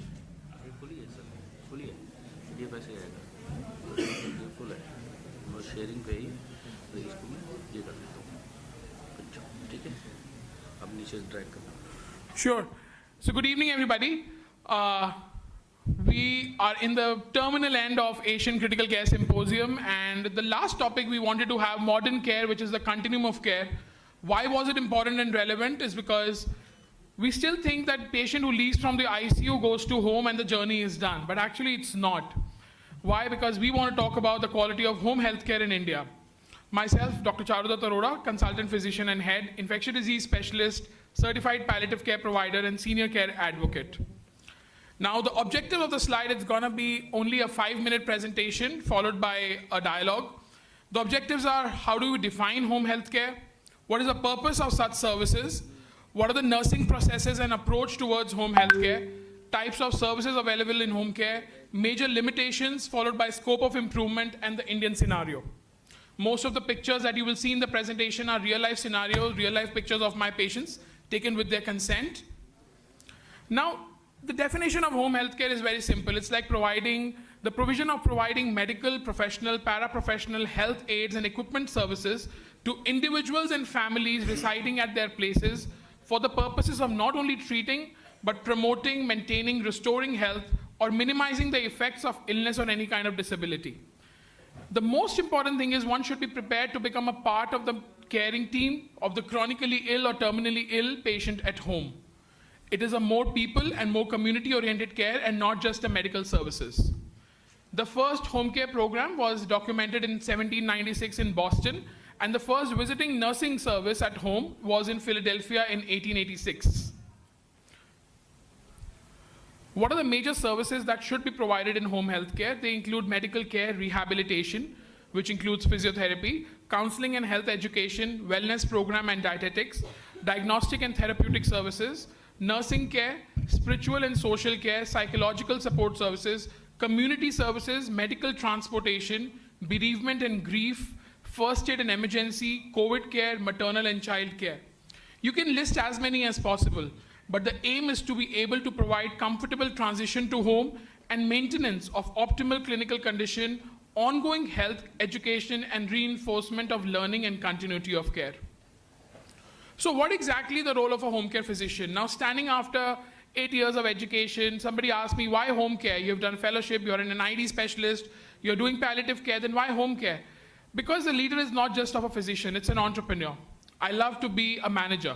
The acquisition of an appropriate home care assessment skill and not just managing a patient, which also includes their physical, psychosocial, financial, and emotional condition of the patient, their family members, and also their unprofessional caregivers. The assessment of the adequacy of family members and resources, knowledge of their residential community, where they live, what kind of conditions do they live in, getting and adapting home care technology, and integration of home and hospital care providers for patient, and the ability to lead the team, as it involves a lot of coordination with multiple stakeholders. That's why I love to be a home care physician. The assessment, which is very important, is that it should be multifaceted, and the assessment and preparation of patient and home environment for a safe and easy transition.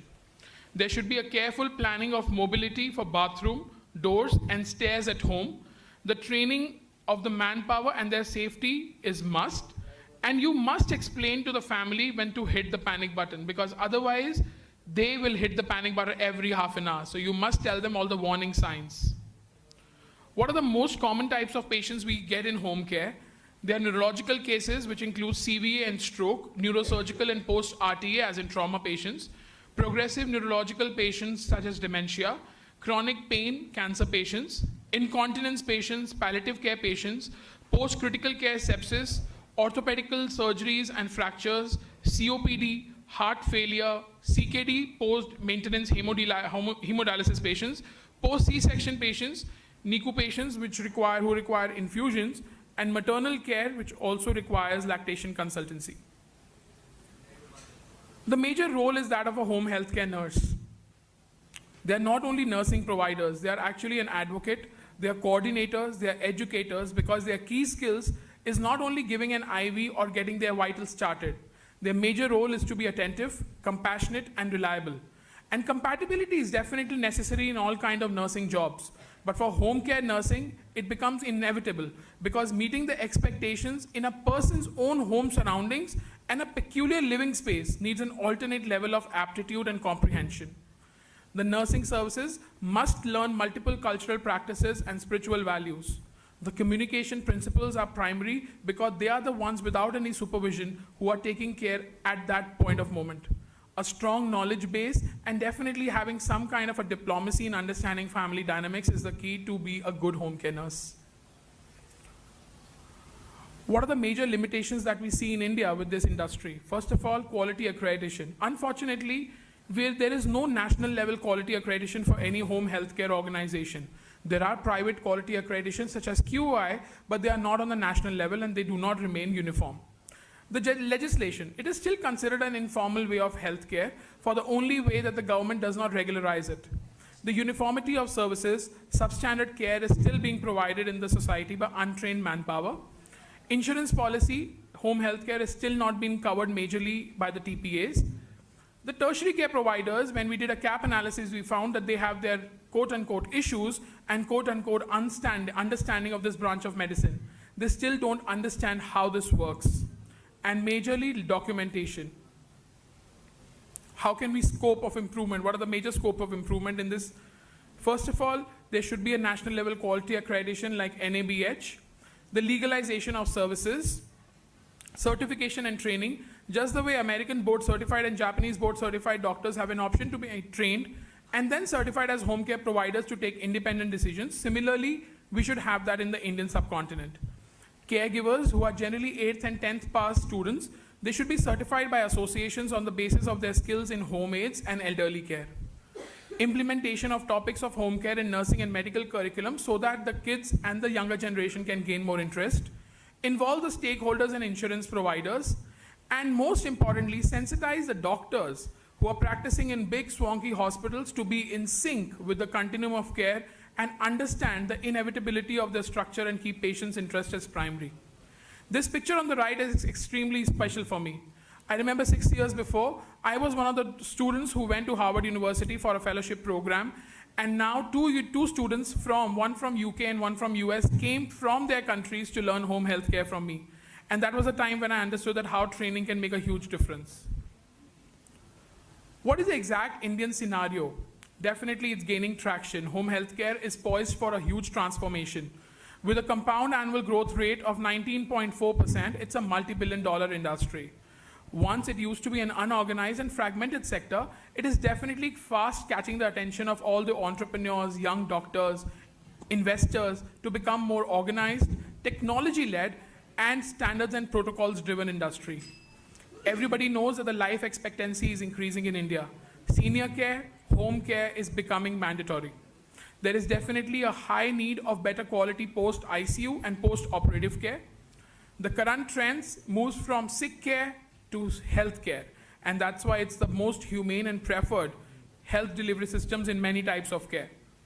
The legislative, regulatory, and community training is the key to growth in how this is perceived. As I say in my last slide, home healthcare is a vital part of medical care, a link to the past, and a unique opportunity for service, commitment, and compassion. That's my team with the Mary Health Home Healthcare. I open the dais to the chairpersons. Thank you.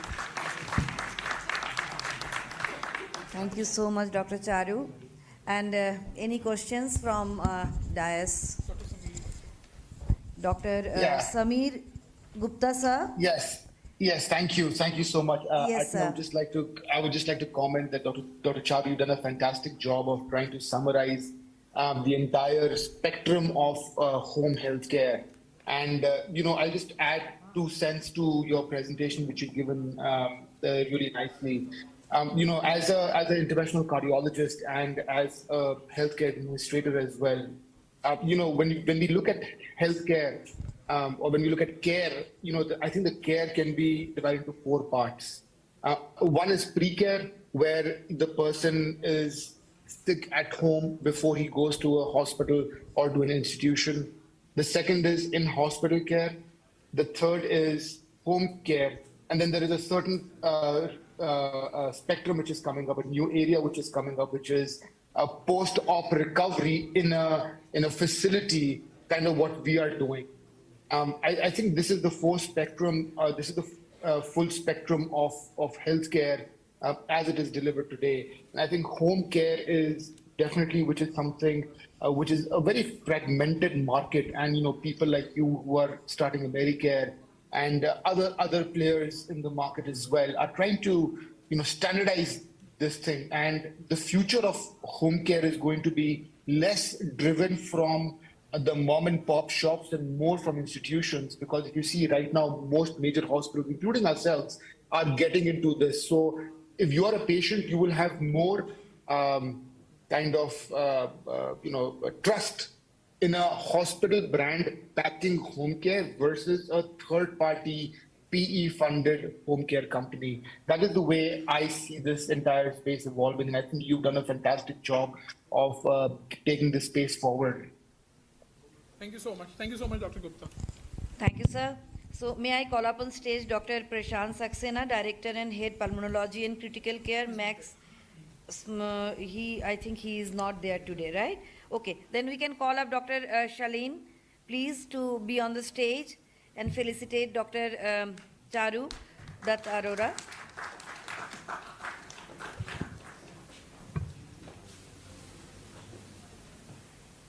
And other chairpersons, Dr. Ajit Thakur and Dr. Sanjeev, please be on the stage for the group photograph.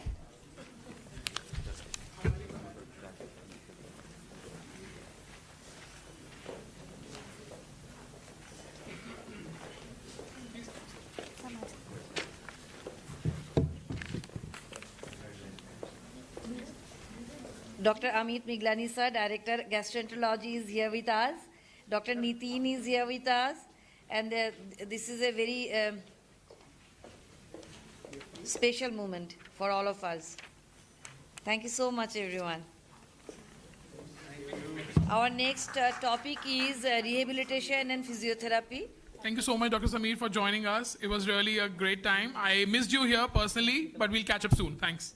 Absolutely. Thank you so much. Thank you so much, Dr. Sameer. So now our next topic is rehabilitation and physiotherapy. And our chairpersons would be Dr. Saurav Tyagi. He's there? Yeah. Dr. Saurav Tyagi, Senior Physiotherapist, Metro Faridabad. Dr. Dhirja Babbar, HOD Physiotherapy, Sarvodaya Hospital, Faridabad. Dr. Bharat Bharadwaj, Occupational Rehabilitation Expert. And Dr. Sanjeev Kumar Sharma, Attending Consultant, Critical Care, Asian Faridabad. We have all the chairpersons, and our speaker would be Dr. Sandeep Chauhan, HOD Physiotherapy and Rehabilitation, Asian Faridabad.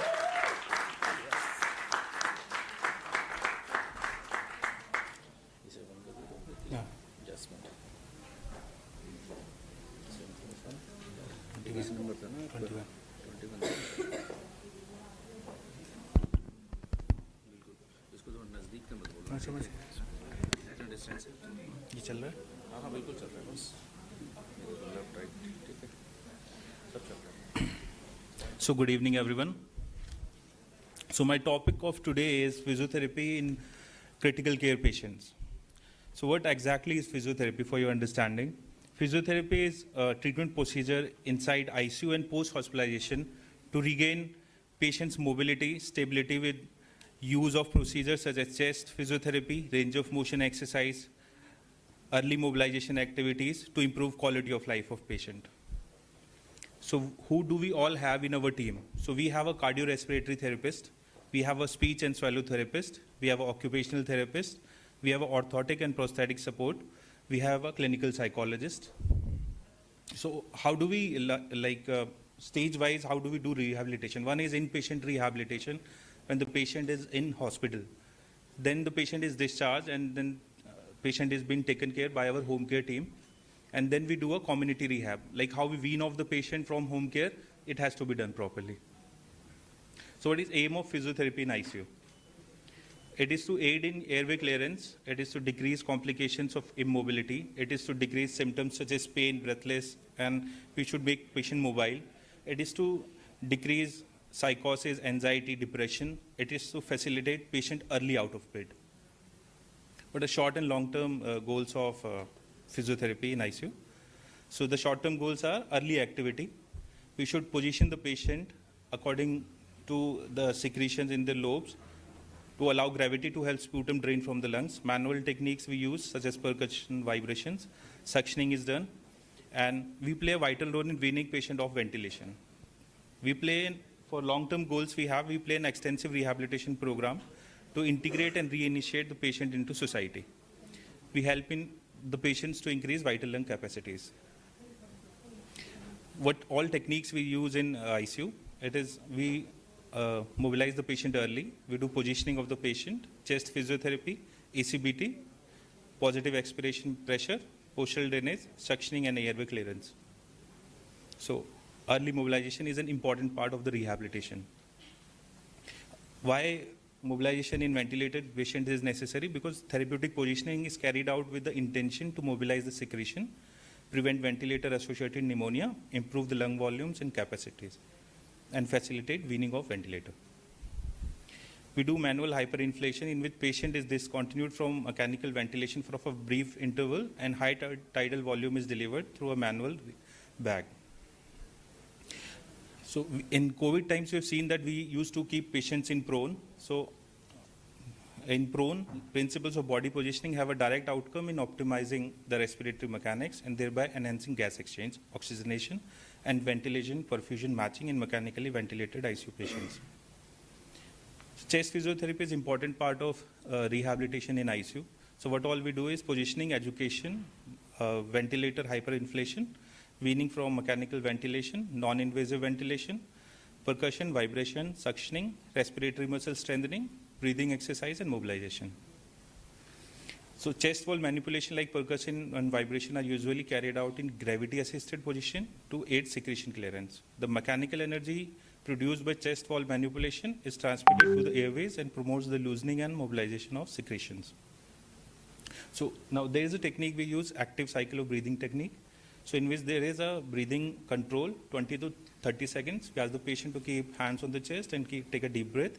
Then we ask the patient to hold the lateral side of thorax and do a resisted breathing. Then we repeat it for 2 times and then we ask him to huff and cough. So we use postural drainage techniques according to the secretion in the part of the lobes. So these all are different positions we use in the postural drainage. So then we use positive expiration pressure, acapella device. This is an acapella device. PEEP is another airway clearance technique in which the subject is asked to expire through resistance. The positive pressure produced during the expiration splints the airway from collapse and recruits airway collaterals.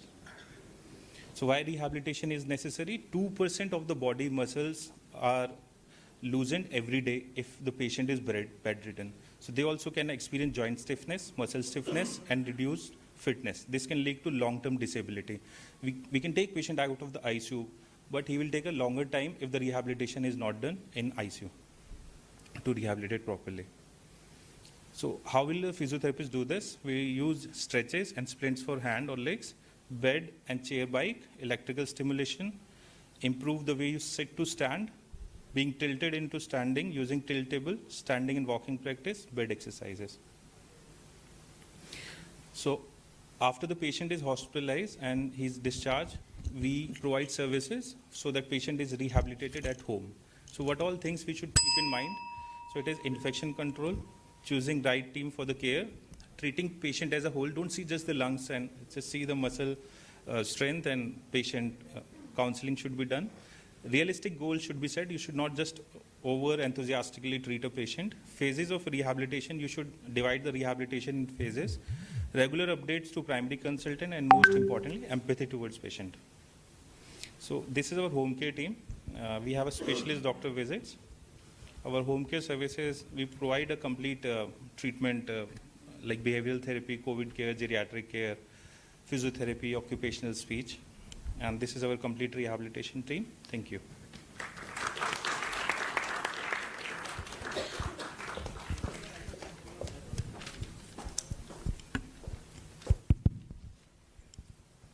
Any questions for Dr. Sandeep?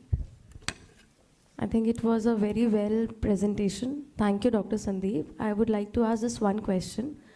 What is the role of surfactants in respiration? Yeah, so surfactant is there in alveoli, so it helps in reducing the surface tension. It helps the alveoli to prevent collapse. If the surfactant is increased, it prevents fluid accumulation and increased diffusion. Thank you. Dr. Sandeep, be on the stage. May I call upon stage Dr. Dhirja Babbar, HOD Physiotherapy, Sarvodaya Hospital, to felicitate Dr. Sandeep Chauhan.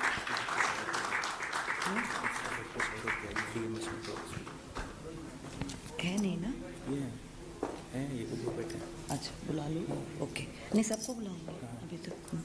I'll call up on stage all the chairpersons, Dr. Saurav Tegi, Dr. Bharat Bharadwaj, Dr. Sanjeev Kumar Sharma, please be on the stage.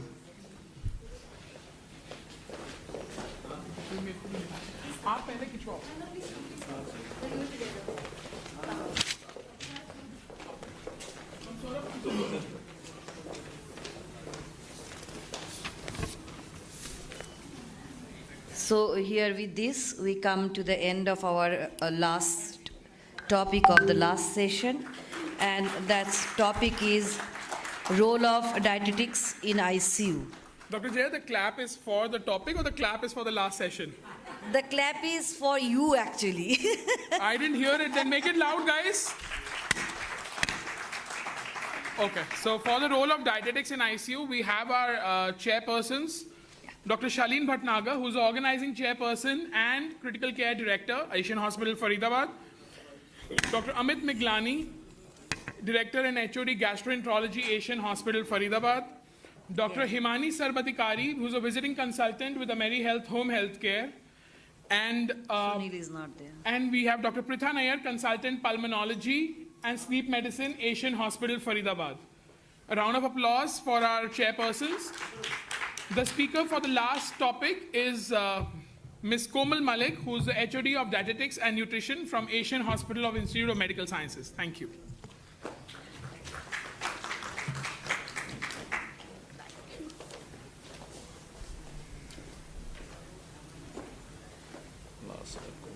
खत्म करें अब.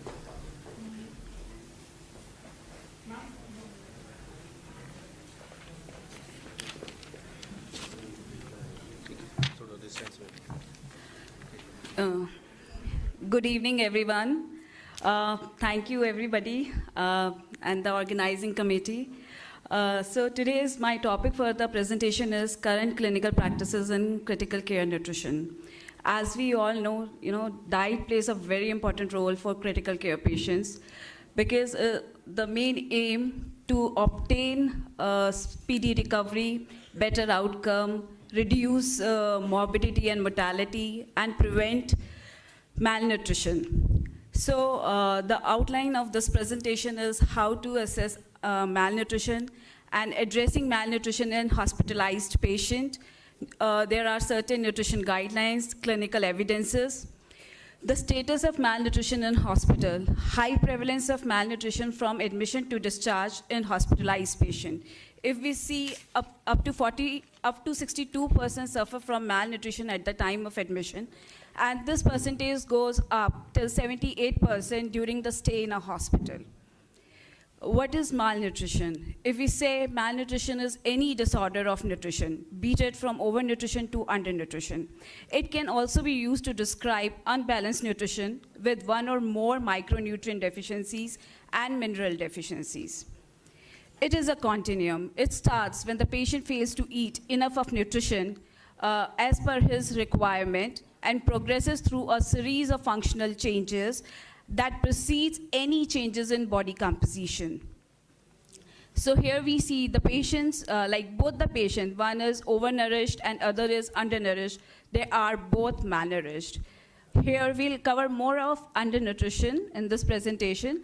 The reason for undernutrition is, of course, chronic starvation without inflammation or with inflammation, acute diseases with inflammation, and lead to macronutrient deficiencies, micronutrient deficiencies, and metabolic syndrome.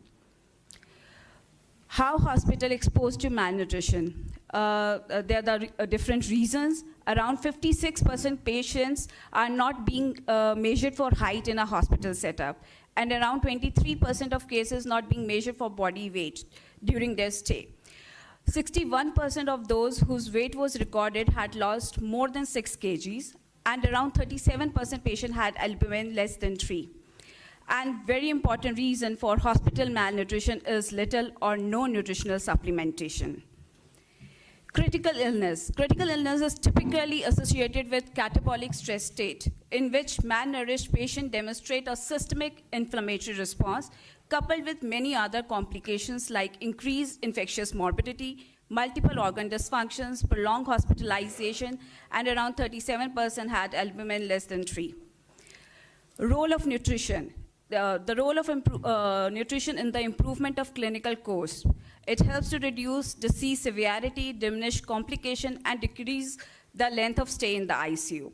Whereas like feeding is thought to help to attenuate the metabolic response to a stress, it preserve or prevent lean body mass, prevent oxidative stress, and favorably modulate immune responses. Here the role of clinical dietitians or a nutritionist comes to a play, because they can easily nutritionally assess the patient, then appropriate nutrition intervention can be made. That helps to improve biochemical and clinical indications, and therefore helps to improve the disease outcome complications.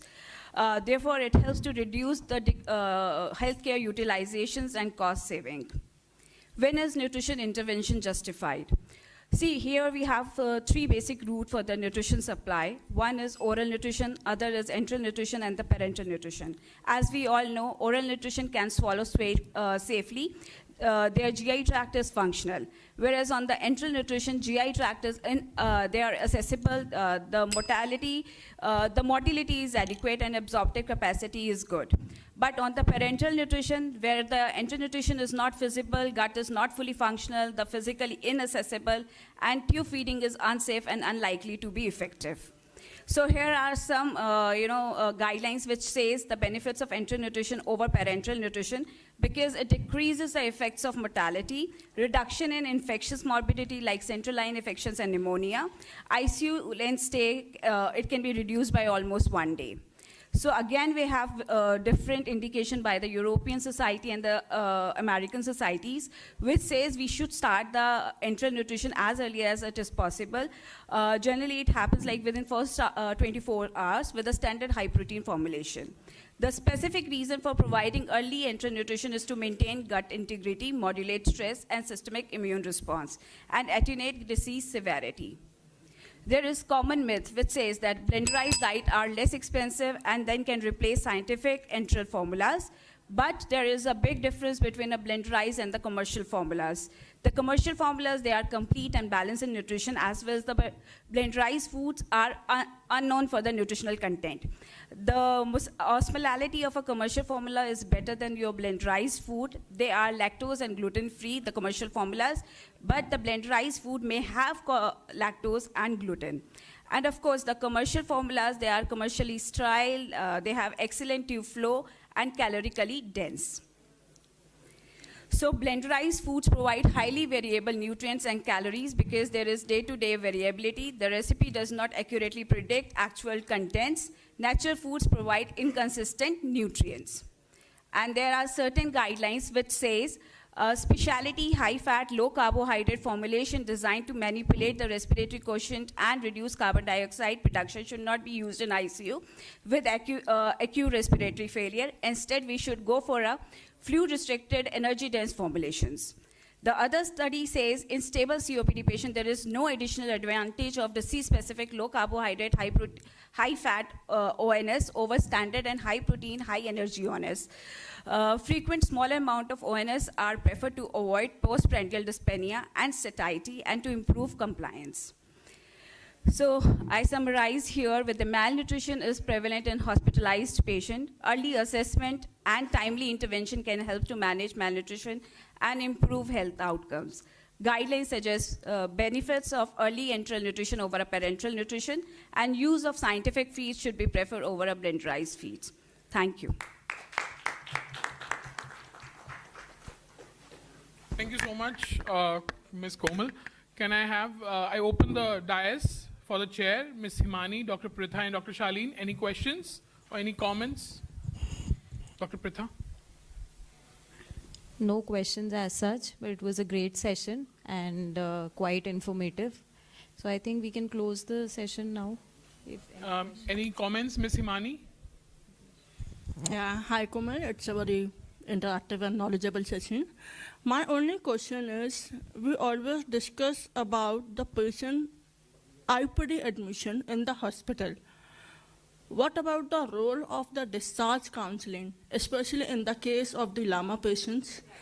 And even if the patient is getting discharged, how they can take care of the nutrition at home? Because Ameri is linked with home care. Yeah, see, it's very important for the discharge patient or either for a lama patient. You know, we usually give the discharge summary or a discharge counseling, diet counseling. And we always feel that patients should again, whenever they come again for the follow for the doctor, they should come to us and meet with us so that we can, you know, further modulate their or modify their plans as per their recent condition, or you can say whenever the patient comes to the doctor again, we see again the, you know, the recommendations by the doctor and we modify the diet accordingly. So we always look forward for the follow-up programs of a patient if the IPD patient goes back to the home. Thank you. Yeah. Thank you so much, Ms. Komal. Can I request Dr. Jaya and Dr. Nitin to please come on the stage and felicitate Ms. Komal Malik. A huge round of applause for our dietitian and the role of dietetics in ICU. I also request Dr. Shaleen, Dr. Pritha and Ms. Himani to join the stage for a quick photo op.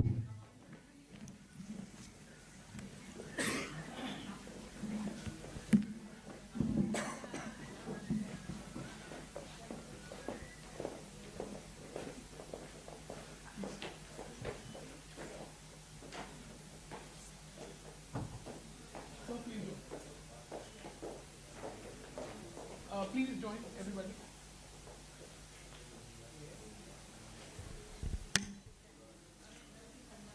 Before we conclude our today August evening, I would like to request Dr. Ajit Thakur, the organizing secretary for Asian Critical Care Symposium, with a huge round of applause to say the word of thanks.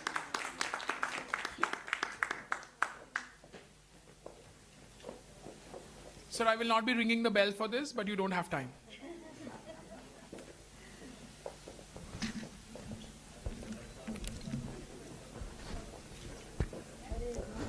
This is the last thing